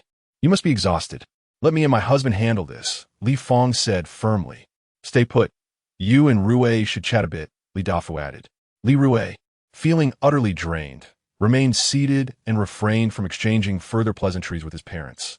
After Li Fong and Li Dafu entered the kitchen, Junzi turned to Li Rui and eagerly inquired, Brother Rui, shall we go clamming tonight? Junzi had clearly tasted the sweetness of success. However, Li Rui felt that once a day of clamming was quite sufficient. Brother Rui, with such good fortune, it would be a pity not to go clamming tonight. Yunsi Ugit. Let's go fishing this afternoon. The mere mention of fishing ignited a spark of anticipation in Li Rui's eyes. He had yet to try the lucky fishing rod and was curious about its effectiveness. Upon hearing this, Junzi also became intrigued. All right then, I haven't fished in quite some time. At noon, Li Rui and Junzi took a brief rest. When they awoke, it was already 5 in the afternoon. Wow, how did we sleep for so long? Junzi lamented, hastily rising from the sofa. Had I known, I would have set an alarm. Li Rui emerged from the bedroom. It's 5 o'clock. I need to pick up my daughter. Later, the 3 of us will go fishing together. As he spoke, he headed outside. Daddy, have you picked up Guogua? As soon as Guogua got off the school bus, she spotted Li Rui and swiftly leapt into his embrace. Li Rui lifted Guogua in his arms, saying, In a moment, Daddy will take you fishing. All right? Guogua immediately responded with excitement. Waving her tiny fists, Guogua wants to fish. Guogua wants to fish. At that moment, Junzi stepped outside and remarked, The wind is a bit strong now. Li Rui picked up on this and cheerfully replied, "The stronger the wind." Just as he was about to continue, Guogwa eagerly interjected, "The more expensive the fish, hee hee." Chapter 57. Who's playing with you? I'm serious. Ah, Guogwa is quite knowledgeable. Erjunzi burst into hearty laughter, gently caressing Guogwa's little face as he playfully inquired, "Guogwa, shall I quiz you?" Guogwa tilted her head, her innocent voice asking, "What will Uncle Erjunzi quiz me on?" Cough, cough.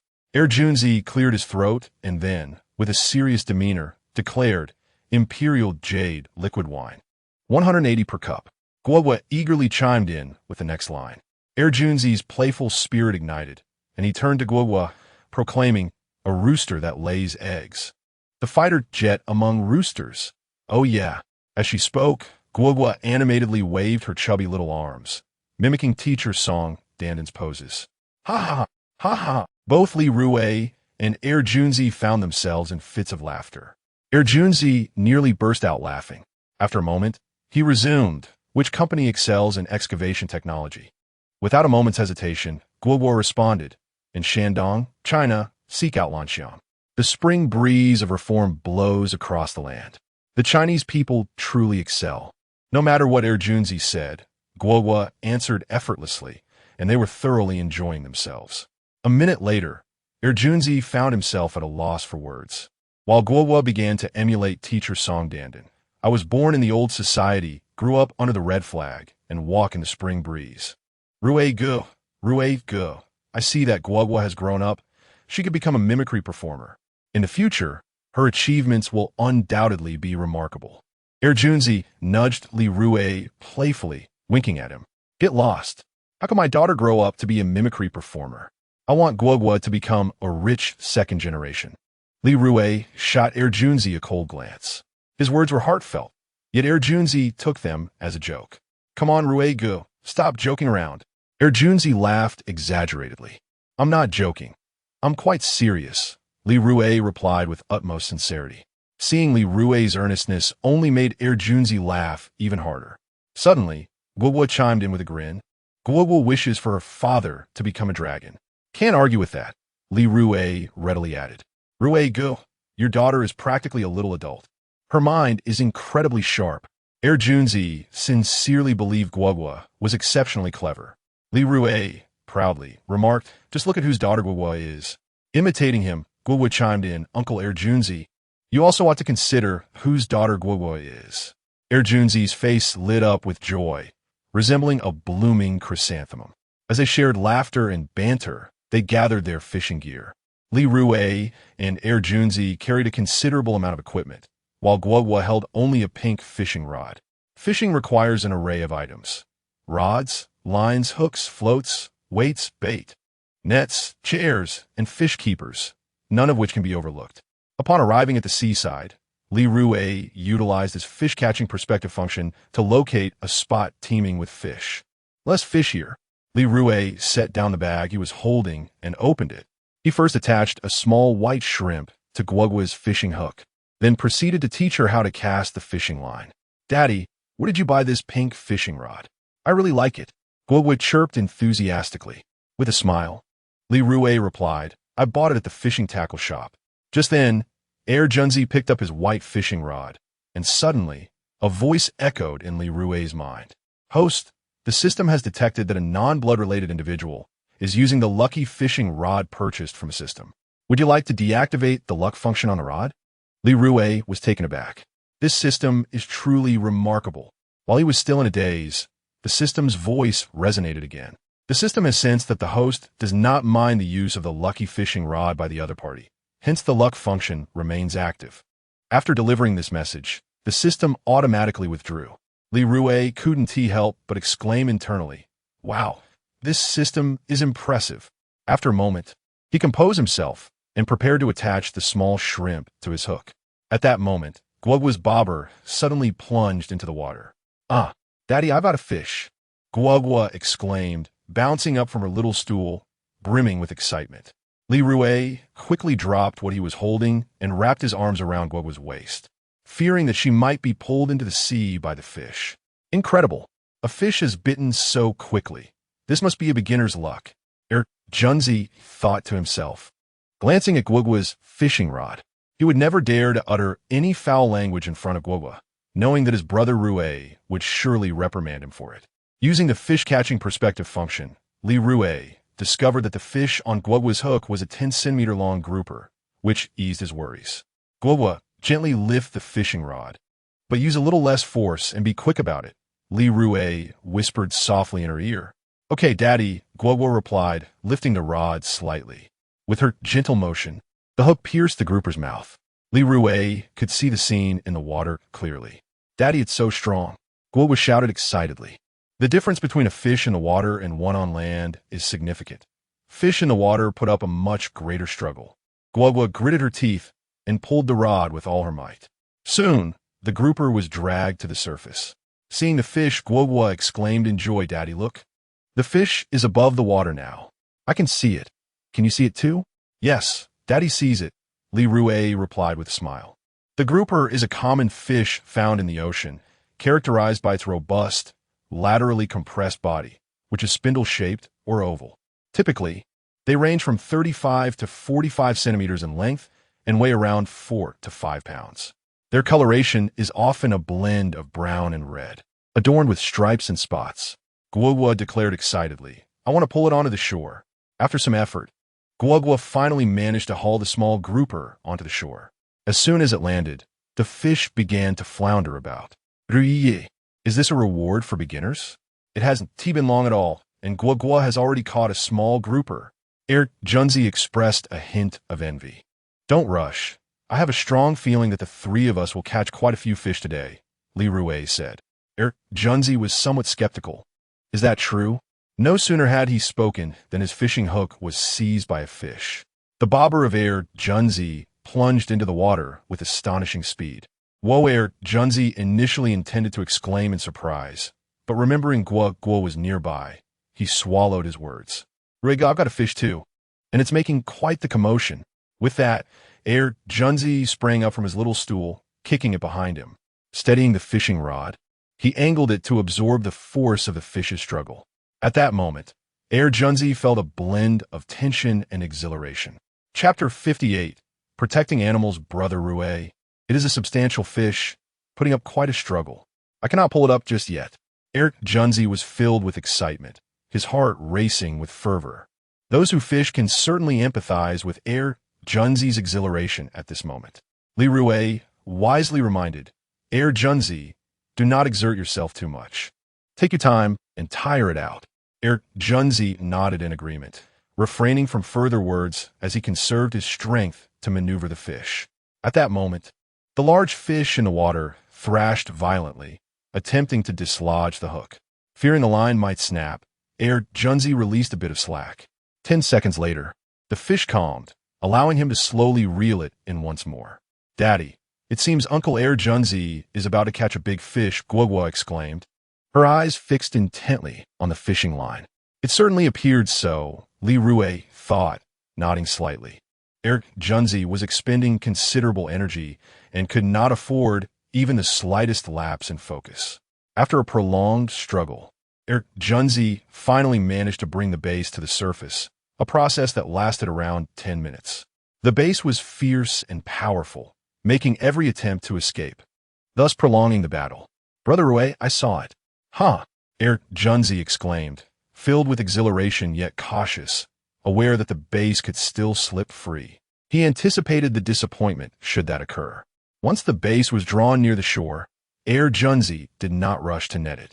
Stretching his neck to inspect, he noticed its belly up, no longer resisting, and only then did he seize the net to hoist it onto the land. How magnificent! Guogua watched in awe, her eyes wide with wonder. Exhausted, Junzi collapsed onto the ground, a smile illuminating his face. What a challenge, truly a challenge, he gasped. Though fatigued, he was filled with joy, having caught a 5-pound bass on his first fishing trip. How could he not be elated? After releasing the fish, Junzi resumed his fishing endeavors. At that moment, the village's Mr. Huer approached, carrying a bag. As he reached behind Li Rui, he scoffed, Rui, why aren't you baiting the area? Sea fishing is inherently difficult. Without baiting, how can you expect to catch fish? Mr. Hu, aged 69, was remarkably spry for his years. He was renowned in Happy Village as an avid fisherman. In his own words, he could forego meals for a day, but not fishing. "Who, Grandpa?" Guowa just caught a fish.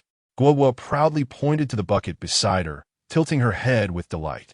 "Oh, Guowa, you actually caught a fish? Let who Grandpa have a look," Mr. Hu said, peering over. With a chuckle, he exclaimed, "Is it ever so small? Does it weigh even 2 taels?" With that, Mr.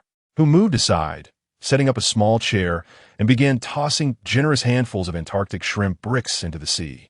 Antarctic shrimp bricks are a common bait used in sea fishing, made from Antarctic shrimp and possessing a strong fishy scent that attracts many sea fish. "Rui, do you see? This is what we call professionalism." Master Hu turned his head to glance at Li Rui and cheekily uttered a popular internet phrase. As soon as he finished his flamboyant remark, Li Rui lifted a 3-kilogram E-star grouper. This fish boasted a vibrant array of colors, including blue, red, brown, and yellow. It was long and robust, with tender flesh rich in nutrients and a certain aesthetic appeal, which justified its high market price of around 400 to 500 yuan per kilogram. Upon seeing the E-star grouper dangling from the hook, Master Hu's eyes widened in astonishment. An E-star grouper? This one must weigh 3 or 4 kilograms. He was utterly taken aback. Nowadays, wild E-star groupers were scarce and exceedingly difficult to catch. "Dad, you are amazing. This fish is so beautiful. What is it called?" Guowa exclaimed. Her face flushed with excitement as she fixated on the grouper, unwilling to blink. After Li Rui dragged the grouper onto the shore, he patiently explained, "This is an E-star grouper." Junzi quickly rushed over. Guowa squatted beside the grouper, examining it from various angles. "Brother Rui, this E-star grouper can easily fetch 1 to 2,000 yuan, Junzi exclaimed, brimming with enthusiasm. His sister's restaurant featured a signature dish made from E-star grouper, priced at over 2,000 yuan. "We can't keep this," Li Rui stated as he unhooked the grouper. "Why not?" Junzi was momentarily bewildered. Li Rui replied, "Because it is now a protected species." With that, he tossed the E-star grouper back into the sea. Junzi watched in despair, his heart aching. How did the E-star grouper become a protected species? "Brother Rui, my sister's restaurant serves a signature dish made from E-star grouper," Junzi hurriedly added. "The E-star grouper at your sister's restaurant is surely farmed, not wild," Li Rui chuckled. "In this day and age, it's best to avoid protected species." He recalled reading a news article online about a university student who was sentenced to 10 years in prison for collecting bird eggs. "Dad, what is a protected species? How is it different from regular animals?" Guowa, squatting beside Li Rui, activated her curiosity mode. Li Rui gently patted Guowa's little head and smiled as he explained. "Protected species are rare and on the brink of extinction. We must not harm them and need to safeguard their existence. Regular animals have relatively stable populations, do not require protection, and can be consumed." Just moments ago, Li Rui had considered bringing the wild E-star grouper home, but upon reflection, he deemed it not worth the unnecessary risk. In his view, it was best to avoid breaking the law at all times. Guowa understood and nodded in agreement. "Brother Rui, it's such a pity. If this were in the past, the E-star grouper you just caught could have sold for at least over 1,000. Master Hu lamented from a distance. He was aware that wild E-star groupers were now protected. However, Li Rui felt no sense of loss. "Let us continue fishing," he said with a faint smile.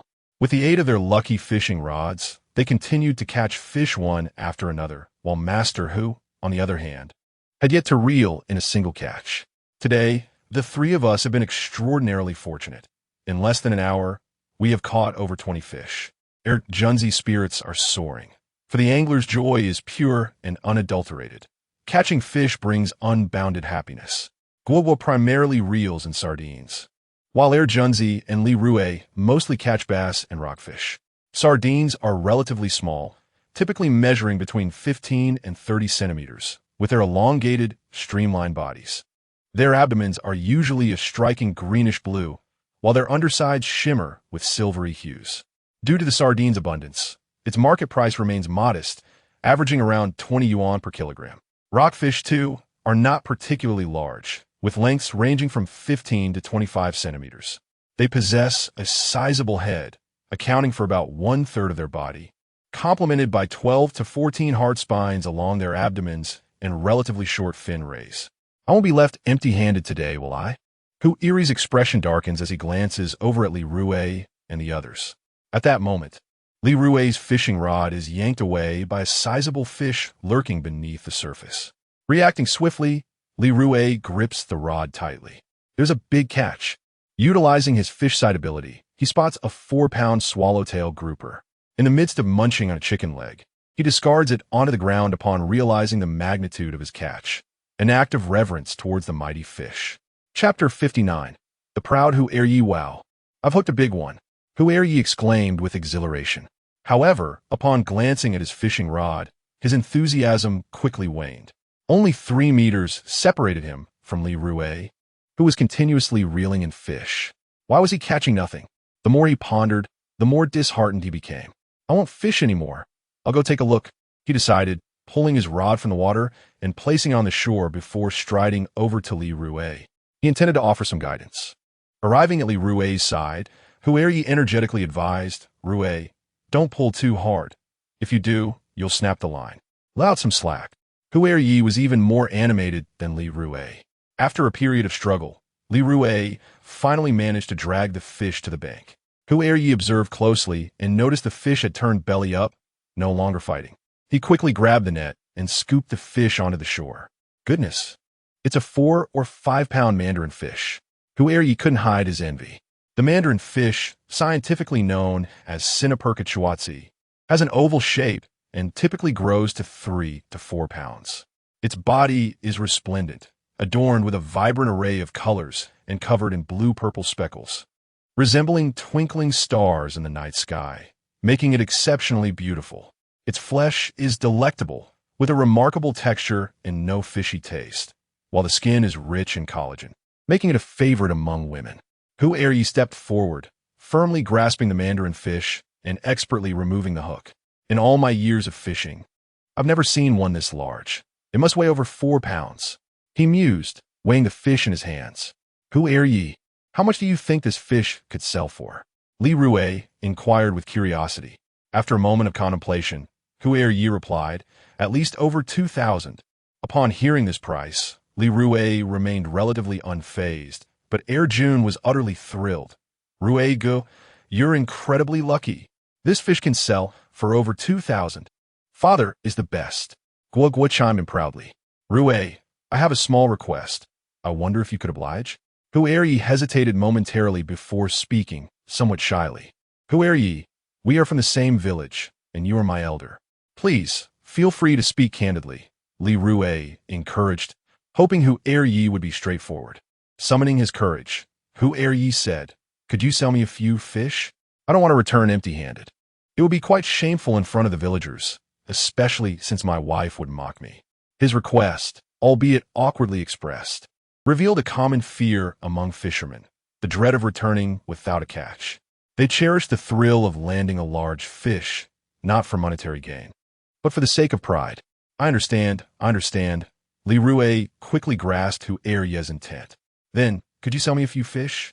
Hu'eri looked at Li Rui with eager anticipation. It would be best if you could sell me a few large ones. He yearned to showcase them back in the village. Upon hearing Hu'eri's words, Li Rui acquiesced to his request. Hui, let us agree on this. Once we return to the village, you must not disclose this matter to anyone. I, Hu'eri, must preserve my dignity. Hu'eri solemnly instructed. The money is of little consequence. What truly matters is that I cannot return empty-handed.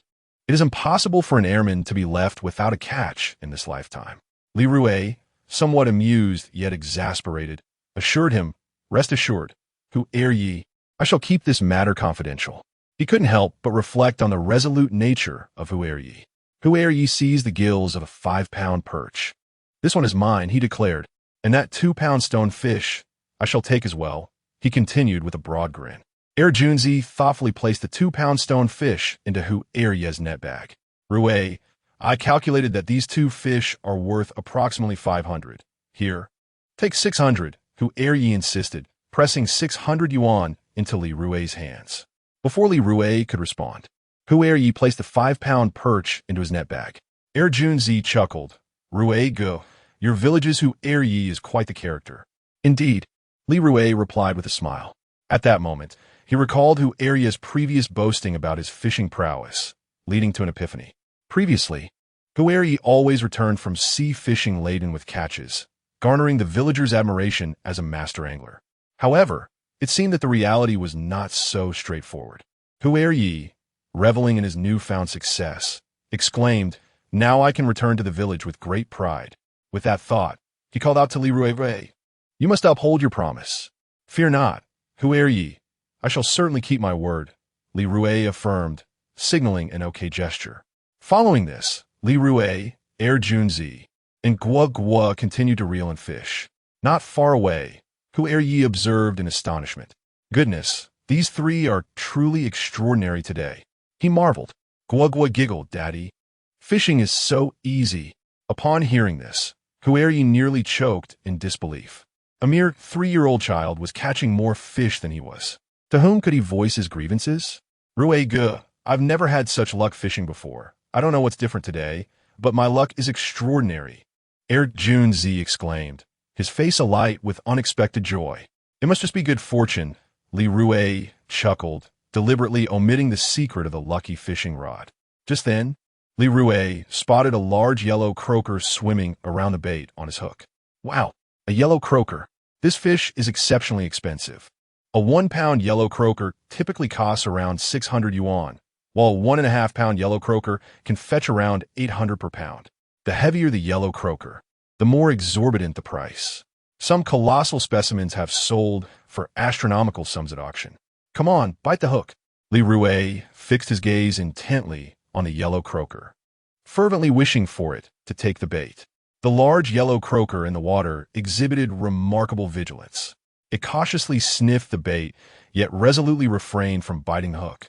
"Rui Gu, I've caught a bass weighing over 8 pounds. Come and see," exclaimed Junzi, brimming with excitement. "Why is luck so abundant today?" The bait was scarcely cast when the fish took the hook. "It's utterly astonishing.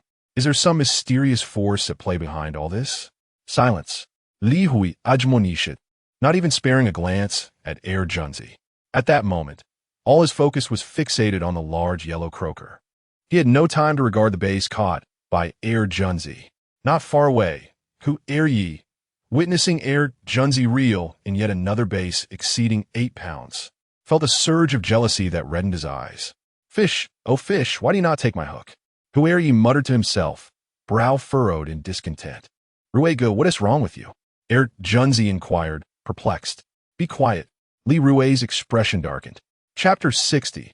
It's okay for her to speak goodness. What a colossal bass. Yi's eyes nearly bulged out of his head, and he was utterly flustered. He was not far from Junzi, who was effortlessly catching one magnificent fish after another. In contrast, he had yet to catch even a glimpse of a fish. Gua clapped her hands and exclaimed, "Uncle Junzi, you are so impressive." The commotion caused by Gua was quite significant, yet Li Rui remained unfazed. "Gua, refrain from speaking," Junzi admonished, casting a stern glance at her. "It's perfectly fine for her to speak," Li Rui interjected. Junzi was taken aback, pondering why there was a disparity in treatment. At that moment, Li Rui dragged a large yellow croaker from the water surface. "Is that a yellow croaker?" Iri, witnessing this, tossed his fishing rod onto the shore and dashed over to Li Rui's side, eyes fixed on the fish in the water, hardly blinking. "Indeed, it's a yellow croaker. Goodness gracious! That fish must weigh at least 3 or 4 pounds. Iri exclaimed, craning his neck in awe. Junzi, upon hearing this, held his breath in disbelief. Could it truly be a yellow croaker? They are exceedingly rare and notoriously difficult to catch. Peering into the water, he confirmed the presence of a large yellow croaker. It was indeed a sizable one. Junzi's eyes widened in astonishment.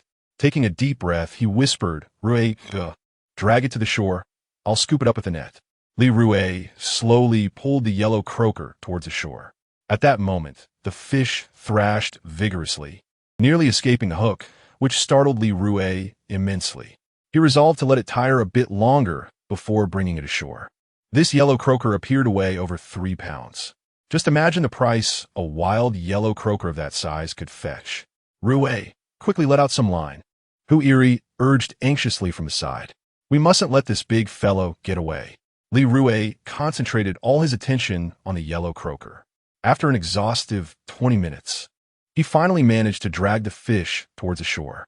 The yellow croaker was utterly spent, its belly turning white. This time, Li Rui effortlessly brought it to the water's edge. Junzi seized the net and swiftly ensnared the yellow croaker. Even at this stage, he dared not let his guard down. With a determined tug, he pulled both the net and the fish onto the bank. Rui go, we've got it. We've got it. Junzi exclaimed, waving his arms in excitement. This yellow croaker must weigh 3.5 pounds. A fish of that size is worth at least 10,000. Hu Iri trembled in astonishment. While others were fishing, he remained fruitless in his attempts, feeling despondent over the stark contrast in their fortunes. Hu Iri, is the yellow croaker a protected species? Li Rui inquired, anxiety knotting in his throat. What if the wild yellow croaker was also a protected species? Would their joy be in vain? In his recollection, wild yellow croakers seemed to be protected as well. The thought tightened Li Rui's chest. The yellow croaker is not a protected species, Hu Iri replied with a smile. Li Rui smacked his forehead, realizing that he had been reborn. At present, wild yellow croakers were not yet protected species. It would take another decade or so for them to be classified as such. Rui Z, your luck is truly remarkable. You've managed to catch a wild yellow croaker, sighed old Hu. No sooner had he spoken than a voice resonated in Li Rui's mind. Today's host's fortune has been exhausted. Continuing to fish with the lucky fishing rod will not yield further good fortune. Exhausted fortune? Li Rui was taken aback. He had intended to capitalize on his success and catch another yellow croaker. However, that now seemed rather unrealistic. Daddy, Guwa wants to eat fish, chimed the crisp voice of his daughter, Guwa, in his ear. Upon hearing this, Li Rui froze momentarily, recalling a classic line from a television drama in his previous life. Old M.O., I want to eat fish. Daddy will make it for you tonight, he replied, gently caressing Guagua's little face. Hee. Guagua giggled happily, her little tongue playfully swirling around her mouth. Li Rui placed the yellow croaker into the net and began to reel in his fishing rod. Seeing this, Junzi grew anxious. Ruego, what are you doing? You're not planning to leave now, are you? Our luck is still holding strong. He wished to continue fishing for a bit longer. There will be plenty of opportunities in the future. We won't fish today, Li Rui said as he packed away his gear. Not fishing? That's hard to believe. Junzi exclaimed. Ruego, you just caught a yellow croaker. While your luck is still in your favor, why not try for another? You might just land another one. Li Rui, however, remained unperturbed. Pack your things. We're heading home. There will be opportunities to fish again. Even if they did fish again, he doubted they would catch anything worthwhile. The system had just alerted him that today's lucky fortune had been completely depleted. Without luck, the lucky fishing rod would struggle to yield anything of value. Daddy, these fish were caught by Guagua. Isn't Guagua just as skilled as you? She asked, pointing to the small fish in the net with a beaming smile. Indeed, Guagua is just as talented as Daddy, Li Rui replied with a smile. Junzi remained. He knew once Rui made a decision, no one could sway him. Reluctantly, he began to pack up the fishing gear as well. Are you really leaving? Old Hu also found it hard to believe. Indeed, Li Rui responded decisively. After confirming, Old Hu hurried to a nearby spot, picked up his fishing rod, and rushed back to Li Rui's location, setting up bait and praying, Mazu, bless me with a yellow croaker too. With such a prime fishing spot left vacant by Li Rui, it was a perfect opportunity for him. On the way home, Li Rui instructed Junzi to record a video of the yellow croaker and send it to Songling. The moment the video was sent, Songling called. Junzi, quickly bring that yellow croaker to my restaurant. She urged. We at Jufu Lu are in dire need of high-quality ingredients, but not short of wealthy patrons. Many affluent individuals are indifferent to money. They simply yearn for exquisite food. Jufu Lu's reputation has spread far and wide, attracting wealthy visitors from all over the country to savor a taste of our culinary delights. Sister, the big yellow croaker was not caught by me. It was caught by my brother Rui, Junzi said, scratching the back of his head with a sheepish grin. Song Ling immediately grasped Junzi's intention. She candidly stated, Junzi, I am willing to offer 20,000 for that big yellow croaker. 20,000? Junzi was aware of the high price of the yellow croaker, yet he was still taken aback by such an amount. Goodness, a fish weighing over 3 pounds can fetch such an astronomical price? This was something he had never even dared to contemplate before. Song Zong, Junzi and I will bring the fish over shortly, so please wait for us, Li Rui declared, firmly grasping Junzi's phone in his hand. The price of 20,000 had already surpassed his psychological threshold. He had no qualms about doing a favor and selling the yellow croaker to Ju Fu Lu. Very well, I shall await your arrival in the lobby of our restaurant. Song Ling expressed her eagerness to secure the big yellow croaker as soon as possible. Chapter 61, the term is called unmerited favor as Li Rui put away his phone. Junzi cast a glance at him, hesitating to speak.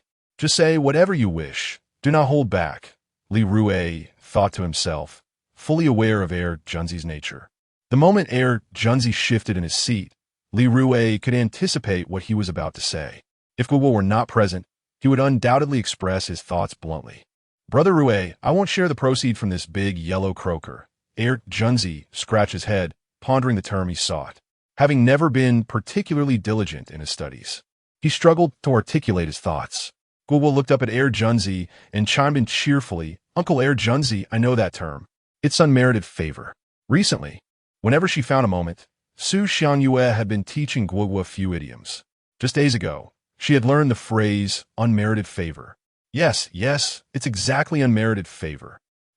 Junzi nodded vigorously like a chick pecking at grain, feeling a twinge of humility as he realized he was outdone by Guo. Li Rui's expression turned frosty, his tone becoming increasingly stern. Junzi, should you continue to contemplate disrupting the rules we established, you shall no longer accompany me. Startled, Junzi shivered. Brother Rui, please, I will follow you for life. Being with you gives me a sense of security. Do not utter such words again, Li Rui warned. Understood. Junzi managed a strained smile. Upon returning to the village, onlookers marveled at the sight of Junzi and Li Rui carrying an abundance of fish. Their faces alight with envy. How on earth did you catch so many fish? Is that a ribbon fish I see? Look at that one. It seems to be a big yellow croaker. The crowd gathered, heads bent in admiration as they pointed at this fish and that, their exclamations of awe continuous. In all likelihood, within a quarter of an hour, everyone in Happy Village would be aware of this event. Rui, how did you manage to catch them? Teach me, would you? An elder from the village shouted. Uncle Chun, I just had good fortune.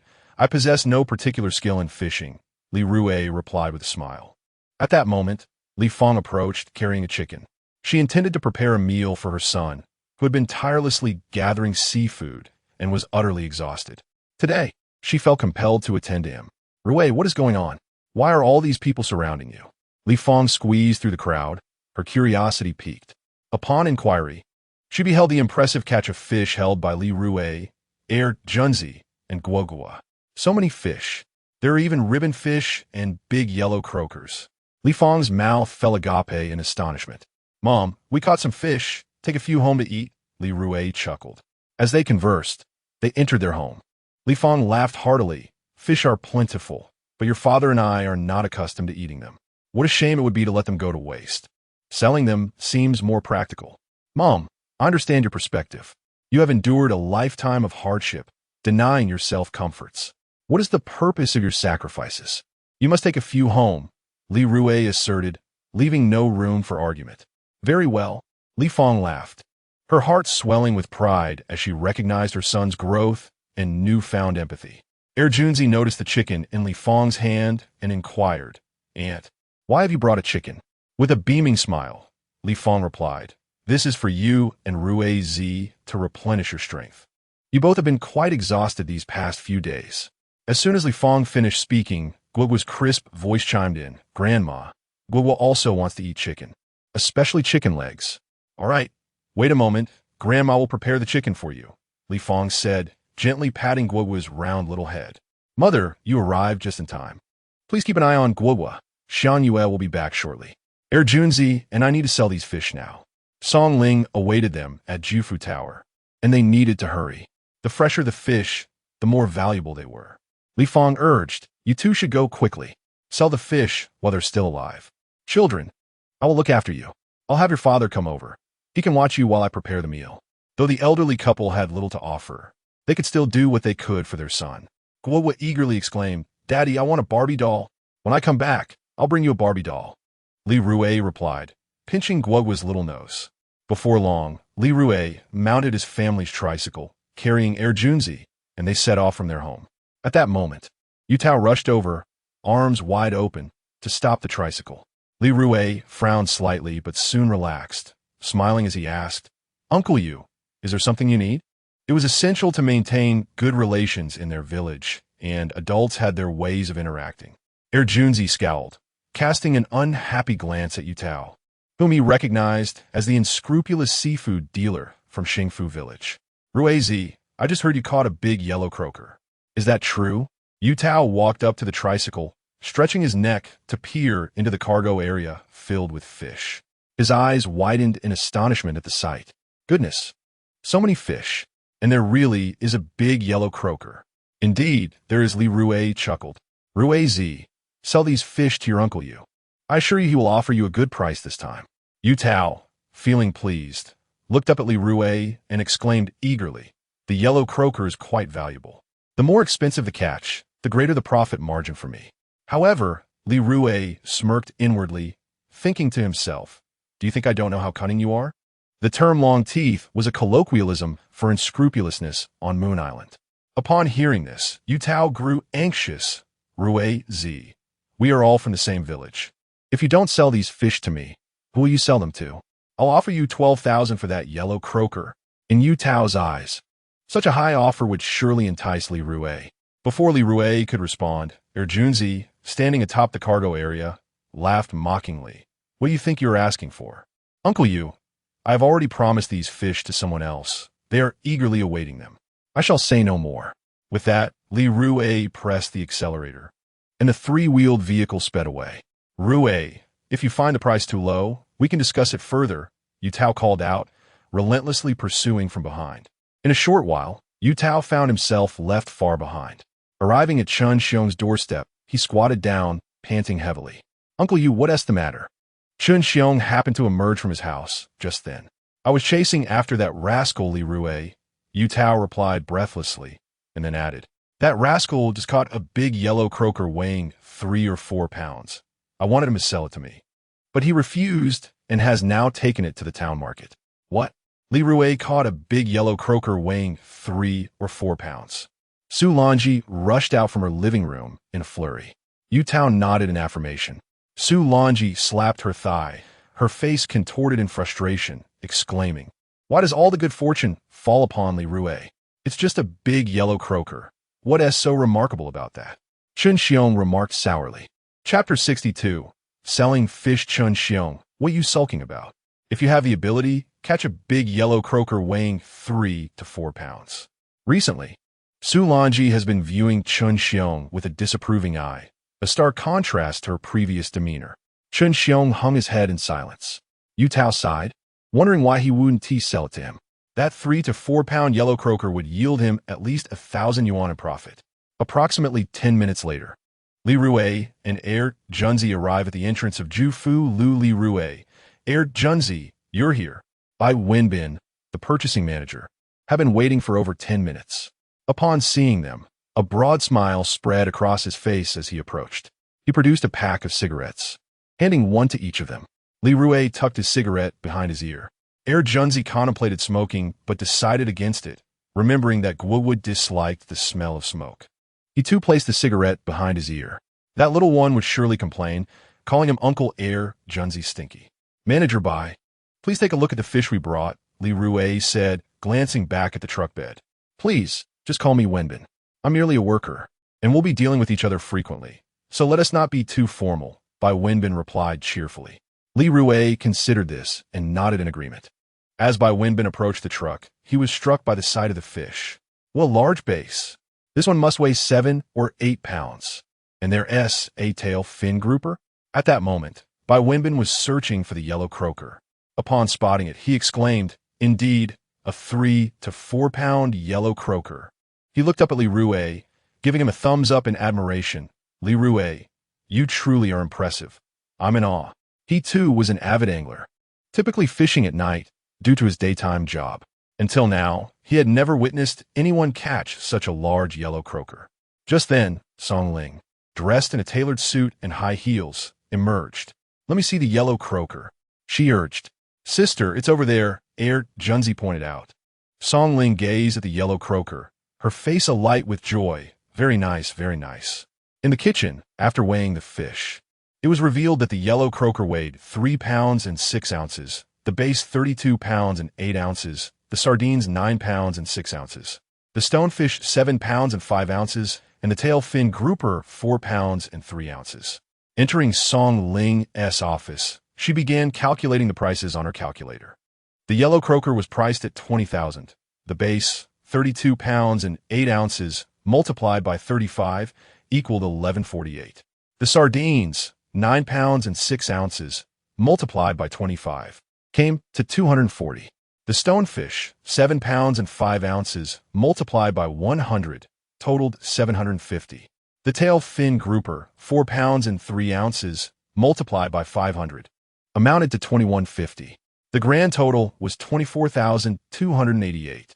At this, Song Ling looked up at Li Rui, smiling. "I'll give you 24,300. How does that sound?" Upon hearing this figure, Junzi's expression was one of exaggerated astonishment. This afternoon, they had earned over 20,000 from fishing. That was simply astounding. To convert it to 10%, that amounts to 2430. "Mr. Song, I shall heed your advice," Li Rui chuckled.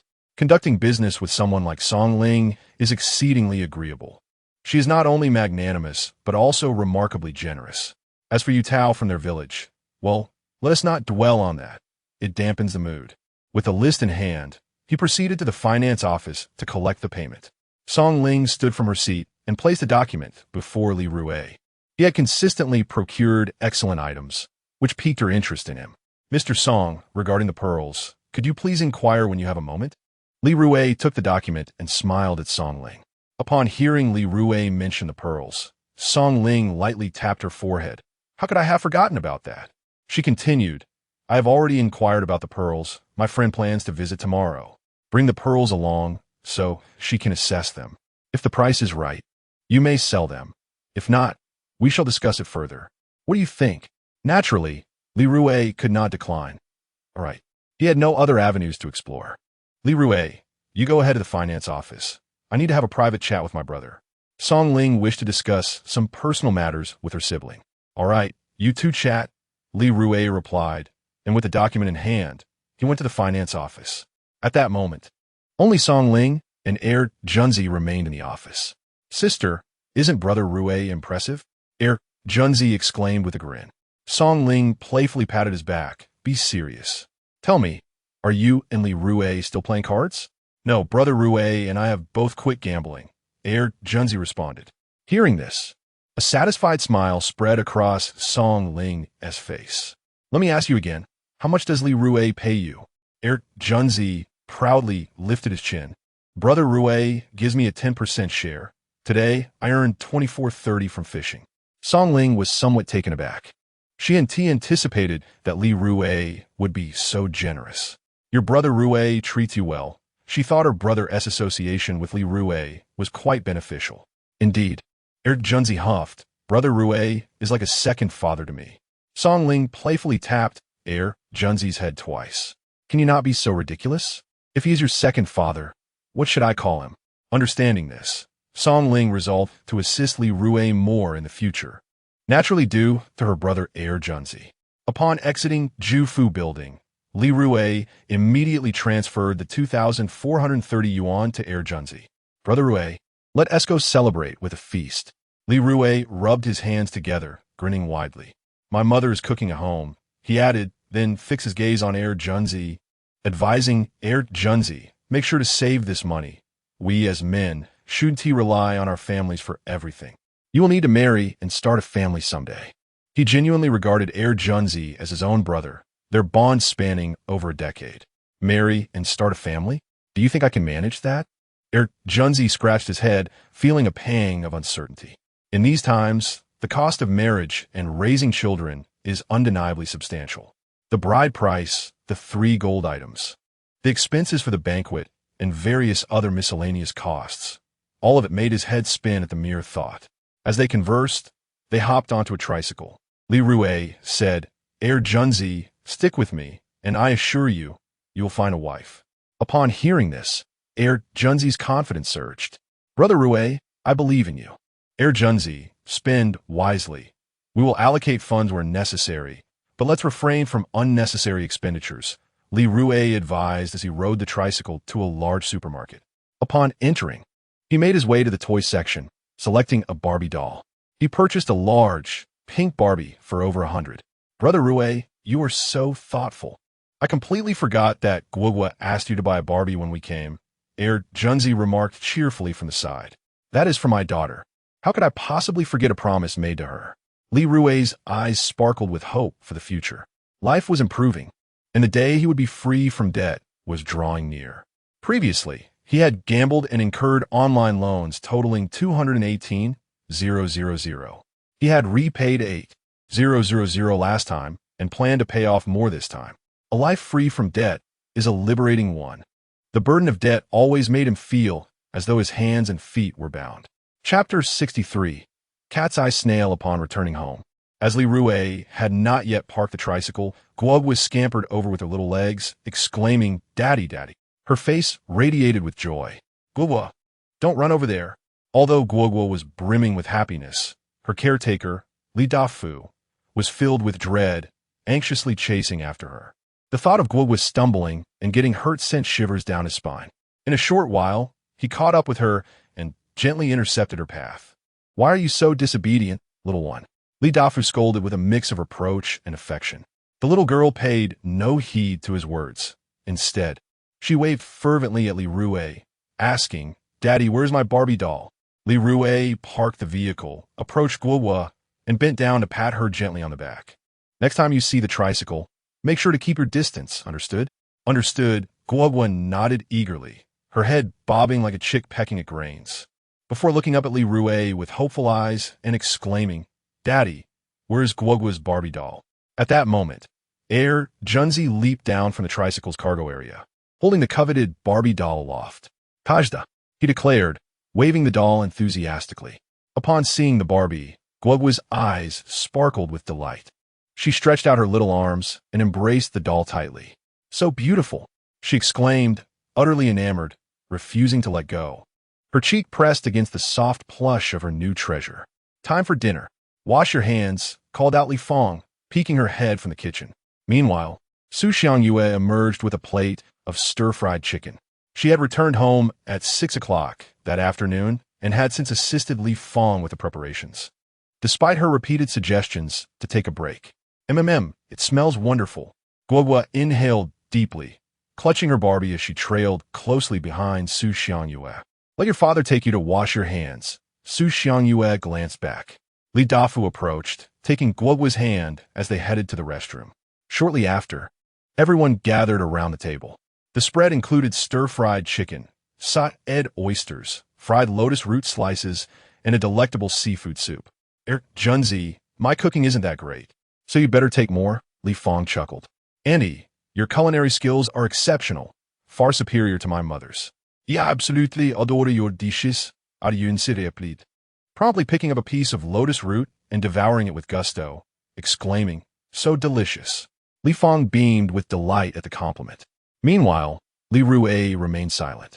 Just as he was about to enjoy a piece of chicken leg, a sudden smack, echoed as Li Dafu, seated at the head of the table, knocked the chicken leg from Li Rui's chopsticks. Dad, what are you doing? Li Rui was taken aback. Li Dafu, his expression stern, responded, the chicken leg is for Guogua. You can't have it. Before he could finish, he placed the chicken leg into Guogua's little hands. Surrounding the little iron arm were patterns of the cheerful Yang and the sly wolf gray. He gazed at Guogua, adopting a gentle expression. You were just clamoring for chicken legs. Grandpa has now placed one in your bowl. Go ahead and eat it. Share it with Daddy. Daddy doesn't like it, you eat. Guogua replied brightly. Li Dafu leaned down closer to Guogua, his face beaming with a smile. He then turned to Li Rui, his expression darkening, and asked, "Don't you like chicken legs?" Li Rui was at a loss for words, yet he still smiled at Guogua and said, "What Grandpa said is true. Daddy doesn't like chicken legs. Just now I was preparing a chicken leg for you, Guogua, so please enjoy it." Guogua nodded emphatically. With that, she picked up the chicken leg with both small hands and began to devour it heartily. "So delicious," she exclaimed with glee. Guogua's laughter was infectious. Erjunzi stifled his laughter, nearly causing himself internal injury. At that moment, he felt an urge to jest with his brother Rui. "Rui, you must be a gift from your dad for topping up his phone." Su Xiangyue watched Li Rui with a smile. Li Fong placed a piece of chicken breast into Li Rui's bowl, urging, "Hurry and eat." After this little interlude, everyone resumed their meal. Once they finished eating, Erjunzi bid farewell to the group and hopped onto his little electric bike. "Erjunzi, don't be in such a rush to leave. I need to speak with you for a moment," Li Rui called out as he stepped into the yard. "Brother Rui, what's up?" Erjunzi asked with a puzzled expression. Li Rui approached and advised, "Don't squander your money. The funds I transferred to you should be saved. If you feel an itch to spend, keep a little for yourself, but let your mother manage most of it." Erjunzi's mother was a frugal homemaker, and Li Rui felt reassured with her overseeing the finances. "Brother Rui, I'll keep 500, and let my mother save the rest," Erjunzi replied after a moment's thought, grinning. "All right," Li Rui waved his hand. "You may go. Remember to come over early tomorrow. We'll head to your sister's together." Erjunzi acknowledged and rode away on his electric bike. After dinner, Su Xiangyue helped Guogua wipe her mouth. Guogua raised her right hand and called out cheerfully, "Daddy, Mommy, I want to play on the beach. Can you take me?" "Let's go," Li Rui said, taking Guogua's right hand. Observing this, Su Xiangyue took Guogua's left hand. The family of three made their way toward the beach. Upon reaching their doorstep, Li Rui turned back to say, "Mom, please leave the dishes there. I'll wash them when I return. I want to be going to the sea tonight." In the kitchen, Li Fong pretended not to hear, continuing to wash the dishes. Meanwhile, Li Dafu was wiping down the table. The village was in close proximity to the sea, and soon enough, Li Rui, Su Xiangyue, and Guogua reached the shoreline. "Old Hu, why haven't you returned home yet?" Li Rui noticed Old Hu still at the spot where he had been fishing earlier. He approached to see how many fish Old Hu had caught. Old Hu hurriedly pulled up his fishing line, packing away his gear. What a shame. Such a disgrace. Today he spent nearly 2 hours fishing, yet managed to catch only a minuscule fish. "Master Hu, may I inquire how many fish you have caught?" Li Rui approached and asked. Master Hu remained silent, gathering his fishing gear and net, and began to make his way home. At that moment, Li Rui noticed that Hu only had 3 fish in his bag, 2 of which he had purchased from him. The remaining fish was scarcely longer than a finger. Upon observing these 3 fish, Li Rui understood why Master Hu had chosen to ignore him. Upon seeing him, he hastily packed his gear and headed home. "Mom, Dad, come quickly. There's something bulging here," Guogua exclaimed, having removed his shoes and crouched on the beach, pointing at a protruding object. Soon, Li Rui and Su Xiangyue arrived at Guogua's side, also crouching down on the sand. "What is this?" Guogua asked, filled with curiosity. Li Rui took a closer look and recognized the bulging object. He dug through the sand with his hands, retrieving a cat's eye shell. With a firm squeeze, the moisture inside the shell splattered everywhere, drenching Guogua's face. Guogua shouted, flailing his hands in the air before him. Chapter 64. A delightful surprise. Congratulations to the host for acquiring 300 points. Should the host wish to make a purchase, it can be done at any time through the system. The host's total points now amount to 25,088. The system's voice echoed in Li Rui's mind, a phenomenon he had grown accustomed to. While others experienced an immediate response from their systems upon receiving funds, his system occasionally exhibited delays. "Daddy, you are so mischievous," Guogua exclaimed. Moments later, her eyes widened with curiosity as she gazed at the cat's eye snail in Li Rui's hand. The cat's eye snail, a marine mollusk, derives its name from the resemblance of its shell to a cat's eye. When relaxed, its flesh sprawls on the sand, but upon sensing danger, it retracts swiftly into its shell. If one squeezes its flesh, It responds by ejecting a substantial amount of water in all directions. Daddy, this is so much fun. Let Guagua have a turn, she urged, reaching for the cat's eye snail. She squeezed it firmly, yet it exhibited little reaction. Observing this, Guagua looked up at Li Rui, puzzled. Daddy, why isn't it spraying water like before? With a smile, Li Rui explained, this creature is called a cat's eye snail. The one you just felt threatened when you squeezed it, causing most of its body to retreat into its shell. Hence, squeezing it again won't result in a spray of water. Squeezing a cat's eye snail is particularly relieving, Li Rui remarked, eager to try again. Oh, I see. This cat's eye snail isn't as fun anymore. Guagua placed the snail back on the beach. Look, there's another cat's eye snail, Li Rui pointed out, discovering another one beside his foot. Upon hearing this, Guagua quickly moved her little body toward it, albeit with a hint of trepidation. She timidly pointed at the snail and asked, Daddy, will it bite? Not at all. Feel free to pick it up, Li Rui reassured her with a chuckle. Relieved to learn that the snail posed no threat, Guagua cautiously picked it up. With determination, her chubby little hand squeezed it tightly. With a satisfying hiss, the cat's eye snail sprayed forth numerous jets of water, simultaneously retracting its body. This is so much fun, Guagua exclaimed joyfully, her laughter ringing out. Mommy, look, there's a cat's eye snail too, Su Xiangyue remarked, picking up one of her own. She squeezed it vigorously, and it too released a flurry of water jets in all directions. As the setting sun cast a warm glow upon their faces, Li Rui, Su Xiangyue, and Guagua beamed with delight, their smiles unbroken. Suddenly, Guagua picked up a cat's eye snail and presented it to Li Rui, squeezing it with all her might. The resulting spray drenched Li Rui's face. Ha! This scene ignited a fit of laughter from Guagua.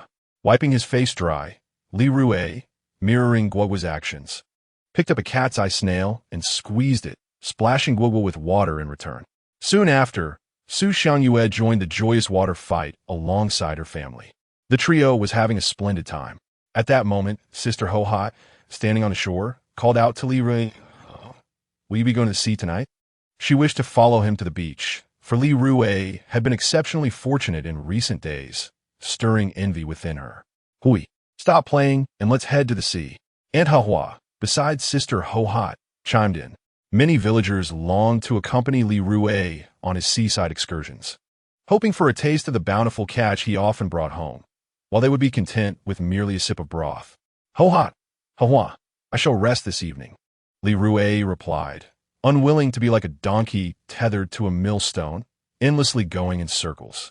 He had already spent the morning and afternoon fishing and gathering at the shore with Air Junzi, and there was no way he would venture out again that night. What good is earning money if it costs one's life? Upon hearing that Li Rui would not be going to the sea that night, both women sighed in disappointment. As dusk approached, reminiscent of their earlier arrival, Li Rui and Su Xiangyue held Guagua's hands and walked homeward. Mommy, Daddy, tomorrow Guagua has a surprise for you, Guagua said, glancing at Li Rui and Su Xiangyue with an air of mystery. What surprise? Su Xiangyue asked, her curiosity piqued. Guagua pouted and replied, if I told you. It wouldn't be a surprise. You'll find out tomorrow. At that moment, Guagua had already conceived an idea. Tomorrow was art class, and she planned to create a colorful drawing of her parents holding her hand as the sun set. Daddy is looking forward to it, Li Rui remarked with a smile. As they reached the doorstep, they encountered Li Rui's parents. Li Fong was preparing to lock the door. Grandma, Grandpa, Guagua waved her tiny hand and quickly added, I was just playing with Mommy and Daddy at the beach, and we found some cat's eye snails. They're so much fun because they spray water. That's great to hear, Li Dafu said, squatting down to pat Guagua's little face. Li Rui then said, Xiangyue, why don't you take Guagua inside first? Su Xiangyue nodded and led Guagua into the living room. Mom, here are 2,000 yuan for you, Li Rui said, pulling out the money he had prepared in advance and insisted on placing it in his mother's hands. Rui, what is this for? Your father and I are not short of money. Take it back. Li Fong feigned anger, yet her heart swelled with joy and sweetness. For her son had grown up and learned to care for them. Li Rui calmly replied, Mom, listen to me. If it weren't for you and Dad supporting Xiangyue and me over the years, she might have left me long ago. This money is a small token of my gratitude.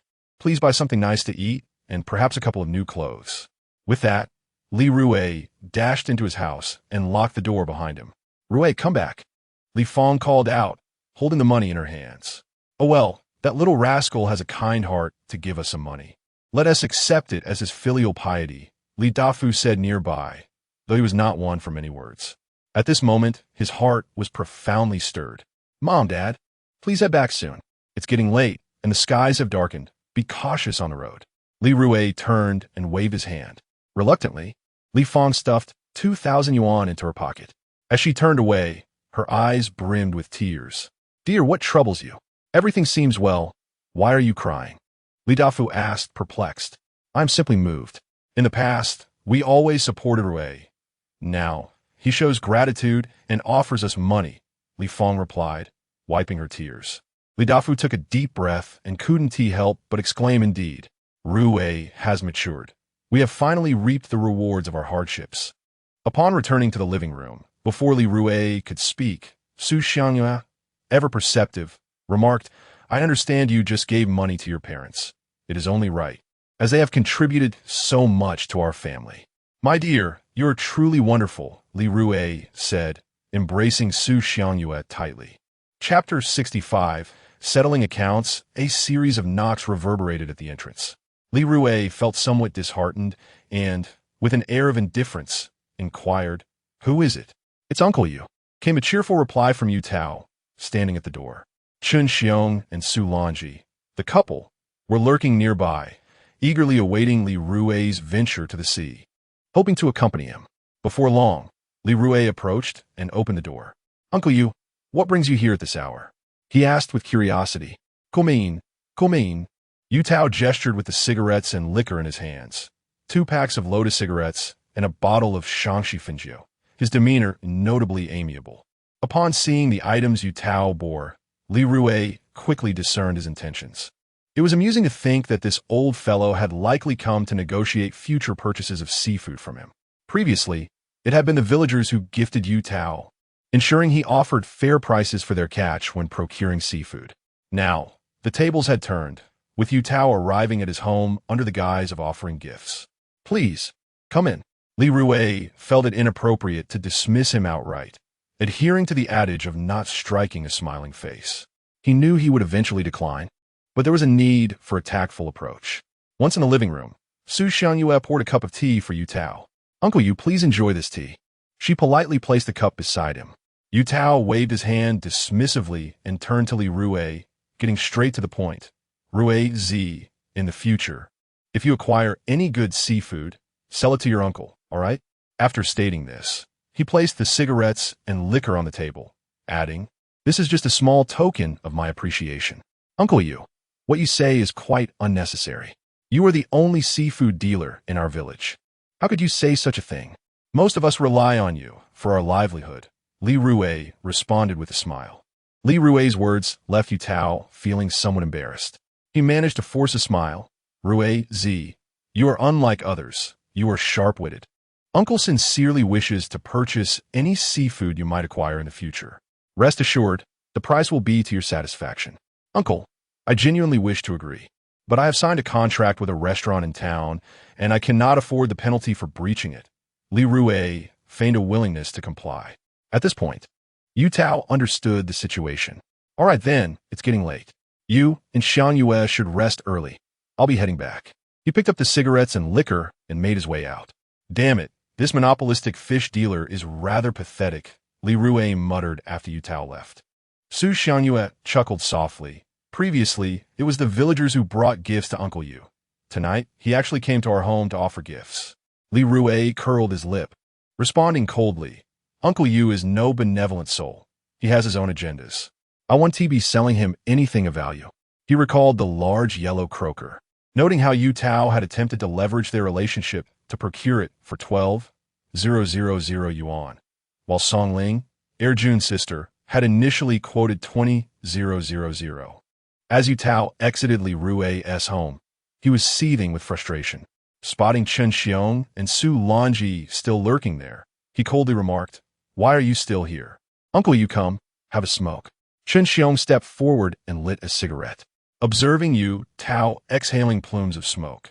Chun Xiong smiled and began to speak. My wife and I are here waiting for Li Rui to head out for fishing. These past few days, that rascal Li Rui has been incredibly lucky, as I'm sure you are aware, Uncle Yu. Upon hearing Li Rui's name, Yu Tao's irritation flared. Don't mention Li Rui to me. Before he could finish his sentence, he grabbed his cigarettes and liquor, storming off towards the village entrance. His home was at the village head, while Li Rui's residence lay at the tail end, just a mere 3-minute walk apart. Clearly, Uncle Yu had just experienced a setback at Li Rui's place. Su Lanji, munching on sunflower seeds, approached. In that moment, she epitomized the quintessential onlooker. Chun Xiong couldn't help but express his admiration. Dear, I must admit, I'm somewhat in awe of Li Rui. Who in our village would dare to be anything but polite to Uncle Yu? Yet, Li Rui managed to have Uncle Yu at a disadvantage, all while ensuring a better price for his seafood. In the past, Uncle Yu would have brought his catch to town for sale, but no one in the town would buy from him. He had even set up a stall, but with little success. Crescent Island is relatively isolated, making it challenging for the islanders to engage in trade with those from the mainland. All these obstacles stem from costs. Indeed, Su Lanji concurred, harboring her own grievances towards Yu Tao, who consistently offered her low prices. A chill breeze swept through, prompting Chun Xiong to sniffle. He gazed at Li Rui's front door, murmuring, "What time is Li Rui heading out tonight?" No sooner had he spoken than he spotted Li Rui. "Wife, Li Rui is coming out," Chun Xiong exclaimed, a hint of excitement in his voice. Su Lanji perked up, fully alert. However, the next moment, they witnessed Li Rui securing his door. The doors of rural homes are typically barred from within at night, unlike urban residences that are locked from the outside during the day. "He has locked the door," Su Lanji whispered. "Why would he do that? Doesn't mean he isn't going fishing tonight?" Chun Xiong appeared somewhat disheartened. Li Rui returned to his bedroom, where Guobo clamored for a story. "Daddy will tell you a tale," Li Rui replied with a smile. Once upon a time, there was a mountain, and within it a temple, where an old monk resided before long. Guobo drifted into slumber. At that moment, Li Rui turned to Su Xiangyue and said, "Today, I sold fish with Air Junzi, and we made a total of 24,300. Air Junzi's share is 2,430. I gave our parents 2,000. That leaves us with 21,870. Su Xiangyue was taken aback by the figure. How is it so much? Fishing can earn such a fortune? This revelation shattered her previous understanding. Today, Air Junzi and I were fortunate. I caught a large yellow croaker, which sold for a full 20,000, Li Rui explained. Li Rui, tell me honestly, how much do you still owe? Su Xiangyue fixed her gaze upon Li Rui's eyes. Without trust between spouses, life becomes exceedingly arduous. After a moment of contemplation, Li Rui spoke, I still owe 210,000 in online loans. Upon uttering this, he quickly grasped Su Xiangyue's hand. My dear, rest assured, I shall repay this debt as swiftly as possible. I believe in you, Su Xiangyue reassured him, not chastising Li Rui, but rather offering comfort. Everyone makes mistakes. Do not be too hard on yourself. Who among us has not encountered obstacles in life? As long as we stand united as a couple, brighter days await us. By the way, my love, this morning, Air Junzi and I went to the beach and collected a bounty of oysters. From that heap, we discovered over 30 pearls. Remembering this, Li Rui shared the news. What? You and Air Junzi? Su Xiangyue gasped, but before she could finish her sentence, Guobo, who had been sleeping in bed, furrowed her brows and turned over. Noticing this, Su Xiangyue quickly lowered her voice. Li Rui, you and Air Junzi are incredibly lucky. Once we sell the pearls tomorrow, I estimate I can repay half of the debt. Li Rui's millet. The mere thought of his outstanding loans made him want to give himself a good scolding. If not for these debts, he could easily drive back to the city tomorrow with a pickup truck. How wonderful! Su Xiangyue sighed in relief. Li Rui's online loans had been a constant source of worry for her, robbing her of sleep and appetite. She had merely kept these feelings buried within her heart without voicing them. Chapter 66. I will not let her lose. Su Xiangyue struggled for a moment before reaching for her phone on the bedside table. What are you doing with your phone? It's late. You have work tomorrow, Li Rui said, looking at his wife with confusion. Su Xiangyue, who rarely checked her phone at this hour, remained silent as she tapped a few times on the screen. Moments later, Li Rui's phone chimed, a notification of a transfer of 40,000 yuan. What is happening? Li Rui was taken aback as he picked up his phone. Only then did he realize Su Xiangyue had just transferred him a substantial sum. He abruptly looked up, his gaze fixed on her. Why did you send me so much money? With a gentle smile, Su Xiangyue replied, use this money to pay off your online loans. I've secretly saved 50,000, and I'm giving you 40,000, keeping the remaining 10,000 as a reserve. Li Rui was reluctant to accept the money, intending to transfer the 40,000 back to her. However, just as he was about to do so, Su Xiangyue firmly grasped his hand and phone. Don't return the money. We are a family, and I want you to quickly pay off your loans. A life without debt is a light life. I understand that principle, Li Rui replied, looking into her earnest eyes. His eyes misted over as he said, you are too good to me. This is what I should do. I was willing to transfer my savings to you because I have seen the changes in you these days and the hope you embody. Please don't let me down. Su Xiangyue teased lightly, wanting to alleviate any psychological burden from him. As a family, we should work together with our hearts united. I will not let you down, Li Rui declared with unwavering resolve. How could he let such a wonderful wife suffer? Suddenly, Li Rui recalled a recent incident. His mother-in-law had asked him for a loan, and he had refused. She had surely approached Su Xiangyue first, who likely did not lend her the money. This thought deeply moved Li Rui. Li Rui, go to sleep. Don't put too much pressure on yourself. If we both work hard together, our future will certainly be bright, Su Xiangyue said softly. Li Rui closed his eyes, feeling a mixture of emotions within. At the entrance of Li Rui's home, Chen Xiong and Su Longji stood shivering like two frightened children. They hadn't tea left yet. Damn it, Li Rui is really not going out to fish tonight. Chen Xiong grumbled. Isn't he wasting his good fortune by staying in? Su Longji looked upset. With that, the couple set out to fish, for their livelihood depended on catching seafood. During the ban on fishing, each day they refrained from going out men a day without income. The following morning, Li Rui quietly rose from bed at 7. Guogua and Su Xiangyue were sound asleep, completely oblivious to his movements. In the kitchen, Li Rui prepared a delightful seafood noodle dish. He first attended to the ingredients, retrieving some crab meat and a few small crabs from the refrigerator. After thoroughly washing the crab meat, he carefully removed the intestinal vein from the crabs. He then rinsed the crabs and some greens until they were spotless. With oil sizzling in the pan, he began to stir-fry the ingredients. Before long, a pot of fragrant seafood noodles was ready, filling the kitchen with an enticing aroma. Li Rui inhaled deeply, reveling in the delightful scent. At 7:30, the family of 3 gathered at the dining table. Guo, with her large eyes half closed, asked Daddy, when do we get holiday?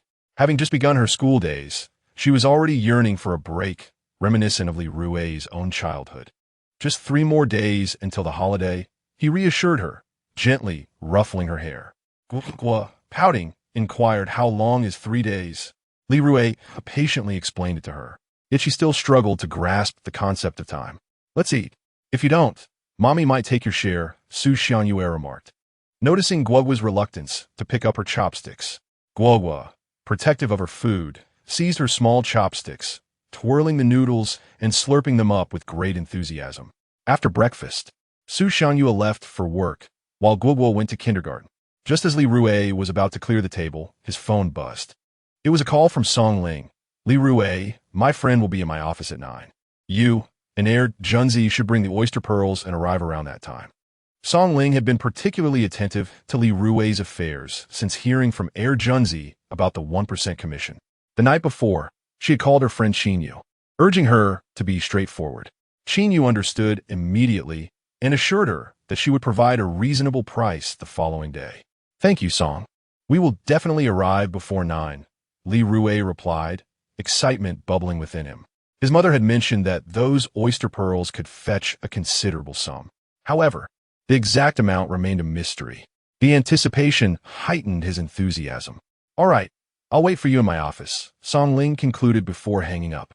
After washing the dishes, as Li Rui was wiping the coffee table in the living room, Air Junzi arrived on his electric bike, bubbling with excitement. "Hey, Brother Rui, I'm here," he exclaimed, stepping into the living room, equally eager to discover the worth of the 30 or so oyster pearls. "I'll help with the cleaning," Air Junzi said, snatching the cloth from Li Rui's hands and diligently wiping the table. As he worked, he shared, "Last night, I sent my mom 1,930 yuan, and she was shocked, thinking we had gotten into some trouble. After I explained everything, her eyes welled up with tears. My dad was teary-eyed too, saying we have finally found our path." Air Junzi recounted this with a sense of accomplishment. In the past, he had always worried his parents.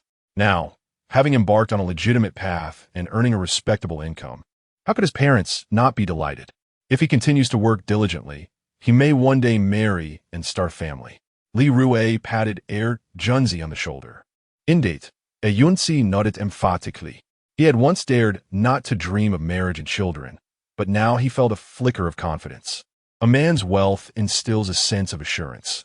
This truth remains timeless. Air Junzi, let's be on our way," Li Rui said, picking up a small box containing oyster pearls as he made his way to his yard, preparing to ride his tricycle into town. "Brother Rui, don't rush.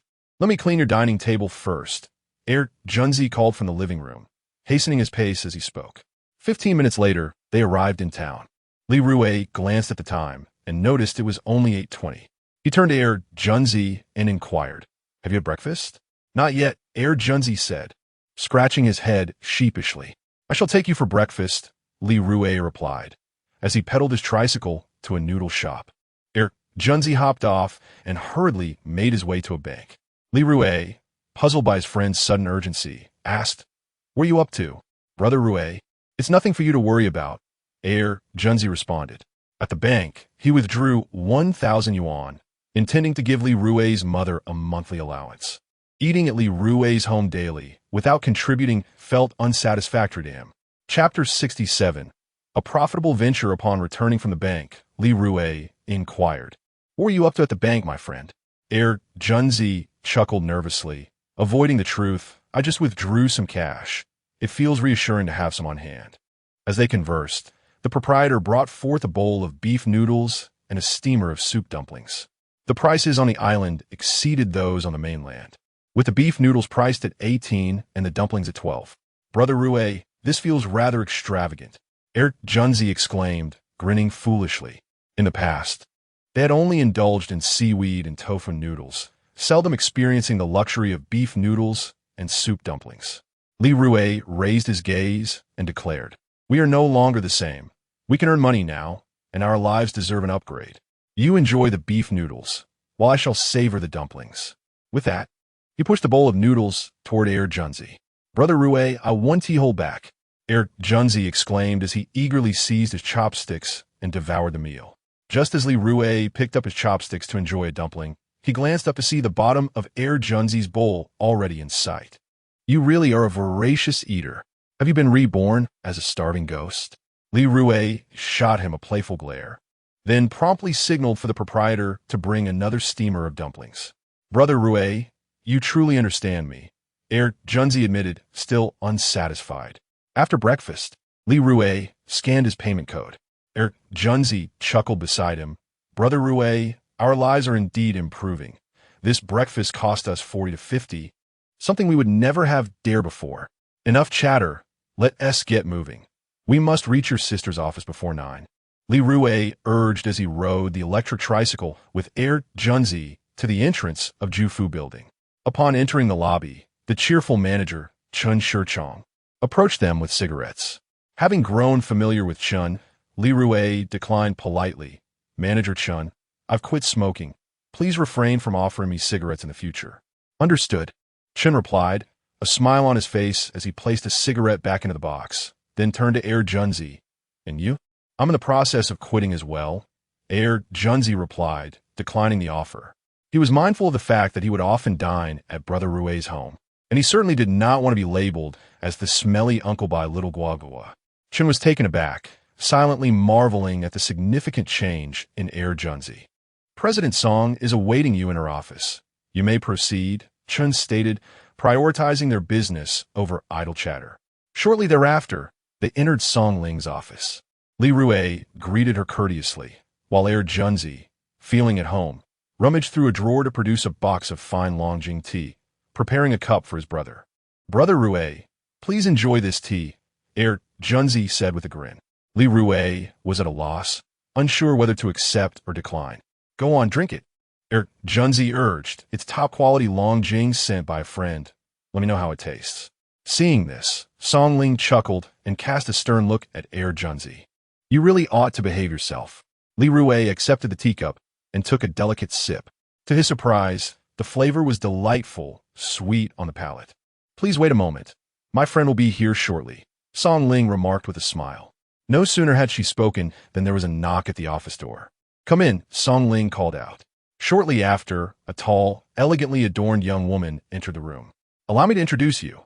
This is my friend, Qin Yu," Song Ling said, stepping between Li Rui and Qin Yu.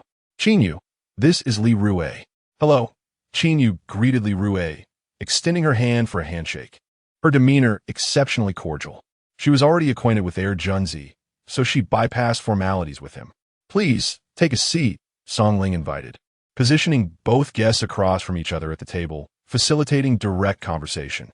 "Mr. Lin, I have heard you possess over 30 pearls. May I take a look?" Qin Yu inquired straightforwardly as she settled in. Li Rui responded with a smile, of course. He carefully retrieved a small box from his pocket and placed it before Qin Yu. Junzi chimed in playfully. "Sister Yu, you must offer us a fair price." Qin Yu smiled gently. "Rest assured, I will provide you with a sincere offer. After all, what kind of relationship do I have with your sister?" She opened the box and examined the pearls meticulously.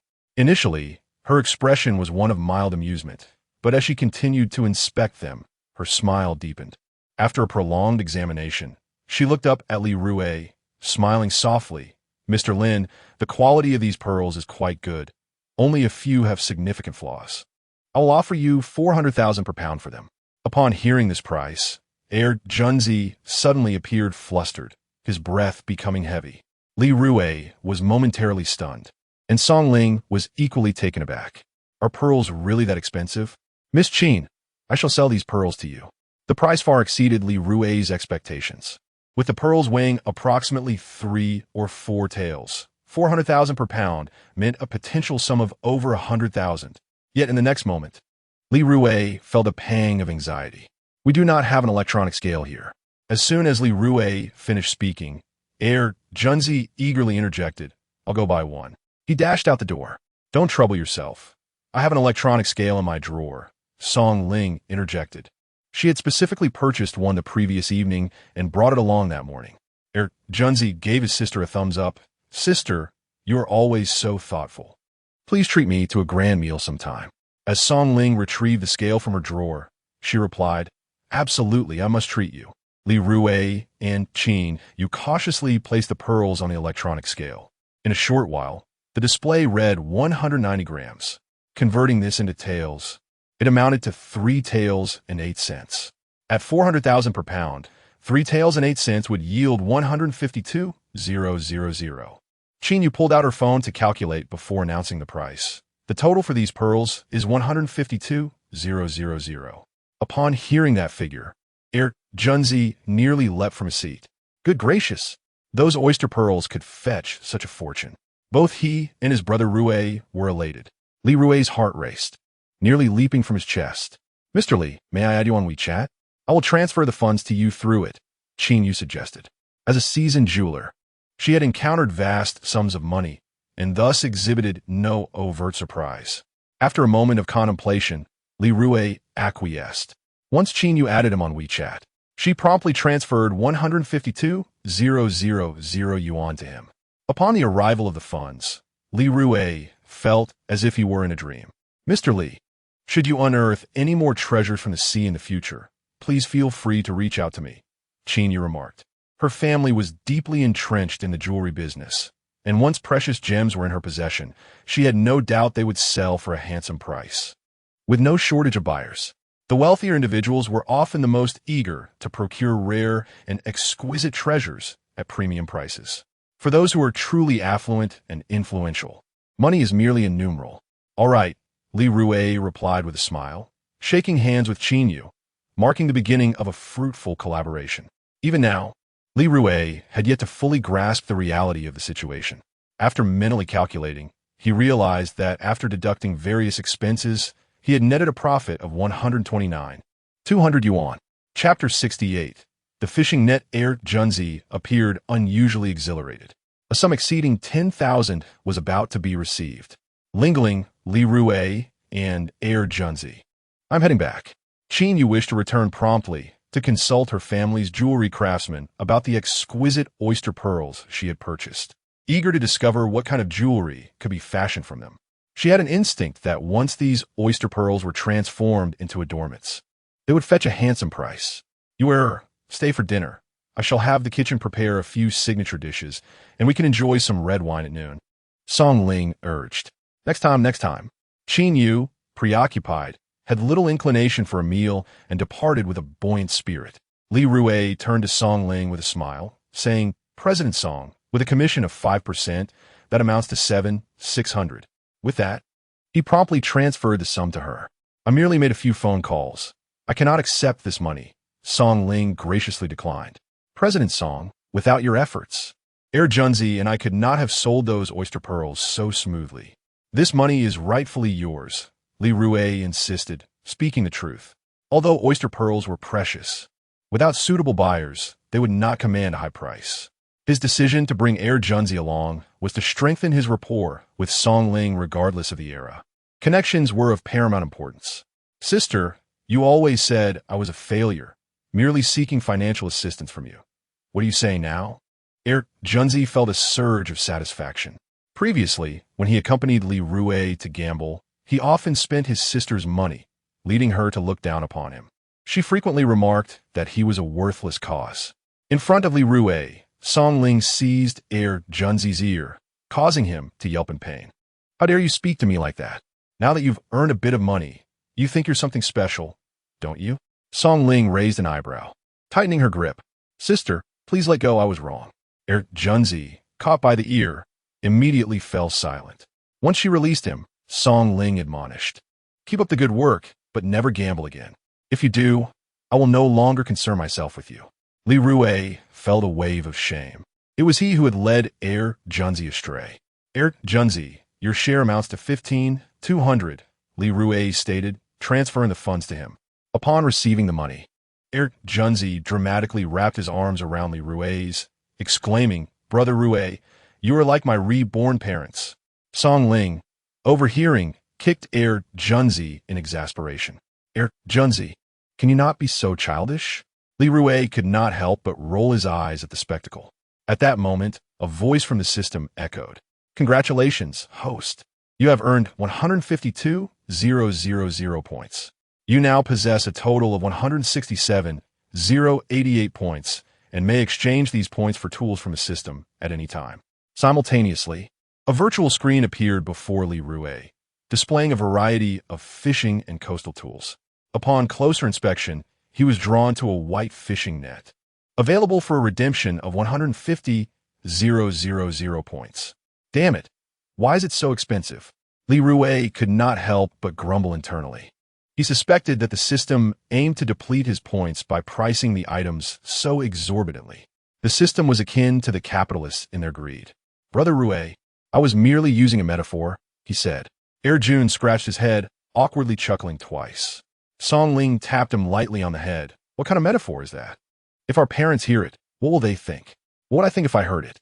Jun hurriedly replied, Sister, I won't say such things again. Song, Jun, and I must take our leave, Li Rui remarked, glancing at the time. He intended to find a secluded spot to purchase a lucky throw net within the system. Song Ling smiled and said, All right, you two may go. In the future, you can bring anything you catch in the sea here to sell. I'll gladly accept small fish and shrimp. Seeing her younger brother earn money filled her heart with joy, primarily because he would no longer ask her for money. Song, I want tea bring small fish and shrimp. I'll keep them for myself. I have a weakness for food, and I cannot bear to part with expensive seafood, so I'll stick to small fish and shrimp. Li Rui responded, acknowledging Song Ling's words. He knew well that Jufu Lu was an upscale restaurant, renowned for its high-end dishes. Small fish were not in demand there. After leaving Jufu Lu, Li Rui rode a tricycle with Air Jun to the fishing tackle shop they had visited previously. Air Jun, go buy me 2 chicken legs, Li Rui said, glancing back at him. Got it. Air Jun eagerly jumped off the tricycle and dashed toward the supermarket. Once he saw that no one was around, Li Rui slipped into a narrow alley. He used 150,000 points in the system to purchase a white lucky throw net. When Air Jun returned and saw the throw net in the tricycle, he was astonished. Brother Rui, why did you buy a throw net? It seems too small to catch fish in the sea. The net was indeed modest in size, creating only a small surface when thrown into the water. Get in the car. No time for chatter, Li Rui replied, frowning. Oh, Air Jun said, climbing into the back of the tricycle. On the way back, Li Rui pondered whether to buy a pickup truck first or pay off his debts. A pickup would be excellent for transporting fish and other items, providing shelter from the wind and rain. The last time he drove the tricycle with Guogua to town, she had shivered from the cold. Brother Rui, when we get back, are we fishing or foraging by the sea? Air Jun asked excitedly. Yesterday, he and Brother Rui had astonishingly earned 170,000 to 180,000 in a single day. If he hadn't experienced it himself, he wouldn't have believed it even if someone told him. Earning 180,000 in a day translates to 4 million a month, or 7 million a year. As he contemplated this, a smile crept across Air Jun's face. Foraging by the sea, and we'll also toss the throw net, Li Rui replied, his eyes filled with anticipation. Having just acquired the lucky throw net from the system, he was eager to see what surprises it might bring. Brother Rui, let's not bother with the fishing net. It serves little purpose without a boat. We can only cast it by the shore, where the likelihood of catching fish is quite slim. Air Junzi expressed his thoughts. He had indeed tried casting nets before. When thrown by the seaside, it proves largely ineffective. It would yield better results if cast into the depths of the ocean, amidst a school of fish. I wish to give it a try. However, Li Rui was not one to easily acquiesce. If you wish to play, then play, he replied. Air Junzi felt that Brother Rui's disregard for his advice would inevitably lead to disappointment. Recently, their coastal fishing endeavors have been quite profitable, rendering the use of a fishing net unnecessary. Upon returning home, Air Junzi leapt from the tricycle and swiftly approached Li Fong, who was washing clothes beneath the water pipe. Aunt, here is 1,000 yuan, considered as my living expenses, he stated, forcefully placing the money into her pocket. Air Junzi, what are you doing? Take it back. Li Fong's expression darkened. With both hands soaked, she was unable to retrieve the money from her pocket to return it to him. Air Junzi stepped back a few paces, his demeanor serious as he declared, Aunt, if you do not accept this money, I shall no longer dine at Brother Rui's home. After giving this money, I can eat with peace of mind and assurance.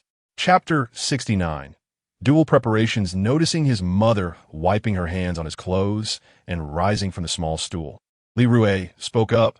Mom, take the money from Air Junzi. If you don't accept it, he'll feel awkward dining at our home. And besides, he doesn't truly need the money. Indeed, Air Junzi chimed in eagerly. Upon hearing her son's words, Li Fong relented and sat back down, looking up at Air Junzi with a bright smile. Air Junzi, why are you being so formal? Air Junzi quickly clarified. Aunt, it's not about formality. It's a matter of principle. If I were to eat at your home for a day or two, it wouldn't be an issue, but dining at your place daily without contributing is simply unreasonable. With that, Li Fong fell silent, returning to her laundry. Air Junzi, let us prepare. Soon we shall venture to the sea and cast a few nets to test our luck, Li Rui said with a smile directed at Air Junzi. Li Rui's decision to be well-prepared stemmed from his belief in the wisdom of readiness. Many in the village were envious of him, eager to follow in his footsteps and glean some fortune. With a throng trailing behind him and Air Junzi, even if they were to discover something valuable, their spoils will be minimal.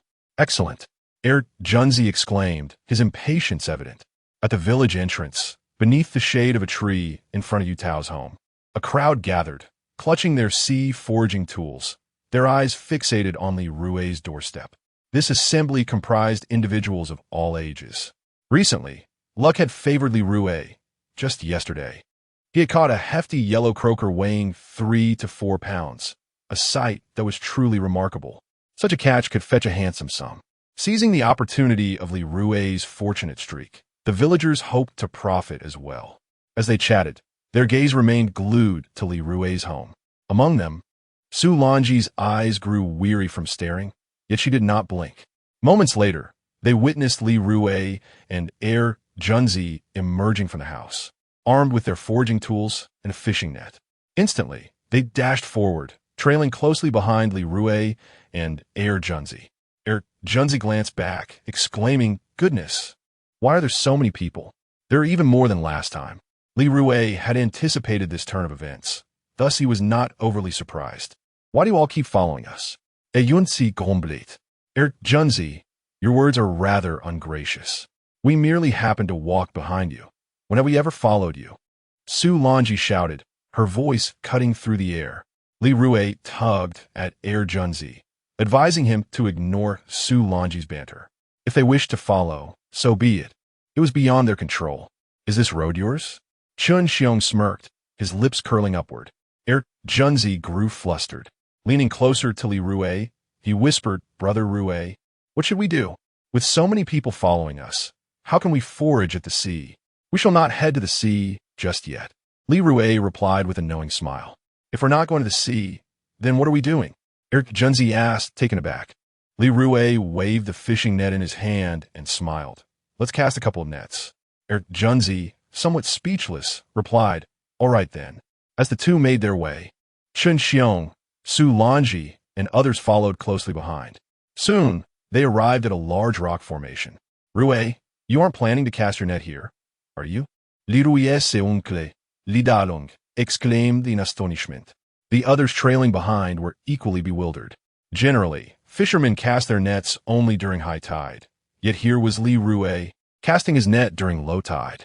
Was this not counterintuitive? Beachcombers occasionally cast nets along the shore, but in Happy Village, hardly anyone engaged in such practices anymore. Not for lack of desire, but because it yielded little reward. What on earth was Li Rui up to? Chun Xiong felt a twinge of frustration. He had followed Li Rui, hoping to find something worthwhile, but now he found himself wasting time at the rocky outcrop. Su Longi whispered to Chun Xiong, "I suspect Li Rui is trying to make us leave him alone. He doesn't want us trailing behind him." Upon hearing this, Chun Xiong's eyes lit up. "Darling, you're brilliant. Let's stay right here and watch him cast his net." With that, he sat cross-legged on the large rock, his gaze fixed intently on Li Rui. With everyone's eyes upon him, Li Rui threw his net. However, due to excessive force and poor control, the net failed to unfurl, collapsing into a heap as it plunged into the sea. Witnessing this, Chun Xiong slapped his thigh and burst into laughter. "Li Rui, you're quite the comedian.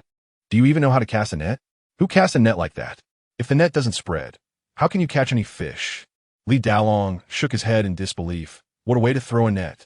The others stifled their laughter, some doubled over in mirth. Even Heir Junzi covered his face with his palm, saying, "Brother Rui, let us just go beachcombing. Watching you cast that net is unbearable." Li Rui was aware that he had not properly spread the net. "Don't rush. Let us see if we've caught anything," he replied, quickly pulling the net back up. Chun Xiong, an adept fisherman, confidently declared, "That net is tangled. It's unlikely to yield any fish." Li Dalong nodded slightly, clearly in agreement with Chun Xiong's assessment. Everyone stood on tiptoe, their eyes fixated on the net being drawn from the water. "There are fish. A big one, too," someone shouted. In the next moment, Li Rui pulled the net out of the water, revealing 7 or 8 fish inside, most of which were grouper, with the largest weighing an impressive 5 pounds. How could there be so many fish? Chun Xiong exclaimed as he sprang to his feet, his eyes nearly popping out of his head at the sight.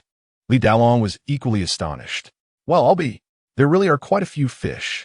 Rui's fortune was nothing short of miraculous. He casually tossed the net, albeit with an improper technique, and to everyone's astonishment, he managed to catch a remarkable number of fish. Li Dalong clicked his tongue in disbelief, while the others fell silent. "Brother Rui, you truly are impressive," said Heir Junzi, unable to contain his smile. With another forceful tug, Li Rui hauled the fishing net ashore. On Crescent Island, there exists a clear regulation permitting the casting of small fishing nets even during the closed fishing season within this rocky area. While the use of large nets is strictly prohibited, this rule was established to attract tourists, allowing them to experience the thrill of net casting. Crescent Island places great emphasis on its tourism industry. At this moment, the fish within the net were thrashing about energetically. "Brother Rui, look at all these fish!" exclaimed Junzi as he rushed over with a bucket, eagerly scooping up the fish and tossing them inside. The onlookers were left speechless. Chun Xiong, filled with envy, exclaimed, "Damn it! How can Li Rui be so lucky? If it were anyone else, they wouldn't catch even 2 fish." After gathering a few grouper, Junzi suddenly cried out in excitement, "There's something good here!" The crowd instinctively leaned in to see what he had discovered. Chapter 70. Finally reeled in Brother Rui. "There's truly something remarkable," Junzi exclaimed with uncontainable excitement. His words ignited a wave of curiosity among the group. What could this prized possession be?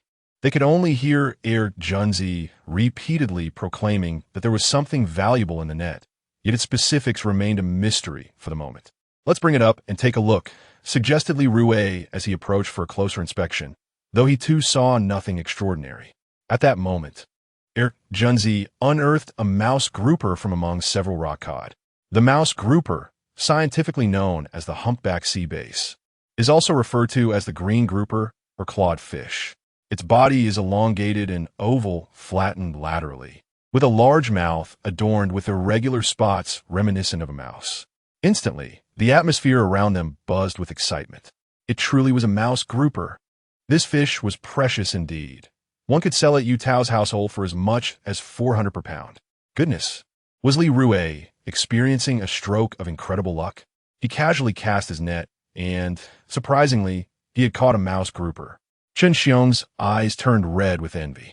Su Lonji gasped in astonishment. "It really is a mouse grouper." Li Dalong was utterly speechless. Lately, it seemed that all fortune had inexplicably favored Li Rui. He found himself unable to comprehend this phenomenon. "Brother Rui, this mouse grouper weighs around 3 to 4 pounds, Junzi assessed, weighing it in his hands before looking up at Li Rui with a beaming smile. The price for mouse grouper was indeed steep, at her sister's place. It could sell for at least 500, and larger specimens might reach 800. Put in the bucket, Li Rui chuckled to himself, marveling at the sheer fortune of his fishing endeavors. Even when tangled in the water, he was able to reel in something extraordinary. Junzi placed the mouse grouper into the bucket, and then gave Li Rui a thumbs up, exclaiming, "Brother Rui, you are truly amazing. Enough chatter. Quickly toss all the fish from the net into the bucket, and as for the small fish and shrimp, throw them back into the sea," Li Rui urged, eager to capitalize on this fortunate moment and catch a few more nets full. "Unterstot," Junzi replied, deftly throwing the larger fish into the bucket while returning the smaller ones to the ocean. Chun Xiong approached and remarked sourly, "This mouse grouper isn't even that big." Li Dalong, taken aback, stared incredulously at Chun Xiong. "What are you talking about? This mouse grouper must weigh at least 4 pounds. And you say it's not big?" Such comments reeked of envy. Aunt Hua shot a cold glance at Chun Xiong. Meanwhile, Li Rui crouched down to sort out the fishing net. Earlier, his cast had been hindered by an entanglement, preventing the net from unfurling properly. "Brother Rui, the net is all tangled up. Let me help you untangle it," Junzi offered, rushing over to the knotted section to swiftly resolve the issue. Seeing that Junzi had successfully unraveled the entanglement, Li Rui centered himself and, utilizing the momentum of his turn and the strength of his arm, flung the fishing net out with ease. With a satisfying splash, the net gracefully descended into the sea. Li Rui was born by the sea and was once a quintessential fisherman. However, in the past 2 years, he has succumbed to the allure of gambling, momentarily forgetting the art of casting a net. Upon reflection, the memories of his skill returned. This time, however, Li Rui would not enjoy the same fortune as before. His previous luck was merely the privilege of a novice, a privilege I too have experienced, Chun Xiong remarked. Li Dalong shared Chun Xiong's sentiment, murmuring, I too have cast my net among the rocky shores, but my catch was disheartening. Merely a handful of small fish and shrimp, hardly worth the effort, which I ultimately released. The onlookers craned their necks, eager to witness whether Li Rui could once again capture a sizable fish. Brother Rui, quickly reel in the net. Uagite yunsi. Do not rush, Li Rui replied with calm assurance, explaining that in deeper waters, one must wait approximately 30 seconds after casting the net before retrieving it, whereas in shallower waters, a mere 15 seconds suffices. The technique of casting a net is nuanced. In shallow waters, the descent is swifter, thus requiring less time for retrieval. However, in deeper waters, the descent is prolonged, necessitating a bit more patience. Upon hearing Li Rui's words, Chen Xiong could not help but feel a sense of admiration for the young man's knowledge. Moments later, Li Rui skillfully began to lift the edges of the net, coaxing the fish to gather. It's so delicate, too delicate, Chen Xiong thought to himself, impressed by Li Rui's professionalism. The veteran fishermen surrounding him shared this sentiment. Soon, the net emerged from the water, and the spectators beheld the lively fish within. Goodness, there are so many large fish, Chen Xiong exclaimed, his eyes nearly ablaze with astonishment, pondering the incredible luck Li Rui had been experiencing lately. Li Dalong gasped in disbelief, his eyes wide with wonder.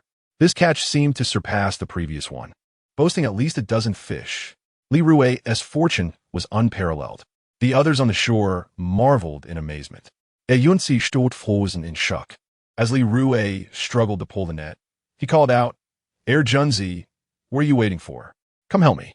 With an irritated glare at Junzi's inaction, Li Rui felt exasperated by his apparent obliviousness. Brother Rui, I'm coming. Junzi finally snapped to attention, rushing over to grasp the net alongside Li Rui, both exerting their strength to haul it ashore. Witnessing this, Chen Xiong was utterly unsettled. Goodness, how many fish could there possibly be in that net? Li Rui alone was unable to lift it. Li Dalong, upon seeing the multitude of fish within the net, could only exclaim in astonishment, uttering exclamations of disbelief. The eyes of the onlookers widened in sheer amazement. How many big fish are there in the net? Li Rui, a grown man, surprisingly cannot haul the net up. Although I did not catch so many fish, merely watching from this spot fills me with excitement. At this moment, a 10-pound bass thrashes vigorously within the fishing net, leaving both Li Rui and Junzi in a state of disarray. Brother Rui, there's a big catch, Junzi exclaims, his face radiating pure joy as he exerts all his strength to pull the net upward. Junzi, we must coordinate our efforts. It cannot be that when you exert force, I do not, and vice versa. Li Rui gritted his teeth and instructed. Both of their hands are reddened from the strain of the fishing net. Junzi, confused, inquired, Brother Rui, what do you mean? Why are you so dense? When I count to 3, we pull together, do you understand? Li Rui could not help but cast Junzi a sidelong glance. I understand, Junzi replied softly, feeling somewhat exhausted. Subsequently, they shouted 1, 2, 3 in unison, and upon reaching 3, both exerted their strength together, finally managing to haul the fishing net onto the shore. Chapter 71. Abundance of fish. The two men settled themselves onto the rocks, their bodies collapsing against the rugged surface. Li Rui finally relaxed, stretching his limbs and gazing up at the sky, while the muscles in his arms quivered. Junzi, punting heavily, was equally exhausted. Despite their fatigue, a sense of exhilaration permeated the air. They had just pulled in a net brimming with fish. Brother Rui, what a bountiful catch we have today. Thank goodness we heeded your advice to cast the net. Otherwise, we wouldn't have reaped such rewards. Junzi exclaimed, breathless as he looked at Li Rui. Their eyes met, and after a moment of shared silence, they erupted into joyful laughter. Chen Xiong, look at them, and now look at yourself. I have nothing more to say. You're sleeping on the sofa tonight. Su Lanji chided her husband, pointing at him accusingly. What did I do to deserve that? Why must I sleep on the sofa tonight? Chen Xiong protested. My, what a magnificent sea base. Li Dalong gasped now. The onlookers on the shore were left dumbfounded. In recent days, Li Rui had been harvesting from the sea with great success, and now he had once again filled his net. It felt as though a dream had materialized into reality. While Li Rui and Junzi continued to laugh heartily. It took a while before Li Rui staggered to his feet from the rocks. All right, enough laughter. Let's South quickly place the fish into the bucket. As per our usual routine, we shall toss the small fish and shrimp back into the sea, he instructed, nudging Junzi's ankle with his foot. Junzi sprang up nimbly. Right away, he replied, promptly beginning to transfer the fish from the net to the bucket. They were engrossed in their task. Brother Rui, there's a more than 1 pound grouper here. Junzi shouted excitedly as he picked up fish. Li Rui glanced over and instructed him to place it in the bucket. The onlookers were envious beyond measure. Just think of how much money we could make with such a haul. And there's even grouper, a prize catch among fish. When will we ever be able to net such a bounty? We'd wake up smiling from our dreams. Junzi mused as he lifted a 10-pound sea bass. Grinning broadly, Brother Rui, it's so large. The bucket is nearly full. After placing the hefty sea bass into the bucket, Chun Xiong's eyes twinkled with cunning as he contemplated casting his own net in the rocky area to catch some of the good fortune for himself. With this thought in mind, he tugged at his wife, Su Longji's arm. What is it? Su Longji, currently brimming with irritation, shot him an annoyed glare. My dear, there are plenty of fish here. I'll run home and fetch our net. I'll throw out a few times, Chun Xiong whispered into his wife's ear. Wary of being overheard by others, he hastily made his way home to retrieve the fishing net, eager to seize the opportunity. The more people there were, the stiffer the competition, and his potential catch would diminish accordingly. Su Longji's eyes brightened at his suggestion. Go quickly, she urged, drawing her neck in and waving her hand with a sly smile. She too was cautious not to let anyone overhear their conversation. Chun Xiong took a few steps back, seizing the opportunity when others were distracted, and swiftly turned to sprint towards the village. Meanwhile, Junzi let out another startled cry. Goodness, there's actually a tiger grouper in here. Junzi carefully lifted the tiger grouper from the net. Enraged, the fish thrashed its body and fell to the ground. Nearby, Li Dalong stared in astonishment. Indeed, it was a tiger grouper, and it must weigh around 3 jin. The tiger grouper, scientifically known as Epinephalus fuscovitatus, typically measures 0.5 meters in length, with a maximum size of 1.2 meters, and can weigh up to 22 jin. Its body is oval, laterally compressed, and robust. The coloration is a blend of yellow and light brown, ideally golden yellow, adorned with numerous small brown spots. Known for its ferocity and suspicion, it possesses great strength and a fierce temperament. Its price is exorbitant. A wild tiger grouper can fetch around 200 to 300 yuan per jin, with heavier specimens commanding even higher prices. My goodness, not only are there mouse groupers in this net, but also a tiger grouper. Li Rui must be extraordinarily fortunate. In all my years, I have never witnessed anyone cast a fishing net and reap such a bountiful catch. This haul could sell for 3,000 to 4,000 yuan. The onlookers were filled with envy. Li Rui and Junzi's hands ached from collecting fish, yet they felt no fatigue. At that moment, Chun Xiong, shouldering his small casting net, rushed over with great enthusiasm. Make way, he called out excitedly. He planned to cast a couple of nets in the very spot where Li Rui had just fished, as that area was teeming with fish.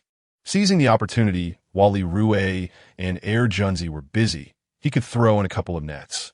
Upon seeing Chun Xiong approach with his casting net, Li Dalong lamented, "Oh dear, why was I a step too late? Now I must return home to fetch my net and cast a few lines here," he exclaimed, dashing back towards his home, discarding his beachcombing tools without a second thought. On the large reef, the others gradually regained their senses. In the next moment, they mimicked each other, abandoning their beachcombing tools and hurriedly heading homeward. The scene resembled a zebra migration. Rural folk tend to follow the crowd, seeing others profit from this. They join in, and witnessing others succeed in that, they follow suit. In a brief moment, nearly everyone on the reef had departed, leaving only Li Rui, Junzi, and the couple, Chun Xiong and Su Longji. Chun Xiong, hurry and cast, Su Longji urged, standing behind him. her anticipation palpable as she envisioned their fishing net bursting with catch. Chun Xiong expertly cast the net into the sea. "Dear, be patient. Let the net settle first," he replied, glancing back at his wife with a cheerful smile. The ocean's depth required approximately half a minute for the net to properly ensnare the fish. Su Lanji nodded with hopeful eyes. With that, she closed her eyes, clasped her hands before her chin, and began to pray. "Fish more, fish more, fish more." Su Lanji incessantly chanted these words in her mind. Junzi, while gathering fish, expressed his displeasure. "Rui, gu. That old scoundrel Chun Xiong is casting his net right where we were earlier." A chill graced Junzi's countenance, his tone laced with ire. "Forget him. Let us hasten our fish collection." Li Rui replied with a faint smile. His fishing net was a fortunate net procured from the system, whereas Chun Xiong's net was merely an ordinary one. It would be exceedingly difficult for Chun Xiong to catch anything valuable in the rocky area. "Rui, are you not the least bit angry? I wish to drive that old scoundrel Chun Xiong away. He has encroached upon our territory." Junzi clenched his fists. "What use is anger? This place is not ours to claim. If he wishes to cast his net here, let him do so." Li Rui was unconcerned in the slightest. To catch fish, the location mattered little. What truly counted was the net. Junzi pondered this, yet his heart remained unsettled. Meanwhile, Chun Xiong was eagerly pulling up his fishing net. "Goodness, with this net cast, I should haul up several grouper and numerous tiger fish." Chun Xiong's eyes sparkled with delight. Chapter 72. A fruitless endeavor. "It's coming up. It's coming up," Su Lanji exclaimed with great excitement. Her neck craned and her eyes fixated on the fishing net submerged in the water. Surely, it must be teeming with fish. What kind of fish might it hold? A large perch? A mouse grouper? Or perhaps a tiger grouper? Su Lanji eagerly anticipated the bounty. Such a splendid fishing spot. Casting a net here would undoubtedly yield a significant catch. Junzi turned to glance at the net, his expression tinged with dissatisfaction. Meanwhile, Li Rui's lips curled into a faint smile. Moments later, Chun Xiong observed the net being pulled halfway up, revealing a lack of fish, and he felt a tinge of disappointment. However, he quickly adjusted his mood. There had to be plenty of fish beneath the net. Such a prime location could not possibly be devoid of them, he reassured himself. "Come on, hurry up. Sulandi uget ansi oli." Upon hearing this, Chun Xiong exerted a strong pull, and the net emerged completely from the water. Inside, there were merely a few minuscule fish and shrimp, scarcely the bounty they had hoped for. Why is there nothing worthwhile? Su Lanji's emotions were visibly stirred. It was a classic case of heightened hopes leading to greater disappointment. The hope she had just moments ago was now matched only by her disillusionment. "Damn it!" Chun Xiong angrily tossed the net down at his feet. This scene elicited hearty laughter from Junzi. "Brother Rui, Chun Xiong has brought up nothing at all." He chuckled. "Chun Xiong, how could you be so inept?" In the same spot, Li Rui cast his net and came up with a haul. How is it that you only caught a few tiny fish and shrimp? Su Lanji was incensed, recalling how fervently she had prayed just moments before. With a troubled expression, Chun Xiong lamented, "Wife, I truly do not understand why this happened." He then tidied the net and cast it once more, unwilling to believe that his luck was so bleak today. At that moment, others from the village began to arrive in succession. With a splash, they all tossed the nets they had brought into the water. The scene was quite spectacular, with waves of water splashing higher and higher. Each person bore a radiant smile, eagerly anticipating a bountiful catch. "Brother Rui, are we going to cast the net again soon?" Yunsi inquired. Li Rui was contemplating this very question when suddenly a voice echoed in his mind. "The host's fortune for today has been nearly exhausted. Should you cast the fishing net again, you will no longer benefit from luck." Previously pondering his next move, Li Rui, upon hearing the system's voice, immediately made his decision. Noticing that the fish had all been collected from the net, he stood up, stretched lazily, and declared, "Let us go beachcombing. We shall not cast the net again today." At this, Junzi became anxious, springing to his feet. "Wait, Brother Rui, your luck is soaring. Why not continue casting the net?" Li Rui patted Junzi on the shoulder and uttered a profound remark. What rises too high must inevitably fall. Junzi blinked in confusion, his brow furrowing as he asked, "What does that mean?" "Everything that reaches its zenith must eventually descend," Li Rui elaborated, explaining that there are no waves that only rise without falling. "Do you understand?" "I think I do, yet I feel as if I do not," replied Junzi. Scratching his head, Li Rui, carrying a bucket, strolled towards home. "Let us return home first to deposit these fish, and then we shall head back to the sea," he said as he walked. Junzi wiped his hands and then took out his phone, snapping a few photos of the bucket beside him, which he sent to his sister, Songling. "Sis, today, Brother Rui and I had quite a bountiful catch." Accompanying this message was an image of him grinning broadly. In the Jufu building, Songling, upon seeing these photos in her office, widened her eyes in astonishment. Goodness, they actually caught both tiger and rat fish. Li Rui and Junzi have indeed had a successful day. After taking a deep breath, Songling called Junzi. "Junzi, you and Li Rui must bring those fish to the Jufu building immediately," she stated with an undeniable authority. "They have specialized tanks for nurturing sea fish there. Once the fish die, their value diminishes exponentially." "Sis, I'm afraid that's not feasible right now. Brother Rui and I still plan to catch more fish." Junzi replied with a cheeky grin. "Prioritize the fish delivery. You and Li Rui must bring those fish to the Jufu building at once," Songling reiterated, her tone growing more serious and insistent. She then elucidated further. "Both tiger and rat fish are high-quality seafood, and if they perish, their price will plummet." After hanging up, Songling initiated a video call with Li Rui, conveying her demands. Without hesitation, Li Rui complied. Upon returning home, they found that Li Fong had yet to finish preparing dinner. "Rui, Junzi, why have you returned so early?" Li Fong inquired quizzically. "Aunt, take a look at our bucket," Junzi boasted, moving closer to Li Fong. He gestured for her to peer inside. Upon doing so, she was taken aback. "Why are there so many fish?" Li Fong exclaimed in disbelief. Brother Rui had good fortune today. He cast the net only twice and reaped such a harvest. Yunzi chuckled. Li Fong was bewildered. "Is it truly so easy to catch fish now? This defies logic." "Mother, Junzi and I are heading to town. His sister is eager to purchase these fish, fearing they might die," Li Rui announced. Go quickly, Li Fong smiled broadly. "This is wonderful news." Just as Li Fong finished speaking, Yu Tao arrived uninvited. "Rui, I just heard someone say you cast a fishing net and had a tremendous catch. Is that true?" Yu Tao asked, intrigued. "Uncle Yu, indeed, it is true. This matter is hard to conceal, as many witnessed it," Junzi replied. Yu Tao appeared astonished. "It's actually true." At this, he donned a grin. "Rui, since we are from the same village, you should consider selling your good fortune to me first. If you sell to others, you'll have to make an extra trip. It's simply not worth it." Yu Tao aimed to profit from the price difference. Li Rui evasively market, Uncle. "Didn't I mention during your last visit that I have signed a contract with a prominent business tycoon in town? The penalty for breach is substantial, and the fine goods I acquire can only be sold to her. How can this old fellow shamelessly come to my house repeatedly with such demands? He certainly did not exhibit such a demeanor before."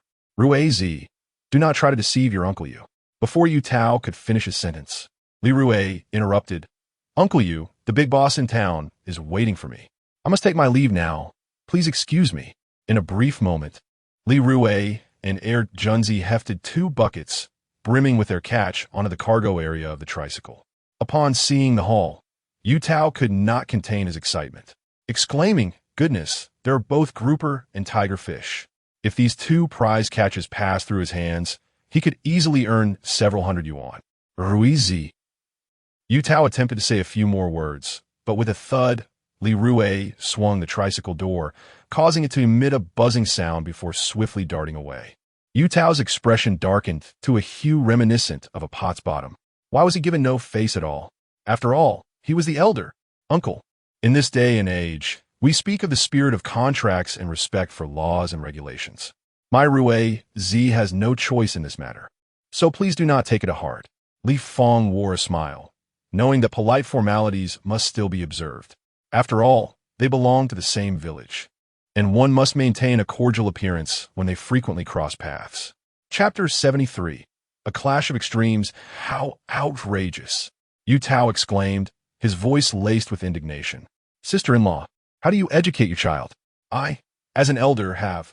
Before Yu Tao could finish his statement, he was abruptly interrupted by Li Fang. If you speak like that, I shall not tolerate it. I believe my son has done nothing wrong. Do not speak ill of him, she retorted, her face flushed with anger. Instantly, Yu Tao's bravado dissipated. Fine, I shall not engage with you further. I am leaving, he declared, turning to exit.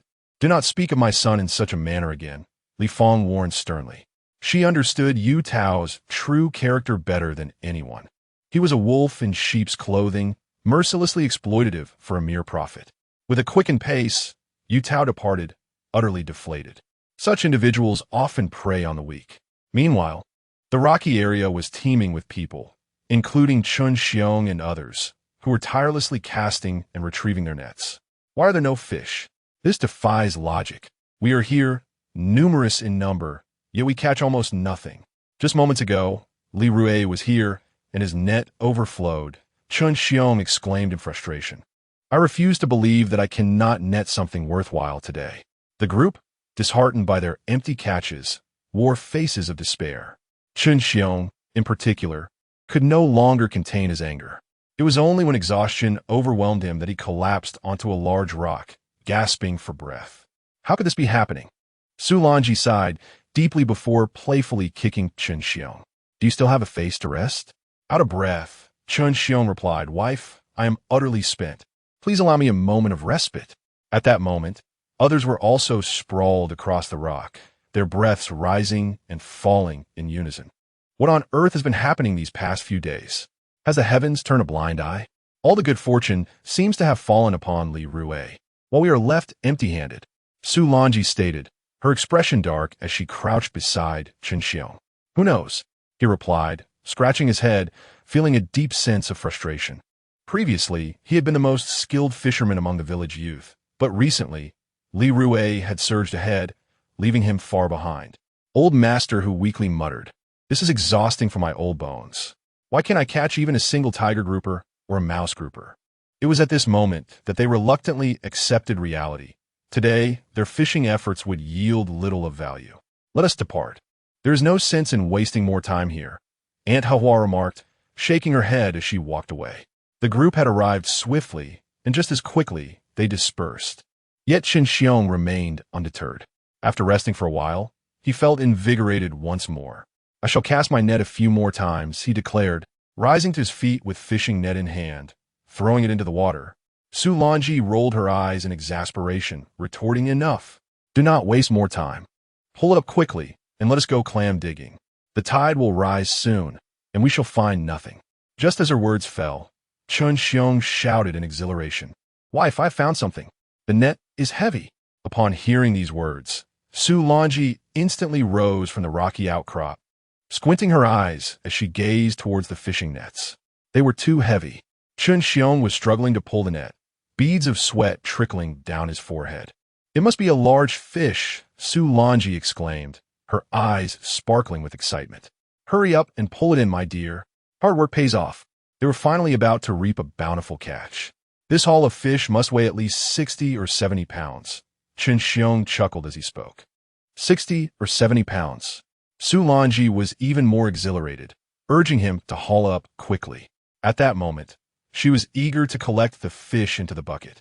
After a brief while, Chun Xiong finally managed to retrieve the fishing net from the water.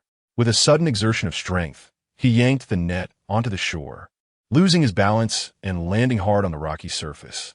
Su Lanji paid no mind to him. She rushed forward to inspect the catch, only to discover a pile of old clothes tangled with metal. Well, dear, what's in there? Any treasures? Chun Xiong asked eagerly as he jumped to his feet. Just a heap of rags, Su Lanji replied, cursing, who would be so cruel as to toss trash into the sea? As she rummaged through the pile, she managed to find only a small shrimp. The shrimp wriggled in her hand for a moment before plopping back into the ocean. No way. Chun Xiong crouched down, joining the search amidst the tattered garments, but alas, he found nothing. Meanwhile, Li Rui, and Air Junzi had arrived at the entrance of Jufu building. "Brother Rui, we're going to make quite a profit this time," Air Junzi exclaimed excitedly as he hopped down from the tricycle.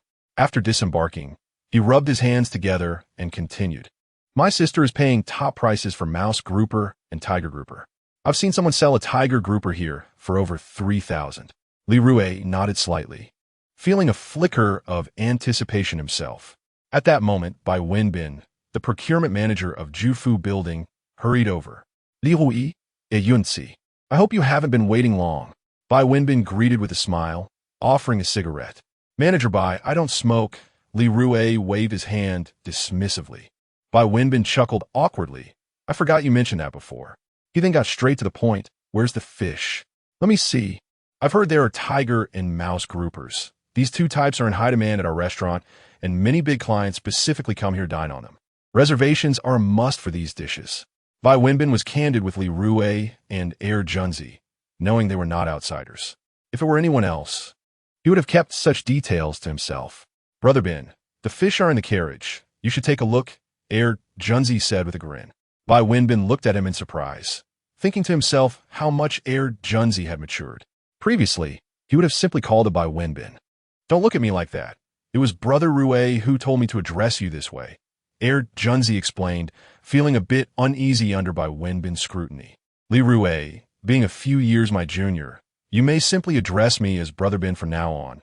There is no need for titles like manager, for I am but a humble worker."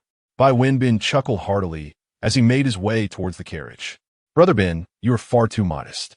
At your tender age, you have already ascended to the ranks of senior professionals. I find myself quite envious of you." Li Rui, however, was not one to be overly sentimental. In the world outside, if one lacks the art of communication and the ability to navigate affairs, hardships are sure to follow.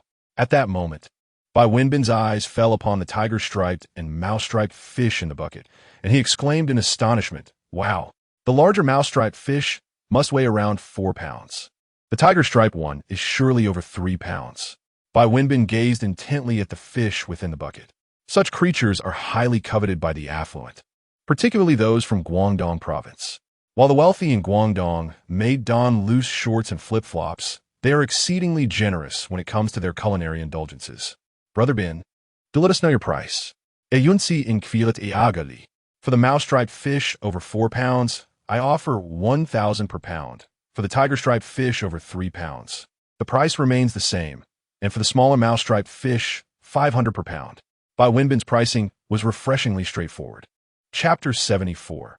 Enhancing life. It had been a while since I'd seen such a magnificent tiger grouper. Bai Wenbin reached into the bucket to grasp the fish. As soon as he did, the tiger grouper thrashed wildly, splashing water all over him. "Ah, the tiger grouper is indeed powerful and fierce." A smile adorned Bai Wenbin's face as the fish wriggled free from his grip and fell back into the bucket. The agitated tiger grouper began to thrash about violently within the confines of the bucket, nearly overturning it. At that moment, several kitchen assistants rushed out and carried the bucket into the kitchen. They entered the kitchen in quick succession. Bai Wenbin instructed them to weigh the catch, taking notes beside him. The tiger grouper weighed 3 jin and 8 liang, the larger mouse grouper 4 jin and 2 liang, and the smaller mouse grouper 1 jin and 2 liang. The combined weight of the sea bass was 10 jin and 2 liang, while the sardines totaled 20 jin. The stone fish weighed 5 jin. The remaining small fish were not weighed, as Li Rui planned to take them home to fry for a drink. "Li Hui Shuklat, since they are here, we might as well weigh them all. Our restaurant offers 20 yuan per jin." Bai Wenbin replied generously. This price was quite reasonable. Small fish are typically difficult to handle and command low prices. Yet Li Rui insisted on taking all of them. "Brother Bin, it took me and Air Junzi some effort to catch these fish. We must have a taste." Li Hui exclaimed. Bai Wenbin laughed heartily in response, fully aware of Li Rui's intentions, not wanting to take advantage of their restaurant. The tally was as follows: tiger grouper at 3,800, mouse grouper at 4,400, sea bass at 45 per jin, totaling 459, sardines at 20 per jin, totaling 400, and stone fish at 100 per jin, totaling 500. The grand total came to 9,559. Bai Wenbin meticulously calculated the accounts. Upon finishing, he looked up at Li Rui and said, Li Rui, I have already sent the accounts to General Song. Later, you and Heir Junzi can go to his office to collect the receipts and then head to finance for the payment. After a brief pause, Bai Wenbin continued, Please don't mind the process. This is how our restaurant operates. Li Rui smiled slightly. I understand. Brother Rui, shall we cast the nets again later? A couple of casts could yield nearly 10,000. The thought made Heir Junzi nearly impatient. Let's call it a day. Li Rui replied, aware that his good fortune had been exhausted for the day. All right, Heir Junzi said, dejected.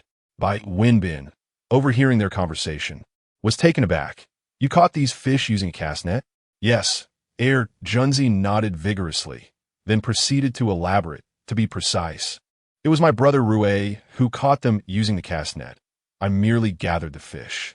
My brother's luck has been remarkably good lately. I suspect he may be the reincarnation of Mazu. With that, Heir Junzi burst into laughter. Li Rui, you are truly remarkable. As far as I know, it is quite challenging to catch fish with a cast net these days. Bai Wenbin genuinely complimented him.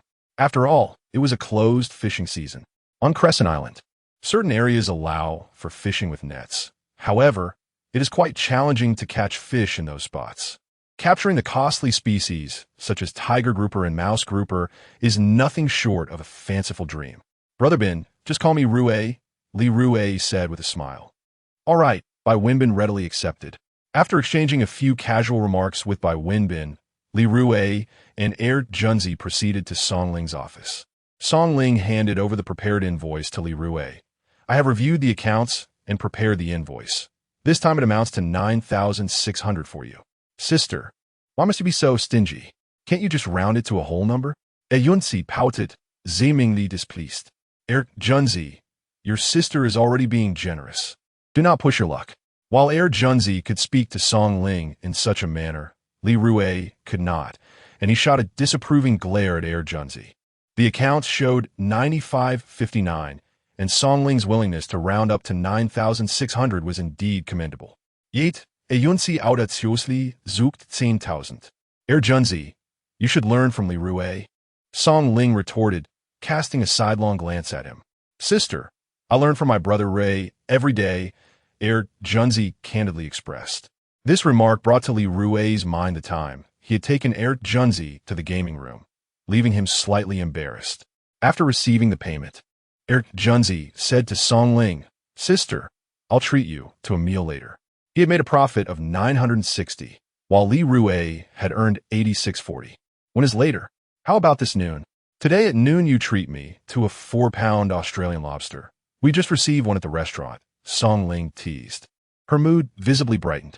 Previously, not only had her parents worried endlessly about Heir Junzi, but she, as his sister, had also shared in that concern. Now, it seemed that Heir Junzi was making progress, associating with the right people and earning money. As his sister, she could finally breathe a sigh of relief. Brother Rui, let us go, Heir Junzi exclaimed, quickly pulling Li Rui out of his sister's office. He glanced back at his sister, his eyes seemingly conveying that she did not appear to be a trustworthy person. Li Rui turned back and waved at Song Ling, President Song. See you later. See you later, Song Ling waved back. Once Li Rui and Heir Junzi disappeared from her sight, she couldn't help but laugh heartily. Upon exiting Ju Fu building, Li Rui decided to buy some alcohol and groceries. Brother Rui, where are we headed? Heir Junzi inquired from the back of the vehicle. First, we'll stop by the deli for some pig's head meat. Then we'll head to the supermarket for a couple of bottles of liquor, some peanuts, and cucumbers. If we see anything else we fancy, we could buy a bit more, Li Rui replied, feeling a desire to indulge in some drinks. With newfound wealth, he believed it was time to enhance his quality of life.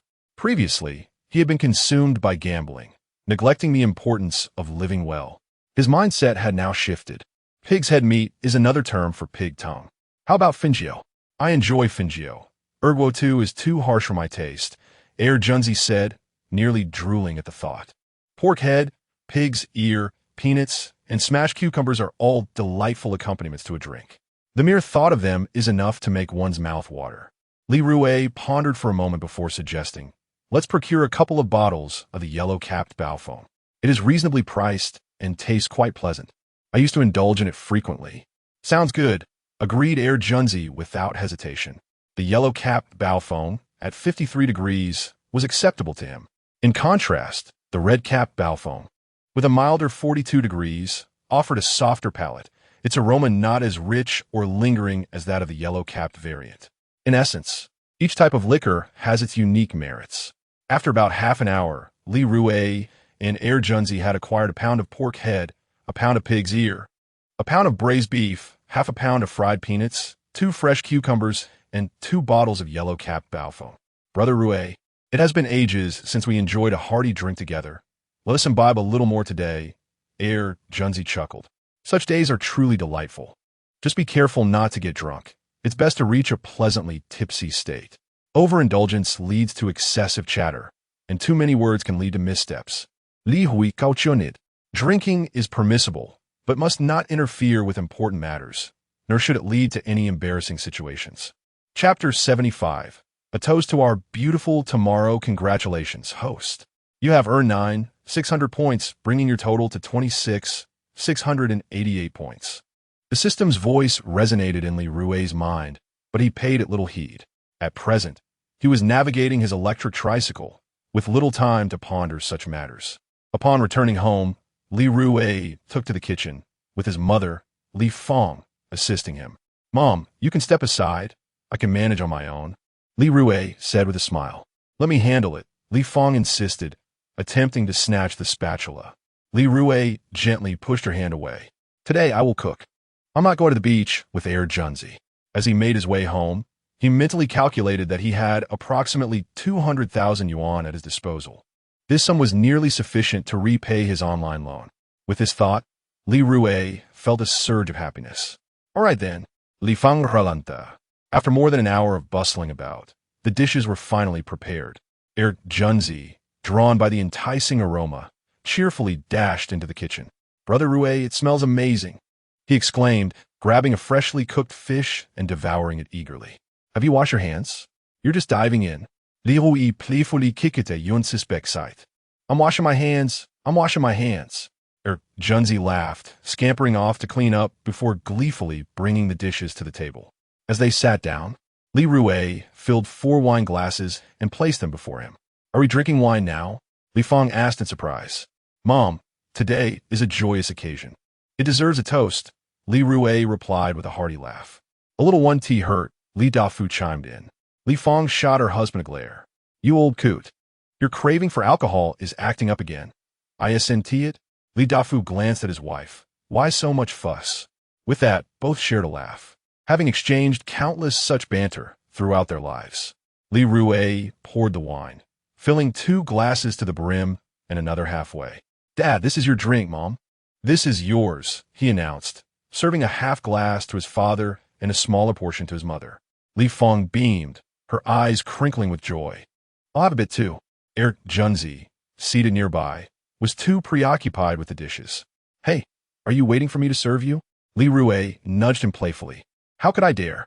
Air Junzi quickly placed the wine before himself. Seated at the head of the table, Li Dafu picked up his chopsticks and declared, Let us enjoy the food first. Drinking on an empty stomach is unwise. With that, he picked up a piece of pork and fed it to himself. Uncle, I want to hold back. I'm starving, Air Junzi exclaimed, grabbing a hefty portion of meat and wolfing it down. In Li Rui's home, he felt completely at ease. Li Fong initially intended to utter a few words, encouraging Air Junzi to feel at ease. However, upon raising her gaze, she noticed that Air Junzi was utterly unreserved, prompting her to smile without speaking. Moments latte. Li Rui lifted his glass and began his toast. Here's to our splendid tomorrow. As his words resonated, Li Fong, Li Dafu, and Air Junzi all raised their glasses in unison, echoing, Here's to our splendid tomorrow. The 4 of them, in perfect harmony, clinked their glasses together before taking a sip. Rui, witnessing the transformation in you over these past few days fills me with joy, Li Fong said, her eyes glistening with tears. Ever since Li Rui fell into the vice of gambling, She had scarcely enjoyed a restful night. She worried incessantly about her daughter-in-law, Su Xiangyue, potentially divorcing Li Rui, and she fretted over his escalating debts. The thought of Guogua calling another man father and another woman grandmother weighed heavily upon her. An overwhelming tide of worries left her breathless. "Old woman, what is the matter with you? You seem happy today, yet you're crying," Li Dafu remarked with a frown. "I'm fine," Li Fong replied, wiping away her tears and forcing a smile. After a moment of contemplation, Li Rui stood up, raising his glass. "Mom, I toast to you. You have endured so much for me over the years. I'm truly sorry." After speaking, he took a generous swig of the liquor. Li Fang, brushing her rough hands, quickly gestured for him to sit down. "Please sit. Why say such things? I am your mother. Everything I do is out of duty." Li Rui, with utmost sincerity, replied, "You have given so much more than other mothers." He then turned to his father, Li Dafu. "Dad, I also raise a glass to you, in honor of your silent sacrifices for me over the years." Li Rui took another hearty drink. Junzi observed, silently wondering when Li Rui would toast him, though he dared not voice his thoughts. "Let us not waste words. Let us drink," Li Dafu stated succinctly, lifting his glass and downing another gulp. "Old man, drink slowly. Do you think you're still young?" Li Fong chided, her expression darkening. Junzi took up the glass, alternating toasting. Before long, he and Li Rui had emptied a glass. "Rui go, let me refill your drink," Junzi said, pouring more liquor for Li Rui.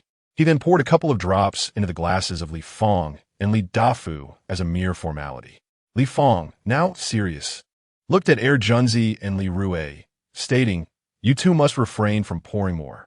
"Understood," Li Rui responded. "Aunt, we're both perfectly fine with 2 cups. We won't drink any further," Junzi replied cheerfully.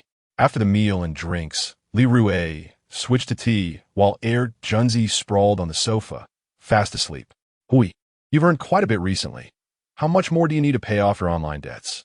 Li Fong inquired of her son, now that Junzi was dozing. This matter had been a persistent concern for her. In the past, she had been reluctant to provide money to her son due to his gambling habits. However, the situation had changed entirely. Her son was now ambitious, wholeheartedly striving for the well-being of their family. She was naturally willing to provide her son with a sum of money to alleviate some of his burdens. "Mom, you need not concern yourself with financial matters any further," Li Rui said, sipping his tea, his tone calm and measured. "Your father and I are aging, and our expenditures have diminished. Our funds will inevitably be passed on to you.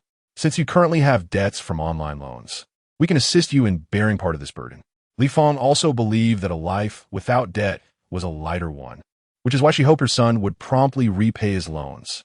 The typically taciturn Li Dafu added his encouragement from the side.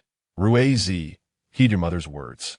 Li Rui gave a wry smile and replied, "Dad, Mom, please do not interfere any further. If I were to ask you for money again, would I still be considered a person?"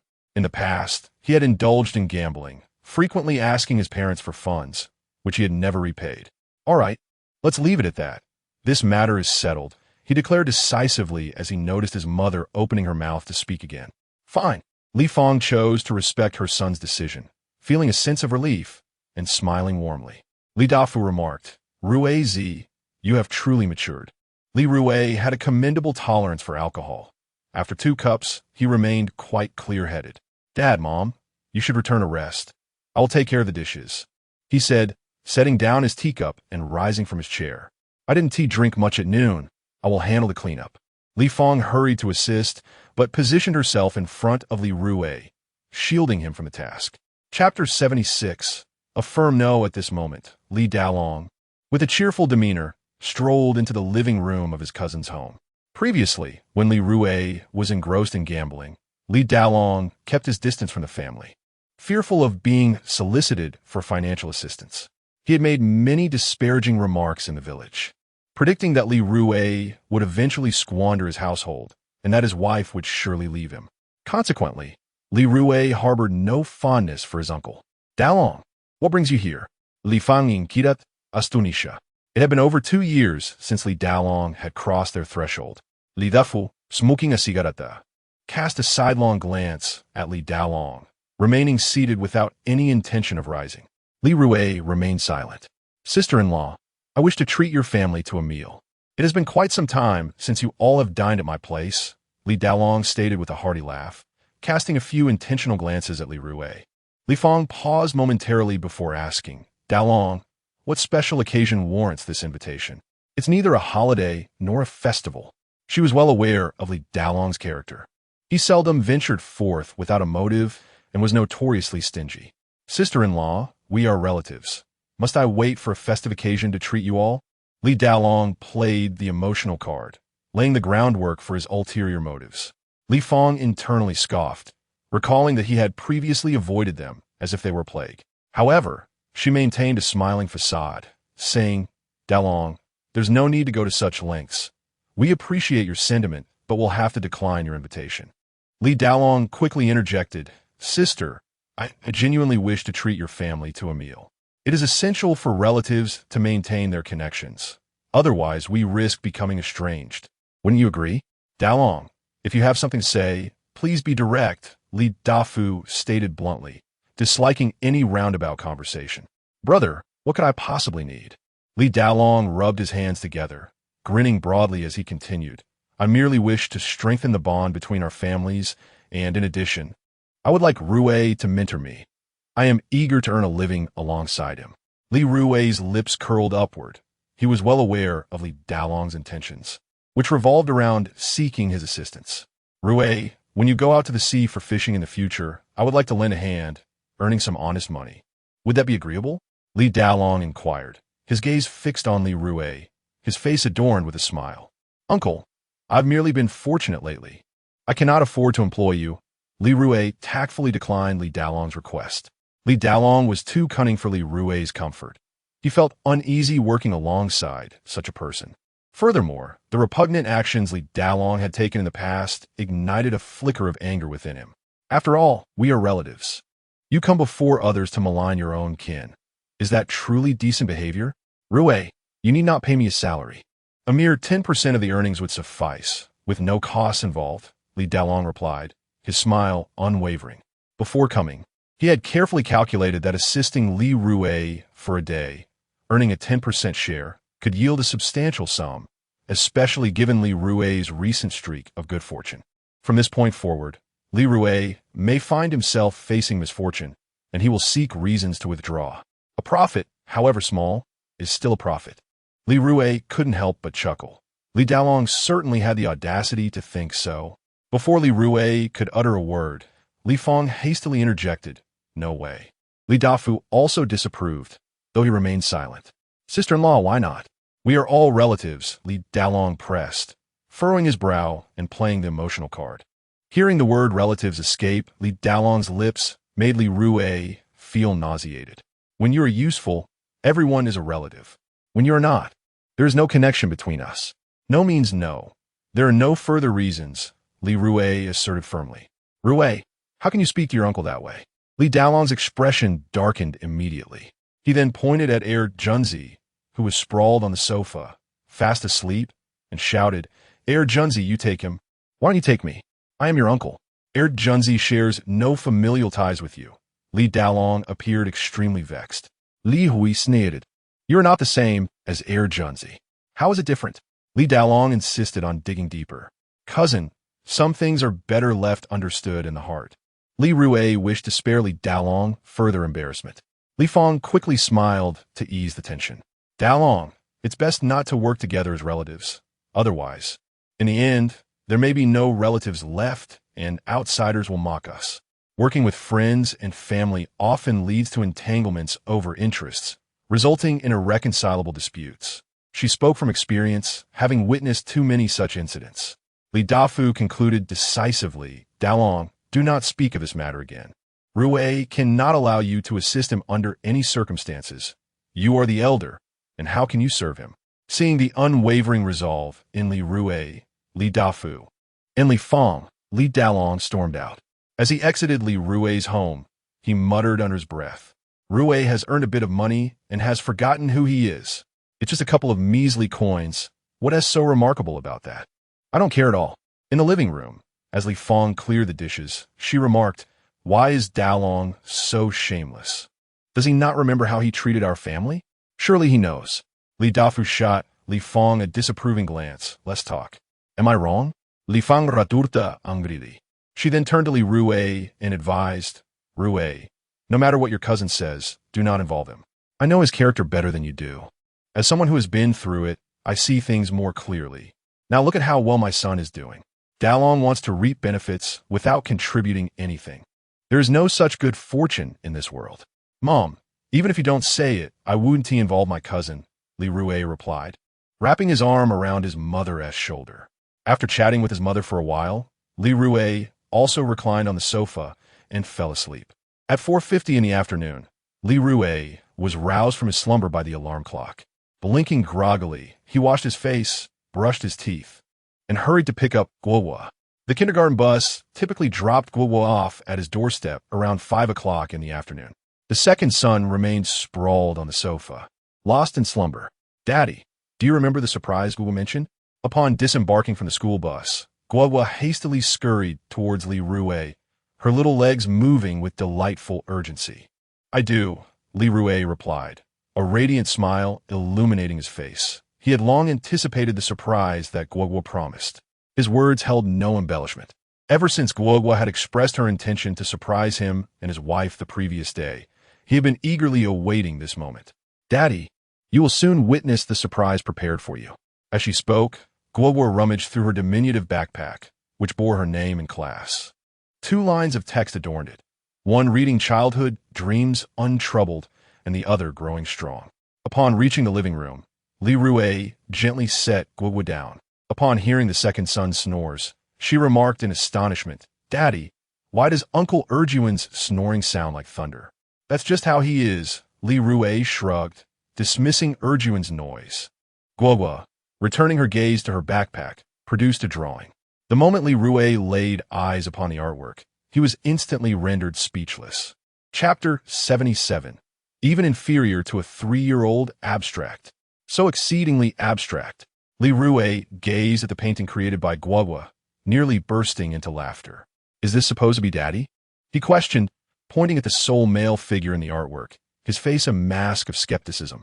The man depicted bore 2 prominent buck teeth, with a conspicuous gap between them. How could Guowa portray him in such a manner when he considered himself quite handsome? The sight alone was enough to provoke laughter. Guowa nodded vigorously, responding without hesitation, "Yes." Following this, she cheerfully inquired, "Daddy, doesn't it look just like you?" "You recognized it at a glance. Hee. Similar?" The muscles on Li Rui's face twitched. The painting, showcasing a family of 3 under the setting sun, was abstract to an extraordinary degree. As for Su Xiangyue, her depiction was even more abstract. She had merely 3 strands of hair atop her head, her mouth exaggeratedly larger than that of a crocodile, and her feet resembled the traditional 3-inch golden lotus. Guogua's head was as large as a basin, with a nose resembling a cone. The only aspect that bore any resemblance to reality was the sun nearing the horizon. "Daddy, isn't Mommy in my painting beautiful?" Guogua tilted her head, grinning as she asked, "Beautiful?" The expression on Li Rui's face gradually contorted. The portrayal of Su Xiangyue bore no resemblance to beauty whatsoever.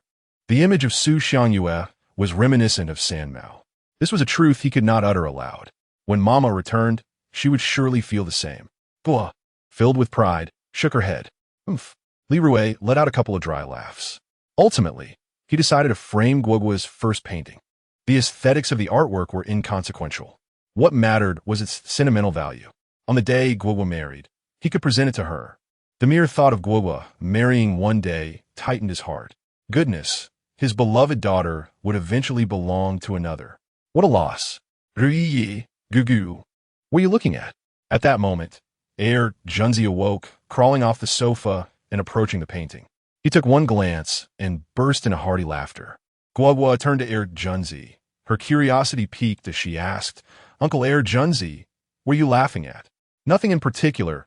Uncle just thinks your painting is utterly delightful," he replied, covering his mouth to stifle further laughter, fearing he might attract lightning for his mirth. Guogua clapped her hands in glee exclaiming, Uncle Air, Junzi thinks my painting is beautiful too. At that moment, Li Rui wished to capture Guogua's current radiance with a camera. Oh, right, he had a mobile phone. A phone could also take pictures. With this thought, he propped up the painting. Guogua, stand next to the painting. Daddy will take a few photos. Li Rui directed Guogua while holding the phone.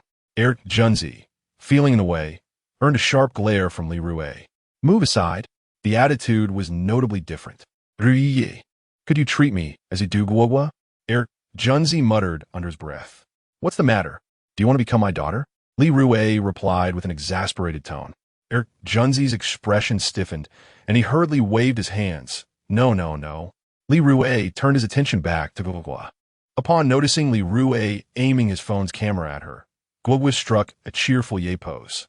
Tianchi, Guogua exclaimed with a bright voice, her left calf playfully kicking back. Li Rui captured a splendid shot. Junzi, watching from the side, felt a pang of envy. How wonderful it would be to have a daughter of his own. Sigh. When would he ever find a wife? Junzi let out a sigh. Daddy, let Guogua take a look. Guogua scampered over to Li Rui, her large eyes fixed intently on the photo just taken. Guogua, you are incredibly perceptive. How do you know to pose like that? Li Rui marveled at her. Guogua replied with pride. I learned it in kindergarten. Our teacher teaches us different poses before taking pictures. Li Rui could not help but exclaim, children today are so wise. Unlike us when we were young. In their childhood, they were timid and shy, afraid to speak in front of strangers. Nowadays, children seem to be born performers. As he gazed at the photo on his phone, Li Rui mused, the resolution is quite poor. He contemplated when he could go to town and purchase 2 new phones and a camera, intending to document Guogua's growth journey. Guogua, go ahead, and Daddy will take a few more pictures for you. For now, let's make do with this. Why buy a new phone and camera? I will help you take even better photos. Okay, Guogua nodded enthusiastically and trotted over to the painting. This time, she cupped her chubby little hand around her face and pouted her lips. Junzi, witnessing this scene, couldn't help but chuckle. I can't believe I'm outdone by a 3-year-old. So beautiful, truly exquisite, Li Rui exclaimed with a smile. He proceeded to take several more photos of Guogua. Each time, she struck a different pose, affirming that the tuition fee of 5,000 yuan for 6 months had been well spent. Guogua, you are so perceptive. Uncle Air Junzi admires you so much for being able to pose so beautifully. Air Junzi's words were sincere, not mere flattery. Guogua giggled. Yunzi, do you want to have a child? Li Rui nudged Yunzi's teeth playfully. Brother Rui, would someone like me ever be liked by anyone? Air Junzi looked up at Li Rui. He always appeared insecure when it came to matters of the heart. He had never been in a relationship or even held a girl's hand. Of course, Li Rui affirmed, then encouraged him, Air Junzi, you must have confidence in yourself. In the future, when you meet girls, don't be timid. Which girl would fancy a shy boy? Doi. Yunzi questioned, lacking conviction. Air Junzi pondered carefully and realized that he indeed behaved this way, particularly when encountering beautiful young ladies. At that moment, Guogua's sweet voice chimed his ear. Uncle Air Junzi, our teacher said that everyone deserves to be liked. Hearing this made Air Junzi chuckle. Li Rui then playfully nudged Air Junzi's thigh with his leg, saying, see, how sensible that is.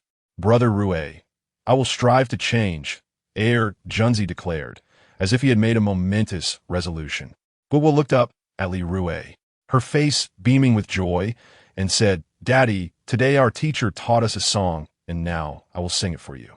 Li Rui leaned back against the sofa, resting his hands behind his head, and nodded gently, signaling Guogua to commence. In a tiny garden, digging, planting little seeds, blooming little flowers. In a grand garden, digging, planting big seeds, blooming big flowers. Guogua sont animatedly, gesturing vividly.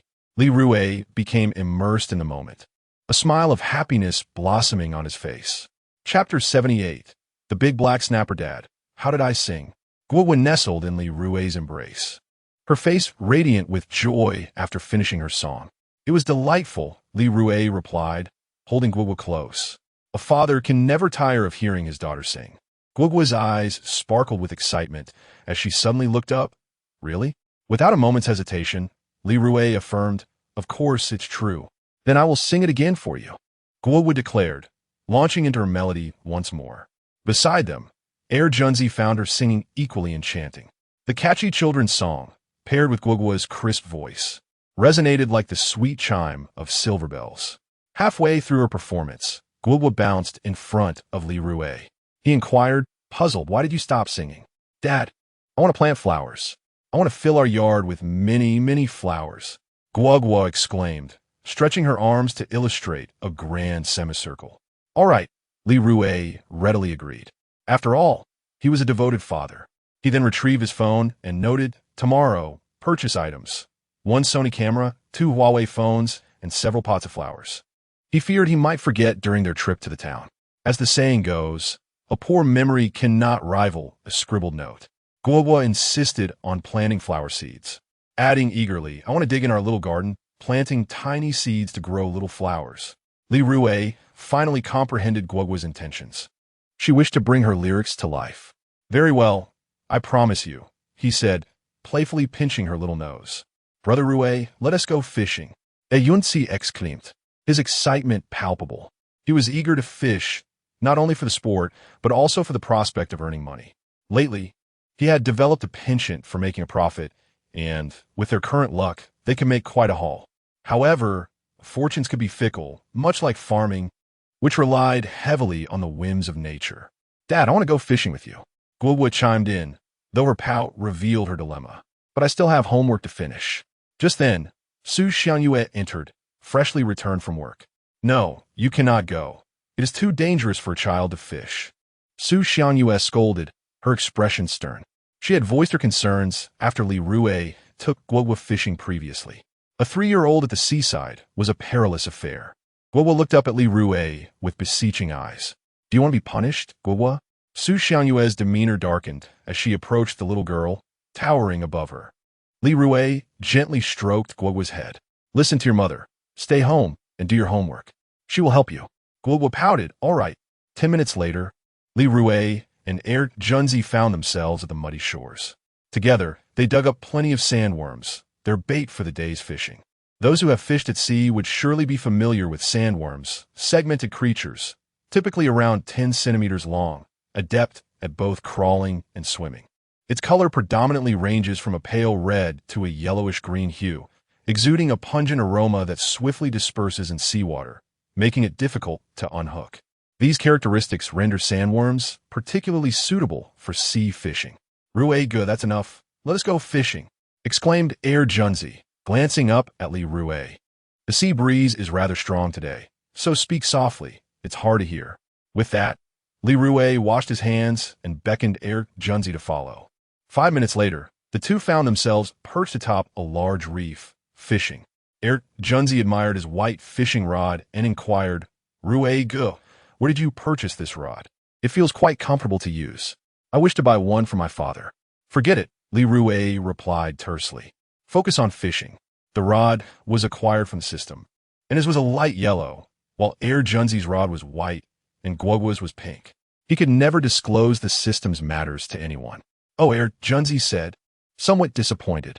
"Rui, Junzi, you two are at it again." Hueryi approached, carrying a bag of fishing gear, and greeted them with a smile. Hueryi was undoubtedly an avid fisherman. Now in his old age, he could no longer fish as he once did, primarily passing the time with this hobby. There are many elderly men like Hueryi in China. "Hueryi, find a spot and join us." Li Rui turned to glance at him. On that day, when Hueryi failed to catch any fish, he had bought 2 large ones from Li Rui for 600 yuan. In the past, he would always return home with a bountiful catch, earning him the village's admiration as a skilled angler. Little did they know, the thought made Li Rui chuckle. The ever-competitive Hueryi. No expense was spared, but returning empty-handed was simply unacceptable. "Rui, Junzi, you two had quite the luck that day. But I fear today may not be as fortunate," Hueryi remarked with a smile, preparing his bait. He used lively shrimp rather than sandworms. Just as Hueryi was about to cast his bait, Li Rui's line was suddenly struck by a large fish. The float plunged sharply into the water. Seeing this, Li Rui gripped his rod firmly and skillfully let out some line. Fishing is indeed a technical endeavor. Once a large fish is hooked, the angler's composure is put to the test. Patience is paramount. Haste can easily lead to losing the catch. What kind of fish is this? It's so powerful. Hueye exclaimed in astonishment. Li Rui's luck seemed almost unbelievable. Just moments after their arrival, he had hooked a sizable fish. Remaining calm, Li Rui expertly played the fish, utilizing the rod's elasticity to alternate between pulling left and right and up and down. This technique aimed to prevent the fish from escaping in one direction. As the fish swam to the right, Li Rui pulled the rod left. When it veered left, he pulled right. In this manner, Li Rui tirelessly wore down the fish's stamina. Just how large was the fish that had taken a bait? Huang Eryi observed Li Rui attempting to reel in a fish for over 20 minutes without success.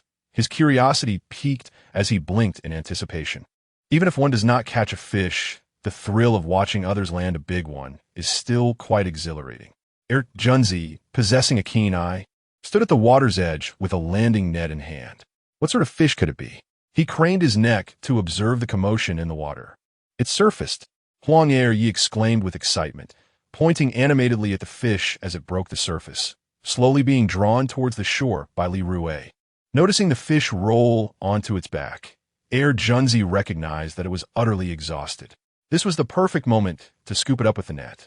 "Bring it here," he commanded, gently guiding the fish into the net before pulling it onto the bank with a firm tug. Those who have battled large fish know well the physical toll it exacts. "Let me see what you've got." Huang Eryi rushed over for a closer look. Upon inspection, they discovered it was a black sea bream.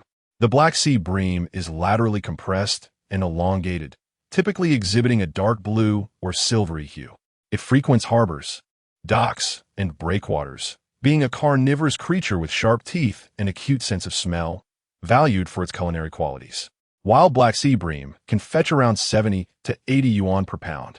"Why can't I catch a big fish?" Huang Eryi lamented, slapping his thigh in frustration. Chapter 79. The astute little yellow fish, Brother Rui. "My fishing rod has caught something." As Junzi saw his rod being dragged away, he abandoned his net and rushed over, swiftly grabbing the rod and reeling in the fish. The catch was rather modest, weighing only half a pound, a black sea bream. Master Hu gazed enviously. "I'll come over to fish with you. There must be a school of black sea bream here, otherwise you and TB pulling them in constantly." With excitement, Master Hu brought his rod to Li Rui and cast it into the water. "Today must be my lucky day. Surely I'll catch some big ones." At that moment, Li Rui's rod bent again, another sizable black sea bream, approximately 5 to 6 pounds. It was infuriating. Master Hu clenched his fists in frustration. While Junzi continuously caught small black sea bream, Li Rui was reeling in larger ones, leaving Master Hu merely spectating.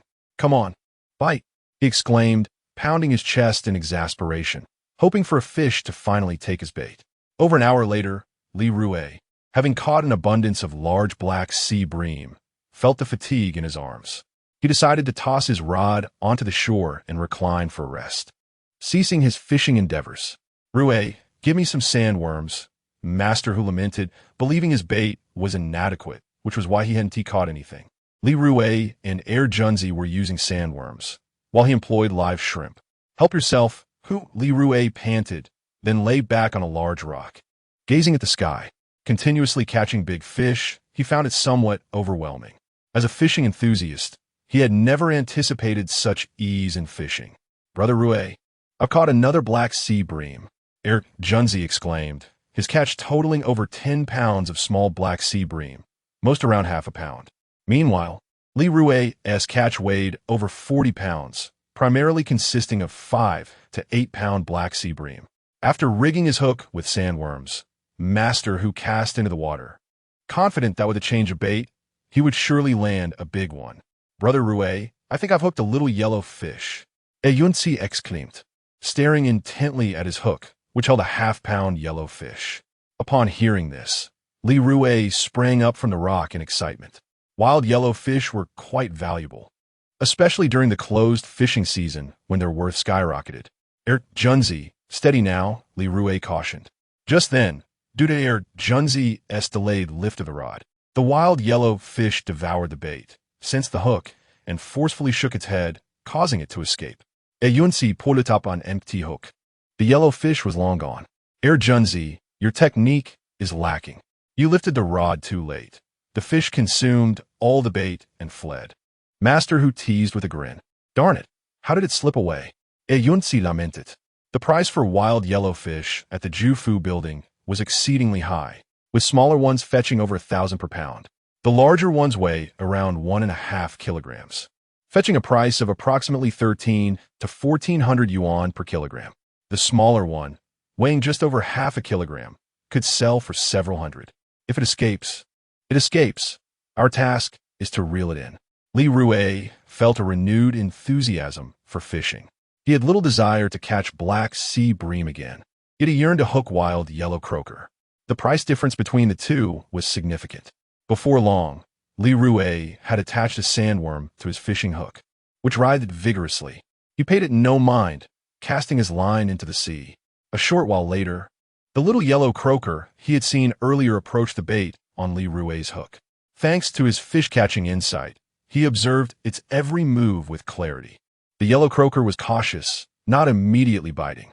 Instead, it circled the bait repeatedly, having done so several times without touching it. What a prudent little fish, Li Rui mused. Junzi, watch how your elder catches yellow croaker. You are far too inexperienced, Hu Yi remarked, his eyes gleaming with excitement. Meanwhile, the yellow croaker lightly brushed the bait with its mouth, causing Li Rui's float to dip slightly. Brother Rui, you have a bite. Reeling quickly, Junzi exclaimed anxiously. He wished he could rush over and pull Li Rui's rod ashore himself. Li Rui smiled gently, saying, the fish hasn't been hooked yet. It's merely testing the bait. If he hadn't possessed the fish-catching insight, he would have instinctively yanked the rod out of the water when the yellow croaker touched the bait. Some cunning fish will gently nibble at the bait to assess its safety before fully engulfing it. This behavior is known as testing the bait. Sure enough, before Li Rui could finish his thought, the float bobbed back to the surface. Hu Yi gave a thumbs up, exclaiming, Rui Z, you are truly impressive. Your judgment is incredibly precise. Even an experienced angler like him sometimes struggles to discern whether a fish has genuinely bitten or is merely testing the bait. Yet Li Rui managed to accurately assess the situation. Goodness, the fish seems almost sentient. Yunzi muttered in disbelief. Junzi, patience is key in fishing. Do not rush. If you continue like this, you will lose your grip even if a big fish bites, Li Rui advised calmly. Yunzi chuckled sheepishly, falling silent as he continued to fish. The yellow croaker, sensing no danger from a bait, still refrained from biting immediately. Different species of fish employ various methods to consume bait. Freshwater fish like crucian carp and carp typically suck in water and bait simultaneously. In contrast, carnivorous fish with teeth grasp the bait firmly. After circling the bait several times, the yellow croaker suddenly halted and resumed testing the bait. Li Rui observed every scene with clarity. Without his fish-catching insight, he would have prematurely pulled the rod, likely scaring the yellow croaker away. After several back-and-forth attempts, the little yellow fish finally opened its mouth and took the bait. Without a moment's hesitation, Li Rui swiftly pulled the fish onto the shore. The wild yellow fish possesses elongated fins that often cover their eyes, with red lips, a white tongue, an elongated tail of a darker hue, and vibrant red gills. Due to their delectable taste, tender flesh, and extended production cycle, they command a rather high price. Brother Rui, that's the one, exclaimed Junzi, his eyes fixated on the little yellow fish that had just been caught. The very same one that had bitten his hook, now marked by a large notch in its mouth. A detail he recalled vividly. Beside them, Hu Yi trembled with astonishment. Rui, how did you manage to catch a wild yellow fish? A mixture of envy and admiration surged within him. This fish was particularly elusive. Had he been less patient, it would have undoubtedly escaped. As Li Rui spoke, he deftly removed the fish from the hook and tossed it into the keep net. Chapter 80. The Three Great Taboo of Life. Junzi rushed over and seized a small yellow fish from Li Rui's fish net. Li Rui initially thought Junzi merely wished to observe the fish. However, to his surprise, the next moment, Junzi delivered 2 resounding slaps to the little creature. That was for slipping the hook earlier. Junzi vented his pent-up frustration. Despite the fact that the fish now belonged to them, it was still Li Rui or himself who had caught it, which made a difference in his eyes. What on earth, Junzi? Why did you slap the fish? Li Rui chuckled, adding with mirthful laughter, I've seen people slap dogs by the roadside, but never have I witnessed someone slap a fish they just caught. Old Hu's expression darkened. Why isn't there any more fish biting? Junzi, undeterred, gave a small yellow fish another couple of slaps. Enough already. If you keep that up, you'll kill the fish, and it won't be worth anything anymore, Li Rui said, somewhat exasperated. I got a bite, Old Hu exclaimed with immense excitement, leaping from his fishing chair. Moments later, he successfully reeled in a black mullet weighing about half a pound. Finally, I'm in luck, Old Hu beamed, his eyes crinkling with joy. At that moment, Li Rui grabbed the net and swiftly scooped up a sizable yellow fish. Old Hu, witnessing this, exclaimed in disbelief, Can you believe this? Is this luck or what? Rui, you must be possessed by the goddess of the sea. Junzi's jaw dropped in astonishment. Realizing he had never known Li Rui to be such an adept fisherman, Li Rui picked up the small yellow fish and tossed it into the net. It's just luck, really. That fish swam close to the shore, and I happened to spot it, he said, brushing his hands together with a faint smile. Another fish was on the line. Junzi pulled up his rod, revealing a black mullet weighing over a pound. As he unhooked the fish, he chuckled, Ray, I've never had such good fortune while fishing before. Ever since I fished with you yesterday, today has been just as remarkably fortunate. It feels like a dream. Li Rui seized the opportunity to respond. Junzi, do you know what this is called? What is it called? Junzi inquired with a grin. This is what we call good fortune. Even the door won't hinder it, Li Rui replied with a smile. Old Hu, too, occasionally reeled in a black mullet, which brought forth a broad smile, revealing his sparse teeth. Rui, it seems you all have a luck. Fishing alongside you is truly delightful. In no time, I've caught 8 black mullets, Old Hu declared joyously. Old Hu, it's your skill. If it weren't for your expertise, could you catch so many fish? Li Rui praised him. Elderly folks delight in compliments. Upon hearing this, Old Hu's eyes squinted with glee. My skills aren't as grand as you say. Each time he went fishing, if he failed to catch anything, he would purchase a few from others. In his words, it's impossible to come back empty-handed. That is simply not in my nature. Rui Z, could you sell me a larger black sea bream? Hu chuckled for quite some time before managing to suppress his laughter, his expression turning serious as he regarded Li Rui. Hu was originally a teacher in Pinggang Town, having been retired for over a decade, with a pension that was quite generous. Both of his children had found success abroad, leaving him financially secure. Haven't you caught plenty of fish yourself? Why are you buying from us? Junzi inquired, his surprise evident. Li Rui thought Junzi's question was unnecessary. The reason Hu sought them out to purchase fish was undoubtedly for the sake of face. Before Hu could reply, Li Rui acquiesced to his request.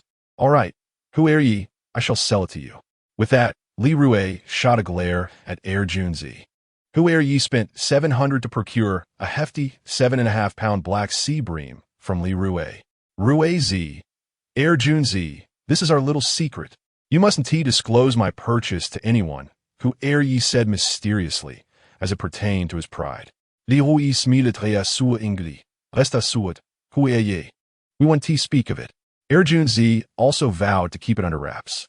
The old man was quite amusing, and Junzi turned to glance at Hu a smile dancing in his eyes. At that moment, the fish had become elusive. Li Rui sensed that the luck of the fishing rod was waning. Brother Rui, this is frustrating. Just a moment ago, fish were biting one after another, and now not a single one is taking the bait.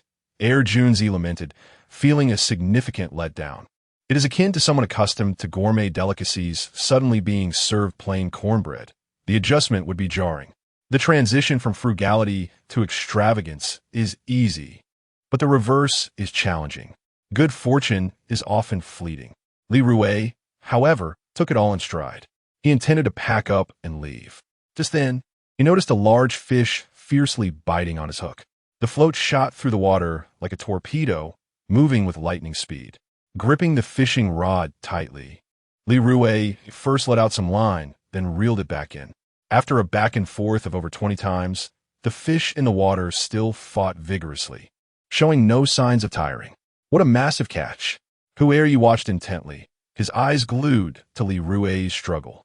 Junzi was equally transfixed. After a prolonged battle with the fish, Li Rui began to feel fatigued. He propped the bottom of the rod against his abdomen. "Brother Rui, may I assist you?" Junzi exclaimed, tossing his rod aside and eagerly rushing over, rubbing his hands together in excitement. Hueri couldn't help but roll his eyes. A true angler would never allow another to handle their rod at such a moment. In Hueri's view, there are 3 great taboos in life. First, one must never allow another man to touch their wife. Second, one must never lend their car to anyone. In his youth, he had lent his vehicle to a nephew, which resulted in a catastrophic accident that haunted him. Third, when one is reeling in a big catch, no matter the circumstances, one must never let another touch their fishing rod. Go away. When Li Rui uttered those words, he did not cast even a glance at Junzi. Yunzi, with an innocent smile, chose to remain silent. Hueri curled his lips and huffed. Junzi, do you understand the rules of fishing? When someone else's hook is ensnared by a big fish, unless they explicitly ask for your assistance, you cannot touch their fishing rod. Such an act is taboo. Junzi scratched his head and awkwardly chuckled. I don't understand.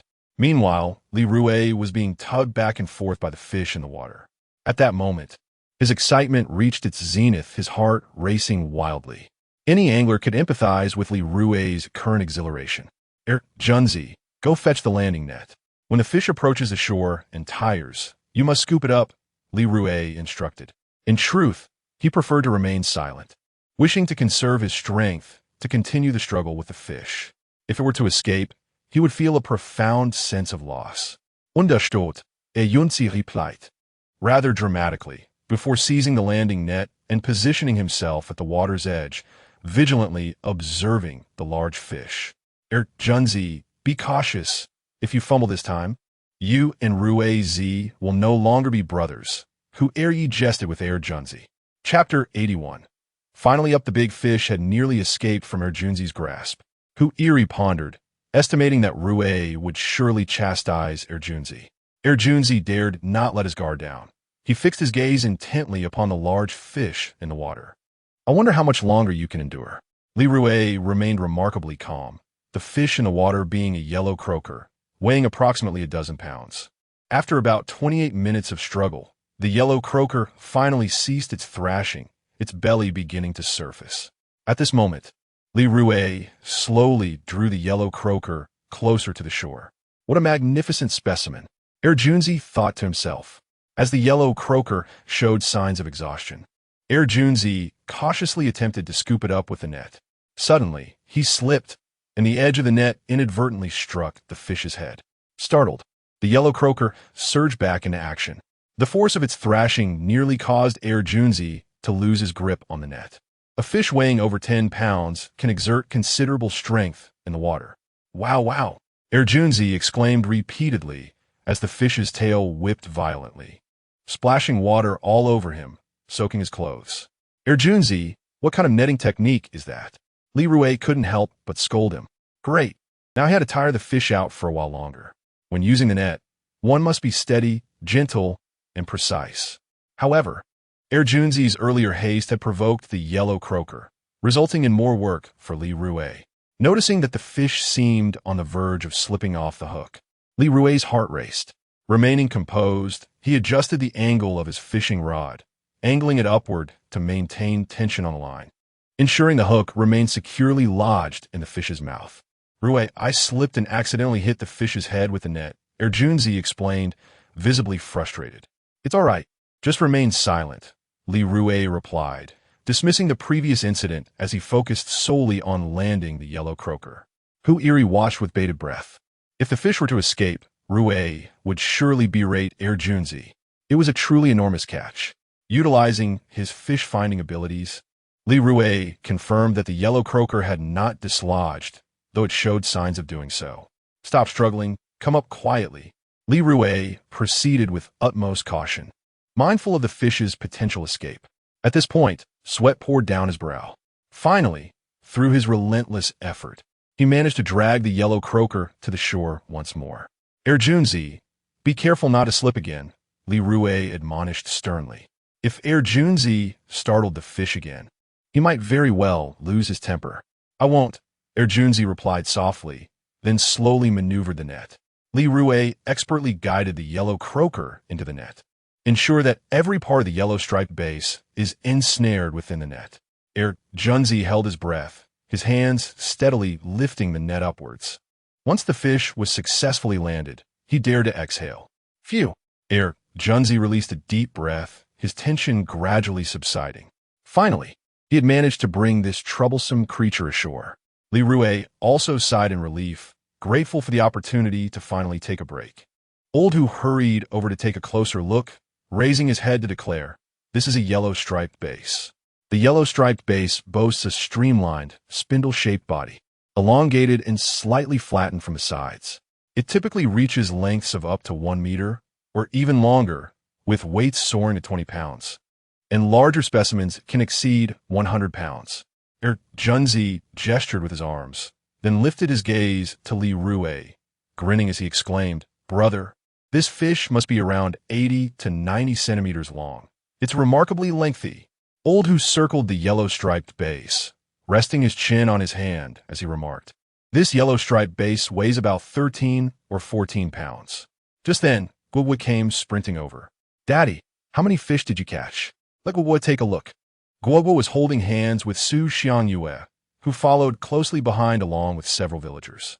"Wow, what a big fish." Guoguo gazed up at Li Rui with admiration. "Yes, it was caught by Daddy." Li Rui intended to pat Guoguo's little head, but his hand hesitated, recalling that it had become dirty while baiting the hook. "Daddy, you are so amazing," Guoguo exclaimed, bouncing with excitement. As she finished her sentence, her little friend Chun Yaoyao approached, her eyes widening in awe at the hefty, yellow-striped base. Chun Xiong, feeling a twinge of envy, muttered, "It's just luck." He was filled with admiration. Su Longji shot a glance at Chun Xiong, reproaching him. "Look at how skilled Li Rui is at fishing."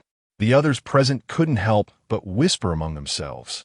Li Rui has been exceptional these past few days. He goes to the sea and finds so many treasures, casts his net and retrieves bounties, and now he has caught such a large fish while fishing. Wow! It seems Li Rui has a half-pound yellow croaker in his fish bag. Not one, but two. They stood there, astonished, some unable to believe their own eyes. It truly is a yellow croaker. Chun Xiong approached for a closer look, his eyes as wide as saucers. Su Xiangyue also found it hard to believe.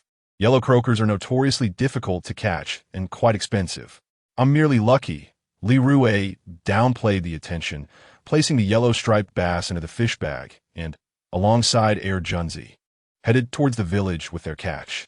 Su Xiangyue carried Junzi's fish bag. Guoguo, glancing at her friend Chen Yaoyao, boasted, "Yaoyao, isn't my daddy amazing?" Chen Yaoyao pouted. Her gaze lowered, remaining silent. Chun Xiong, feeling disgruntled, declared, "I'm going to grab a fishing rod and cast a few lines here too."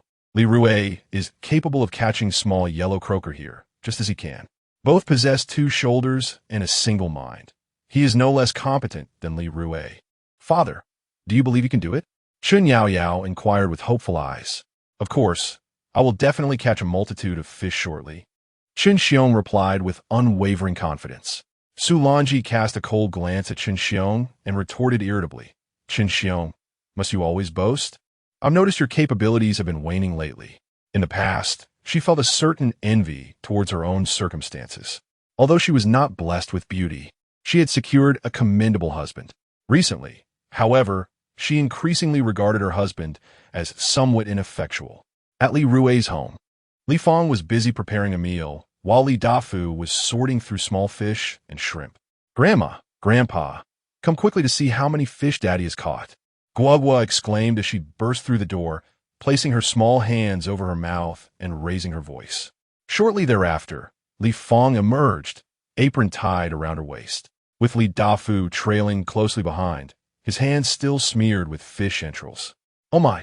Li Fang gasped upon spotting the fish in the basket. unable to contain her astonishment. Li Dafu stood in stunned silence, taken aback. Is fishing truly this easy by the seaside? In less than 3 hours, Rui and Jun had managed to catch such an impressive haul. For a moment, Li Dafu was utterly dazzled by the sight. Chapter 82. Waiting for your meal. Black sea bream, yellowtail, and small yellow croaker. Li Dafu approached, astonished, unable to close his mouth. Li Rui and Junzi tossed their catch into the cargo area of the tricycle. The vehicle sank slightly under the weight, its tires flattening. Su Xiangyue struggled to hold Junzi's catch, preparing to toss it into the back, but Li Rui snatched it from her grasp. I'll handle this, he said, throwing Junzi's catch into the cargo area. Rui, Junzi, you two are remarkable. You fished for just 2 or 3 hours and caught so many. Li Fang exclaimed, her smile revealing the creases at the corners of her eyes. Just then, she detected the burnt smell wafting from the kitchen. My dish, she exclaimed, rushing inside to find her stir-fried bell pepper and egg charred beyond recognition. Guoguo approached Li Dafu, grinning widely, and asked, Grandpa, isn't my daddy amazing? Indeed, indeed. Li Dafu laughed heartily, his warmth reserved solely for Guoguo. He typically maintained a stern demeanor towards others. I wonder how the small yellow croaker tastes, Li Rui mused, pulling a lively small yellow croaker from the catch. Seeing this, Su Xiangyue swiftly snatched it away. Small yellow croaker is quite expensive and not very tasty, she retorted, placing it back into the catch, fearing Li Rui might consume it. Daddy, Guoguo wants to eat fish, the child chirped. Upon hearing this, Su Xiangyue nudged Li Rui away from the cargo area, then retrieved a black sea bream weighing over a pound. Tonight, we will have black sea bream. Its taste is exquisite, far superior to that of the small yellow croaker, she declared. You rascal, you and Junzi should go sell the fish, Li Dafu chided, casting a disapproving glance at Li Rui for even considering the small yellow croaker. Li Rui forced a smile, replying, Sure thing, Dad. As he drove the tricycle with Junzi out of their gate, Su Xiangyue called out, Li Rui, come back early. I'll be waiting at home. Guoguo echoed her mother, Daddy, come back early. Guoguo will be waiting for you. Li Rui glanced back at his wife and child, his heart swelling with sweetness. I will return soon, he promised. This scene left Junzi filled with envy. Upon arriving at the entrance of Jufu Building, Bai Wenbin, the purchasing manager, was taken aback by the sight of the fish in the cargo area. Rui, Junzi, you two are fishing prodigies. You brought in a load of fish this morning and another this afternoon. Bai joked, I might as well resign as purchasing manager and join you as fisherman. Brother Bin, we rely on the whims of nature. It's not as stable as your work. I truly envy you for that, Li Rui replied with a smile. Bai Wenbin waved his hands dismissively, laughing. I'm not as capable as you think. I'm just here to make a living. As the two engaged in conversation, a kitchen assistant from the Gathering Fortune pavilion hurried out, carrying the fish from the cart into the kitchen for weighing. The black sea bream weighed 152 pounds and 8 ounces. The yellowtail weighed 14 pounds and 3 ounces. And the small yellow croaker weighed 1 pound and 3 ounces. Ruizi, Junzi, we are not strangers here. I find these fish quite satisfactory. So I shall offer a higher price, but you must not speak of it outside, Bai Wenbin instructed with a serious expression. He was not worried about Li Rui sharing the information with outsiders, but rather feared that Junzi might do so. Li Rui was composed, recognizing that Junzi was still too inexperienced. Earning a little money could easily lead to arrogance. Brother Bin, rest assured, neither Junzi nor I will speak of this, Li Rui replied with a smile. Junzi nodded in agreement. Observing their reactions, Bai Wenbin proceeded. The Black Sea Bream weighs 91 pounds. Thus, the total price for the Black Sea Bream amounts to 13,752. For your larger yellowtail, I'll calculate it at 6,500 and the wild small yellow croaker at 300 per pound, which totals 390 for 1 pound and 3 ounces. Altogether, that sums up to 20,642. Upon announcing this price, Bai Wenbin felt a wave of dizziness. Li Rui and Junzi had spent the afternoon fishing and earned over 20,000. Who would believe such a tale? Rui, Rui, over 22,000. Ayunsi exclaimed excitedly in Li Rui's ear. Calm down, Li Rui responded with a gentle smile. In the past, he would have shared Junzi's exuberance, but now he had greater aspirations. A mere 20,000 held little significance in his eyes. At that moment, Bai Wenbin was sending a message to Song Ling via his phone. In her office, Song Ling could hardly believe her eyes upon receiving Bai Wenbin's message. Had Li Rui and Junzi's luck soared too high? They had just made over 9,000 in the morning fishing with nets. And now they had earned over 20,000 fishing again in the afternoon. Her mouth agape in disbelief, she murmured to herself before calling Bai Wenbin. Have them come to my office. I have not left yet, and the finance team is still working late. Upon arriving at Song Ling's office, she enthusiastically patted Junzi on the shoulder, smiling. Junzi, you're quite impressive. Ayunsi glanced at Li Rui before replying. It's all thanks to Rui's good fortune. Li Rui, here is the receipt, Song Ling said, handing him the prepared document. Song Zong, it's getting late, and my wife and children are waiting for me at home. I need to head back soon, Li Rui expressed, wishing to return home early and thus lacking the inclination for idle chatter with Song Ling. Go on then, Li Rui, she replied with a smile. Then turned to Junzi. Junzi, you stay. Let us have dinner together. Let us not. I don't want to hear your lectures. Junzi retorted with an expression of disdain. Every time he was alone with his sister, she would lecture him on being more responsible and not causing their parents worry. He had grown weary of her words. How dare you speak to your sister that way? Song Ling's expression darkened immediately. Sis, let us have dinner together another time, Junzi said as he dashed out of her office. Turning back to wink at Song Ling, I want to listen to your preaching. Li Rui chuckled at the exchange. The bond between the siblings is truly fascinating. Junzi, your mischievousness has resurfaced, hasn't it? Song Ling pointed menacingly at Junzi, pretending to strike him. After a brief interlude, Li Rui retrieved 2,700 yuan from the finance office of Jufilu. He promptly transferred 2,070 yuan to Junzi. Upon receiving the funds, Junzi's joy was palpable as he exclaimed, Brother Rui, following you has been the most astute decision of my life. Remarkably, he earned over 3,000 yuan in just one day, an amount that could rival many people's monthly wages. Save some of the money. Let your mother manage the rest, Li Rui instructed. Yes, sir, Junzi replied with a grin, immediately sending 1,800 yuan to his mother. Upon receiving the money, Junzi's mother was overwhelmed with joy, tears streaming down her face as she repeatedly uttered, After hardship comes happiness.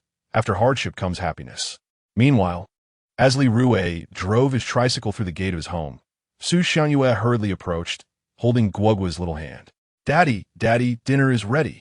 Mama, Grandpa, Grandma, and Guogua are all waiting for you to eat. Guogua shouted with unbridled delight. Chapter 83. Settling accounts. Congratulations to the host for acquiring an additional 2,700 points, bringing the total to 47,388 points. The system's voice resonated within Li Rui's mind. He paid it little heed, preferring to contemplate the system at a later time when he had the leisure. At that moment, Junzi appeared despondent. How fortunate his brother Rui was. He had a wife and a child who cared for him. As for himself, he was merely a bachelor, devoid of both a spouse and offspring. Junzi, come down. Let us all go out for dinner, called Li Fong, noticing the gloom on Junzi's face. Uncle Junzi, come eat with us. Chimed Guogua, her voice bright and clear. Instantly, a smile blossomed on Junzi's face. All right. He leaped down from the tricycle's basket and approached Guogua, gently caressing her cherubic face. What would you like, Guogua? Tomorrow, Uncle Junzi will go to the town and buy it for you. Without a moment's hesitation, Guogua exclaimed, I want candy, lots and lots of candy. Tomorrow, when I go to town, I'll get you plenty of candy, okay? Junzi replied with a grin. Junzi, it's not good for children to eat too much candy. You shouldn't buy so much for Guogua. Su Xianyue interjected, not out of concern for Junzi's finances, but rather from a genuine desire to protect Guogua's health. Overindulgence in sweets is detrimental. Regardless of age, Junzi lifted his gaze to Su Xiangyue and smiled gently. Sister-in-law, I'll buy just a little less. After all, I've promised Guagua, and I would want to go back on my word. The group entered the living room, filled with laughter and chatter. The table was already set, awaiting the return of Li Rui and Junzi to commence the meal. Go ahead and eat. I'll join you soon. After all, Junzi and I are not outsiders, Li Rui said after washing his hands and taking a seat. His words warmed Junzi's heart. Indeed, I'm not an outsider, Junzi echoed cheerfully. Gua eagerly interjected. Just now, Grandpa wanted me to eat, but I firmly said no. I want to wait for Daddy to come back and eat together. Oh, and Uncle Junzi too. Li Dafu had previously urged Guagua to eat, fearing she might go hungry. He believed the adults could wait for Li Rui and Junzi to return before dining. To him, it was unnecessary for a child to wait, as he would feel a pang in his heart if his cherished granddaughter went hungry. This child is too attached to her father, Li Fong chuckled. Everyone, let's all dig in, Li Dafu proclaimed, picking up his chopsticks and beginning his meal. With his words, the others followed suit without hesitation. Li Rui selected a shrimp and placed it in his bowl, commencing the peeling process. Daddy, Guagua wants to eat shrimp. Guagua, perched on her child's seat, swung her little legs and pointed at the shrimp on the plate with her chopsticks. Tonight's dinner was quite sumptuous, featuring fried small fish, fried shrimp, steamed black sea bream, scrambled eggs with green peppers, pig's head meat, and a generous bowl of tofu soup. The spread was undeniably appetizing. I knew you desired to savor the shrimp. Li Rui placed the prepared shrimp into Guagua's bowl. Guagua attempted to grasp it with her chopsticks, but was unsuccessful. Observing this, Li Rui fed the shrimp into her mouth. Delicious, absolutely delightful, Guagua mumbled as she chewed. Dad, shall we have a drink later? Li Rui suggested. After a day of fishing by the sea, the humidity is overwhelming.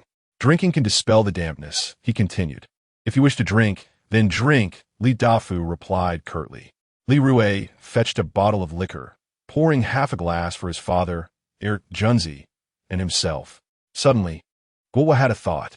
After a brief moment, she glanced at the three men and cheerfully remarked, though drinking is enjoyable, do not overindulge. This phrase Guagua had learned from television. Not too much, definitely not too much, she emphasized. Li Dafu burst into hearty laughter at her words. After the meal, Junzi rode his electric bike home. Li Dafu and Li Fong busied themselves clearing the table while Guagua played with her toys in the corner. Wife, I have something to tell you, Li Rui said, his eyes twinkling with joy. What is it? Su Xiangyue asked, preparing to tidy up the dishes and urging her in-laws to rest early after their long day. Li Rui cheerfully exclaimed, I've calculated that I currently possess around 220,000 yuan, while I owe 210,000 yuan online. Before he could finish, Su Xiangyue excitedly interrupted, Really? Her eyes sparkled with hope. She had waited far too long for this day. As the saying goes, a life without debt is a light life. The online loans Li Rui owed had kept her in a constant state of unease. Yes, Li Rui nodded, then articulated his thoughts. Should we purchase a pickup truck first, or prioritize repaying the online loans? Repay the online loans first, Su Xiangyue responded without hesitation. A vehicle can be bought later. The sooner we clear the loans, the more secure I feel. All right then. Li Rui took out his phone and settled the entire 210,000 yuan debt. As Su Xiangyue gazed at the screen of Li Rui's phone, she exhaled deeply. At last, we are free of debt, she sighed with relief. Li Rui looked forward to buying a pickup truck soon, as their current three-wheeled vehicle was proving inadequate. Today, while selling fish, they nearly couldn't fit everything in the truck bed. Honey, why does this all feel like a dream? So just a few days ago, I was crying all day, feeling as if Guagua and I could hardly stay here. I even considered taking Guagua and working elsewhere, she whispered, fearful that her in-laws might overhear. Li Rui grasped Su Xiangyue's hands, their eyes locking. Wife, I acknowledge my past mistakes, and here I sincerely apologize. The past is behind us. There's no need to dwell on it. What matters is the present, Su Xiangyue replied, wishing to move on. I'm so grateful to have you, Li Rui said as he embraced her waist. Su Xiangyue nestled into Li Rui's arms. After a while, she gently extricated herself from his embrace. As the hour grew late, and with tomorrow's responsibilities looming, Su Xiangyue spoke, "You go wash Guoguo's face and feet. I shall assist my parents with the dishes." With that, she moved to the dining table, while Li Rui sought out Guoguo. "Father, mother, you may return home. I will handle the tidying here." Su Xiangyue busily wiped the table. "Xiangyue, having worked a long day, you needn't trouble yourself with household chores. Your father and I find ourselves with little to do, and we would be pleased to lend a hand," Li Fong chimed in with a smile. Even the typically reticent Li Dafu offered his support, saying, "Xiangyue, you should take a break." Both Li Fong and Li Dafu held Su Xiangyue in high regard as a daughter-in-law. Ultimately, the three of them completed the household tasks together. Meanwhile, Li Rui was occupied washing Guoguo's tiny feet. "Daddy, when can we go to the town again?" Guoguo licked her little lips, her appetite for adventure evidently stirred. Noticing Su Xiangyue nearby, she beckoned to Li Rui, signaling him to lean closer. As he did so, a smile graced his face. "What are you being so secretive about?" "Daddy, can you sneak me some candy in the future? Don't let Mommy find out, okay?" Guoguo whispered softly. Chapter 84. Money truly does not last at an unspecified moment. Su Xiangyue approached quietly. "Guoguo, what did you say?" she inquired with a stern expression. Guoguo was taken aback, her little hands flailing like a fan. Guoguo said nothing. "Do you think Mommy didn't hear? You just mentioned wanting Daddy to secretly give you candy." Su Xiangyue's face darkened. "Mommy, from now on, Guoguo will definitely eat less candy." Guoguo pouted, observing her daughter's demeanor. Su Xiangyue felt a pang of compassion. She knelt down and gently stroked Guoguo's little head, saying, "It's not that Mommy doesn't want you to have more candy, but too much is not good for your health. Listen to Mommy and eat less candy, okay?" Guoguo nodded like a little chick pecking at grains. "All right." Li Rui chuckled wryly. "From now on, you can only eat less candy. Daddy, you must also listen to Mommy." Guoguo replied. Half an hour later, the family of three lay in bed, with Guoguo nestled between Li Rui and Su Xiangyue. "Mommy, Guoguo forgot to show you the picture she drew in kindergarten today." Guoguo suddenly lifted her gaze to Su Xiangyue and swiftly prostrated herself on the bed, rummaging through a drawer in the living room to retrieve her artwork. "What kind of picture?" Su Xiangyue asked curiously, feeling a flicker of anticipation.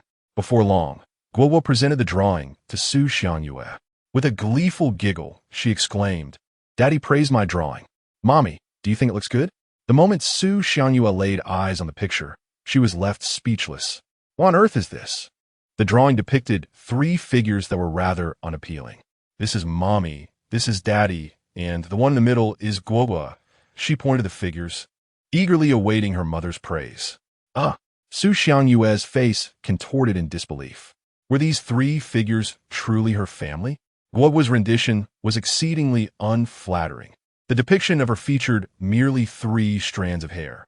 "Mommy, doesn't Guoguo's drawing look beautiful?" she asked, clapping her little hands. "It looks nice, very nice." Su Xiangyue responded begrudgingly, her smile appearing forced. Upon hearing this, Guoguo was elated, dancing joyfully. "I knew Mommy would say that. Guoguo is simply a little artistic prodigy."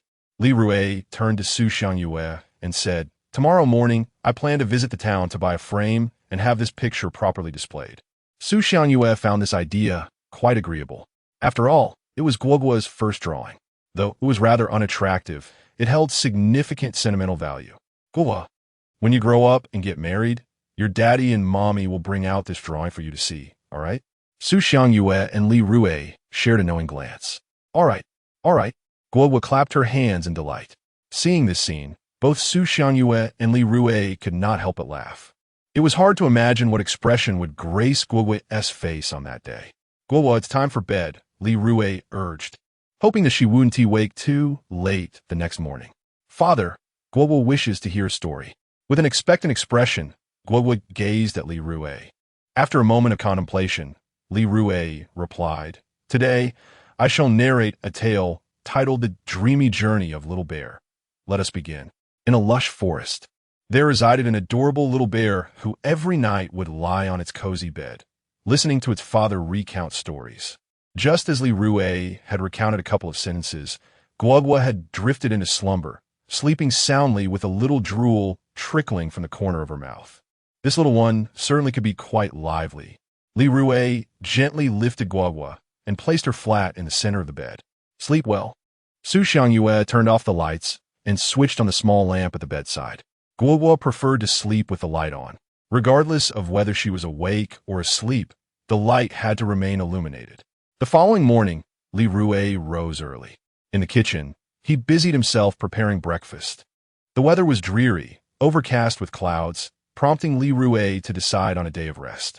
As usual, Guogwo went to kindergarten, and Su Xiangyue headed to work. He contemplated discussing with Xiangyue the possibility of her resigning from her job. Li Rui pondered this, as the monotony of factory work weighed heavily on him. Now that he had the means, he naturally wished for his wife to enjoy a more relaxed life. Early that morning, he sent a message to Heir Junzi, instructing him not to come that day. Riding his tricycle, Li Rui made his way to town and encountered his mother-in-law, Chen Yi. Pinggang town was small, and the likelihood of encountering her was considerable. Li Rui, I was just about to seek you out. Chen Yi halted Li Rui's tricycle. Mother, what brings you to me? Li Rui furrowed his brow. Chen Yi spoke sharply. My son is about to marry, and we are short on the dowry. You must find a way to contribute. Upon hearing this, Li Rui's lips twitched. Mother, I am still burdened with debts. I was hoping to borrow some money from you to settle my accounts. He had no intention of mentioning his recent earnings. Li Rui, how can you be so selfish? I raised my daughter for so long. Did you think it was for nothing? Chen Yi's temper flared as she rolled up her sleeves. Mother, I have matters to attend to. I cannot engage in idle chatter with you. Li Rui's tricycle made a sharp turn to evade Chen Yi. She pursued him. Li Rui, why are you like this? At least contribute a little. If my daughter had not married you, she would have what a wealthy man. Now, when I ask you for a little assistance, what is the problem? Chen Yi ran a considerable distance before finally stopping, panting heavily as she squatted on the ground, muttering to herself. I shall call my daughter shortly and have her divorce you. Meanwhile, Li Rui arrived at an art gallery. Though Crescent Island was small, it possessed all the necessary amenities. Excuse me, do you have frames for mounting paintings? The proprietor, a middle-aged woman, greeted Li Rui as he entered the gallery, promptly inquiring about his needs. Sir, we offer 3 types of frames. Please choose which one you prefer. The owner was quite hospitable, guiding Li Rui to examine the 3 types of frames available in the shop. The first option was a standard wooden frame, reasonably priced at 30. The second option was a frame made of PS foam material, which was of inferior quality. Priced at 15, the first 2 options failed to capture Li Rui's interest. However, he was drawn to the third choice, a high-end solid wood frame, priced at 200.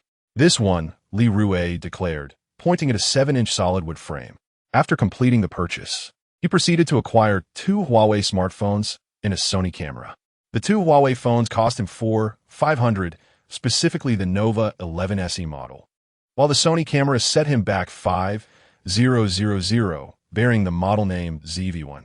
Goodness, money truly slips away, Li Rui lamented, realizing that from over 10,000, merely 800 remained. He felt the urgency to earn more. Exiting the camera store, he couldn't help but express his frustrations. Without money, providing a good life for his wife and child seemed utterly impossible. Upon returning home, Li Rui patiently framed Guogua's first painting. Once completed, he hung it on the wall. He gazed at it from various angles, unable to tire of its beauty. By 10 o'clock in the morning, he picked up his phone and called Heir Junzi.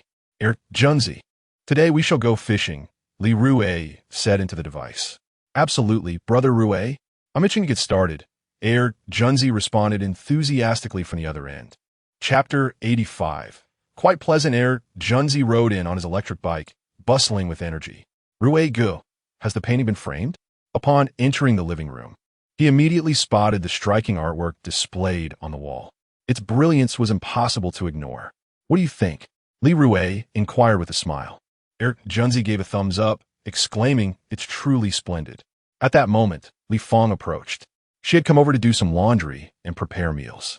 With her son and daughter-in-law preoccupied with their own affairs, she seized the opportunity to lend a helping hand. Rui Zi, Heir Junzi, are you off to catch fish? Li Fong asked as she washed clothes under the water pipe. Noticing both Li Rui and Junzi equipped with nets and buckets, she continued with concern. Aunt, Rui-gu and I are going fishing. Recently, Rui-gu has been quite fortunate. I'm sure we'll catch plenty, Junzi replied cheerfully. Li Rui glanced at his mother, saying, Ma, we're heading out. Li Fong waved her hand, expressing her concern. Be careful. The sea claims many lives each year. It's best to be cautious. In the past, when her husband, Li Dafu, went out to fish at night, she would lie in bed alone, her heart heavy with worry about his safety. We'll be careful, Li Rui assured her as they walked away. At the village entrance, in the shade, Old Hu spotted Junzi and Li Rui and hurried over. He wished to indulge in the sight of them fishing, a pastime he rarely engaged in due to his age and waning strength. In his leisure, he preferred to fish quietly and enjoy the coastal scenery. Su Lanji, seeing him, dashed home and soon returned with a small fishing net, trailing behind Li Rui and Junzi. Her husband, Chun Xiong, had gone to the sea. Rui-zi, Junzi, off to catch fish again? Old Hu's eyes crinkled with a smile. His impression of them had completely transformed. Previously, they spent almost all their time in the game room, but now they exuded vigor and diligence. Who wouldn't admire such spirited youth? Yes, Hu-yi, we're going fishing, Li Rui responded with a grin. Su Lanji remained silent, planning to cast her net nearby, hoping to share in the good fortune of Li Rui and Junzi. Lately, they had earned quite a bit, which left her feeling envious. I'll just watch from the side, Old Hu chuckled. When you go fishing again, may I join you? Hui, sometimes we fish. Sometimes we scour the shore, and other times we net fish. It's not fixed, Li Rui explained. It was impractical to call Old Hu every time they planned to fish. Unlike Junzi, who was striving to earn a living and marry, Old Hu enjoyed a comfortable retirement with no burdens, a situation Li Rui occasionally envied. That's true. Old Hu laughed heartily. Junzi noticed Su Lanji behind them. He furrowed his brow but refrained from speaking. The group laughed and chatted as they made their way to the large rocks in the reef area. Li Rui did not rush to cast his net. Instead, he sought a position closer to the water and only then cast the fishing net into the sea. The net spread gracefully as it fell into the water. After casting the net multiple times, he had become quite adept at it. Su Lanji stumbled over to Li Rui's side and then cast her small fishing net. Su Lanji, why are you so close to my brother Rui? Junzi couldn't help but interject. This reef area belongs to your family, doesn't it? I can stand wherever I wish. Su Lanji retorted, rolling her eyes at Junzi. He felt an impulse to slap her. Li Rui was also somewhat irritated by Su Lanji's presence. No matter what he and Junzi were doing, she seemed to follow them like an unshakable adhesive. 30 seconds later, Li Rui began to pull up the net, though it was a bit strenuous for him. Observing this, Junzi was filled with excitement, sensing there must be a decent catch. He chuckled to himself. Standing at the back, Yi tiptoed, stretching his neck to glimpse the fishing net in the water. Suddenly, a small yellow fish leaped out from beneath the net. A small yellow fish, Yi exclaimed with enthusiasm. Junzi hurried over, eager to assist Li Rui, but Li Rui admonished him. Junzi, be careful. If you run so fast and slip, what will happen? Junzi immediately slowed his pace. In the next moment, Li Rui yanked the net out of the water. Instantly, the fish within the net began to leap frantically. Yi clapped his thighs in astonishment. Goodness, why are there so many fish? Last time, nearly everyone from our village stood in the reef area, casting nets into the sea, but caught little of value. Su Lanji, standing beside Li Rui, could not conceal her envy as she gazed at the fish in his net. Brother Rui, I will be more careful in the future, Junzi said, a bashful smile on his face. At that moment, Li Rui had already pulled the net ashore. The catch weighed approximately 20 to 30 pounds, not too much, yet not insignificant either. Aside from a few small yellow fish, there seemed to be little of value. Yi leaned in for a closer look. Junzi took the snakeskin bag from the bucket, placed it on the rock, and secured it with a large stone. Then, he swiftly began to gather the fish. Clang, clang, clang. The fish were tossed into the bucket one after another by Junzi. Li Rui observed that the majority of the catch consisted of sardines, which are not particularly valuable, about 20 yuan per pound. The price of seafood fluctuates significantly. Today it might be 200, while tomorrow it could drop to 100. This variability relates to many factors, including time and weather, both of which can impact seafood prices. There's a spotted ratfish in here who ye, having little else to do, squatted on the large rock and began to help Li Rui and Junzi pack the fish.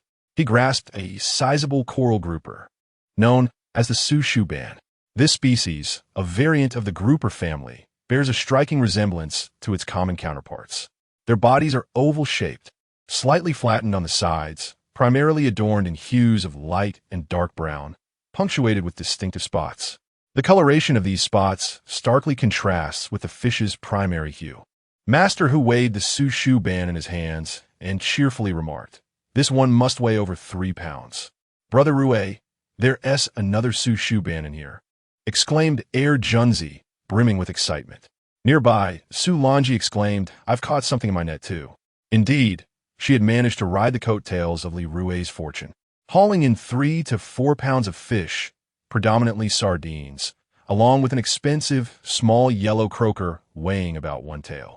"Damn it, that woman really knows how to capitalize on luck," Junzi muttered, feeling a bit disgruntled. Li Rui, too, harbored a slight annoyance towards Sulanji, whom he did not particularly favor. "Let us ignore her and quickly gather the fish," he suggested. Li Rui sifted through the pile and discovered a fisherman weighing over 4 pounds. He mentally calculated his haul, over 10 pounds of sardines, more than 8 pounds of small yellow croakers, and around 15 to 16 pounds of fisherman, alongside several pounds of assorted fish. Not too shabby, he thought. Chapter 86. My safety. No need for your worries, Brother Rui. This net can sell for several thousand. Junzi exclaimed with a hearty laugh. Why is there a fisherman too? Sulanji responded in astonishment. She had only caught 3 or 4 pounds of sardines and a small yellow fish weighing about 1 pound. In contrast, her heart sank as she compared her haul to his. Come on, Lanji, you've caught quite a bit too, Huiri exclaimed. Huiri, this is nothing compared to Li Rui's catch, Sulanji replied while picking up the fish. Alas, while Li Rui and Junzi feasted on meat, she could only savor the broth. Li Rui recognized that Sulanji had merely benefited from the luck of casting the net. He contemplated how to prevent such occurrences in the future. It was one thing for those who had a good rapport with his family to ride on the waves of fortune, but Sulanji was not among them. Lanji, could you refrain from casting your net near my brother Rui? Junzi shot her a cold glance. This woman irked him. She clung to him and brother Rui like an unwelcome adhesive. Junzi, what's the deal? Is the ocean your family's property? Are you the only ones allowed to cast nets here? Sulandi zito, visibili ano. The more Junzi behaved this way, the more determined she became to stick close to him and Li Rui. As Junzi opened his mouth to respond, Li Rui shot him a glance, signaling him to cease the needless quarrel with Sulanji. Junzi, this is our happy village, not your Wong village. I haven't asked you to leave yet, and you dare to speak to me? Sulanji persisted. Junzi was momentarily taken aback, unsure how to counter her remarks. Li Rui smiled gently and said, Sulanji, the sea is a common resource. It is not privately owned. Junzi can come and go as he pleases, and you have no right to stop him, nor does anyone else. Sulanji pointed at Junzi and shouted at Li Rui. Then on what grounds did Junzi just speak to me? You just rode on my brother Rui's luck. Junzi shouted back, his frustration boiling over. Sulanji, hearing his words, laughed derisively. Junzi, you claim I just rode on Li Rui's luck. Who can prove that? Is there any scientific basis for luck? Junzi was left speechless by her retort. All right, Junzi, let us conserve our energy for the tasks ahead, Li Rui said, glancing at Junzi, urging him to avoid unnecessary disputes with Sulanji. Brother Rui, I just can't stand it, Junzi admitted, feeling pent up. Li Rui chuckled. Soon, she won't be able to ride on my luck any longer. Upon hearing this, Junzi perked up. Really? When have I ever lied to you? Li Rui smiled, the corners of his mouth lifting. Wonderful. Junzi's face lit up with anticipation. After a brief respite, Li Rui prepared to cast the net again. As he stood up, holding the fishing net, Su Longji approached him closely, leaving merely 3 meters between them. At this moment, Li Rui stepped onto a small reef, which could barely accommodate 3 individuals, surrounded on 3 sides by crevices of rock. With the vast ocean on one side, Su Longji, witnessing this, refrained from joining him.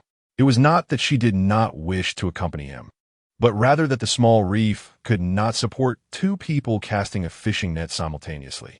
Rui, you should move to a safer spot, Su Longji called out.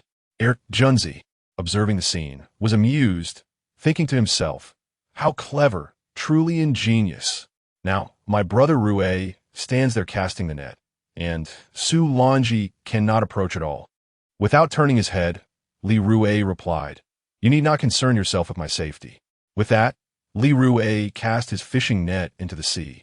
Su Longji had no choice but to throw her net into the water, maintaining a distance of several meters from him. Once she confirmed that her net had settled, Li Rui swiftly began to haul it in. Positioned a few meters away, Su Longji followed suit in pulling up her net. How heavy! Li Rui felt that this catch was far more abundant than his previous haul. Meanwhile, Su Longji effortlessly drew her net to shore, revealing only a tiny fish, no larger than her pinky finger, flopping about. This sight infuriated Su Longji. Why is there nothing else? Her expression darkened significantly. She disregarded the diminutive fish entirely. It was hardly enough to fill a gap between her teeth. Simultaneously, Li Rui's net gradually surfaced, revealing several fish leaping towards the surface. Witnessing could not contain his astonishment and exclaimed, so many fish. His outcry prompted Su Longji to swiftly turn her gaze towards Li Rui's net. Indeed, there were an abundance of fish. Su Longji's eyes widened in disbelief, as they appeared to be small yellow croakers. Junzi's eyes were transfixed. After considerable effort, Li Rui finally dragged his net onto the shore. Junzi hurried over, and together they maneuvered the net to a flat area. This net must contain at least 40 pounds of fish. Yi exclaimed, his face a mask of disbelief. The other villagers had never experienced such ease in fishing. Just the day before, Yi had chanced upon Li Rui's mother, Li Fong, and during their conversation, he remarked on Li Rui's recent streak of extraordinary luck. Li Fong had jested that Li Rui was blessed by Ma Zhu. At that time, he had been skeptical, but now he found himself somewhat convinced. In coastal regions, many people revere deities, and nearly all fishermen pay homage to Ma Zhu. Su Longji was incensed. Had Li Rui not ventured onto that small reef to cast his net, she might have benefited from his good fortune. Now, it was evident, while Li Rui's second net was brimming with fish, hers yielded nothing. Junzi cast a sidelong glance at Su Longji. Earlier, she had stubbornly denied riding on his brother Rui's luck, yet now it was clear. These thoughts remained unspoken, as he remembered his brother's words. Better to conserve energy for the tasks that lay ahead. There is indeed an abundance of fish, yet the pricier varieties are rather scarce. Su Longji remarked with a hint of acidity in her tone. Before she could finish her statement, Iri, who was beside Li Rui, exclaimed with great enthusiasm, "Oh my, there's actually a red lamp in the net." The term red lamp is a colloquial reference to the rose grouper. The inhabitants of Yuya Island commonly refer to the rose grouper as red lamp, while those in the Liangguang region prefer the term red ding. The nomenclature varies across regions. The rose grouper, scientifically known as the black-edged grouper, shares a similar body shape with other groupers. Its form is oval, laterally compressed, and robust, featuring a large head, a wide mouth, and small eyes. The coloration is quite vibrant, predominantly orange-red to reddish-brown, adorned with a row of triangular black spots on its dorsal fin. Where's the red lamp? Iri? Junzi, filled with anticipation, glanced at the fish in the net, failing to spot the elusive red lamp. Eagerly, he turned his gaze back to Iri. The red lamp is indeed a costly catch. The purchasing price at his sister's place seems to be over 600. The exact figure eludes his memory. Is there a rose grouper? Su Longji's eyes searched through Li Rui's fishing net for the prized specimen. Chapter 87. Bringing Fish Home Master Who? Where's the red lantern? Li Rui searched for quite some time, but failed to spot the elusive rose grouper. Master Hu, with both hands delving into the pile of fish, unearthed a splendid crimson rose grouper, holding it proudly before his chest. With a sly grin, he remarked, "You youngsters, despite your youth, why is your eyesight so poor? The red lantern is right here." This particular rose grouper was quite plump, its belly round and full. "Goodness, it truly is a red lantern," Su Longi exclaimed. The rose grouper was a rare catch these days. In the past, during the fishing season, it would take their family's fishing boat quite a while to land just one. Junzi, gazing at the rose grouper in Master Hu's hands, could not contain his glee, his mouth stretching into a wide smile. "It's really fat. This red lantern must weigh over 3 pounds. The growth rate of the rose grouper is remarkably slow. It takes around 10 years to reach a length of 37 to 38 centimeters, with its weight seldom exceeding 5 pounds. This slow growth is a significant reason behind its steep price." "Damn, Rui, what kind of luck do you have? When fishing, you catch large yellow croakers, and when netting, you snag small yellow croakers, squirrel fish, and rose groupers." Master Hu, a retired teacher of great refinement, rarely used coarse language. But at this moment, he could not help himself. While others in the village would be elated to catch even a small yellow croaker, Li Rui seemed to have a knack for landing the most coveted fish. It appeared that Li Rui's mother, Li Fong, was right recently. Li Rui had indeed been blessed by the sea goddess. Those living by the sea tended to hold such beliefs. The divine, if one believes, exists if one does not. It does not. Everyone has their own perspective. "Master Hu, I'm merely fortunate," Li Rui replied modestly with a smile. The grin on Junzi's face had yet to fade. He grabbed the fish from the net and tossed them into the bucket. Before long, the bucket was filled to the brim. "Rui Ji, we struck gold again today," Junzi exclaimed, his smile stretching from ear to ear. At that moment, Li Rui approached the snakeskin bag, picked it up, and brought it over. Before they arrived, he had tossed the snakeskin bag into the bucket, thinking it prudent to be prepared for any eventuality. "Oh, there's another rose grouper here." He found one that was slightly smaller, weighing just over a pound. Master Hu pulled out yet another rose grouper from the pile of fish. Su Longi, standing several meters away, was left in disbelief. While Li Rui was casting his net in the rocky area, she too was casting her net in the same vicinity. Yet the disparity in their catches was astonishing. "Master Hu, don't overexert yourself. You might dirty your hands and clothes." Li Rui looked up at Master Hu and chuckled. "I'm not worried," Master Hu said, fully engaged in his task of sorting the fish. Observing this, Li Rui intended to offer Master Hu a few pounds of miscellaneous fish in gratitude for his assistance. It was only proper to reciprocate kindness. He could not allow Master Hu to toil without acknowledgement. Meanwhile, Su Longi was fuming with anger. After taking a deep breath, she ran to the spot where Li Rui had just stood and cast her net into the sea. "Li Rui caught a whole net of fish here. Surely, I can catch a good haul as well." Su Longi pondered to herself. After pulling up the net, she found only a few small sardines, barely weighing 2 taels. Cursing under her breath, she exclaimed, "This shouldn't be the case." Just as she finished her complaint, Chan Xiong, returning home after a day of beachcombing, came running towards her with a bucket in hand. "Darling, today I finally hit the jackpot." Chun Xiong waved enthusiastically. Soon, he reached her side. Upon seeing the fish caught by Li Rui, his eyes widened like gleaming light bulbs. "My goodness, Li Rui, how did you manage to catch so many fish?" Chun Xiong marveled at the contents of the net, which included sardines, stone fish, and rosefish. "How did rosefish end up in there? They are worth quite a fortune. A single one weighs over a pound and can fetch several hundred." It seemed that the purchasing price at Yu Tao's place was around 400 per pound. Chun Xiong glanced at the large blue crabs and turban shells in his own bucket, feeling a sudden wave of disappointment. Junzi, let us transfer all the fish from the bucket into the snakeskin bag. It'll make it easier for us to carry. Once the fish were packed, Li Rui straightened up and surveyed the bucket and the snakeskin bag, contemplating. With only the two of them, lifting the snakeskin bag filled with fish would be somewhat lighter.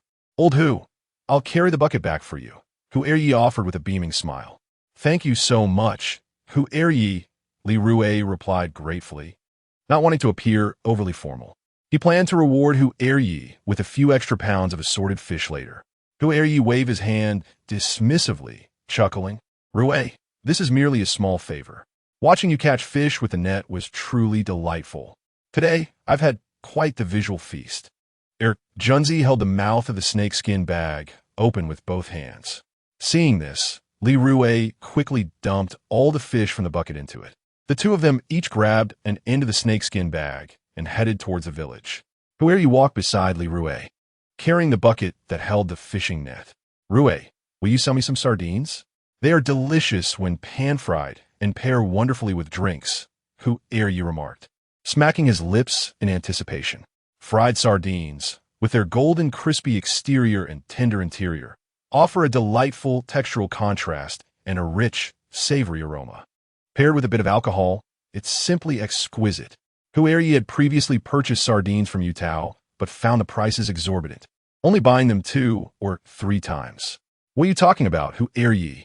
You've been so helpful to us. Taking some sardines home should cost you nothing. Li Rui insisted, naturally unwilling to refuse. He had already intended to give Hu Eryi a few pounds of assorted fish. No, I must pay, Hu Eryi said with a serious expression. If you insist on payment, my parents will surely say I'm being inconsiderate. We're all from the same village. Let us not be so formal, Li Rui joked. Upon hearing this, Hu Eryi pointed at Li Rui and laughed heartily. You really know how to speak and handle matters. At this moment, Master Hu Eryi was somewhat astonished. His surprise stemmed from the fact that previously, Li Rui was neither articulate nor adept at social interactions. Now, however, Li Rui had become both eloquent and charming, leaving him utterly unable to find any fault. Whenever you require my assistance, feel free to speak up. Master Hu Eryi graciously acknowledged this favor. The snakeskin bag contained around 70 to 80 pounds of fish. Junzi lifted one end with ease, feeling no fatigue at all, wishing only that there were a bit more inside. Upon hearing this, Li Rui couldn't help but reflect inwardly. Indeed, being young and single has its advantages, brimming with boundless energy. He himself was already feeling quite exhausted. After walking for a few minutes, panting heavily, Li Rui managed to say, "Let us take a break. I need to catch my breath." Before he could finish his sentence, he set the snakeskin bag filled with fish down onto the ground. Junzi rubbed his hands together, grinning as he looked at Li Rui. Brother Rui, how about letting me cast a couple of nets next time? I would love to experience the thrill of a bountiful catch. Sure, next time. You can cast a few more nets, Li Rui replied, eager for Junzi to exert himself a bit more. Chapter 88. An impressive catch after a brief respite. Li Rui and Junzi resumed their journey, hoisting the fish towards the village. Observing their exertion, Old Hu refrained from engaging Li Rui in idle chatter, understanding that fatigue often diminishes one's desire for conversation. As they approached the village, a cluster of young and old gathered under the shade, rushing to greet them. Yutao stood at his doorstep, anxiously watching Li Rui and Junzi struggle with their catch. Rui, Junzi, how did you manage such a bountiful haul? He inquired. Are the fish in the sea so easily caught these days? Goodness, that bag must weigh at least 70 pounds. The crowd, animated and astonished, followed Li Rui as they entered his home. To set it down here, Li Rui instructed, placing the bag of fish on the ground.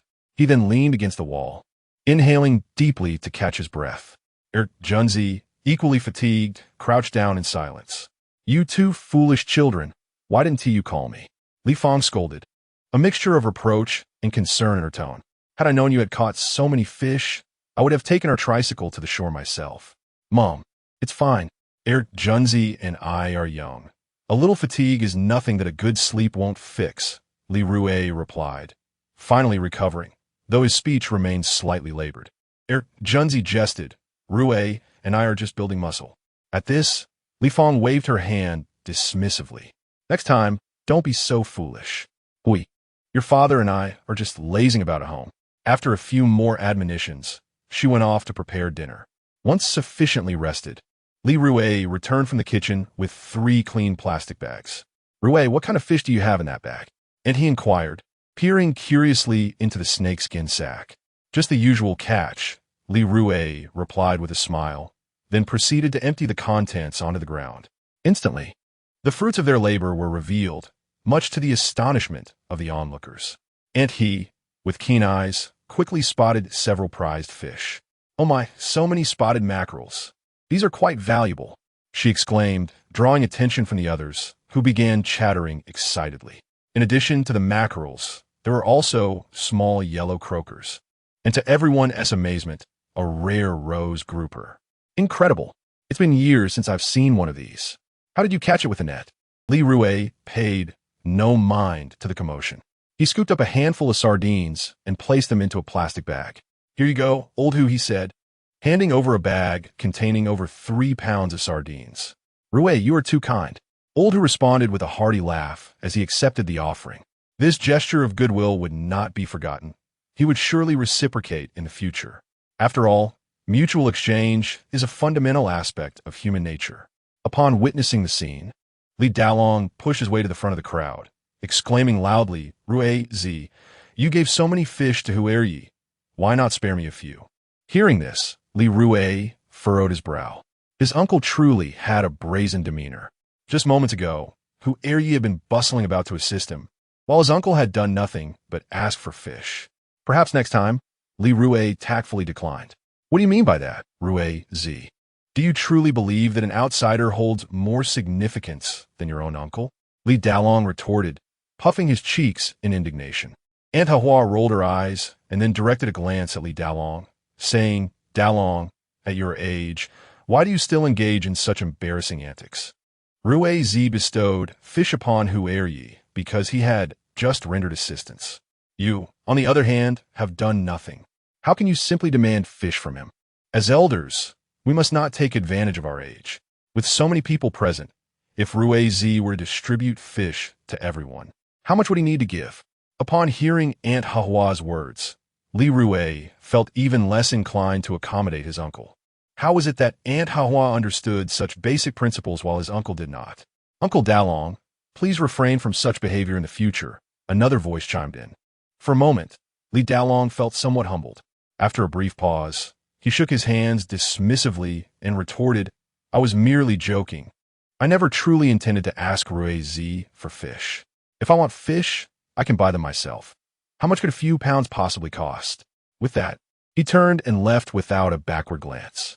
Li Rui proceeded to prepare 3 portions of fish, one for Hu Yi, one for Junzi, and one for himself. Junzi, let us pack these fish back into the container and load them onto the cart," Li Rui suggested, glancing at Junzi. Just as he finished speaking, Hu Yi set down the plastic bag in his hands and picked up the snakeskin bag from the ground, skillfully opening it with both hands. Seeing this, Li Rui thought that had his uncle possessed such insight, he would have certainly shared some fish with him. Nearby, Aunt Hahua and Sister Hohat rolled up their sleeves, ready to assist, but were blocked by Li Rui's presence. "Aunt Hahua, Sister Hohat, there's no need for you to trouble yourselves with this minor task. I would want you to dirty your clothes," Li Rui said with a smile. Before long, the fish were packed and loaded onto the tricycle. Li Rui exchanged greetings with his mother before heading to town with Junzi to sell the fish. As they passed by Yu Tao's house, Yu Tao's expression soured. "This Li Rui is utterly unreasonable. He would rather sell his catch to others than to me. Doesn't he consider my feelings at all?" Yu Tao fumed silently. 10 minutes later, Li Rui and Junzi arrived at the entrance of Jufu Lu. As usual, they were greeted by Bai Wenbin, the purchasing manager. A few helpers stood behind Bai. "Rui Z, Junzi, what treasures have you brought this time?" Bai Wenbin greeted them with a cheerful smile. Upon closer inspection, he noticed only a snakeskin bag, which piqued his curiosity even further. "Brother Bin, have someone bring this into the kitchen and pour out the fish inside.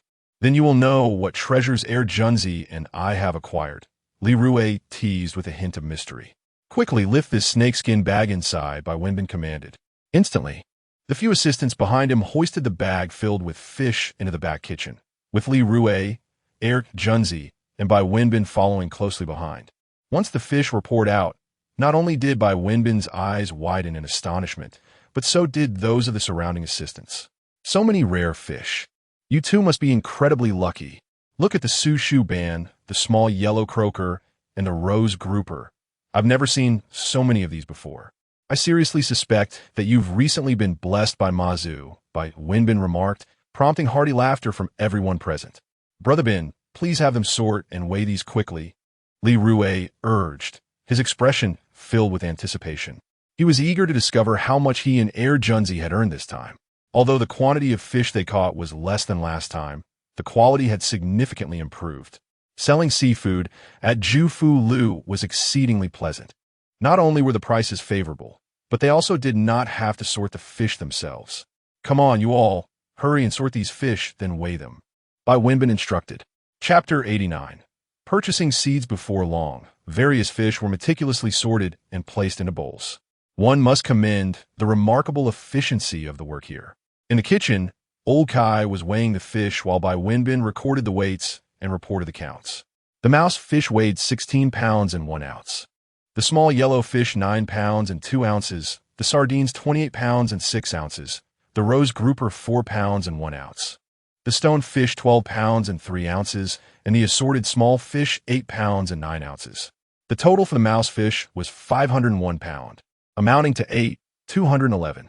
The small yellow fish totaled 301 pound, summing up to 760. The sardines accounted for 35 pounds, yielding 651. The rose grouper was 651 pounds, totaling 665. The stone fish reached 101 pounds, equating to 230. The assorted small fish were priced at 10 per pound, culminating in 89. The grand total was 606. Once the accounts were settled, Bai Winbin suddenly lifted his head, gazing at Li Rui and Air Junzi as if they were creatures of myth. Goodness, Rui, Air Junzi, with what you two earned this morning, I might as well join you in fishing. It's equivalent to my monthly salary, Bai Winbin exclaimed enviously. Come now, Bai, you're jesting. A high-ranking white-collar worker like you, guaranteed to thrive. How could you possibly become a fisherman? Air Junzi and I are barely scraping by, Li Rui replied with a hearty laugh. Air Junzi, still in a daze from the earlier figures, reveled in joy. What high-ranking white-collar worker? I received this month's salary and spent it all in an instant. That's the true definition of a white-collar worker, Bai Winbin teased with a smile. Having said that, Bai Winbin passed the accounts to Songling. Li Rui patted Bai Winbin on the shoulder and smiled. Bai, I'll treat you to a drink later. For now, Air Junzi and I must head to General Manager Song's office. I'm serious. You mustn't go back on your word, Bai Winbin pointed at Li Rui. Yes, you. I will not, Li Rui quickly promised. 5 minutes later, Li Rui and Air Junzi emerged from Jufu Lu. As usual, Li Rui transferred a portion of the earnings to Air Junzi. Rui, where to next? Air Junzi inquired curiously as he noticed Li Rui wasn't heading toward Happiness Village. To the flower market, Li Rui replied, intending to purchase several seeds suitable for planting on the island. Ayun si vas momentarily puzzled. What do we need to go there for? Li Rui smiled slightly. Guogwa wants to dig and plant little seeds in her tiny garden to grow little flowers.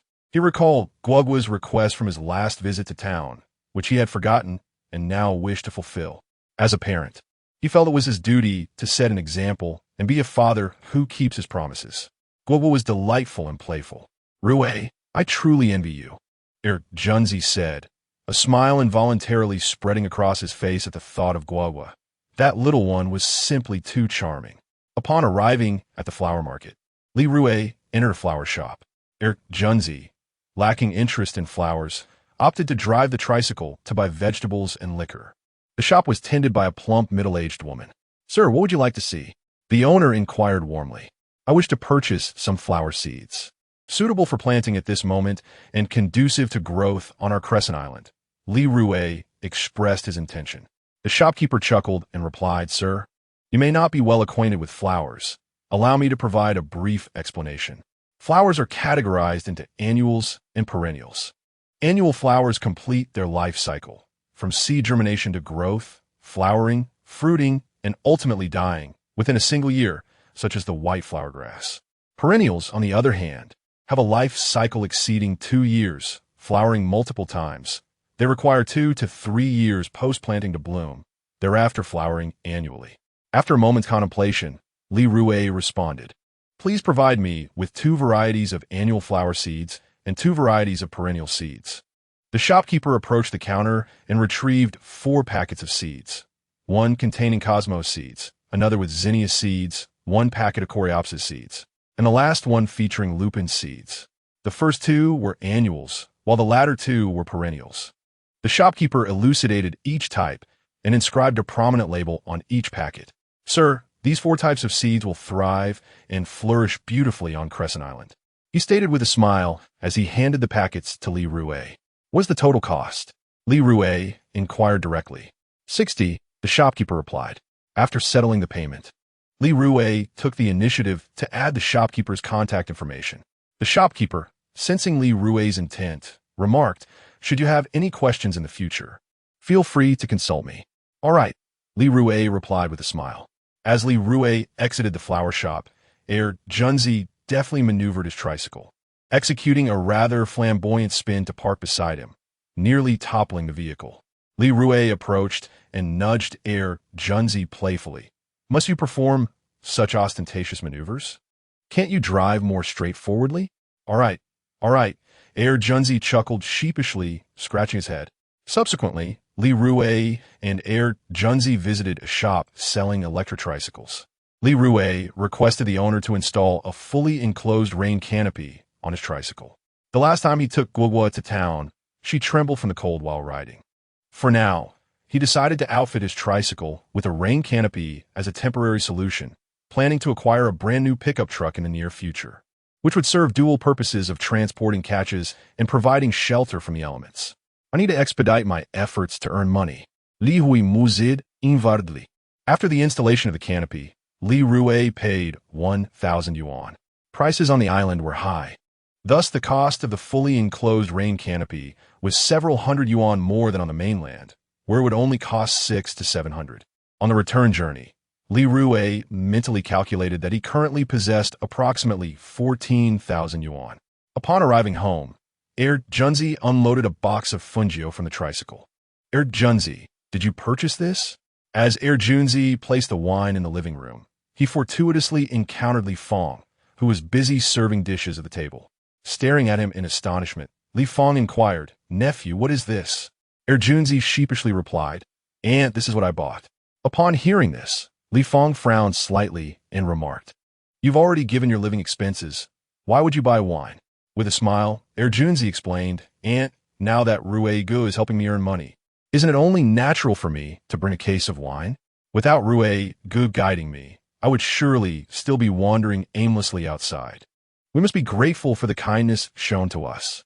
He continued, By the way, on my way back, I also bought a roasted chicken and a plate of vinegar-soaked peanuts. I'll fetch them now.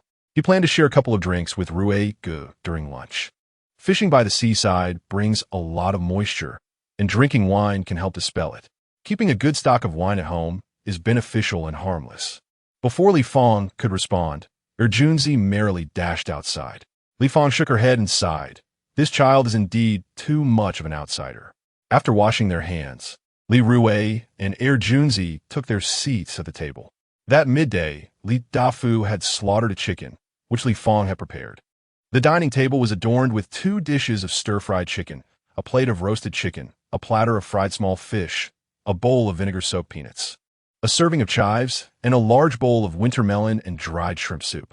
Junzi gazed at the spread, his mouth watering. It was a feast that far surpassed what he usually enjoyed at home. Chapter 90. Planting flowers with Guogua. Li Rui set the cups on the table. This time, Junzi displayed remarkable perceptiveness. He eagerly brought a bottle of wine and poured for the 3 of them.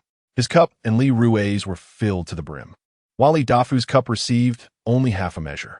Uncle, this is for you, Junzi said, presenting the glass with both hands to Li Dafu. Without hesitation, Li Rui snatched a cup of wine for himself. Junzi grinned and said, Brother Rui, it's truly a blessing to be with you. There's money to be made and delicious food to savor.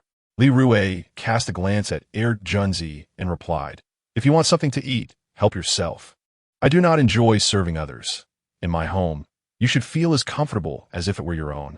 The older generation often takes pleasure in serving food to others at the dining table, whereas the youth seem less inclined to do so. Li Rui, in particular, dislikes serving food, with the exception of his wife and daughter. Brother Rui, I know that in your home, I could never feel constrained. You are like a true brother to me.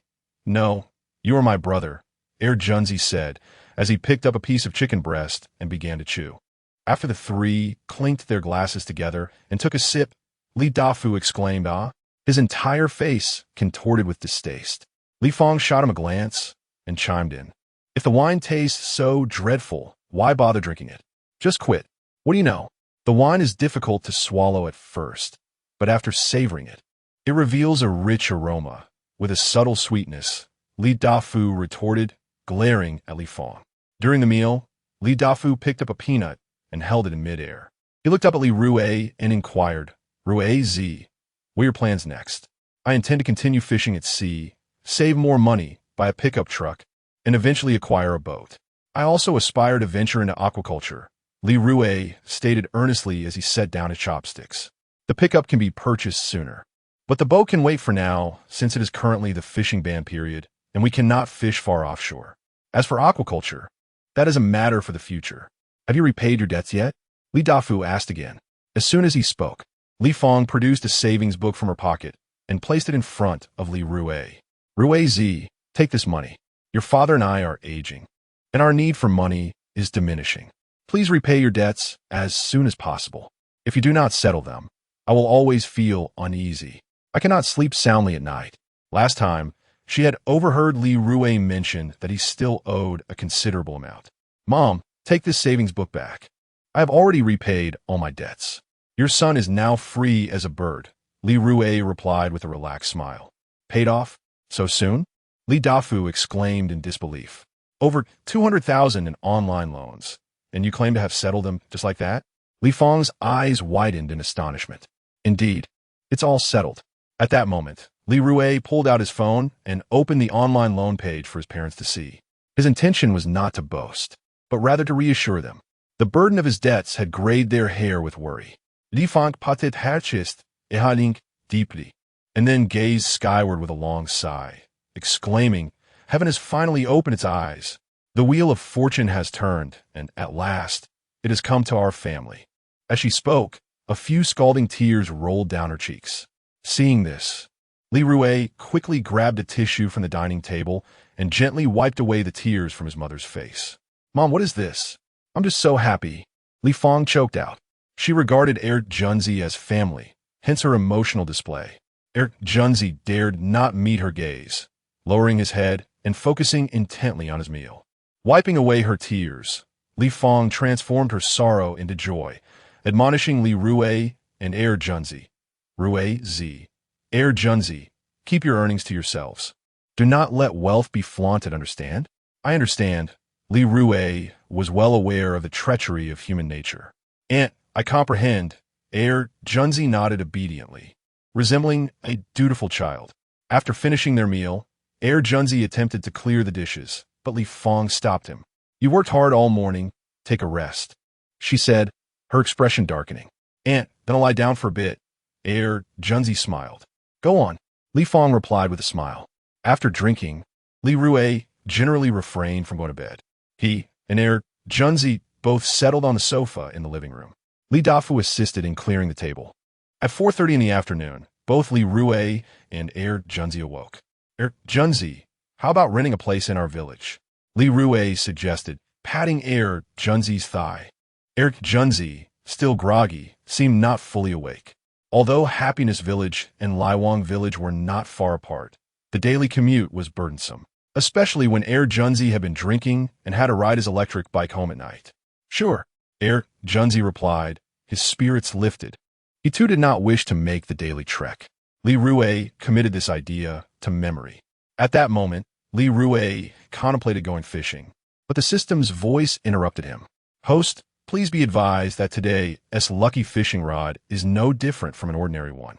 Upon hearing this, Li Rui abandoned the idea of fishing and suggested that Junzi have dinner before heading home. All right, I'll do as you say, Junzi replied, reclining back on the sofa to continue sleeping. This fellow, why does he need so much sleep every day? Li Rui stood up from the sofa, stretched, then headed to the restroom to wash his face and brush his teeth. After drinking, he typically brushed his teeth to avoid burdening Guogua with the heavy scent of alcohol. At 5 o'clock, Li Rui stood at the door, waiting to pick up Guogua from school. As soon as the kindergarten bus arrived, Guogua leaped into Li Rui's arms. "Daddy, did you buy the seeds? I want to dig in the little garden and plant the tiny seeds to bloom little flowers," Guogua exclaimed, waving her hands animatedly. This little one was utterly charming, eliciting laughter from Li Rui. "I did buy them. Let us go plant flowers right now," Li Rui replied with a smile. Fetching 2 small shovels from the storage room, he and Guogua made their way to the corner of the yard to dig. The corner of their yard was not paved with cement, making it the perfect spot for planting flowers. "Daddy," Guogua called out cheerfully, "what are you doing?" Li Rui lifted his gaze to meet hers. Suddenly, Guogua playfully smeared her finger across Li Rui's face. Instantly, the wet soil on her finger was transferred to his cheek. "Huh!" exclaimed the little rascal, delighting in her mischievous act. "Daddy should have mud on his face too." Li Rui, with a smudge of mud on his finger, playfully aimed it at Guogua's cherubic face. "No," she squealed, retreating her small frame. Yet, she was not quick enough to evade the playful onslaught. The two were immersed in their joyful play, while their faces bore the marks of their mischief. "Daddy, what seeds are we planting today? When will I see the flowers?" Guogua inquired. Her curiosity piqued as she focused intently on Li Rui. "Guogua, no matter what you do not rush. We must simply fulfill our responsibilities, and in due time, the seeds will blossom and bear fruit," Li Rui replied gently. The little one grasped part of it, yet remained a tad perplexed, simply responding with an "oh." Before long, Li Rui and Guogua collaboratively dug a small hole. Guogua was slow, and so was he. Planting flowers was secondary. The essence lay in their companionship. Guogua clapped her tiny hands and cheerfully asked, "Daddy, can we scatter the seeds now?" "Yes," Li Rui replied, affectionately giving her small nose a gentle rub, which left a bit of mud on her adorable little nose. Chapter 91. Playing with Mud. "Father, let Guogua throw the seeds," she exclaimed.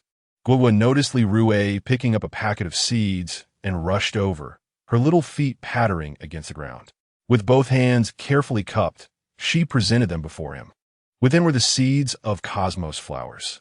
As Li Rui spoke, he gently placed several seeds into the palm of Guogua's hand. She held them with utmost care, fearful of losing even one. Approaching the freshly dug small pit, she tossed the seeds into it with a vigorous fling. Once done, she clapped her little hands together, chanting, Seeds bloomed quickly." Squatting down, her tiny head leaned close to the earth, her large eyes fixed on the seeds nestled in the pit as she cheerfully called out to them. Li Rui chuckled softly, amused by her eagerness. He realized he now had another task at hand, watering and fertilizing the seeds. "Guo, let us bury the seeds together." He rolled up his sleeves, preparing to push the soil with his hands, and then did the same for Guogua. "All right," she declared brightly. Together, they used their hands to cover the cosmos seeds with soil. The growth of plants relies on several essential factors: sunlight, temperature, moisture, soil, nutrients, and air. Each is indispensable. Cosmos flowers are best sown in spring or autumn, and since it was now April, it was indeed springtime. Their hands were soon covered in a mixture of mud and soil. "Father, this is so much fun," Guogua exclaimed, kneading the wet mud in her hands, her little white teeth gleaming as she grinned. "If it's fun, then keep playing," Li Rui responded, appreciating the joy of connecting with nature and its wonders. After a while, Guogua looked up at Li Rui, her voice animated. "Father, let us continue digging in our little garden, planting tiny seeds to bloom into little flowers." "Indeed," Li Rui replied, picking up a small shovel to dig another hole. Guogua followed suit, wielding her own tiny shovel. Her strength was minimal, and her digging was purely playful. She moved the mud haphazardly, akin to a bulldozer at work. Once the hole was ready, she planted the seeds of the marigold. Marigolds differ from cosmos flowers. The latter is an annual, maturing swiftly to bloom and bear fruit within a single growing season before perishing. Annual flowers are characterized by their rapid life cycle, quick to flower, quick to die. Conversely, marigolds are perennial flowers, requiring at least 2 years to bloom and yielding flowers multiple times thereafter, nearly every year. Just as Guogua and Li Rui were enjoying their gardening, Junzi strolled out from the living room, stretching and yawning. "Rui, Guogua, what are you up to?" he inquired, still drowsy. "Uncle Junzi, Guogua and father are planting flowers," she quickly responded before Li Rui could speak. Upon encountering Junzi, Li Rui immediately perceived him as a source of free labor. "Junzi, please fetch the camera from the drawer beneath the Mazu statue in the living room and capture a few photos of me and Guagua," Li Rui instructed loudly. Rubbing his eyes, Junzi responded affirmatively and hurried into the living room to retrieve the camera, promptly taking candid shots of Li Rui and Guagua. "Baba, when Mama comes back, will she scold us for being covered in mud?" Guagua suddenly asked, a look of concern crossing her face. "Not at all," Li Rui replied calmly. "What child hasn't he played in the mud during their youth?" Upon hearing this, Guogua's face broke into a wide smile. "Baba, Guogua wants to draw on your face." She giggled. Without hesitation, Li Rui leaned forward as soon as she spoke. "Be careful. Don't let the mud get in Baba's mouth or eyes," he cautioned. Guogua nodded and began to doodle on Li Rui's face with her little pinky. "Ha ha, Baba, your face looks like a big calico cat," Guogua exclaimed, pointing at Li Rui's painted visage, her laughter echoing with delight. Meanwhile, Junzi, seated on the cement floor, continued to click away with the camera. "Let us resume planting flowers. We still have 2 varieties of seeds yet to sow," Li Rui said with a light chuckle. "All right," Guogua replied, eagerly wielding a small shovel to dig. After 10 minutes of teamwork, Li Rui and Guogua successfully planted the remaining seeds. Just then, Li Fang approached. "Rui, what happened to your face?" she exclaimed, startled by Li Rui's appearance. If it were dark, she might have screamed, "Goodness, a ghost!" and recoiled in fright. Guogua stood up, raising her mud-encrusted hands, and cheerfully declared, "Nai, Baba's face is painted by Guogua." "Rui, why are you indulging Guogua in such nonsense?" Li Fang Shida. Following her was Li Dafu, who immediately adopted a stern expression. "Dear, how can you say that? Guogua enjoys playing this way, and Rui is merely engaging in a parent-child activity, not ridiculous antics." Seizing the moment, Junzi captured more shots of the innocent and delightful Guogua, the outcome undoubtedly splendid. "Fine. Call what you wish. I'll go prepare dinner. Xianyue will be back shortly," Li Fang said, casting a disapproving glance at Li Dafu before heading into the kitchen. "Guogua, do you want to draw on Grandpa's face?" Li Dafu inquired with a smile, revealing numerous wrinkles as he grinned. "Yes," Guogua immediately replied. Upon hearing this, Li Dafu squatted down, allowing Guogua's fingers to dance across his face. "Guogua, be careful not to get any on Grandpa's eyes or mouth," Li Rui quickly reminded her. Watching the scene unfold, Li Rui was reminded of his father's youthful days. In his youth, his father often resorted to threats, counting to 3 or resorting to a leather belt. Whenever he committed a serious transgression, he could expect a severe beating. Such is the affection of grandparents. "All right, Guogua, stop playing. Come and wash up with Daddy," Li Rui said sternly. He then turned to instruct Junzi to bring a basin of warm water. Junzi once again became a free laborer. Shortly after, he placed a basin of warm water on the steps of the living room. "Brother Rui, I just captured dozens of photos. You will surely be pleased when you see them," Junzi boasted nearby. "Uncle Junzi, Guogua wants to see them later," Guogua exclaimed, looking up at Junzi. After some time, Li Rui finally washed his hands and face clean, and then he proceeded to wash Guogua's face and hands. Junzi gently patted Guogua's little head, smiling, "Very good." Once they were both clean, Guogua happily watched the photos that Junzi had just taken. Meanwhile, Li Rui was reading about the essentials of gardening.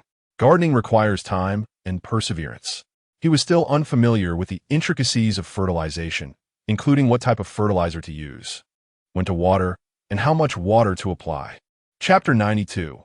A stroll on the beach. Li Rui took out his phone and engaged in a light conversation with the flower shop owner, learning about the necessary fertilizers for the 4 types of flowers he was cultivating, as well as the proper watering techniques. Every fortnight, A diluted liquid fertilizer should be applied, neither in excess nor in deficiency. Over-fertilization could scorch the roots, while insufficient nourishment would hinder growth. Daily watering was required, morning and evening, to maintain moist soil without allowing water to accumulate, as excess water could lead to seed rot. The intricacies of this endeavor were somewhat overwhelming for Li Rui. However, upon seeing Guogua's beaming smile, he resolved to invest whatever effort was necessary to nurture the flowers. After all, the seeds represented a significant joint venture between him and Guogua. "Mommy, you're back." At that moment, Guogua dashed to the living room entrance, her chubby little hands wrapping around Su Xianyue's legs, her face alight with joy as she exclaimed, "Li Rui, has that muddy patch in our yard been dug up by the chickens?" Su Xianyue questioned, her eyes filled with curiosity. She had noticed numerous holes while passing by and assumed they were the result of the chickens pecking. Li Rui chuckled. "I just planted flower seeds there with Guogua." "Oh, I see," Su Xianyue replied, realization dawning upon her.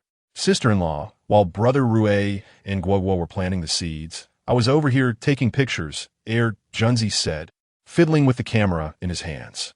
Su Xianyue's attention was immediately captivated by the camera. "Whose camera is that, Junzi?" She had once contemplated purchasing a camera to document Guogua's growth, intending to show it to her when she was older. However, she quickly dismissed the idea, considering the expense and her lack of time and energy to take photos. The thought of asking Li Rui to buy a camera had never crossed her mind. "Wife, I bought this camera," Li Rui said with a smile. Moments later, he retrieved 2 brand new Huawei phones from the drawer. "This pink Huawei phone is for you, and this blue one is for me. To me, they're couple phones." He handed her the pink device. Su Xianyue's current phone was 5 or 6 years old and barely functional. "Why spend that money when my phone is still working?" she replied, a smile in her eyes, though her words carried a hint of reproach. Deep down, she was overjoyed. Li Rui purchasing a phone for her was not about the cost. It was about the thought and willingness to spend on her. With that, Su Xianyue accepted the phone. "Your phone has long been unusable," Li Rui remarked, feeling a pang of regret, recalling that if it weren't for his gambling, his wife would have replaced her phone long ago. As Su Xianyue played with her new phone, she was thoroughly pleased. "This phone is really nice," she said with a smile, turning to Li Rui to advise, "In the future, let's avoid unnecessary expenses. The child is growing, and there will be plenty of places to spend money. We must save more money now, for as our child grows, the expenses of education will be considerable.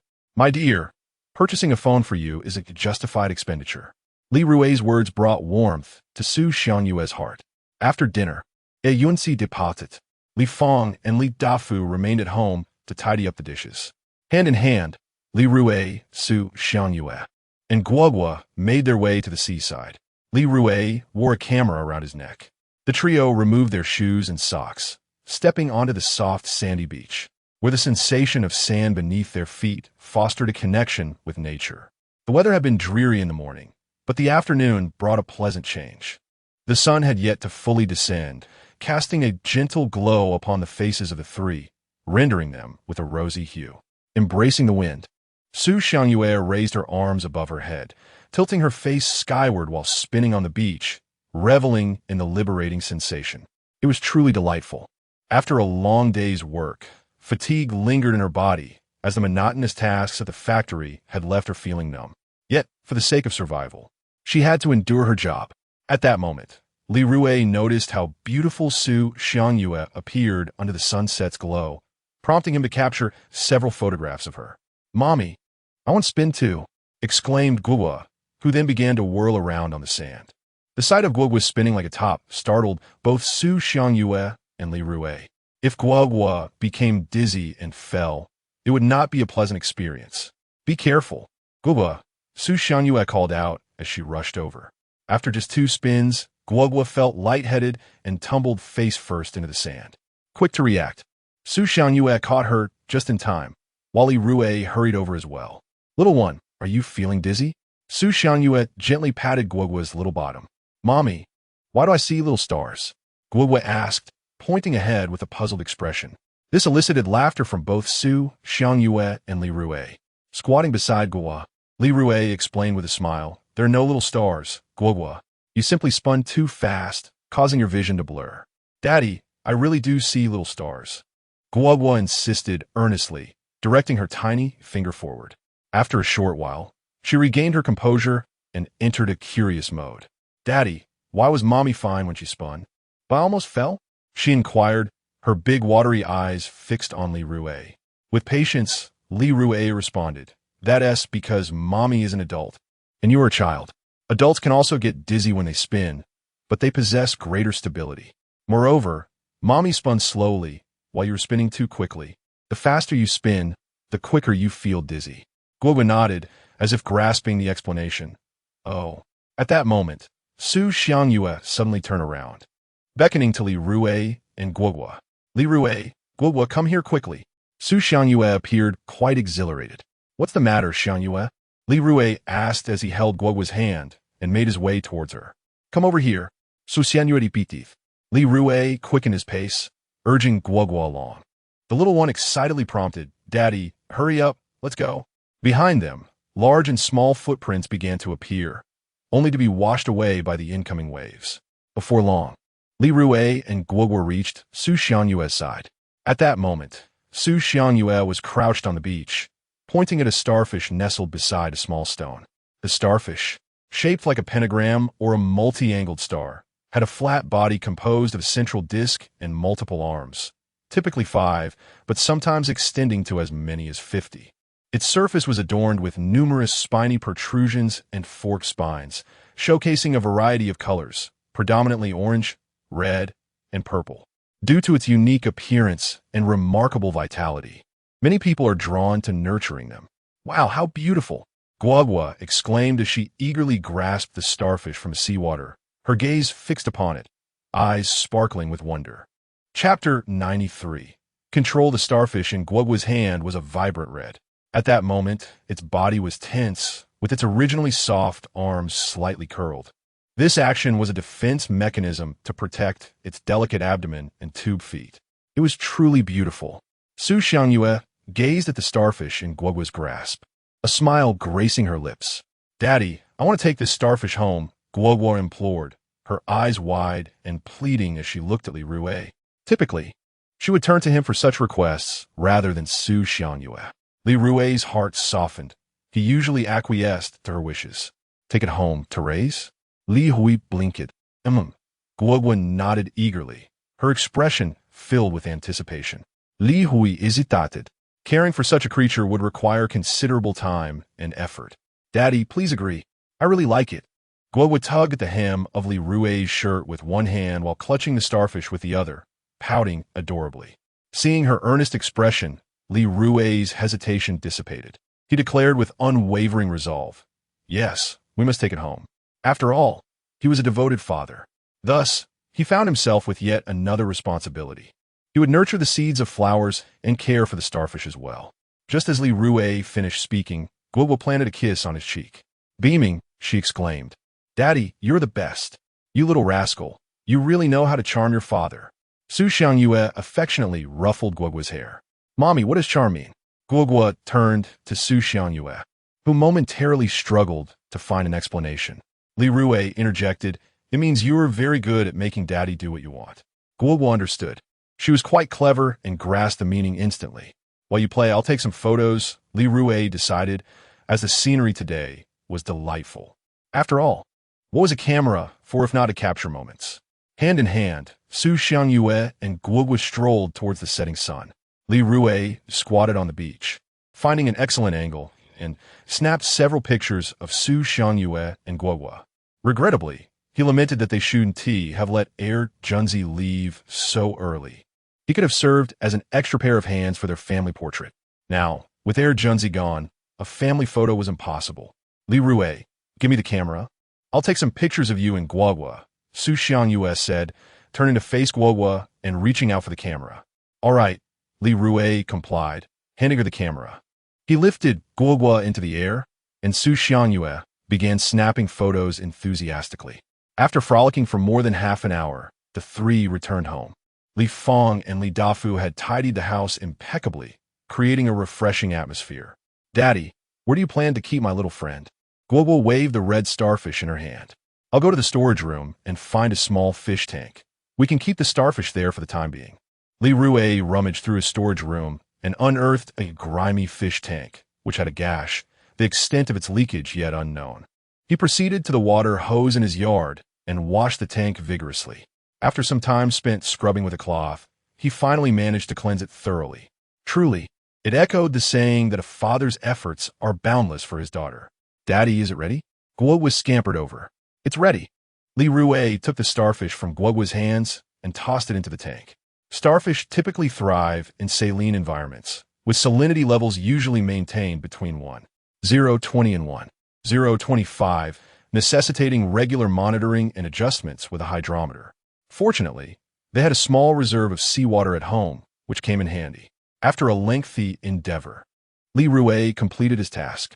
At that moment, Guoguo rested her chin on her hands, elbows propped on the table, gazing intently at the starfish within the tank. Daddy, can it grow up with me? Guoguo inquired, her eyes fixed on Li Rui.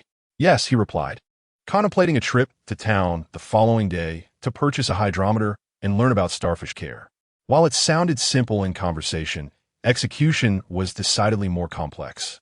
At 8:30 in the evening, Li Rui, Su Xiangyue, and Guoguo finally settled in a bed. Daddy, Guoguo wants to hear a story, Guoguo said, leaning against Li Rui's chest, her voice sleepily emerging. Her large, watery eyes fluttered half-closed, clearly fatigued from the day's play. Today, Daddy will tell you a story called Little Rabbit Picks Mushrooms. Here we go. On a bright and sunny morning, little rabbit Nini bounced out, eager to gather delicious mushrooms in the forest. Almost immediately after Li Rui began the tale, Guoguo succumbed to slumber, drool trickling from her mouth onto Li Rui's shirt. He paid it no mind. The little one had finally drifted off. Exhausted himself, Li Rui gently lifted Guoguo and laid her between him and Su Xiangyue. As was her custom, Su Xiangyue turned on the bedside lamp and switched off the main light. Li Rui, she whispered, you really don't need to keep that starfish. With my job, and you being so busy every day, how can we find the time to care for it?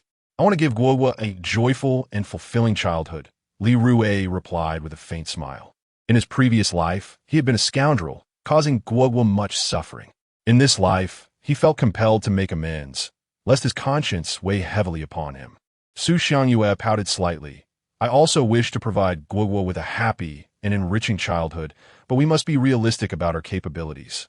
She felt sympathy for Li Rui, having witnessed how fatigued he had been that day. Xiangyue, let's not dwell on this matter. I am brimming with energy. With that, he shifted the conversation. Xiangyue, consider resigning from your job after a while. Let's see how things go. Su Xiangyue remained unconvinced that Li Rui's fishing endeavors were stable enough. Should his income dwindle, the burden of supporting the family would fall upon her shoulders. Women can indeed shoulder half the sky. Men may provide, but she could also rise to the occasion. Everyone experiences moments of despair and misfortune. Previously, Li Rui had been gambling without success, even borrowing money from her. At that time, she hoped that one day Li Rui would turn over a new leaf. During that period, she endured great hardship to support the entire family until she finally glimpsed a ray of hope. Li Rui, you should always think about me quitting my job. Fishing along the shore is highly unstable. I assume you and Junzi didn't earn much today. So fishing is entirely dependent on the weather, and luck plays a crucial role. Today, Junzi and I earned 15,600. Li Rui replied with a hint of pride. How did you earn so much? Xiangyue expressed these relief. It was astonishing that for several consecutive days, Li Rui and Junzi had made over 10,000. Such luck was extraordinary. Li Rui pinched Su Xiangyue's delicate face and chuckled. Didn't my mother say? I have been blessed by Ma Zhu. I am the chosen one. From now on, I will earn plenty from fishing. Smack! Su Xiangyue swatted Li Rui's hand away and rolled her eyes. How is that even possible? Even if Ma Zhu has blessed you, it can only last for a limited time. Chapter 94. Extraordinary fortune that is not necessarily the case. Li Rui chuckled. As long as the system was operational, he could continue to earn substantial sums of money. Foolish girl, I wonder where you draw your confidence from. Su Xiangyue turned over, tugged at the blanket, lay on her side, and closed her eyes. Once her eyes were shut, she began contemplating the prospect of resigning. If Li Rui could truly earn tens of thousands daily, she might as well quit her job. By 8:30 in the morning, only Li Rui remained at home. At that moment, he was brushing his teeth. Suddenly, the sound of a hand tractor echoed from outside, growing louder as it approached. Li Rui, toothbrush and cup in hand, made his way to the living room, where he saw Junzi driving the hand tractor through the front gate. Brother Rui, today we will use this tractor to haul fish. With this tractor, who need the bicycle? Junzi laughed heartily, revealing his gleaming white teeth. In no time, the hand tractor came to a halt in Li Rui's yard. One advantage of rural life is having a personal yard, allowing for convenient storage of belongings. Unlike in the city, where owning a vehicle necessitates purchasing or searching for a parking space. Junzi, is this tractor yours? Li Rui approached, spat a mouthful of white foam onto the ground, and kicked the left front wheel of the tractor. The vehicle before him exuded a nostalgic charm. The front was dark and stained with oil, sporting a noticeable dent, a familiar essence from the 80s and 90s washed over him. It belongs to my family. It hasn't been used for many years, but my father had it overhauled yesterday, and now it's operational. This cargo area can hold over a ton of fish, Junzi said, patting the tractor's bed with a broad smile. Is it easy to start? Li Rui inquired, observing Junzi. He lifted the wooden seat cushion of the tractor, retrieved a starting handle, and nimbly ran to the front of the vehicle, inserting the handle into the engine's starting hole. Then, looking back at Li Rui with a smirk, he said, Brother Rui, watch closely. With that, Junzi began vigorously turning the handle while steadying the front of the tractor with his other hand. Instantly, the two wheels of the tractor began to spin rapidly, the front lifting slightly while the rear tilted back, emitting a thunderous noise. After a prolonged effort, Junzi was unable to start the tractor. Noticing that Junzi hadn't even pressed the decompression button, Li Rui kicked him lightly. Stop cranking it. Doing it this way is more exhausting than grinding flour, Li Rui shouted. The sound of the tractor was deafening, rendering